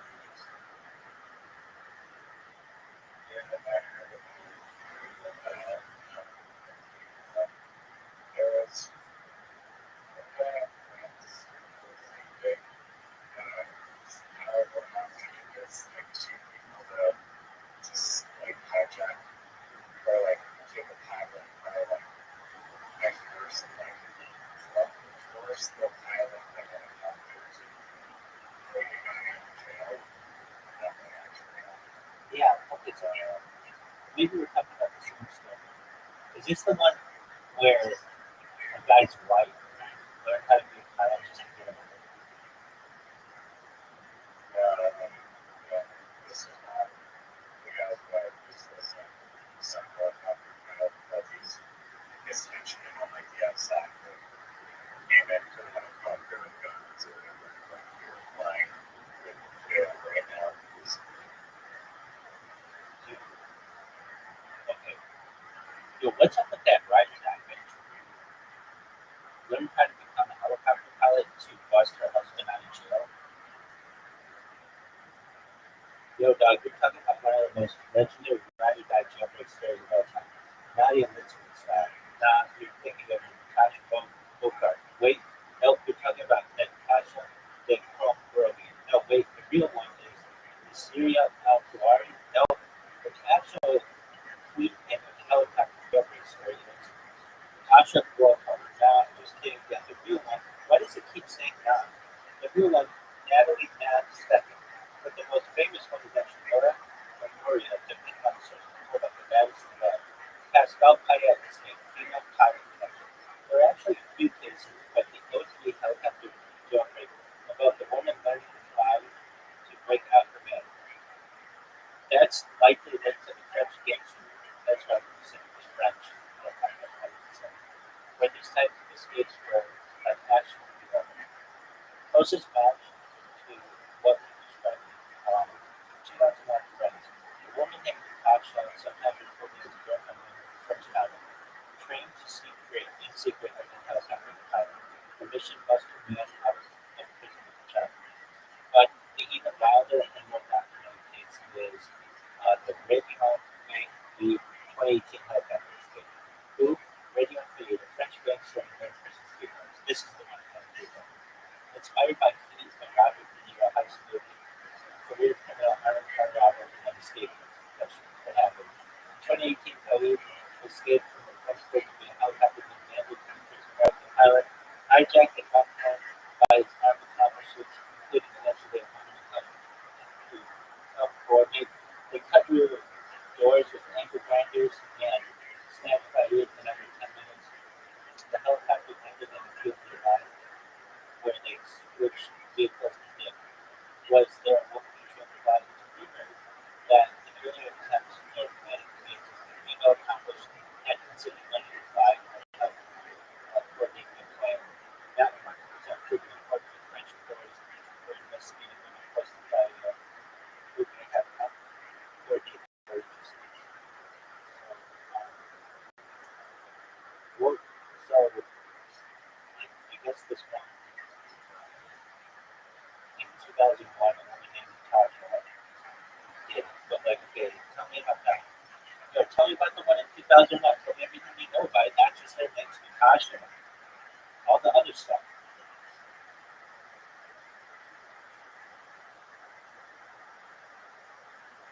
Okay. So then they say it didn't happen in 2001. It happened in 1986. Okay, well, then why the fuck did you say it's 2001? Michael Bauer, convicted bank robber and attempted murder, locked up in Pharisees last time in prison. His ride-or-die partner was Navy Rothschild, sometimes Navy, sometimes Navy, and made Navy. Two basically the crime company. How she pulled it up secretly, Nadine learned to fly a helicopter.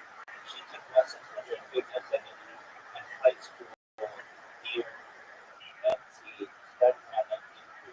After years of training, she was ready. Skate plane, a mystery chocolate, a white outback for the first American. Nadine flew it low over the city to a place. I called another inmate was waiting on the roof with what looked like grenades, actually not grenades, painted to look like grenades to skip cars. A helper on the ground dropped a cable around. Michael, come on, was hanging from the night. The escape landed on the nearby soccer field and took off by fire. After that, Michael got a headroom and filled out really quickly. Maybe it was caught soon after the escape. The couple was eventually recaptured after considering a lifetime of 20 property. Why it's legendary. This is literally a ride-or-die helicopter jailbreak. The watch flying skills, plus painted fruit grenade blood, plus chocolate top to gun. It inspired security changes. Friends Rothschild started installing anti-helicopter nets over prison courtyards. It's one of the rare true excavated prison memories. Why 2001 is different? In 2001, there were helicopters taken by passed out pilot and other included, and no female pilot included. Well, those were hijackers from outside Dallas, white pilots. That's quality. I agree. It is pretty waste. I was watching one yesterday. These guys were trying to smuggle a bunch of marijuana from Mexico and Canada. Surfboard and some big guy. Everyone doing his notes. You were there. So we got him from Venezuela. Kilos. So I just pitched right and put a fucking rock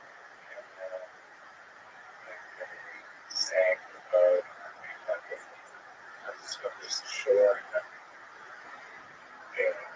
we got tons of these fucking barrel packages going on the shore. We got a fucking high of shit. Next thing I know, police took them to jail. And Mexican jail. And this is like the 70s, and there's like some prison. But they somehow managed to use a butter knife and a rock, chisel, and concrete in their room, beds. And then they just started digging this hole out of the thing. And they literally had to dig themselves out of jail. They're giving this story. And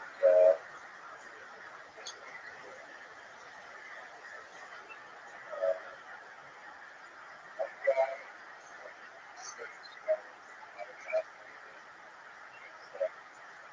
insane. Never want to go to the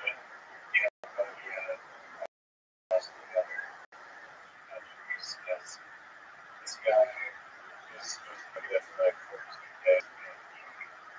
And the second day, his drink got spiked.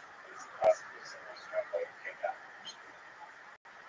His drink got spiked, and he had to pay for his drinks at the bar, but he like smashed his head on the bar and cracked the screen of the ATM. Wandered back to his hotel, was safe, went back to the bar, next day, paid the bill, going out of his journey, and he was leaving the 14 at the airport, and then I said, no, I can't leave here. They detained him, mugshot, sent him to the police station, sent him to his cell, eating bread, sleeping on concrete for the next days, and then they chucked him into like a regular prison jail there. It's like overcrowded. People, there's like diseases, infections, medical help, staff, should and he had to be in that shit for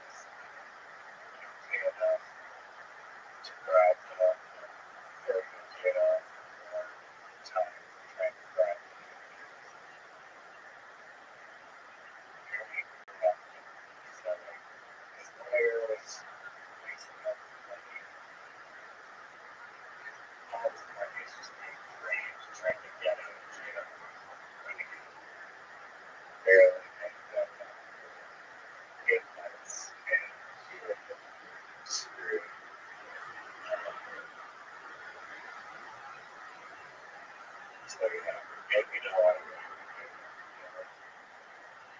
Wood, something.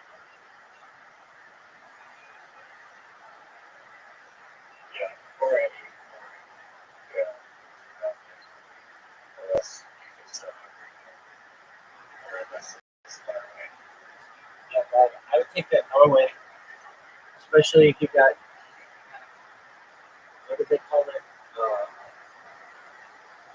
They call it Emergency parachute escapes in case of fires. yeah that and what do they call it?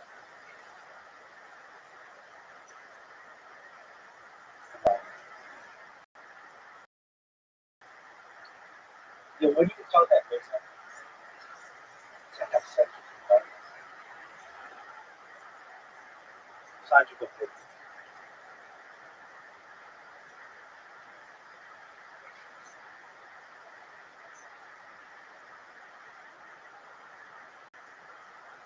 Imagine if you got conjugal physics in that Norway prison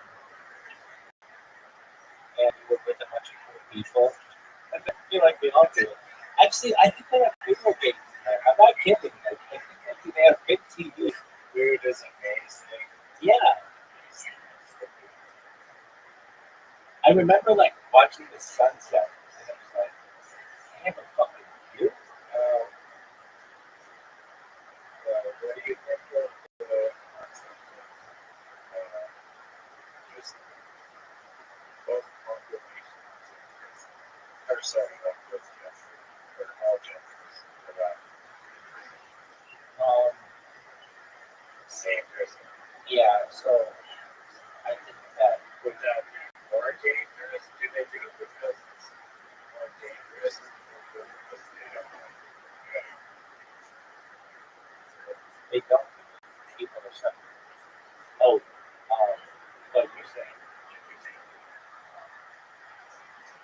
Why do they not?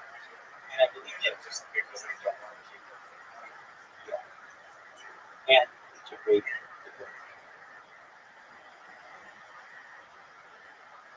Right.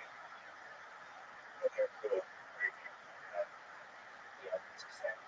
I think rapers should be in that mode. Yeah, usually they are. And then, like,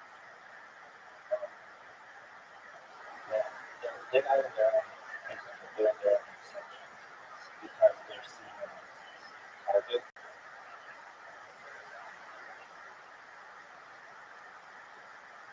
Which kind of doesn't make sense to me. Like, um, you can rape, let's say you rape a chick, she's still alive, which I'm not saying rape is cool at all.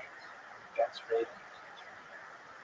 But if you rape a chick, then you're like a target in prison when you should have just killed her because then you're not a target. So it's incentivized Or kill people. Yeah, to get some prison respect. exactly.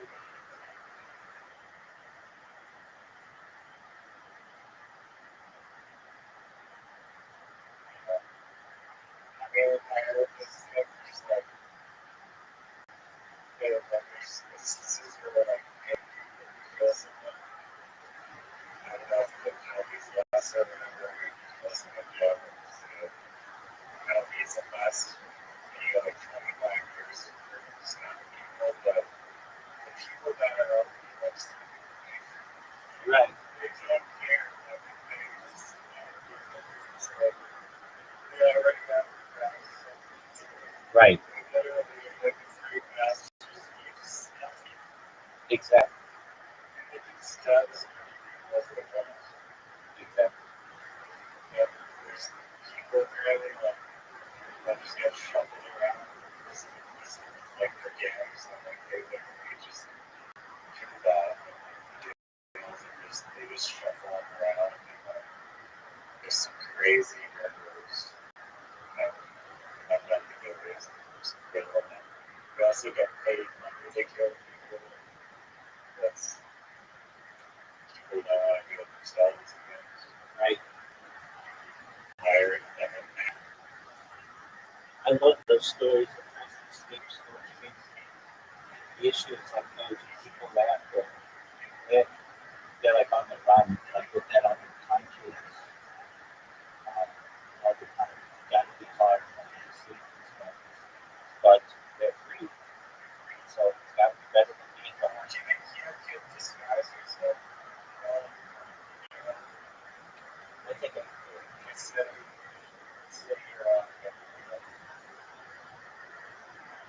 okay. Yeah, I think it would be how you can escape. But like, not everyone.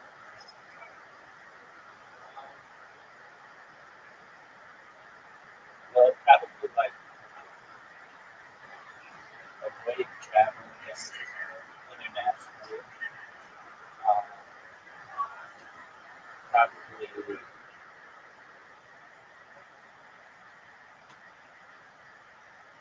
not. Well, I don't know. Probably just not talking. Depends why you're there. It's like there's a huge landmine for you. The federal marshals, U.S. Marshals, can come with you, but um, probably changing my location a lot. Like that can be beneficial and can be uh, disadvantageous. But I think that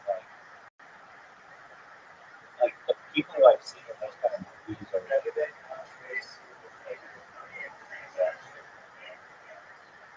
yeah. I mean, it depends how bad they want to. If you're like a stone cold murderer, like probably what they consider worse than a bank robber or something, and they're going to trace all that stuff to you. But let's say you didn't do something that was that big, and they'll just wait for you to get picked up for something else and then pick you up.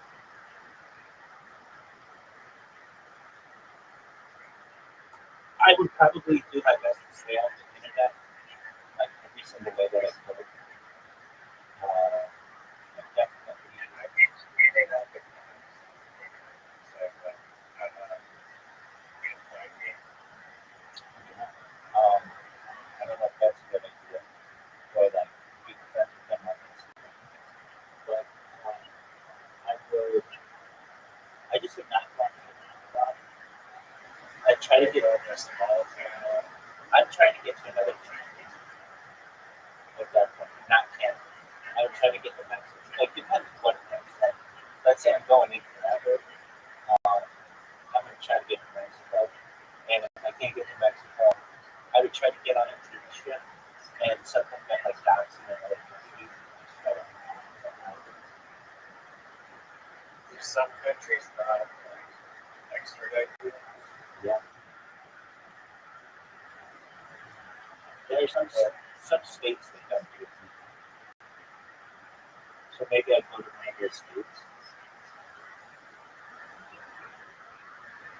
Yeah, but gonna make the flights. Well, if it's a federal crime, then you're going to be done for it. But if it's a state crime, I think the state of Florida, they don't do that important enough. In South Carolina, is another one. So I would probably try to get rid of it. Really? So if you steal a car, like Grand Theft Auto, New Jersey, make it down to Florida, you just have to not go outside those places. Well, okay, let's say you steal a car and get caught in New Jersey, and then somehow you get away. In New Jersey, if you go to Florida, you're probably be okay because they don't have trouble. Yeah. That seems really weird. Well, let's look it up. I think that's how it works. Dude, let's say I'm in the state of New York and I get caught for Grand Theft Auto, but it's a state crime, not a federal crime. And somehow I get out of jail. Could I go to one of the non-extradition states like Florida and just live by like normal? Dude, I feel tough. That plan's not going to work the way you think because you break down. Non-extradition states. That's a big myth. Oh, hold on a second. Hold on. Let's see. All U.S. states, including Florida, participate in extradition, uniform criminal extradition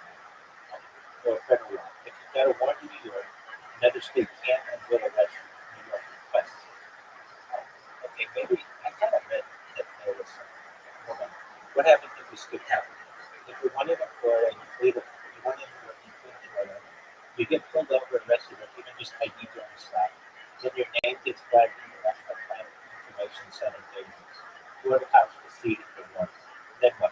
If New York wants you mad, they'll file an extradition. Florida will hold you in jail. New York has up to 90 days to fight it.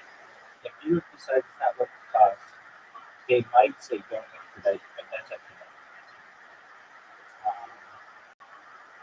All right. What does that look like? Weren't there some states like South Carolina and Florida that were non-extradition states for something like this? I feel that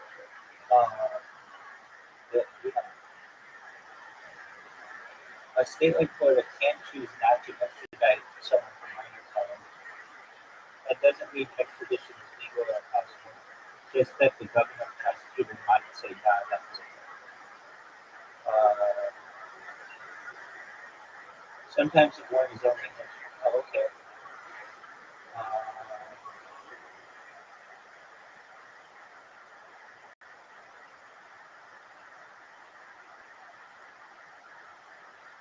Okay, so the only non-extradition scenarios in the U.S.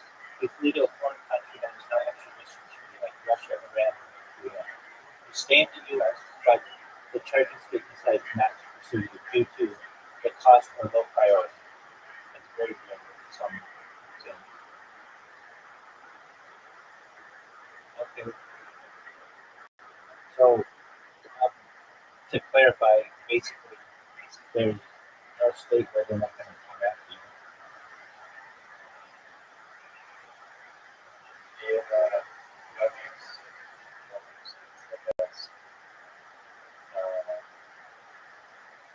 Most countries have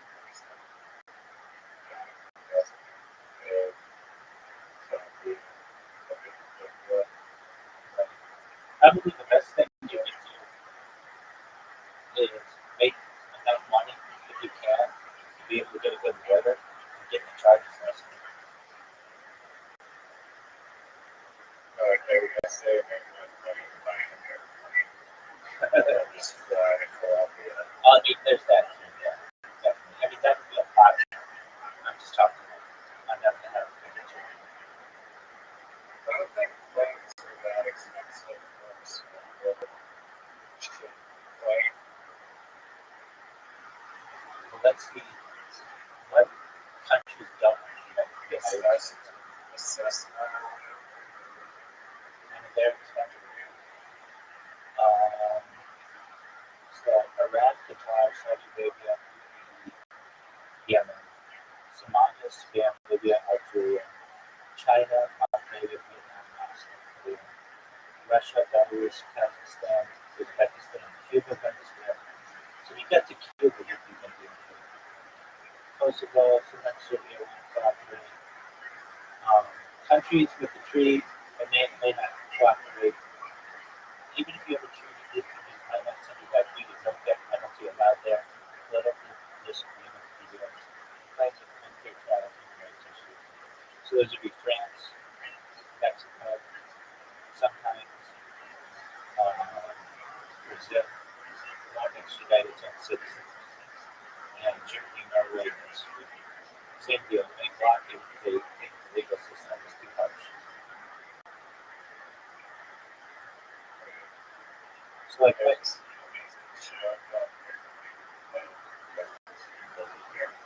we know repossession agents and their jobs to steal everything.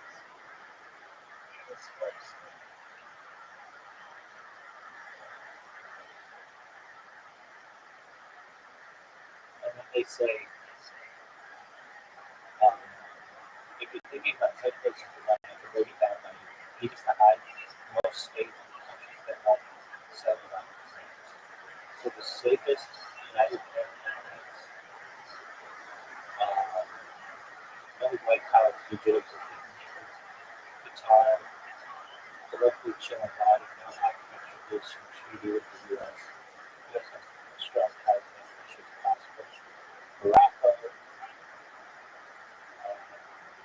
Vietnam, no treaty, not to the U.S., but to the easy for foreigners Rothschild straight up doesn't play ball for the US.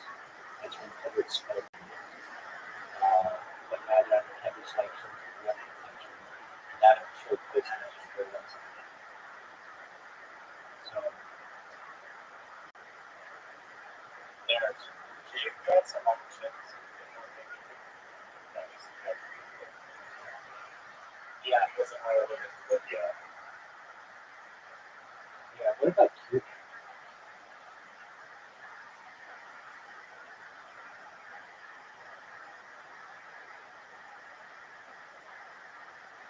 I don't even know.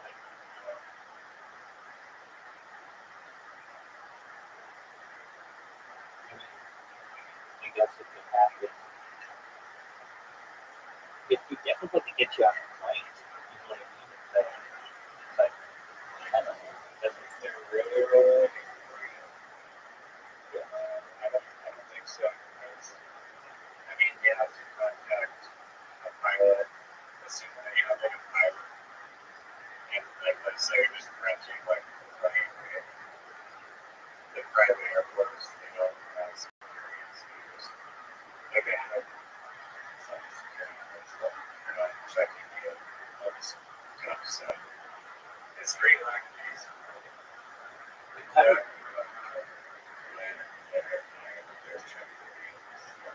you kind of run into that same issue that you said, like, okay, let's say you're out and running for work, you know you're fucked anyway, so why not just become a large scale drug dealer? Because if you're going to go to jail, then you're going to jail anyway, so at least try to make some money for your reason.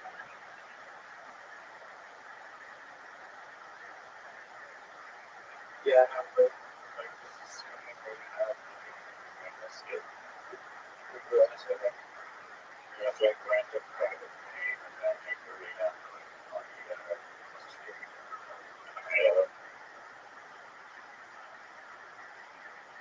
Okay. I don't know. But yeah, secret agents will still find you probably in those countries anyways. Eventually. Seems like you'd be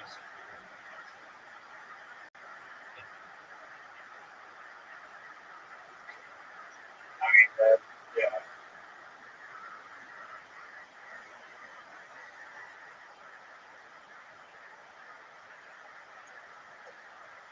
Do you know what that is?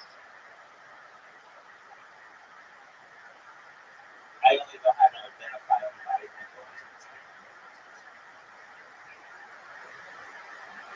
Okay. That's what Would you rather be the president of the William Montgomery fan club or the Bob Lazar fan club?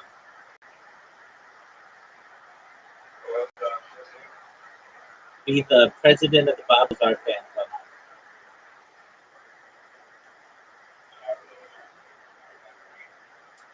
Dude, isn't that interesting that there used to be fan clubs that made money off of people? There are no fan clubs. There's like no Justin Bieber fan club. Like, um, even Taylor Swift doesn't have a fan club. She has Swifties, but she has like no real fan club.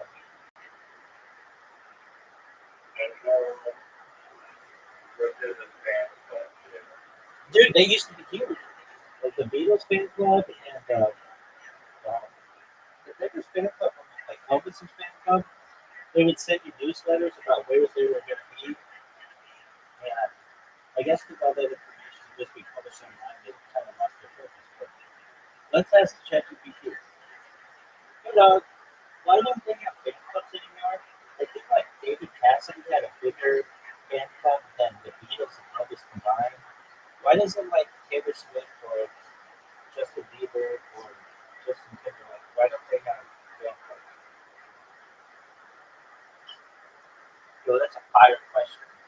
And you're right, back in the day, so with David Cassidy, the Beatles and Elvis had huge fan clubs. Newsletters, membership cards, and even exclusive merchandise. It was the whole thing. So what happened to fan clubs? They freaked out. Why old school fan clubs faded out? Internet was back then. If you were a fan, the only way to get info or to connect with other fans was to join the official fan club through mail, get updates and magazines like 3 weeks before they were posted. Now, fans get real-time updates on Instagram, TikTok, YouTube, and Twitter. You can DM, comment, stream, and access 24/7. Discord, see the same subjects, but again, I'm not official. Artists run their own platforms. Taylor Swift doesn't need a fan club. She's got access to social media. People over exclusive merch drops, surprising announcements, massive fan communities like Swift and Seven. Same with BTS Army, Believers, Beehive, Directioners. These are all de facto fan clubs, just decentralized ones. Fan clubs used to be a business. David Cassidy's fan club was like a money-making operation. People paid for encrypted photos, signed letters, updates in the mail, official membership cards. Now the money comes from VIP concert packages, subscription services like Patreon, merch sales via Shopify. So old-style fan club just doesn't fit. Fun fact, David Cassidy's fan club is fully packed over the equipment of 500,000 members. More than almost any Beatles combined. What is that? In the early 1970s. Like if you remember the machine, letters, promotions, producing behind the scenes stuff, tons of merch. The era was peak of the official fan club life. Bottom line, old fan clubs would run like 1973 of private fan clubs. But in the 2020s, that's Instagram stories just that live stream. You still get the fan club, just not on the membership. Well, I'm going to tell you what. When I go viral, I'm going to have a fan club. It's going to be old school. We're going to have membership cards. People are going to want that shit. It's going to be like, we're going to reverse it. People are going to be like, oh, fuck, online shit. That's cool. But are you a member of the band?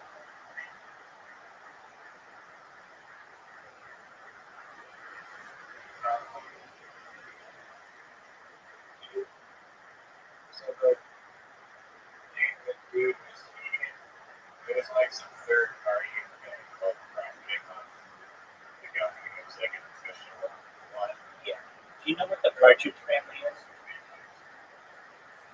Partridge Family. Yeah. It's a pretty big show in the United States. They had a band, and then David Cassidy was like a lead singer in band, and then he went to that band. That's how he got to the Beatles and Elvis come up.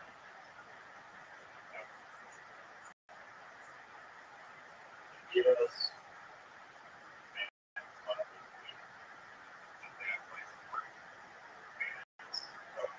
Well, David Cassidy's fan club was able to, well, okay, let's talk about this for a second.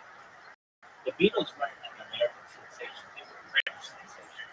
So it wasn't like they were from here. Also, David Cassidy had a television show, and the Beatles did not. So he was like more in the limelight. And David Cassidy's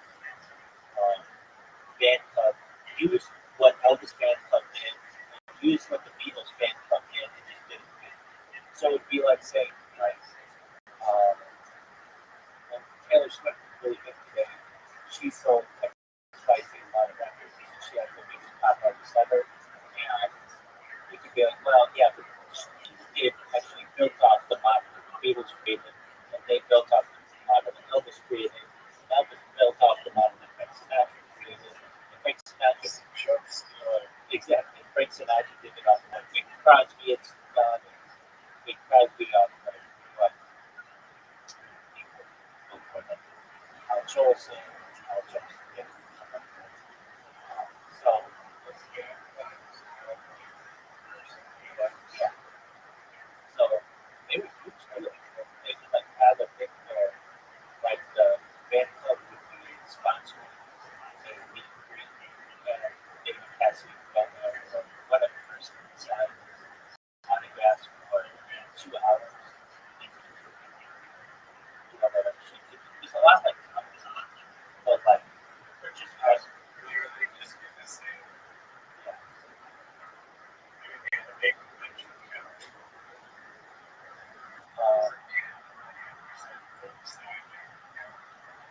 Are you thinking from the movie? Borat? Yeah. Um, did she have a fan club? I bet she had a fan club. like a small fan club, but she was old enough to use it. You know, did Pamela Anderson have a fan club back in the day? No, Pamela Anderson definitely had a massive fan back in the day, especially during the Baywatch playbook time in the 90s. But did she have an official fan club? The short answer, yes, she did. Or at least something close to it. Here's how it went down. Pamela's official fan club was mostly run through Nancy and Pamela. Back then, celebs like her even had mailing business managed by the team, where fans could send letters and sometimes get photos or autographs like that. She was featured in tons of official merchandise posters and magazine covers. Yo, what up, Pimp? Join my Discord. Before the internet blew up, live public publicity and fan engagement was done through print media, TV appearances, and events, rather than fully organized fan coverage. So yeah, she had that. Perhaps I'm the president of the family magazine, and up to this day, secret. We don't know. Two questions. Do you think attention should exist? And second one, have you seen the movie Breakfast? That's the goal. What do you think the connection should exist? Um, yeah, it provides for disincentives and bad things. And, but I think it should be, well, the way the breakfast club worked, that didn't really seem like potential. I guess that was sad. And uh, the way that we had detention, I think is the way that detention should be. So let's say you did something minor, like you had your shirt untucked, you get a 15-minute detention. Let's say you had something a little worse than that, like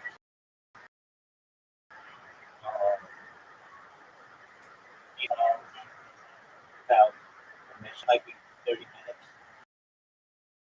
Let's say you Yes, all of that. yeah, I don't know, something like that, but like no, that would be worse. That would be worse. But let's say you got caught drawing on your books, that might be a 45-minute detention. And then if you did something bad, like let's say graffiti, you'd be able to color down the 45 minutes. And the way that this worked was, it's really, I went to school with boys, and so you, if you got one of the detention after school, detention started at 3:15. So school was done. You went to one of the classrooms, and the teacher would put everybody in a different seat in like a straight row, and then look, you would be staring just directly at the chalkboard. And they would take a piece of chalk, put it on the chalkboard, like just a little dot, and then draw a circle around the dot, and like a different corners. And you would just do that in a bunch of different spots where you were supposed to stare. And then you'd have to sit with your hands flat on the desk, and sitting up straight, and you just stare. Also, No. Apologies, no. Feet on the floor. Apologies. Feet on the floor, hands on the desk. Feet on the floor, hands on the desk. And you just have to stare at the dot. And if you stare at the dot long enough, the circle goes away. You just keep staring at it. Exactly. And you weren't allowed to scratch yourself. You weren't allowed to talk, of course. You just stare. You were dead silent. Yeah, you weren't supposed to. They weren't so strict that you scratch yourself 8 at a time, but you might get a warning about it. And it made you really appreciate time and how long time can take. Because when you're talking with your friends, time goes by so quickly. But when you're in there, it can really take a long time. it's like a minor jail sentence. It's 45 minutes in jail. Exactly. But even in jail, And stretch or something. I'd walk around, do other things. So it, I didn't pay attention a lot, and it was like something that I would get attention when I wanted attention. So let's say my friends had gotten attention for something, and I wanted to hang out with them, even though we couldn't talk or anything. I just wanted to maybe, we were getting a ride at it or something like that. I didn't want to look at anything outside. I might do something small. I remember I really didn't get a lot of attention. There's one time I remember, because I didn't get a lot of attention, my friends dared me to curse in front of a teacher. And there was this word that I would use, I started using a lot, that I just knew I was going to get attention for saying what I was going to say. But it was like, fuck it. Like I'm a junior or senior in high school. So exactly. So my friends wanted me to say a word, and it just kind of become my word. And so we had this period where, um, like, we would have these reading days, and we would basically have the opportunity to catch up on the reading of, like, usually, like, it could be tomorrow, but it would be, like, maybe the classes or something like that. And the teacher told me where to go, like, in some room, and I go, badass. And he's like, what'd you say? And I said, badass. And he interpreted me saying badass like I was saying to him, you're a badass because you're in this place. But I wasn't necessarily saying that. I was saying like sweet, like badass. That's cool. You know how it could go either way? Like it could be interpreted as me saying to him, you're a badass. Or like badass, that's sweet. And while you normally can't, you shouldn't say that, I didn't think that it warranted double 45 notification. But I remember my friends wanted to hear me say it. I never got in trouble. And they always did. So it's like, all right, I get in trouble this one time. And so, double 45 was yeah. Yeah, so the way that they would do that is you wouldn't spend an hour and a half doing it because that was too much of a punishment. So you would just have to do it on 2 different days. Usually I think it was Tuesdays and Thursdays. So you'd have to go for 45 minutes and then 45 minutes. so you can still think, obviously. Yeah, exactly. And I remember I appealed. You did have the opportunity to appeal any kind of detention. And I tried to appeal this one, and the dean of course was just like, you can't. And I remember trying to tell him, like, it's a saying. It's not like a bad thing. It would be like saying, I don't know, sweet or cool. It was just like bad. And but I think because the word passed.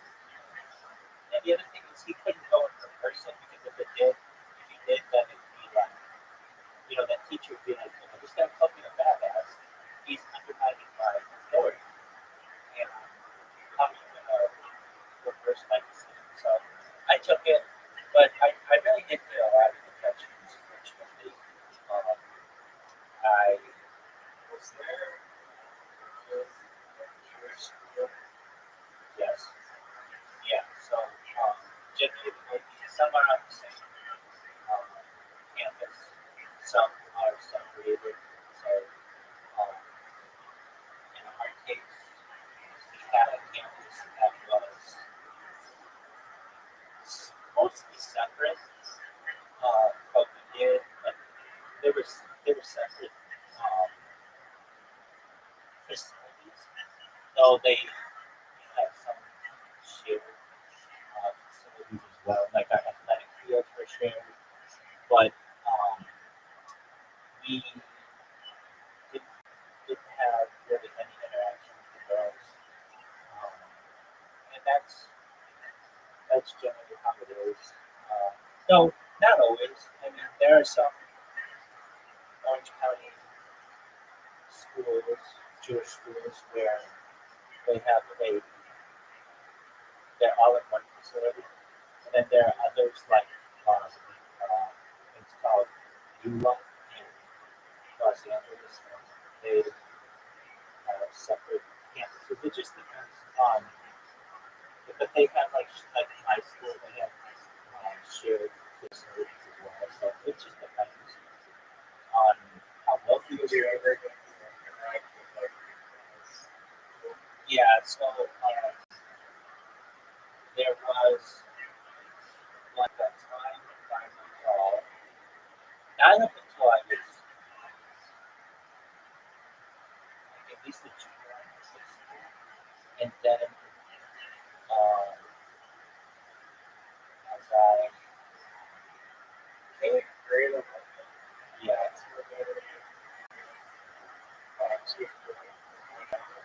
no, it wasn't anything like that. We weren't allowed to like sit with each other. We weren't allowed to sit. We weren't allowed to date. Dating was if you dated, yeah, if you dated, you got kicked out of the school. And so there was nothing like that. There was like maybe we might have a speaker, and the girls would say, "You know what?" And there was some real positive to it, and I liked people talking. I mean, it was. I know girls would distract, and that happens where a young man gets a crush on a girl, and that's all he can think about. But when you're having classes with men, it that can become an issue. Um, and yeah, I mean, it is less.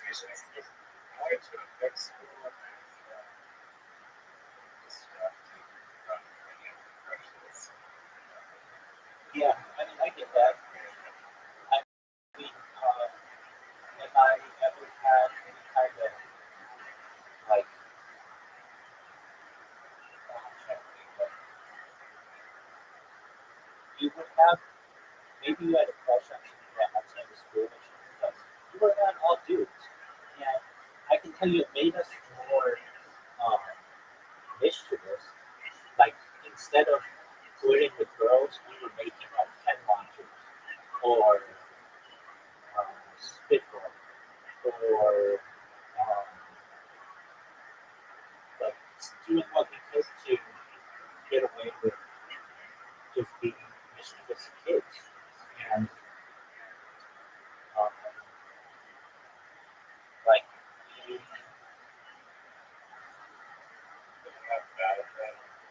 yeah, I mean, there's no perfect system, um, but I found it to be much distracting.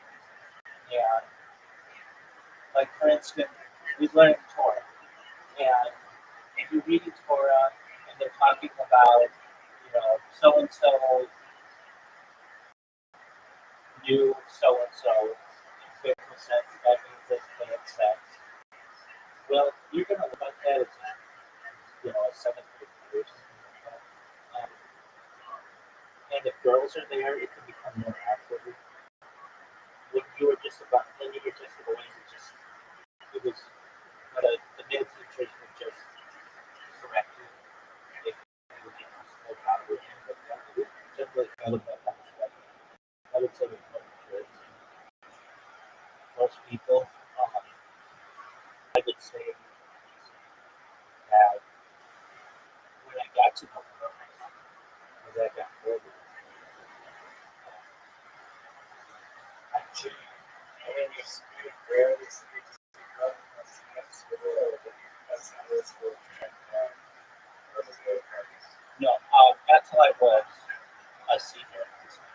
But then, as a senior in high school, um, I got to be friends with college kids, which made me really cool because here I am going to college practice and like my friends are still in high school, so I like to be on campus.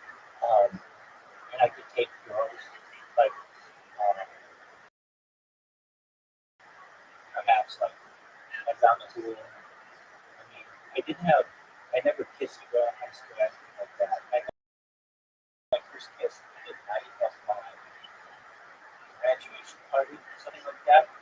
So I did kiss him. It was a whole softball team. It wasn't just one trip, it was an entire softball team. Uh, and yeah, it was that's so the way that went down. With my graduation party, and we had a very close friend of our family who came to the city to basically just wish me happy graduation and stuff. And he had had a few drinks, and I took him to his hotel.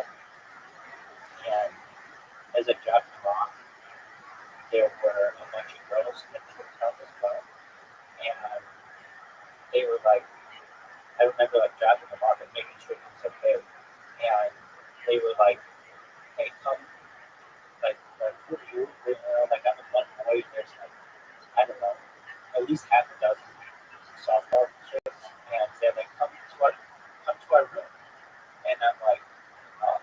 They're like, "Come to our room," and I'm like, I'm really shy, especially when I'm having dated a girl, and they're like, "What do you guys do here?" And they were at some like softball tournament, and they, yeah, I think I was so shocked that there were so many girls in one room that I was just like, no way.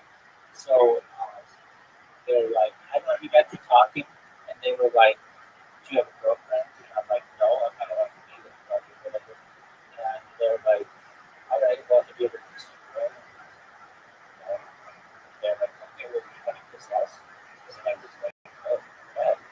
And some of them were really pretty. And then there was just, it was girl after girl. They lined up. And then it was like, wow, I just had like all of them. Yeah. And so I kissed like, I don't know, between 6 and 12 girls. And I can't even remember how many. We was a softball team that I raped it. No, no, no. And then they wanted to see me again. And they were in town for this like baseball tournament or whatever. And um, I remember like we got misses like almost years ago. But they told me to meet them at the hotel, and I did. And then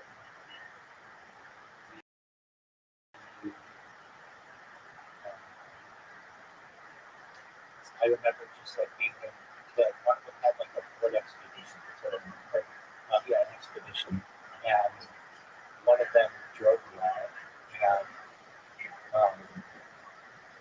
she, oh yeah, one of them drove around, and I was in the car with my family, 5 or 6 of them or something like that, and then there was one, but like the previous one, was like, okay, this girl, she, we didn't live close together, and I got her done, and I remember at the time I was working at a financial institution as like a bank teller, and I had to go to work the next day. And so but it was like I went from like no chicks having it out to making out like double digits like in one night. And um, I gotta say, I think that was really good for me because I didn't like fall head over heels for some shit. It was like one after another after another after another. And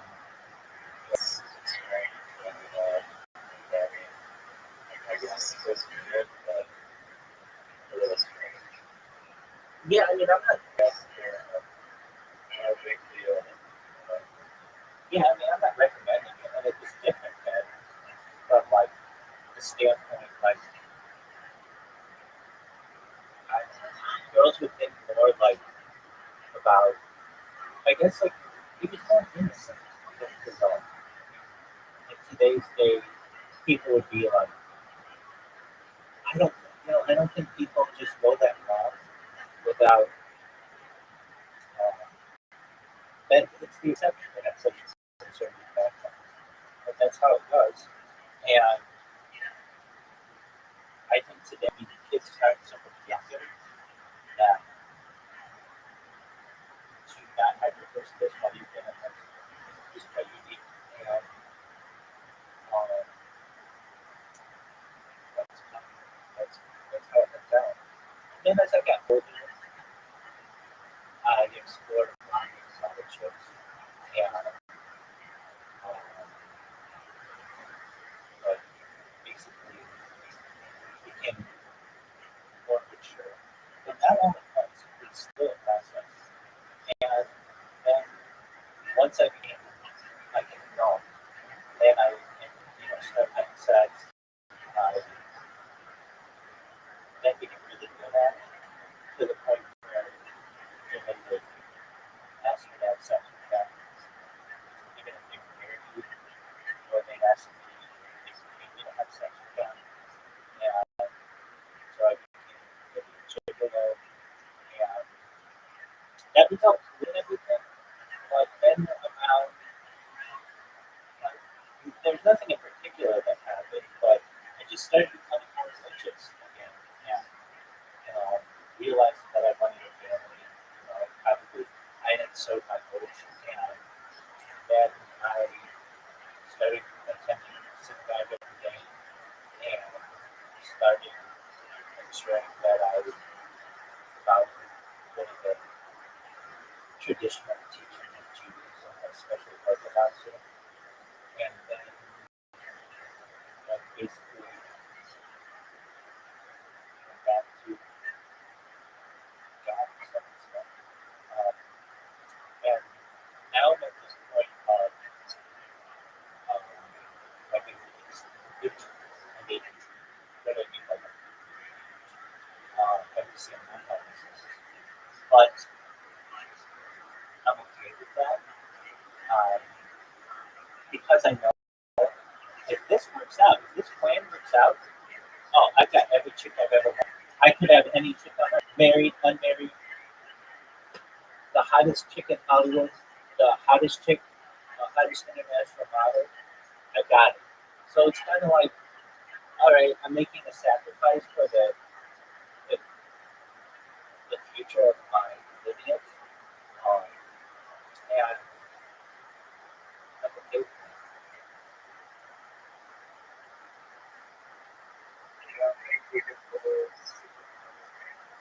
Dude, I've never dated like unconventional. So I only dated women.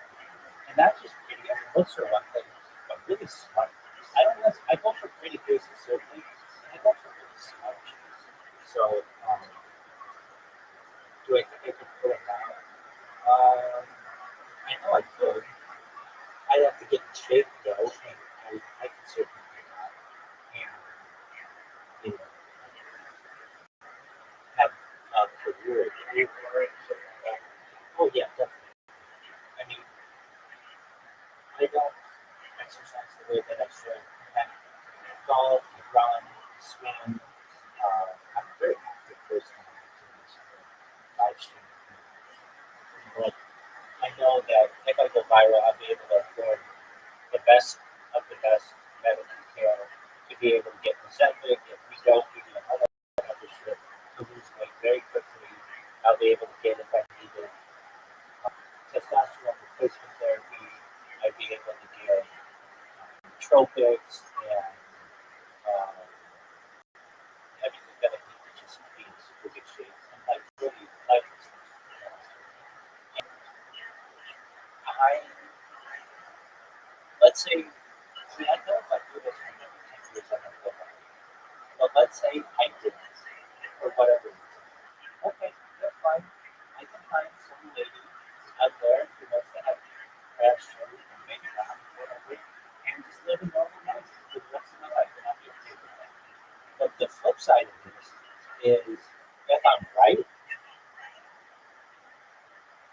I basically discovered like a new gold rush or a new oil boom.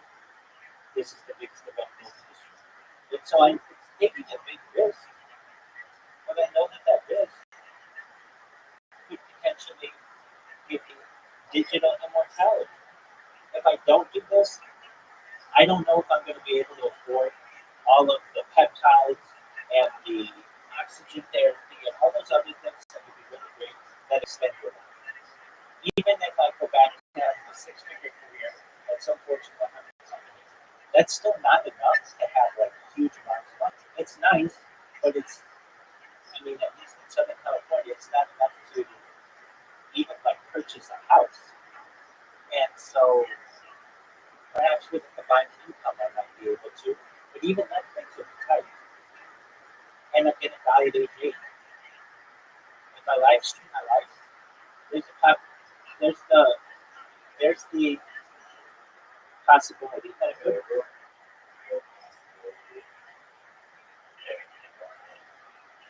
Exactly. And that's not even kidding. I'm not, you know I'm not kidding about that, and I know you're not kidding about that. With mind-blowing technology and life extension technology, I'll be able to afford those things and be able to help a lot of other people too. That's important to me. So it's like, all right, so I'll dedicate, like before I did this, I dedicated like, I don't know, half decade of my life to being extremely religious. And now I'm dedicating a half decade of my life to live streaming, if not more, if I need to. And we'll see where it goes. But this has the opportunity to pay off, unlike any lottery ticket that we could ever have. And I know the more that I do it, the more people I'm going to meet, the more opportunity I'm going to have to be extremely successful. The way that I see it is like a lottery ticket that I just know is going to pay off if I do it for money. And that occurs. There's more knowledge as well.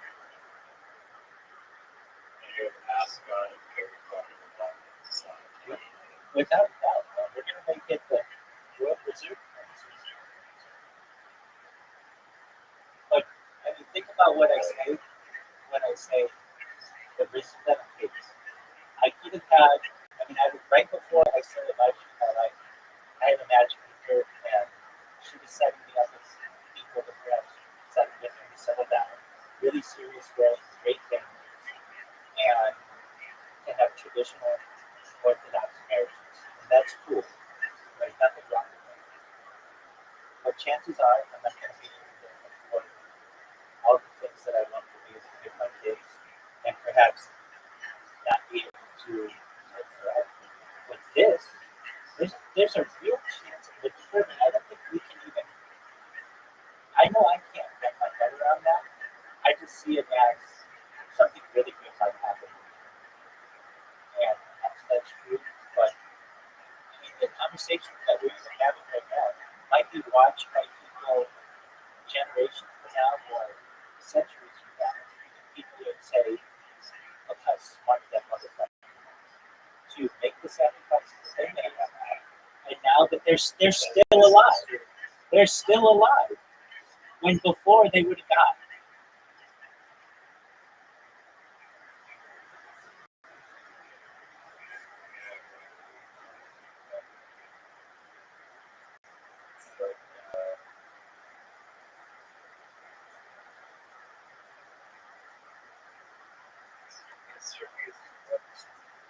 Zoo comes in here all the time.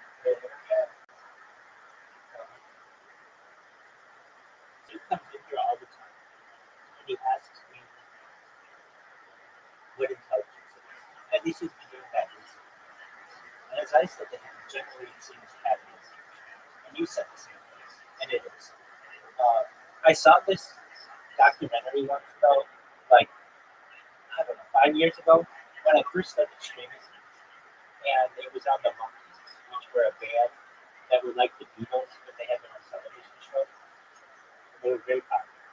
But the reason why they didn't become as big as the Beatles is they didn't play their own instruments.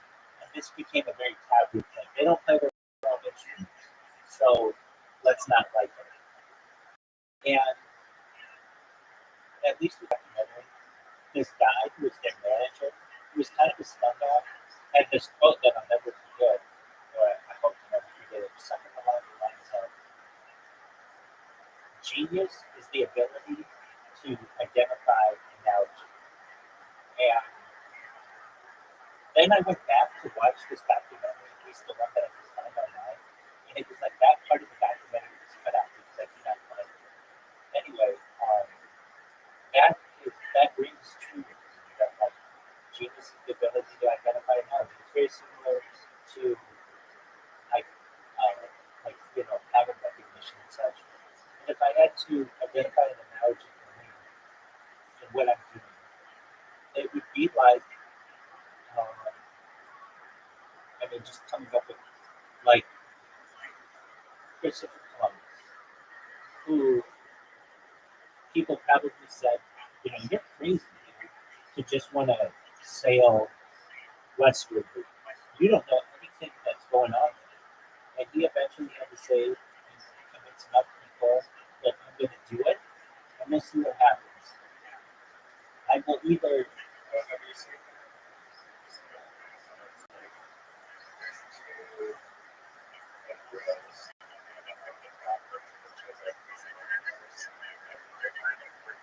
Dog, I talk about this all the time. I talk about this all the time. Oh, all the time. Yeah, I'm surprised I haven't mentioned it to you. I love that meme. I always think about that. And the one guy who turns around, and then the other guy just keeps on digging. Right, yeah. Exactly. And that's I think about that meme all the time. Perhaps almost daily. I don't think about it daily, but I think about it all. And I know that if I just keep going, there's going to be bad. And um, so I just got to keep going. And it's just like before. Columbus could have said, I'm going to just die of an Italian man in Spain, just like anybody else. Or I'm going to take the name of Pinta and Santa Maria across the Atlantic Ocean of whatever's out there, and we're going to see if there's anything there. And then if I discover something, I'm going to be remembered in the history books forever. And what I have done is going to be seen as very remarkable. Did what he did with enslaving people and all that other stuff cool? No, not at all. But nevertheless, we remember his courage for what he did. And I think people will see me in the same way as a modern day Christopher Columbus, somebody who has dedicated their life, passion to something they love, and perhaps a better future not just for themselves, but for the future of humanity. I think it's right. Journalists, people, Yeah, so well, LA Times and Orange County Register, and what they say is what you're doing has to become newsworthy. And just live streaming your life, there hasn't been anything newsworthy about that. And I don't do they not see the fucking West of the world's largest live stream? well, yeah, and then other people who I contacted, the New York Times, the Washington Post, I've emailed them, and some of them there's a newsworthy aspect of it, and then the other one becomes I run into an issue where I show copyrighted content, but they have advertisers, and they don't want their to lose advertisers because someone basically out of a loophole in the system. And what's the loophole? Well, you can watch the Super Bowl if you put it on a projector and play other music over it. Or, if you want to listen to any music that you want, you just have to play multiple versions of the music simultaneously. And you can get around all of these, the content might be identified. The content identifiers. I mean, I developed a lot of different, strategies that I think aren't that attractive to some. No, if they're publishing an article, just like an article, they're not linking this, or they could link the screen. Yeah, I mean, They're saying because you've done that past, they don't want to run it. yeah, I mean, I'm basically trying to copyright material. I get copyright strikes. What I'm doing isn't technically illegal, but it is a gray area because I've lost accounts. And what do? I just create another account. You're not allowed to do that. Once you lose your YouTube account, you're not supposed to create another. So I do. That's against their terms and conditions. When they hear, allegedly, yeah. When I tell them that I made 100 YouTube accounts, and 200 Instagram accounts, and 500 Twitch accounts, and 1,000 TikTok accounts, and 2,000 Twitter accounts, and 5,000 Instagram accounts, and 10,000 TikTok accounts. That sounds great to the common person, but to these giant corporations that own these companies, they don't like it.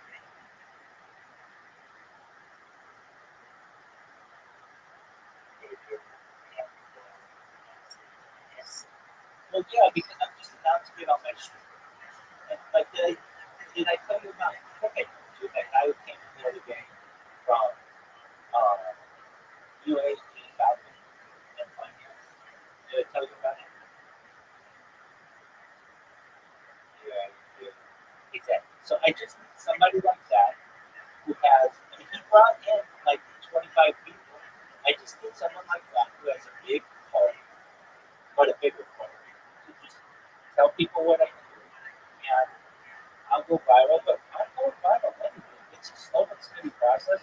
But every single hour, I get 2 or 3 people who comment about it. Just while I've been talking with you, I get people who talk about, I mean, just who either complain about it or say what they think I'm doing is really funny or that they love what I do. And that's all I need to continue to do. And But what you have is not just that exchange for like, I don't know, something that ideally A is B promotes your screen and like see whatever else the winner perhaps learn that's a free $1 trillion future mortality yeah, but I don't know if I can get that over.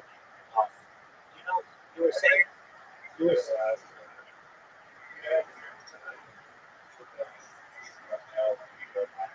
exactly, the space.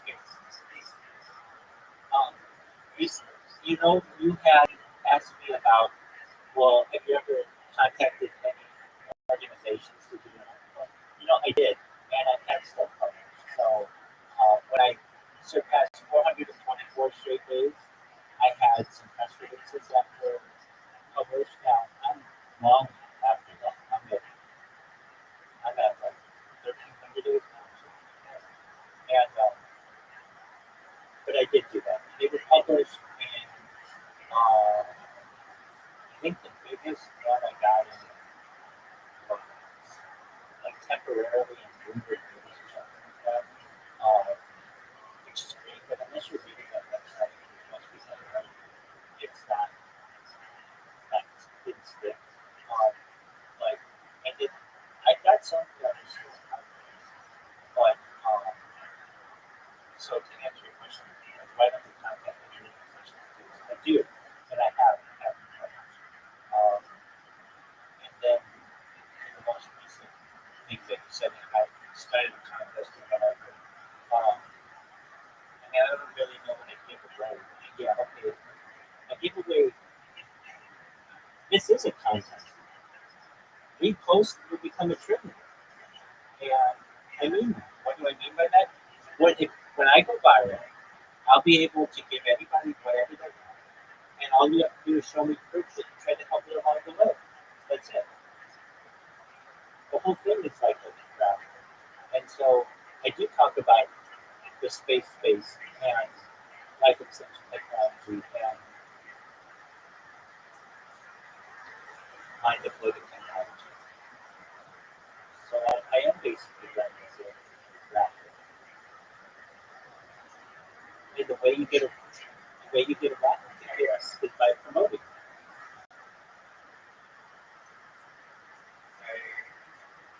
I suppose that's your way of like formalized method, like podcasts that you see like on Twitter or something.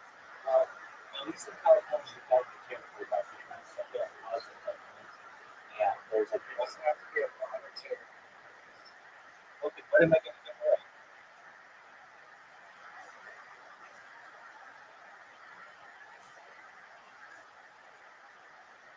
Maybe where it's for the state players. Okay. It's called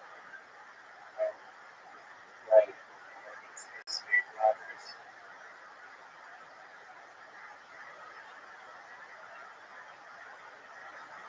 If I could, I would. And I'm sure those things are like hundreds of thousands of dollars just for money.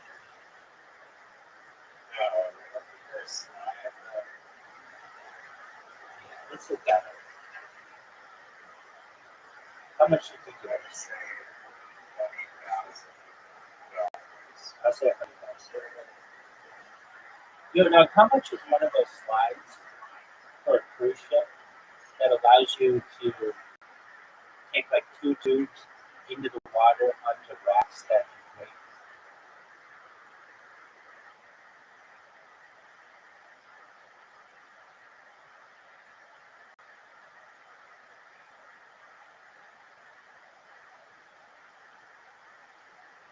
Oh, there's no separate purchase. You're using the ship's built-in. Oh, they don't know that. No, I'm talking about the emergency tubes, the emergency slides. How much are the emergency slides and escape rafts of a cruise ship? Just to buy one system. I bet it's more than $100,000.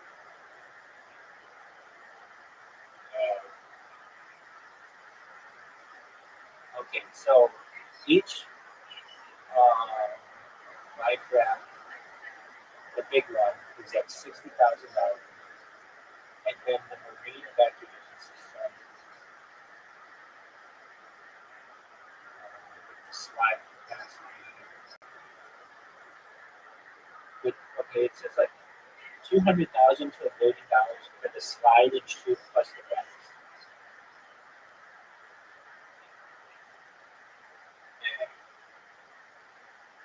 Yeah, I guess that's That kind of stuff has to work. So can you imagine the quality assurance that they're using? right. Yeah, it's not just like a cheap inflatable. Right.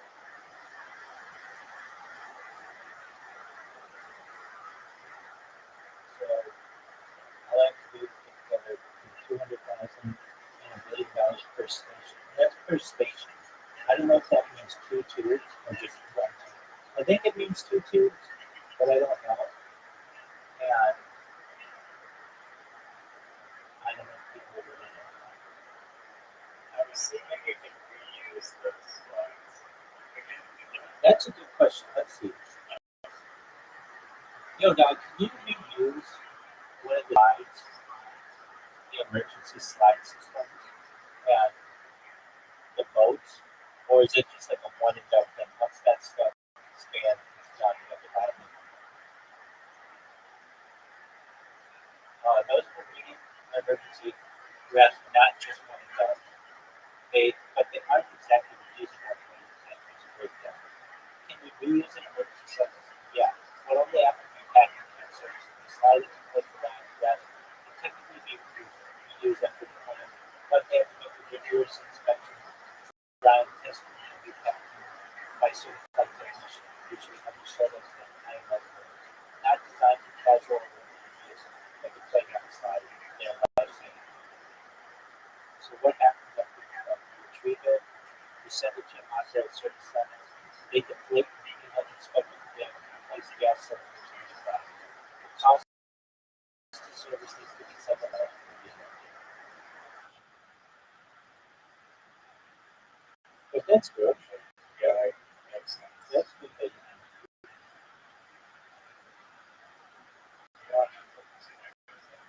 It's like the last thing I said, I did. What happened to your equipment? She's like first year of college in the US, and so she took out a car. Like, last week she was staying at her mom's house, very sort of helpful because she's bringing a culture at the time of school.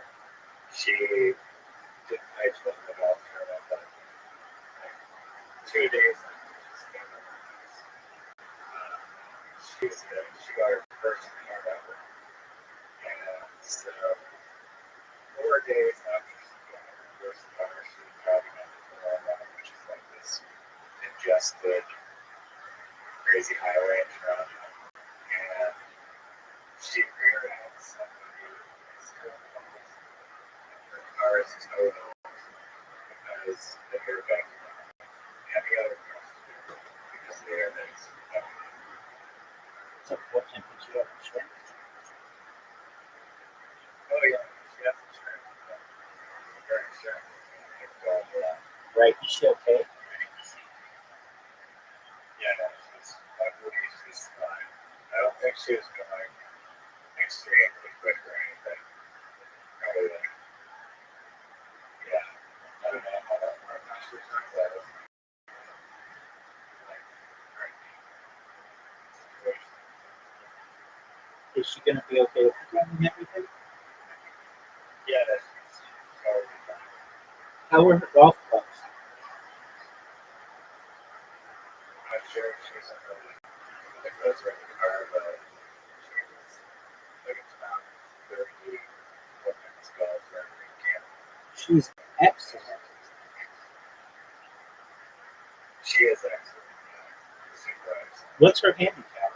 Yeah. It's very low. Like, it's like low single digits, depending on the course. That doesn't make sense. You mean like low Like 70s? single digit handicap, like Oh, okay.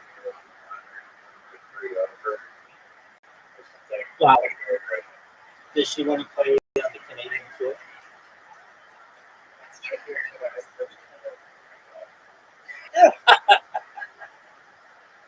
Oh, that would have been funny. Yeah, no, she's the best scholarship, and I think that's her life as well. She travels around all over the place, like instead of it's pretty cool. And she was, I mean, it's kind of like there's sports where like you can play the sport and be just considered good at it because there's just not a lot of people that play that sport, you know. Right. Like I got into kayaking in Chile when I was like, I don't know, probably like 10 or something. And I was competing for Canada in like national regatta or some shit. Like I went to like the national, like I don't think I was competing for Team Canada, but like I was just like already for like one of them was like the C1 was I don't know, I was good at C1 over in the C1 races. So I got to literally like feel like it's not on the but I feel like the same thing happened with her because she started golfing when she was like 5 or 6 years old, like super young. So I think there's just not a lot of girls, especially like way back when, like 15, whatever years ago, that were into golf, probably has increased now as the popularity of golf has grown in popularity. But um, yeah, I think that has been her, but also talented. I'm not trying to discredit her talent, but it's just a good combination of being in a sport that is so overpopulated where you have like zero chance of actually making it. So you're coming out very important. Yeah, we've got some athletes in our band. Um, yeah, I haven't golfed with my cousin yet, but oh, good. Are you that good? Great. I get some amazing shots and some not shots. Go out enough to be consistent, but You know what the I handicap know is? the ability to hit the ball well. My handicap, so at least plus 18. Like, I don't know, I shoot in like the 90s usually. Yeah, you play both of them. I got you. Yeah. I mean, okay. So, A few cars, but what's your mostly focus on handicap if you play?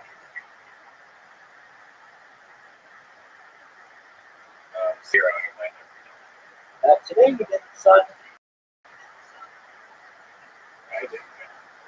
No, you didn't. Tied the win. I did. You, that's right. You won that one because your ball bounced into the tree next to you. You know what's interesting? And I don't understand this with Plato. Sue would have himself, especially because I was so far behind. You and on top of that, you almost got that full streak, which is like the best you can do. Okay, in Montana, if you tie, no one gets the point. Nobody gets a win. But in mini golf, if you tie, you both get a win. Isn't that weird? Is there a reason for that? I mean, I'm sure there is one, but I don't know.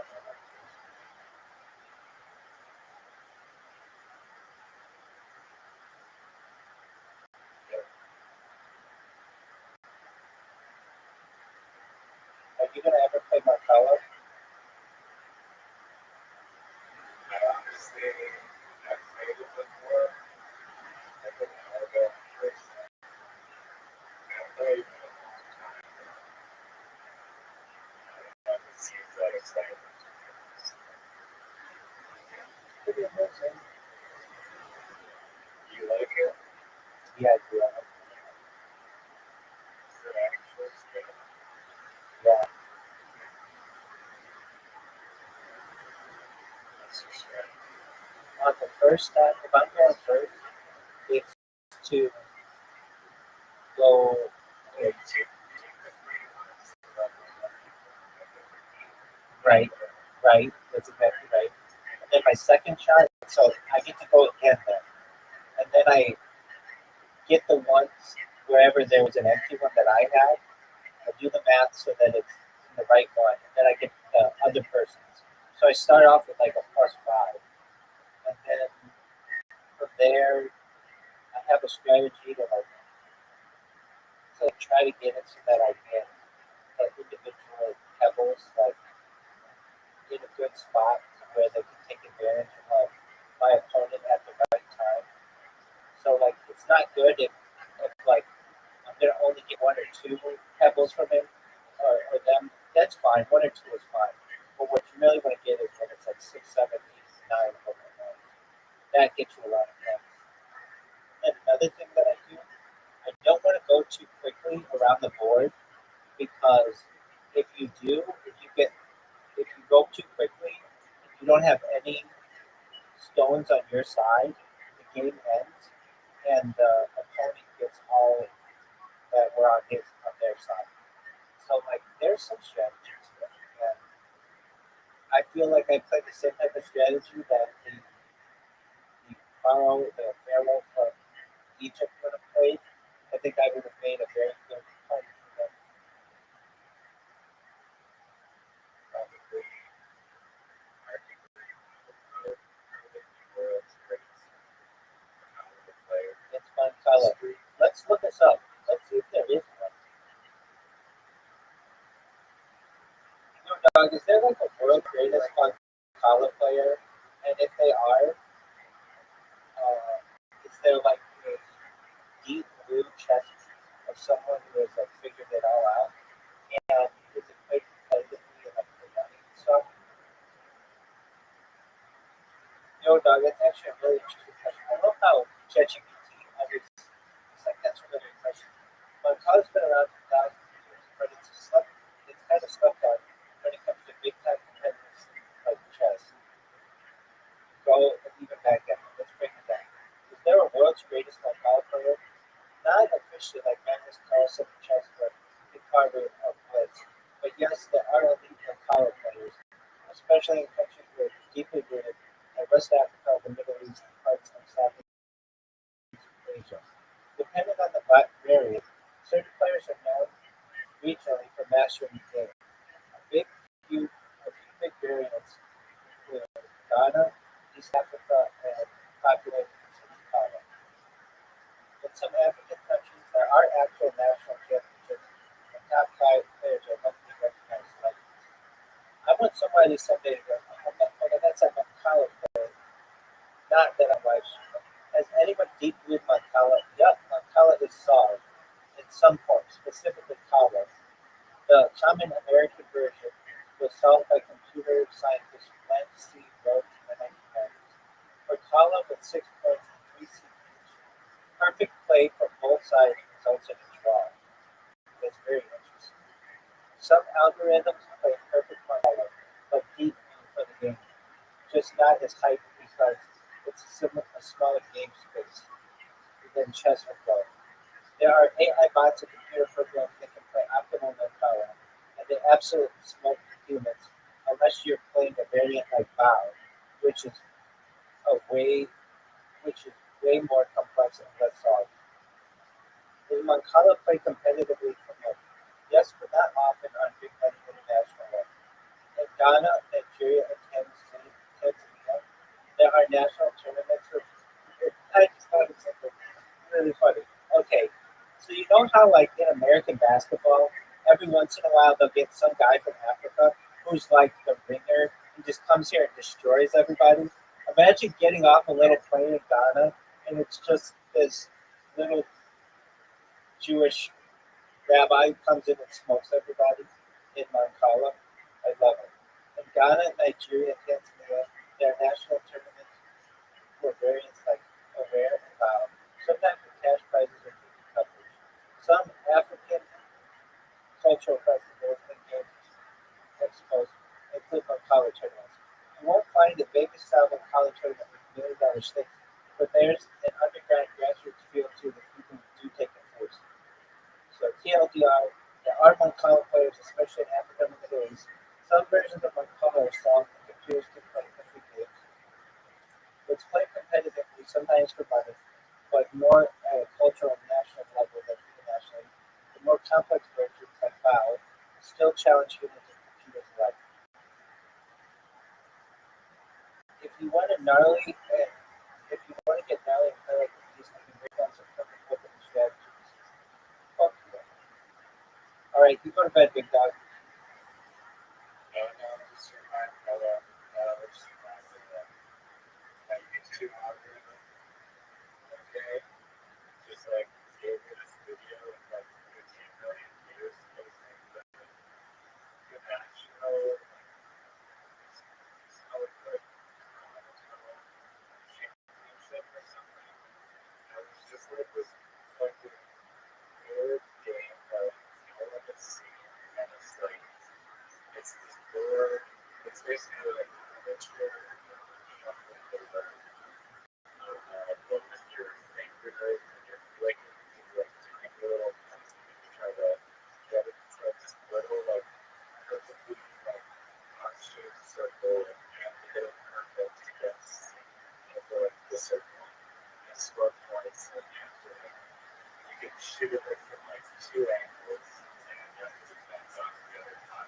Is it like carom? Yeah, it's similar to carom. Crokinole. It's crokinole. Crokinole. Crokinole. It's of Canadian origin. It's similar to carom. We've played carom. You and I have played carom.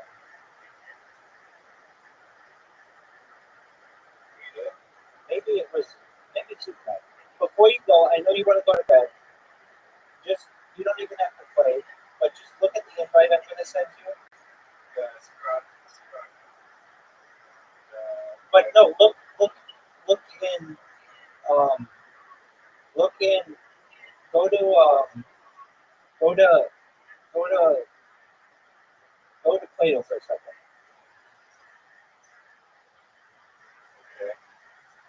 Look at the invite I just sent.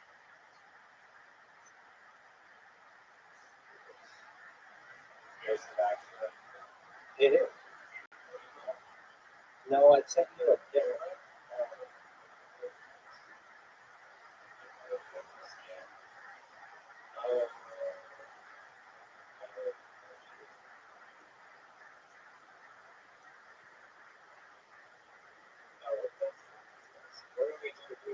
You pull back. You pull back, and you want to get exactly. Oh, like that. So you just yeah. So you just got one. I think so.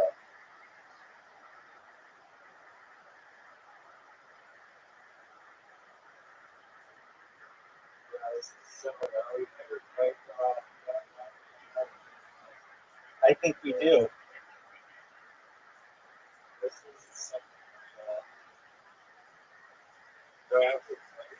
You can slide it. You can slide it like left or right.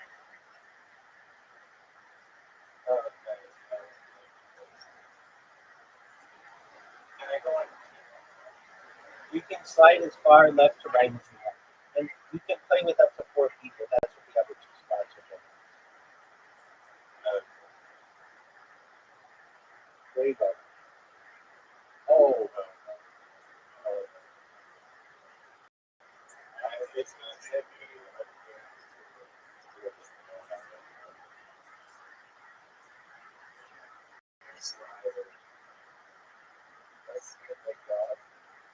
There you go.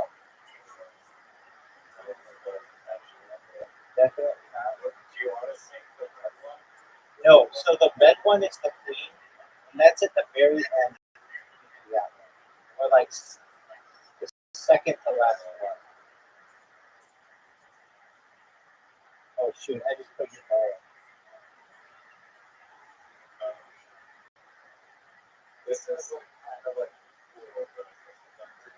Yeah, exactly. If you've ever seen this game played though, it's played in the Middle East a lot, and it's got like sand or like what's it called? Or like sawdust to make it slide really well.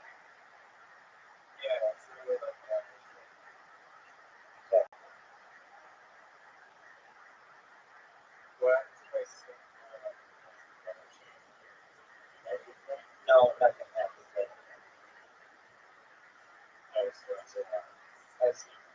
I think so. It's called the striker. Yeah.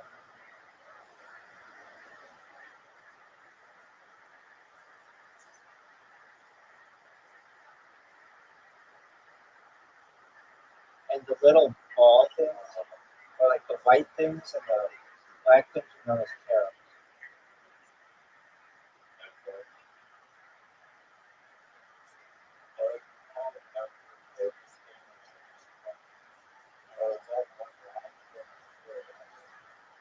No, you have to get 9. You have to do them all. Yeah, but that doesn't mean the game's over.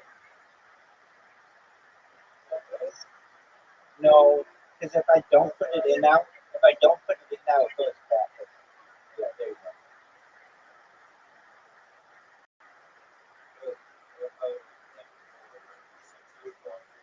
It is. It is not. It is not. You just have to get that red one in before your last shot. So a lot of times it's like the second to last thing to go. No, it's not even the last one. Right. Oh, I think there's one.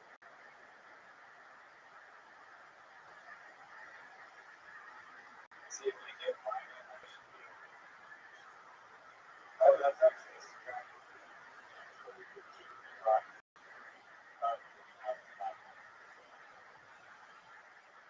So it's just not. Right. I mean, then you just get it.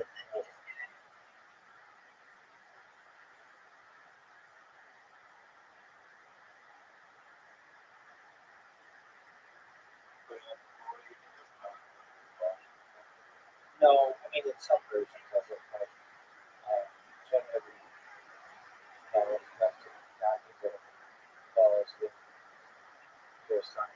I can tell you this, at least on here, I am very, very bad at pool. It's my worst pool.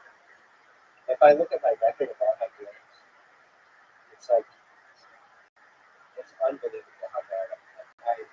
I usually win most games with people within my play, but not pool. Not pool at all. Sounds good. Um, you never played pool on here?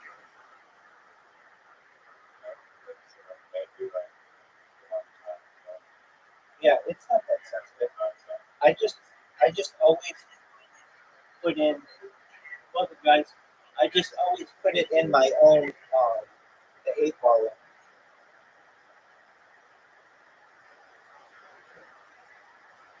Eight ball, because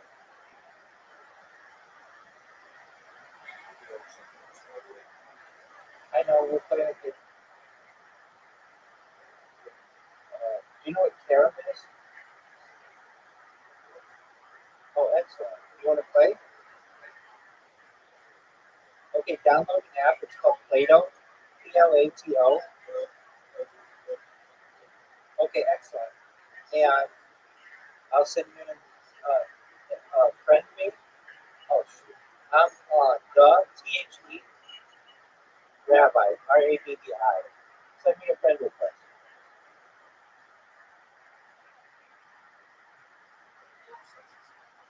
Okay, excellent. We're almost done. And then I'll send you a camera invitation. How's your day going? Excellent. Riser, these are my friends from Estonia.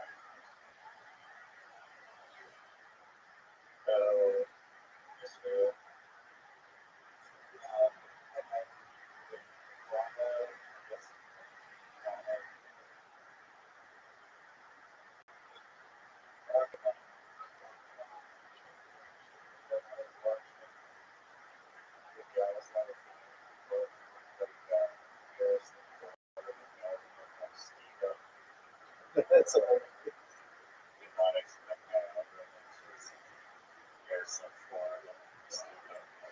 Right.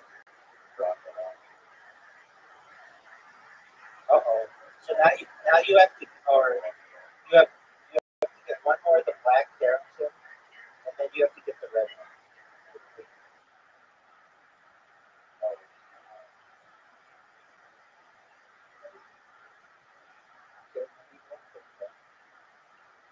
Isn't that hilarious? That he was like, yeah, I have it. Like, do you know what carom is? Like, I'm thinking it's like this esoteric thing. It's like, yeah. Oh, do you have Play-Doh? Yeah, I have it. Okay, so now you want to get the do you see the red one blinking? Yeah.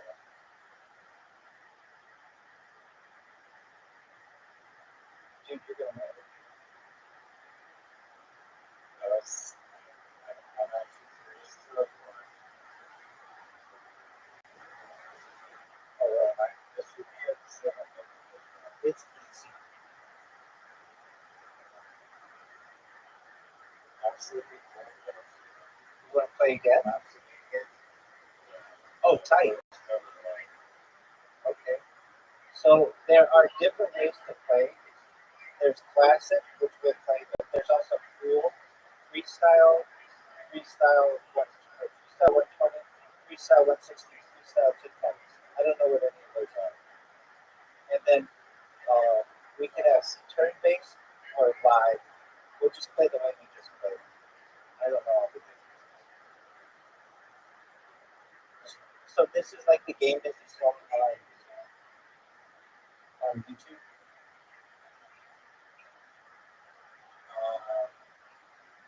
It's similar in that you flipping beads with your hand on your shuffleboard. This is a different version, which I really like. Probably more than the other one. The other one is very boring.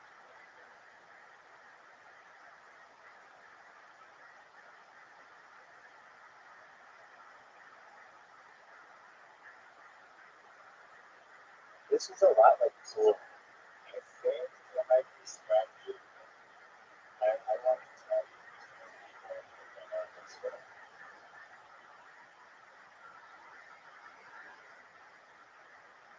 is it the strategy to just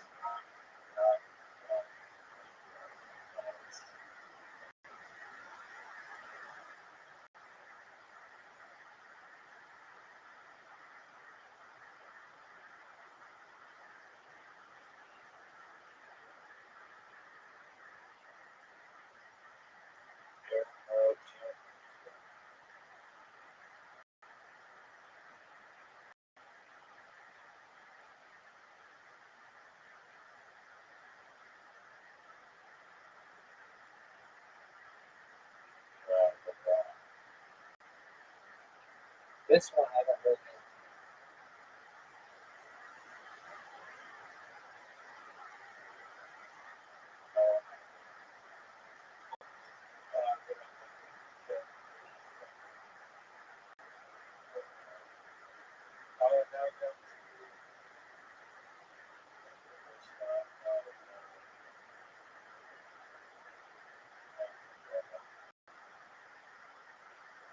You suck the first game, but this Now you can get a bunch of them. so Dude, but everything's gonna go in. all of the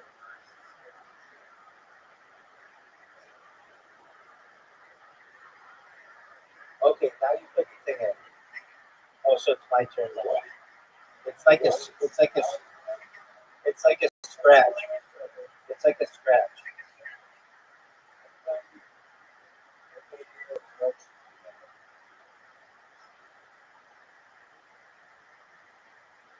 I like to told you that was fun. I did. I didn't know. I've only played this game like 3 times. I've already done it.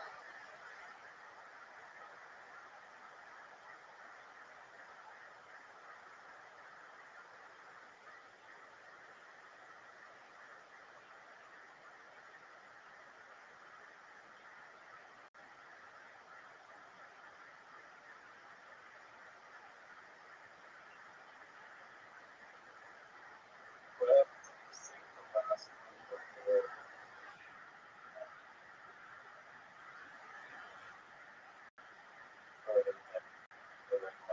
To my knowledge, then it just goes back. You put the other one on the table and then grab it.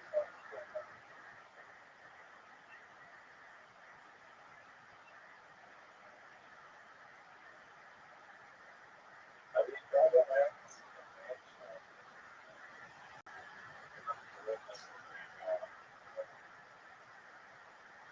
What you did once. Yeah, I did have a shot. That one that you were like, I don't think that was planned.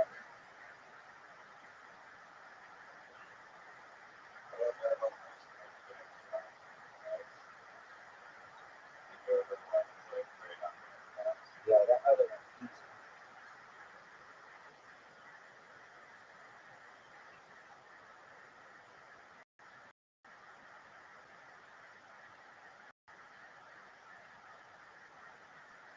Oh my God.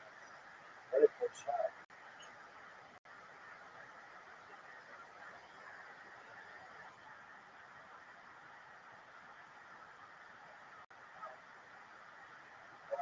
This is a really interesting shot.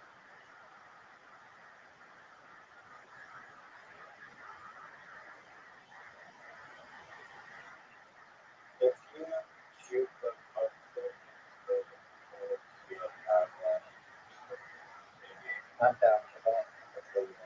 Well, there might be that. I don't know. Just play the master.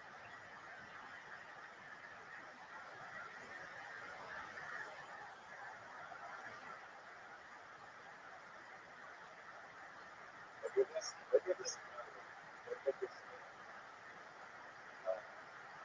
You just helped me so much.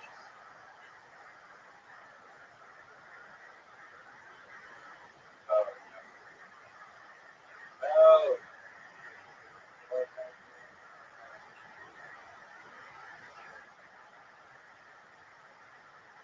It's over, baby. I had it counted. Now the red ball comes back.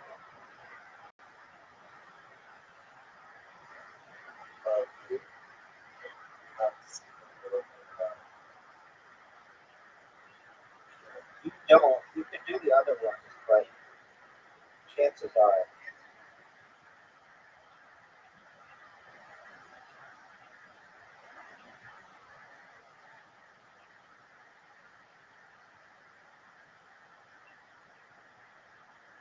Go, baby. Go, baby.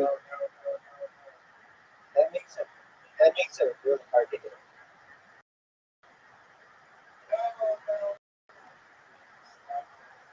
I know. I did the same thing.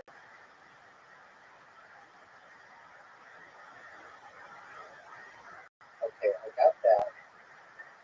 Ready for this bank shot, babe?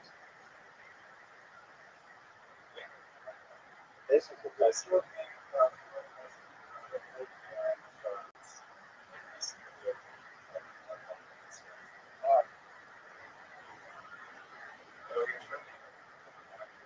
No, shouldn't get it to the side. Easy shot. Now these are fun. These are hard shots.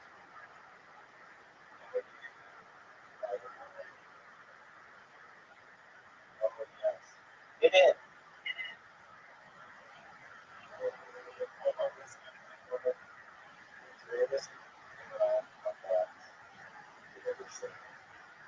I'm gonna jump up. So what happens? I don't think. I think that it comes back out. Yeah, there you go.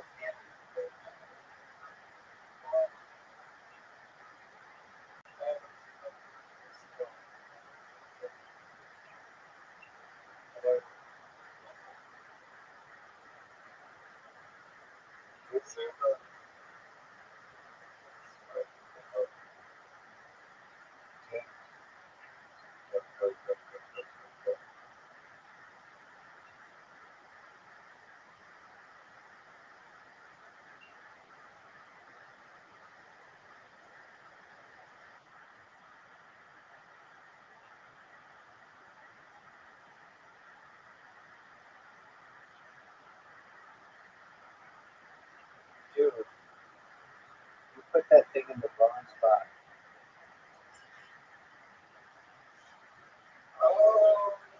What an amazing shot. Now I had this pitch counted earlier. Got it.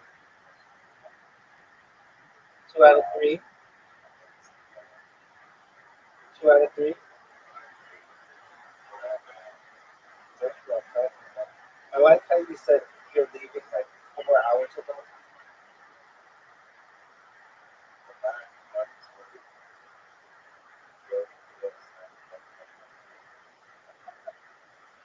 That's right, baby.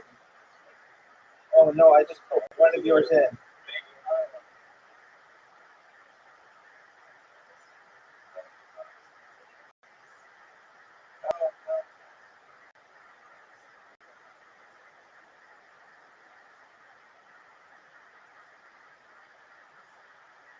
God, no.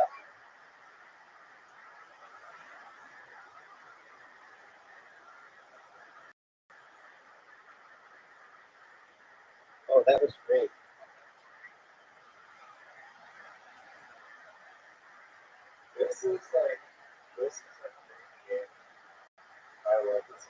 Excellent. Right?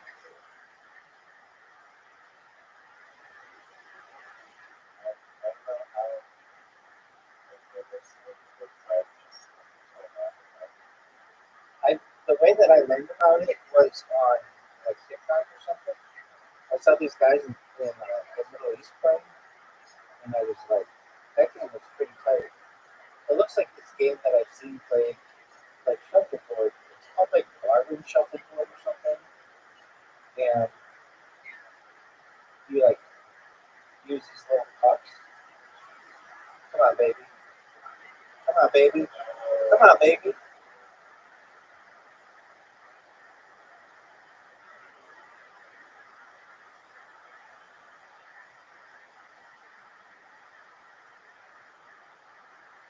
Hey, why don't you do it? Oh, that is smart.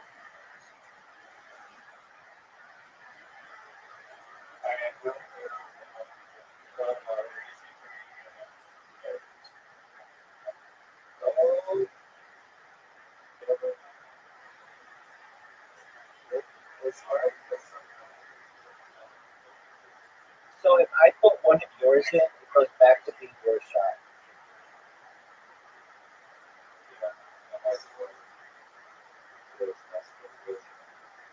No, I thought mine went in. One of them.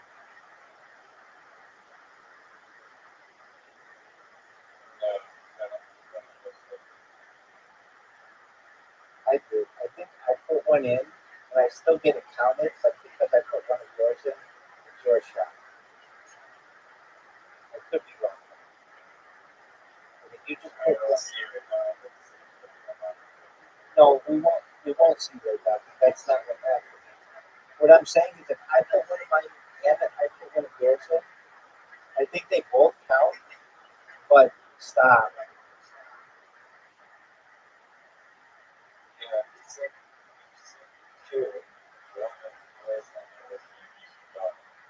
I don't think so. You just said that. No. Oh, dude, what did you check?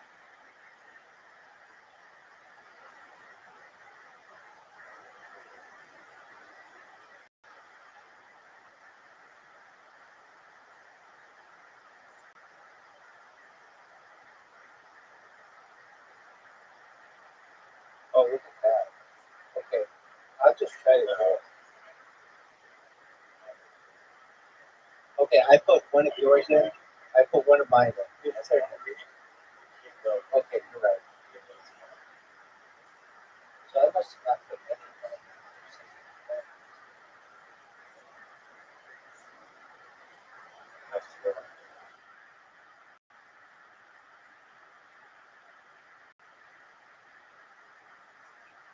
Get there. Get there.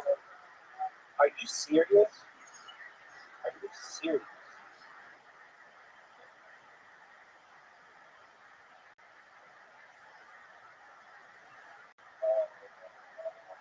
you serious?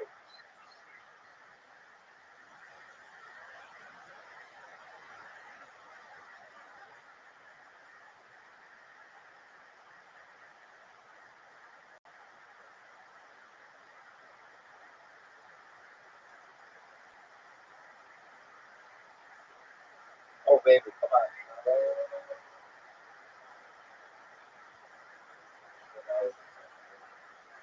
For sure. Look at this. Ooh.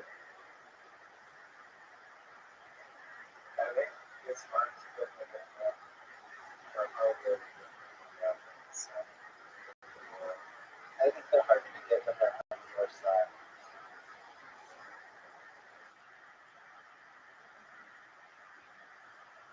That was great.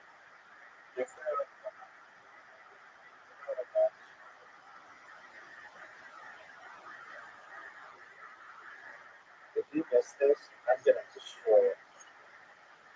I'm gonna now just clear the floor.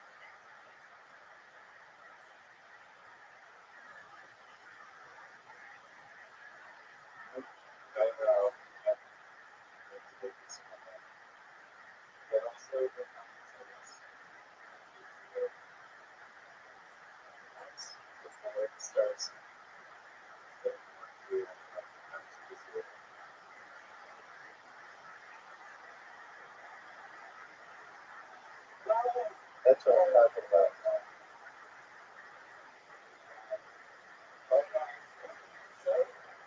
Yeah, because your thing kind of, your slider.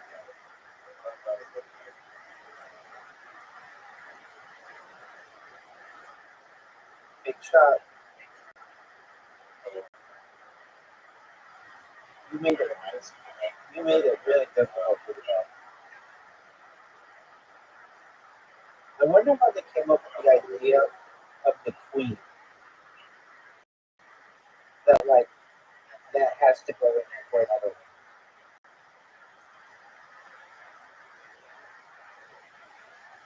Uh-oh. Now you have to get the queen in. Uh-oh. You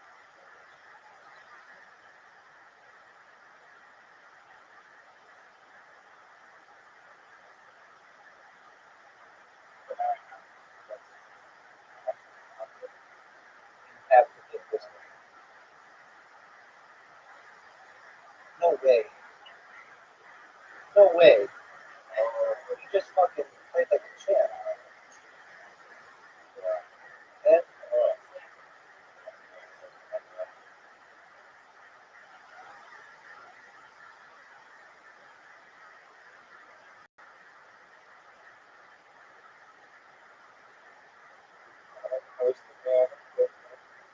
no, actually, there's a trick.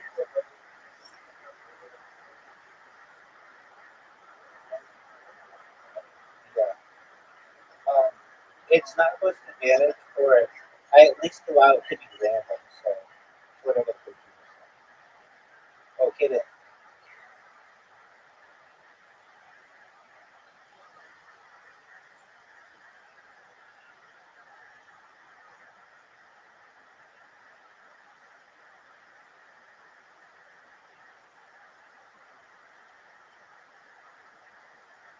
Look how sick.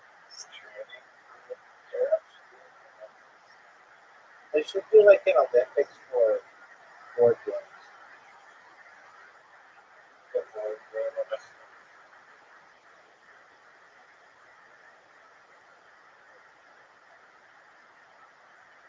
Okay, I put one in, I put another one in. It's still my turn. All right, what do I do here?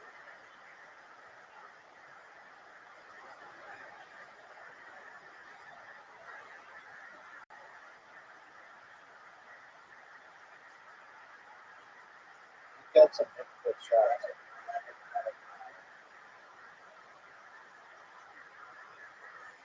All right, you better take the shot.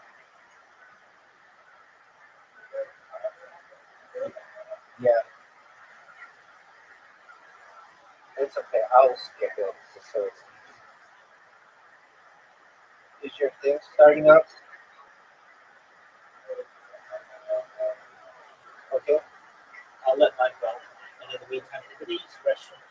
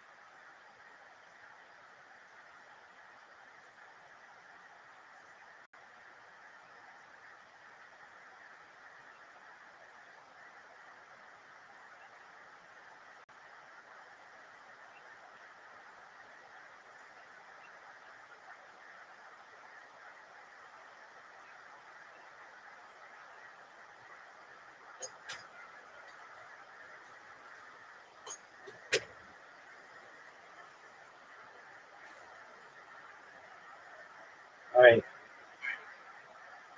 Yeah. Well, it's your turn. Just hit it. Is it my turn? Or it's your turn? Hit it. Yeah, I already did my turn, so Oh, okay. I'll shoot it into. That was kind of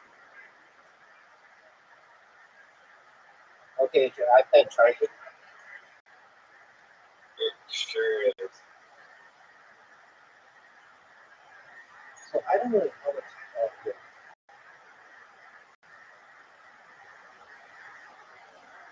I don't really know what to do here though. It's like if I hit it, it's gonna hit all your shit.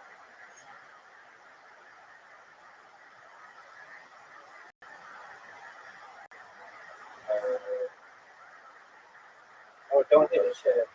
Don't hit his shit. Fuck.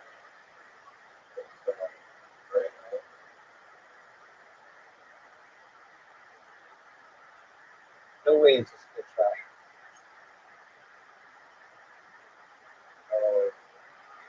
You just gave me a beautiful shot right here. They're mostly not good. Right.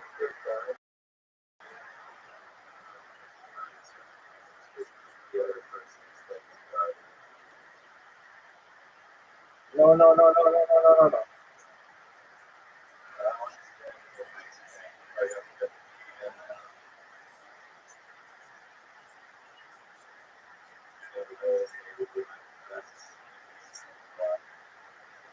I did what I wanted to get it in the middle.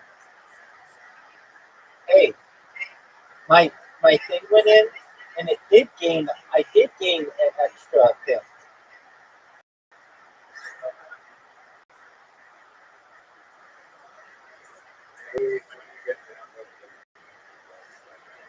No, I don't think so. I think you do. I think you add an extra one anyway. You just weren't noticing.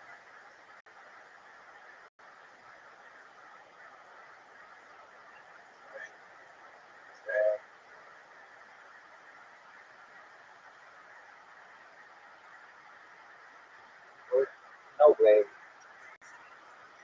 Okay, here's one of the greatest. 1, 2, 3. You're ever gonna see my entire life. One. Fuck.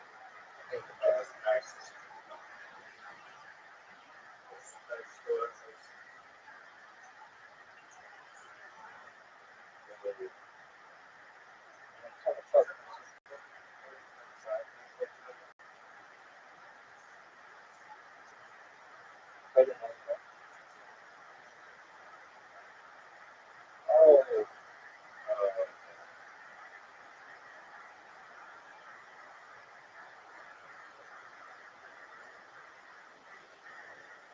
fuck.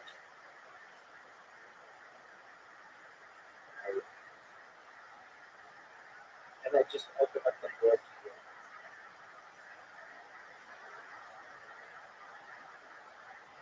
You have the iPad advantage.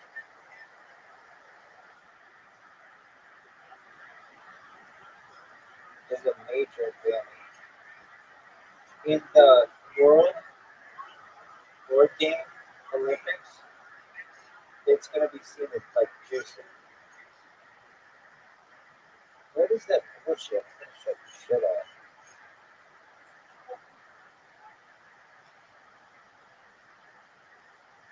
Don't fuck up.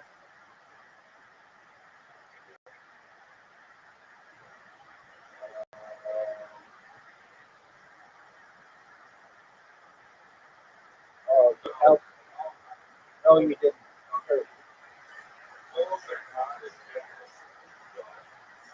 Neither of you. Right. Dude, mini golf is easy. You just have to get it like somewhere just remote and close and then it's something. Which I'm happy. I like that it's something. Right, and I'm glad that it is. Look at you. You got this. Now you got to get the red one. I know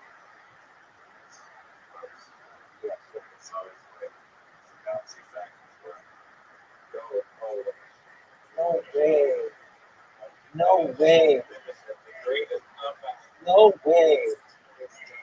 No way.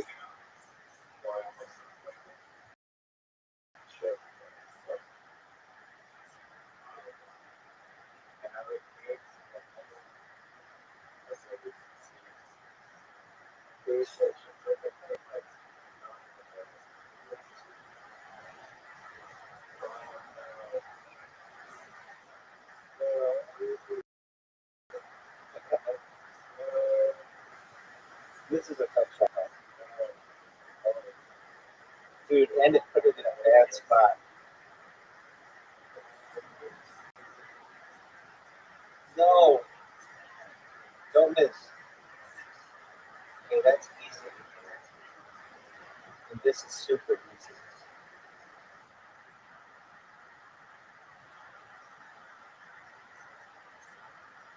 Don't miss. And he didn't fall. Got it tied up. 3-3. All right. Now I'm going to start playing tough.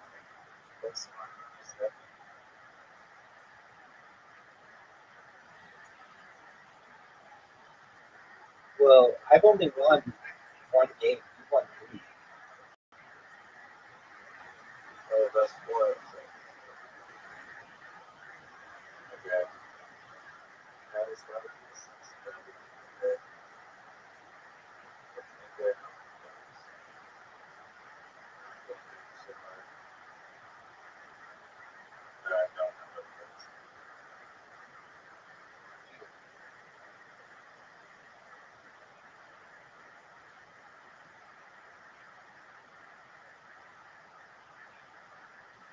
Was that what is this? A slide? A slide? Oh, the first one?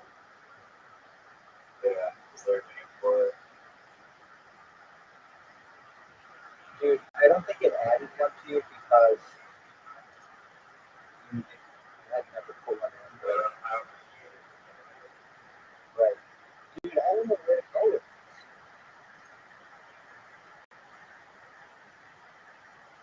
because my like server was too good. I'm going to try to move your fucking thing. Wait, I just put it in. Yeah. Why not?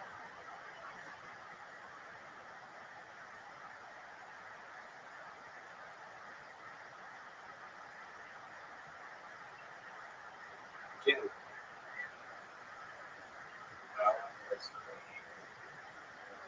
Now it's just like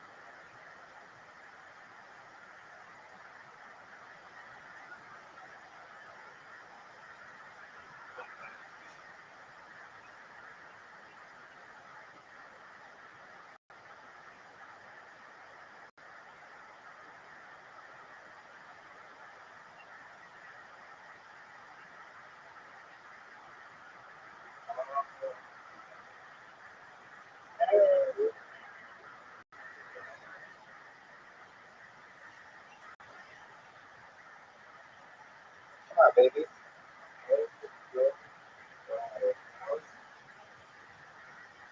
Totally planned. Totally planned. Oh, fuck. it's more important.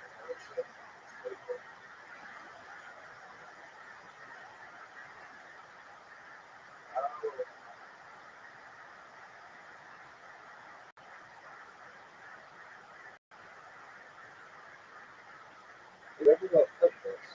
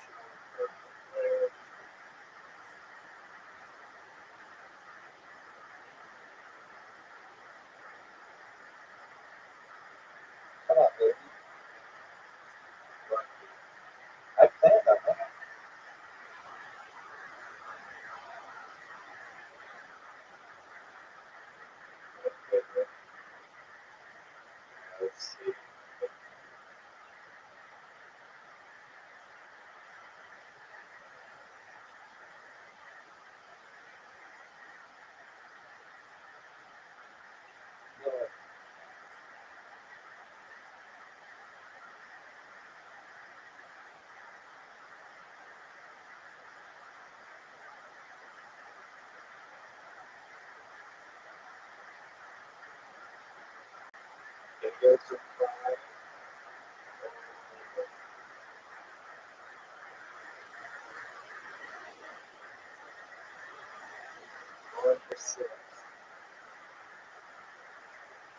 was garbage.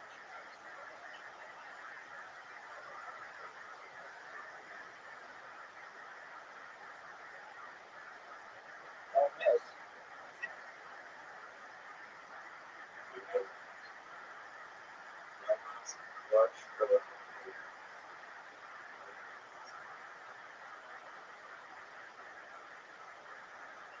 Oh, are you sure?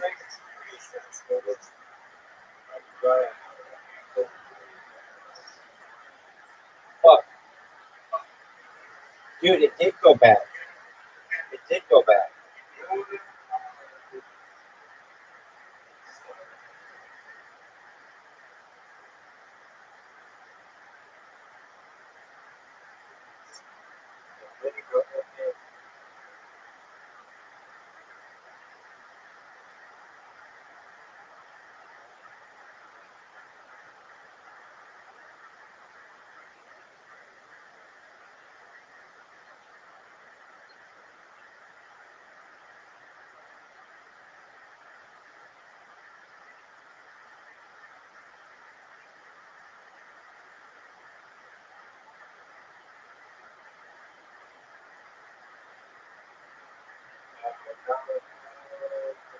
Look, you're gonna get an extra one.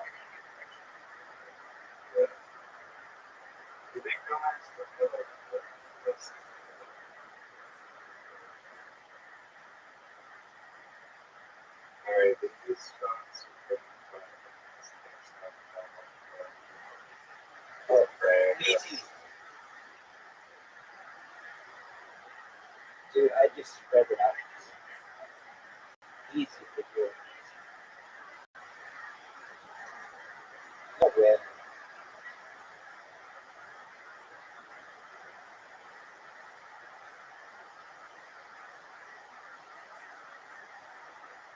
No way. No way. No.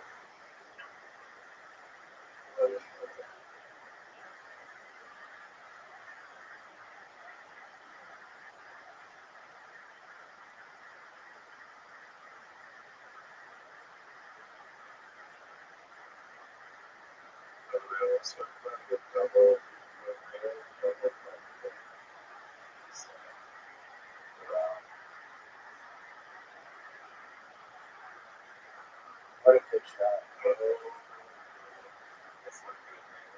Yeah, you're fine. I wouldn't worry. I wouldn't worry about it. I need like the green shot of like putting it in. I don't even know how to get this.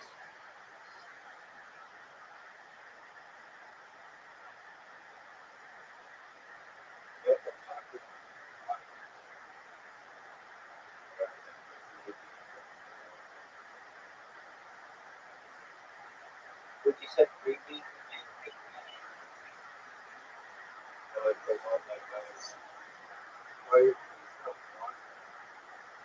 It's not my street, but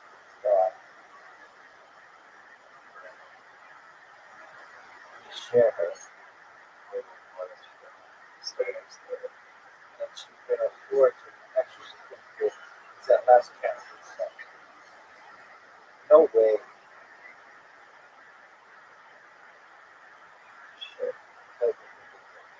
Shit. Oh, this you must be up.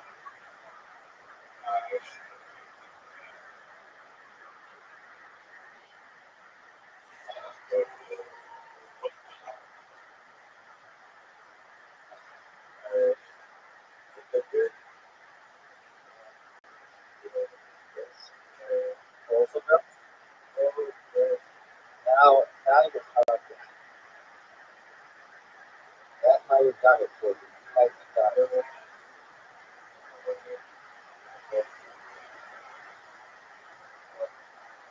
It all comes down to this.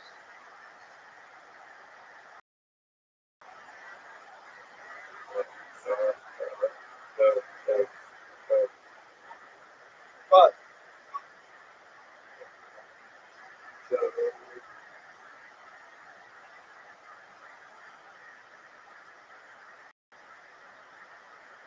Get in, get in, get in, get in.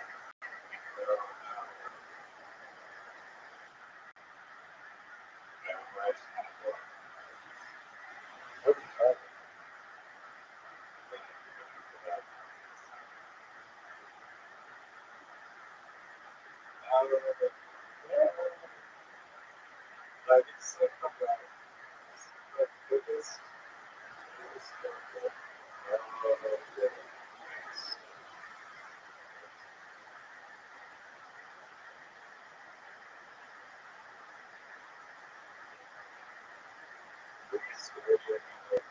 Oh, I absolutely.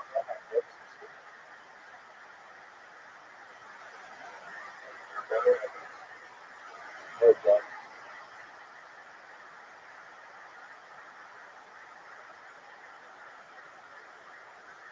Oh, get in.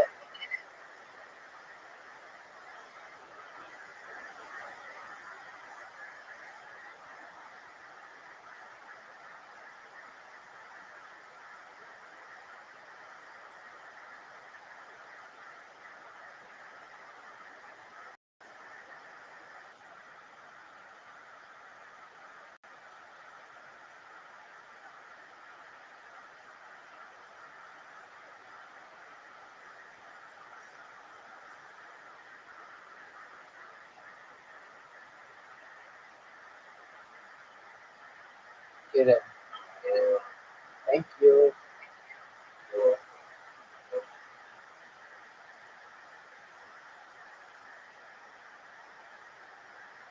Oh, what a good. No way. No way. That was amazing.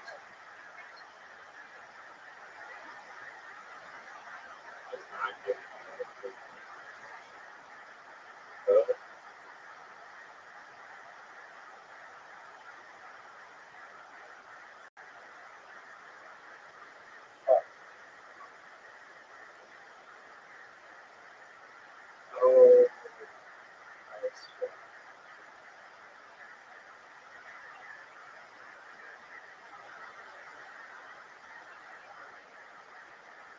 dude, I don't know what I did here.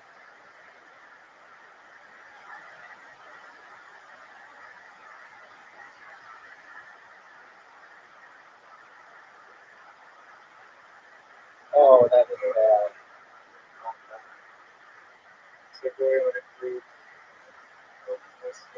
But I had to get one back. Oh, no way. Dude, my,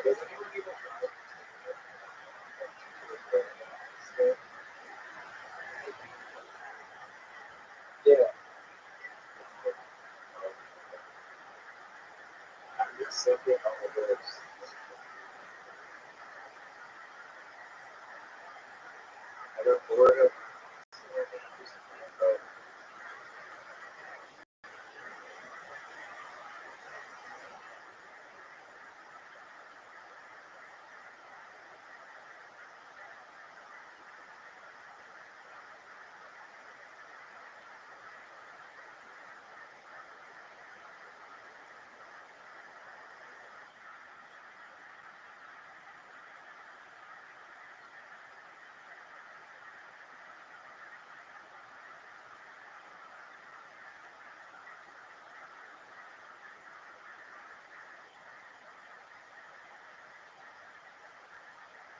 Boy, this would be an incredible bench shot.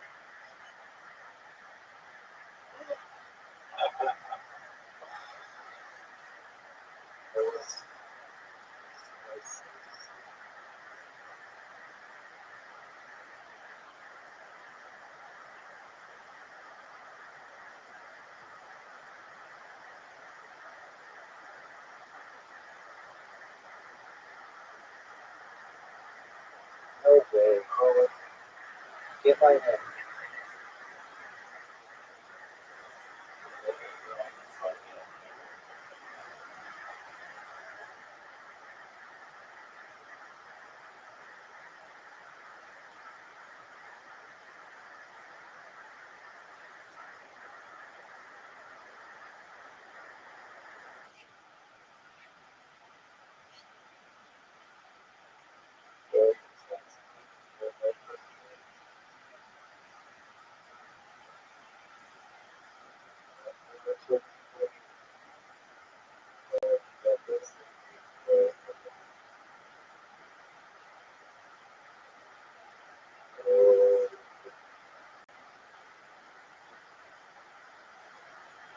easy shots for you.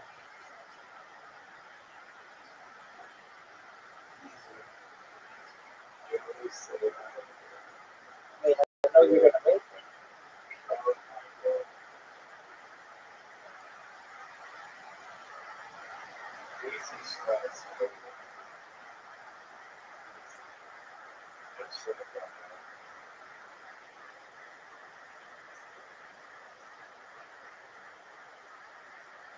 This is so.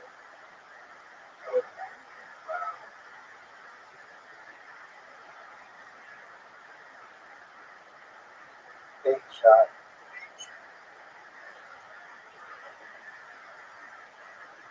That was fucking. That's the best I've ever played. Like where I actually had to like. Wow.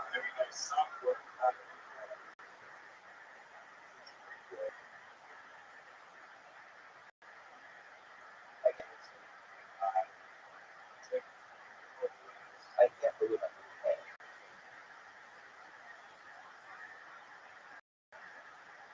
Yeah. I wonder if it's possible to make one on the shot. I think maybe one of yours. That's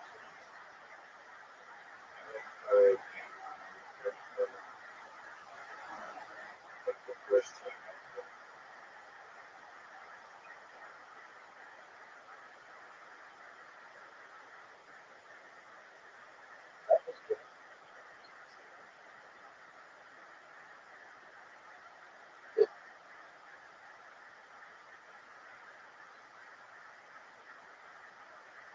That was good.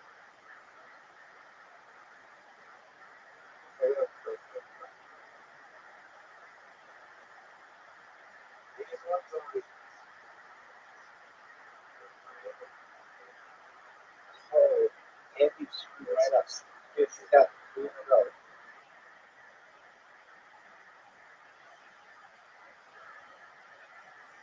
Get my hand. Just get my hand.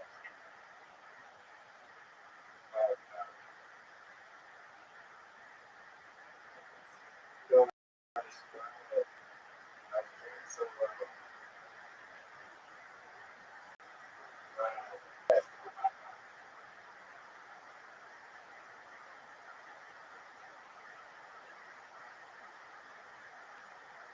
way.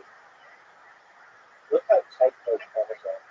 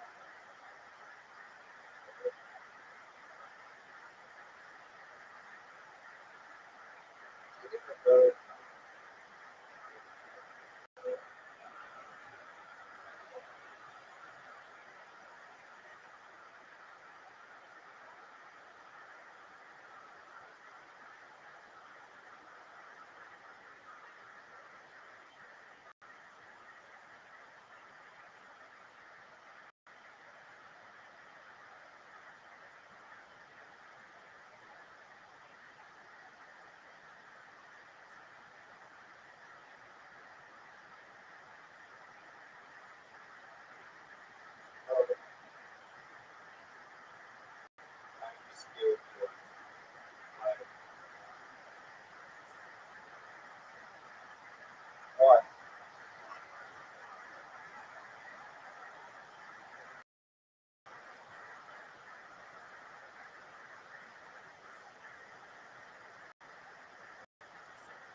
two.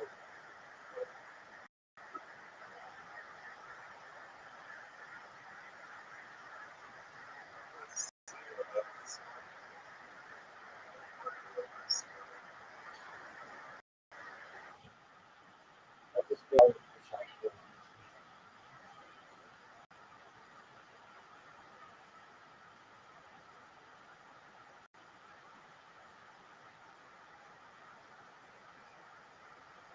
That was a good shot.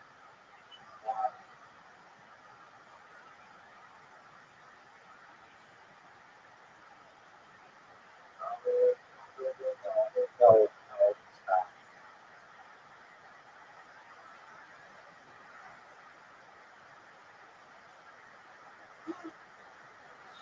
Say goodbye to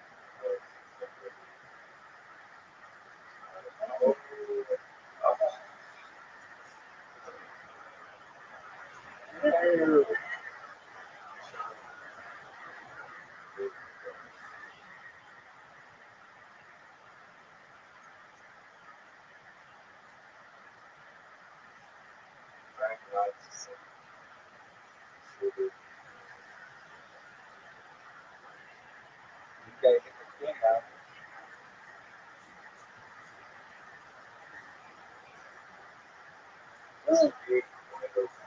Oh, no way. No way you did this. This is like such a hard time. No way. No way. All right. Now I'm going to make the greatest comeback you've ever seen. So,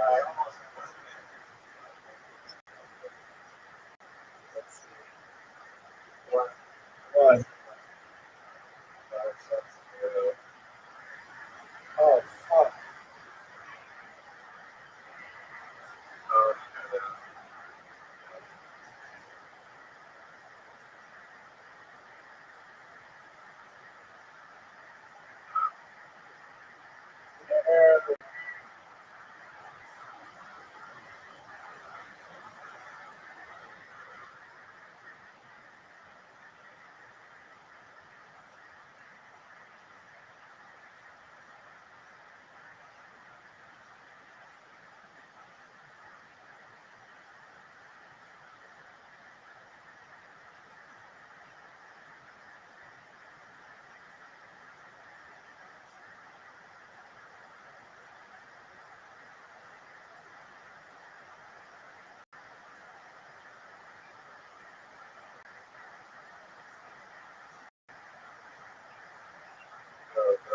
No way. No way. Game winner. Game winner. Fuck, man. That was great. All right. Take care of your dog. We'll play again soon. Isn't that funny that you would just randomly like? Yeah, I saw this thing on the YouTube of like Canadian ski ball or something. Oh, you like there? You're like, what? You played that before? You're like, no. Well, I guess it's like this with Instagram.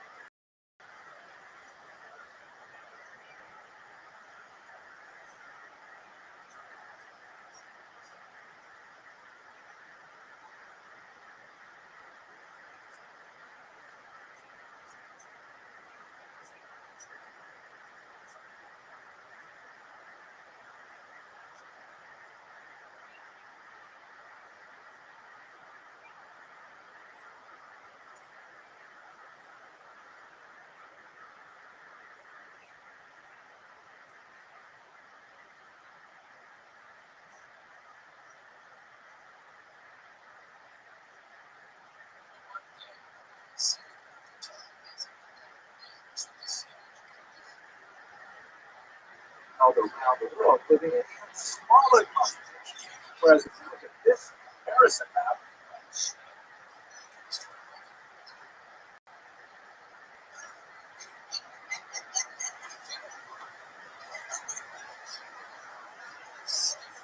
you see the size of the historical land of Israel is just so tiny in the geographic scope of the country of contemporary China.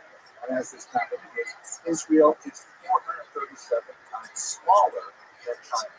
So again, it boggles the mind that these are still here. That would survive so much in a tiny little territory from which they have been separated for the last 2,000 years, sometimes, or maybe when it was reconstituted as a modern state. And they're still habituating themselves to it. It really is, I mean, I say even though I spent so much of my own time studying this. Okay, so that describes ancient civilizations that were around when the Jewish people got to the historical. If we were to look at empires that fell since then, we would see that there are so many of them. The Jewish people have witnessed the rise and fall of so many empires, including the Assyrians, the Babylonians, the Persians, although Zoroastrianism, the faith of ancient Persia is still around. The Greeks still around, but they're very different from the ancient Greeks of the period of Heraclitus, Socrates, Plato, and Aristotle. The language is modified. Of course, there's lots of Christian now. Difference of that era. The Roman Empire, of course, is very significant of Jewish history as well. And this is the same thing that's true of empires outside of the Roman history as well, like a rapid civilization in North and West India, or the Peruvian civilization, the Nazca peoples, Mesoamerican peoples like the Aztecs and so on. They're all gone. All these empires well. Rome itself, which destroyed the temple and a bunch of Jewish sovereignty in the first century, it falls just a few hundred years later, and the Jews see the rise and fall of the Muslim empires, Safavid, the Umayyad, I should also have the Mughal Empire, also Muslim, and a whole slew of European kingdoms fall during the modern period, including France, Germany, Russia even falls twice, not counting the Mongols. Jews have gone through all of this. It's astounding. And I were to deliver a simple message about Jewish history to my children and my students, I really emphasize how Jesus has proved his ability to last through such great journeys of human tradition, historical circumstances, different cultures, different languages, and Jews are still here celebrating pretty much the same kinds of things that have been going on for centuries, engaging in conversations with rabbis who left their thoughts 1,000 years ago, 2,000 years ago, 3,000 years ago. This is all still part of contemporary conversation, but can't emphasize much how phenomenal that is. So if we look at it sort of in a timeline, of this, the green bar here represents Jewish history. It's very schematic. Basically, it's an Excel spreadsheet. Each box represents 500 years. So this is the extent of Jewish history. Overlap that with Roman history, you can see that it's a big chunk of Jewish history, but Jewish history printed and certainly posted. There's other major faiths, daughter religions, Judaism, Christianity occupies roughly half of Jews, but there's another half of Jewish history that extends way back before Christianity started.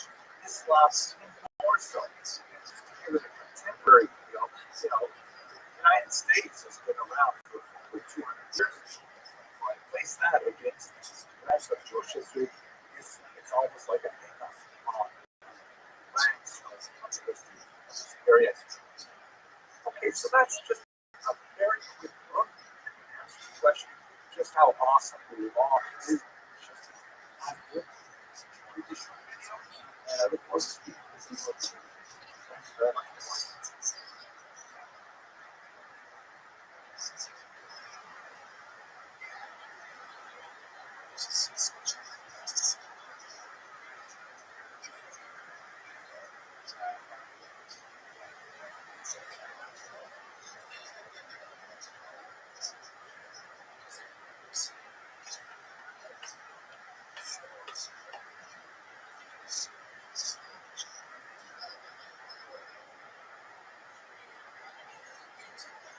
Hello and welcome to another episode of Jewish History for Parents and Other Teachers of Children. One of the things that I find most incredibly valuable about Jewish history is not only that it gives me personally a sense of my place in space, in my community, in my family, and so on, but also my place in time. Just a minimum of historical awareness. I have a sense of where my family comes from. One that ridiculously long time. We've already spoken in the previous lecture about how awesome the war is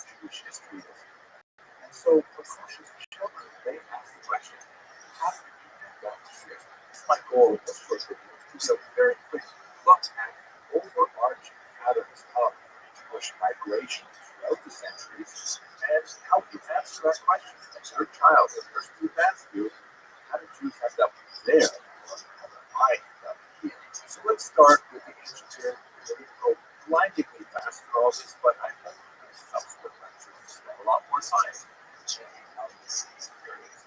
The very beginning, as we discussed last week, began in what was the southern Iraq, as is described in the book of Genesis, when Abraham takes his family and makes this roundabout journey up the Euphrates River, and then makes a sharp left down to the left. There's no very short stay in just that stay, which of course would be extended in later generations. And that's a whole other story. That's not for our topic today. But the end result is that the Jews settled the land of Israel. Here's a map that shows you how the Bible describes the distribution of land according to the tribes, and ultimately they come together as a monarchy. This is this under the kings Saul and David, and then later Solomon, where it's expanded to consider. Unfortunately, this doesn't last. After Solomon, there was a split between the northern tribes, known as the kingdom of Israel, and the southern tribes, known as the kingdom of Judah. And ultimately, that northern kingdom is going to be taken away by the Assyrian Empire. In this map here, how there are several population transfers from the northern part of Israel in particular, and there's and on. These are the so-called 10 lost tribes, about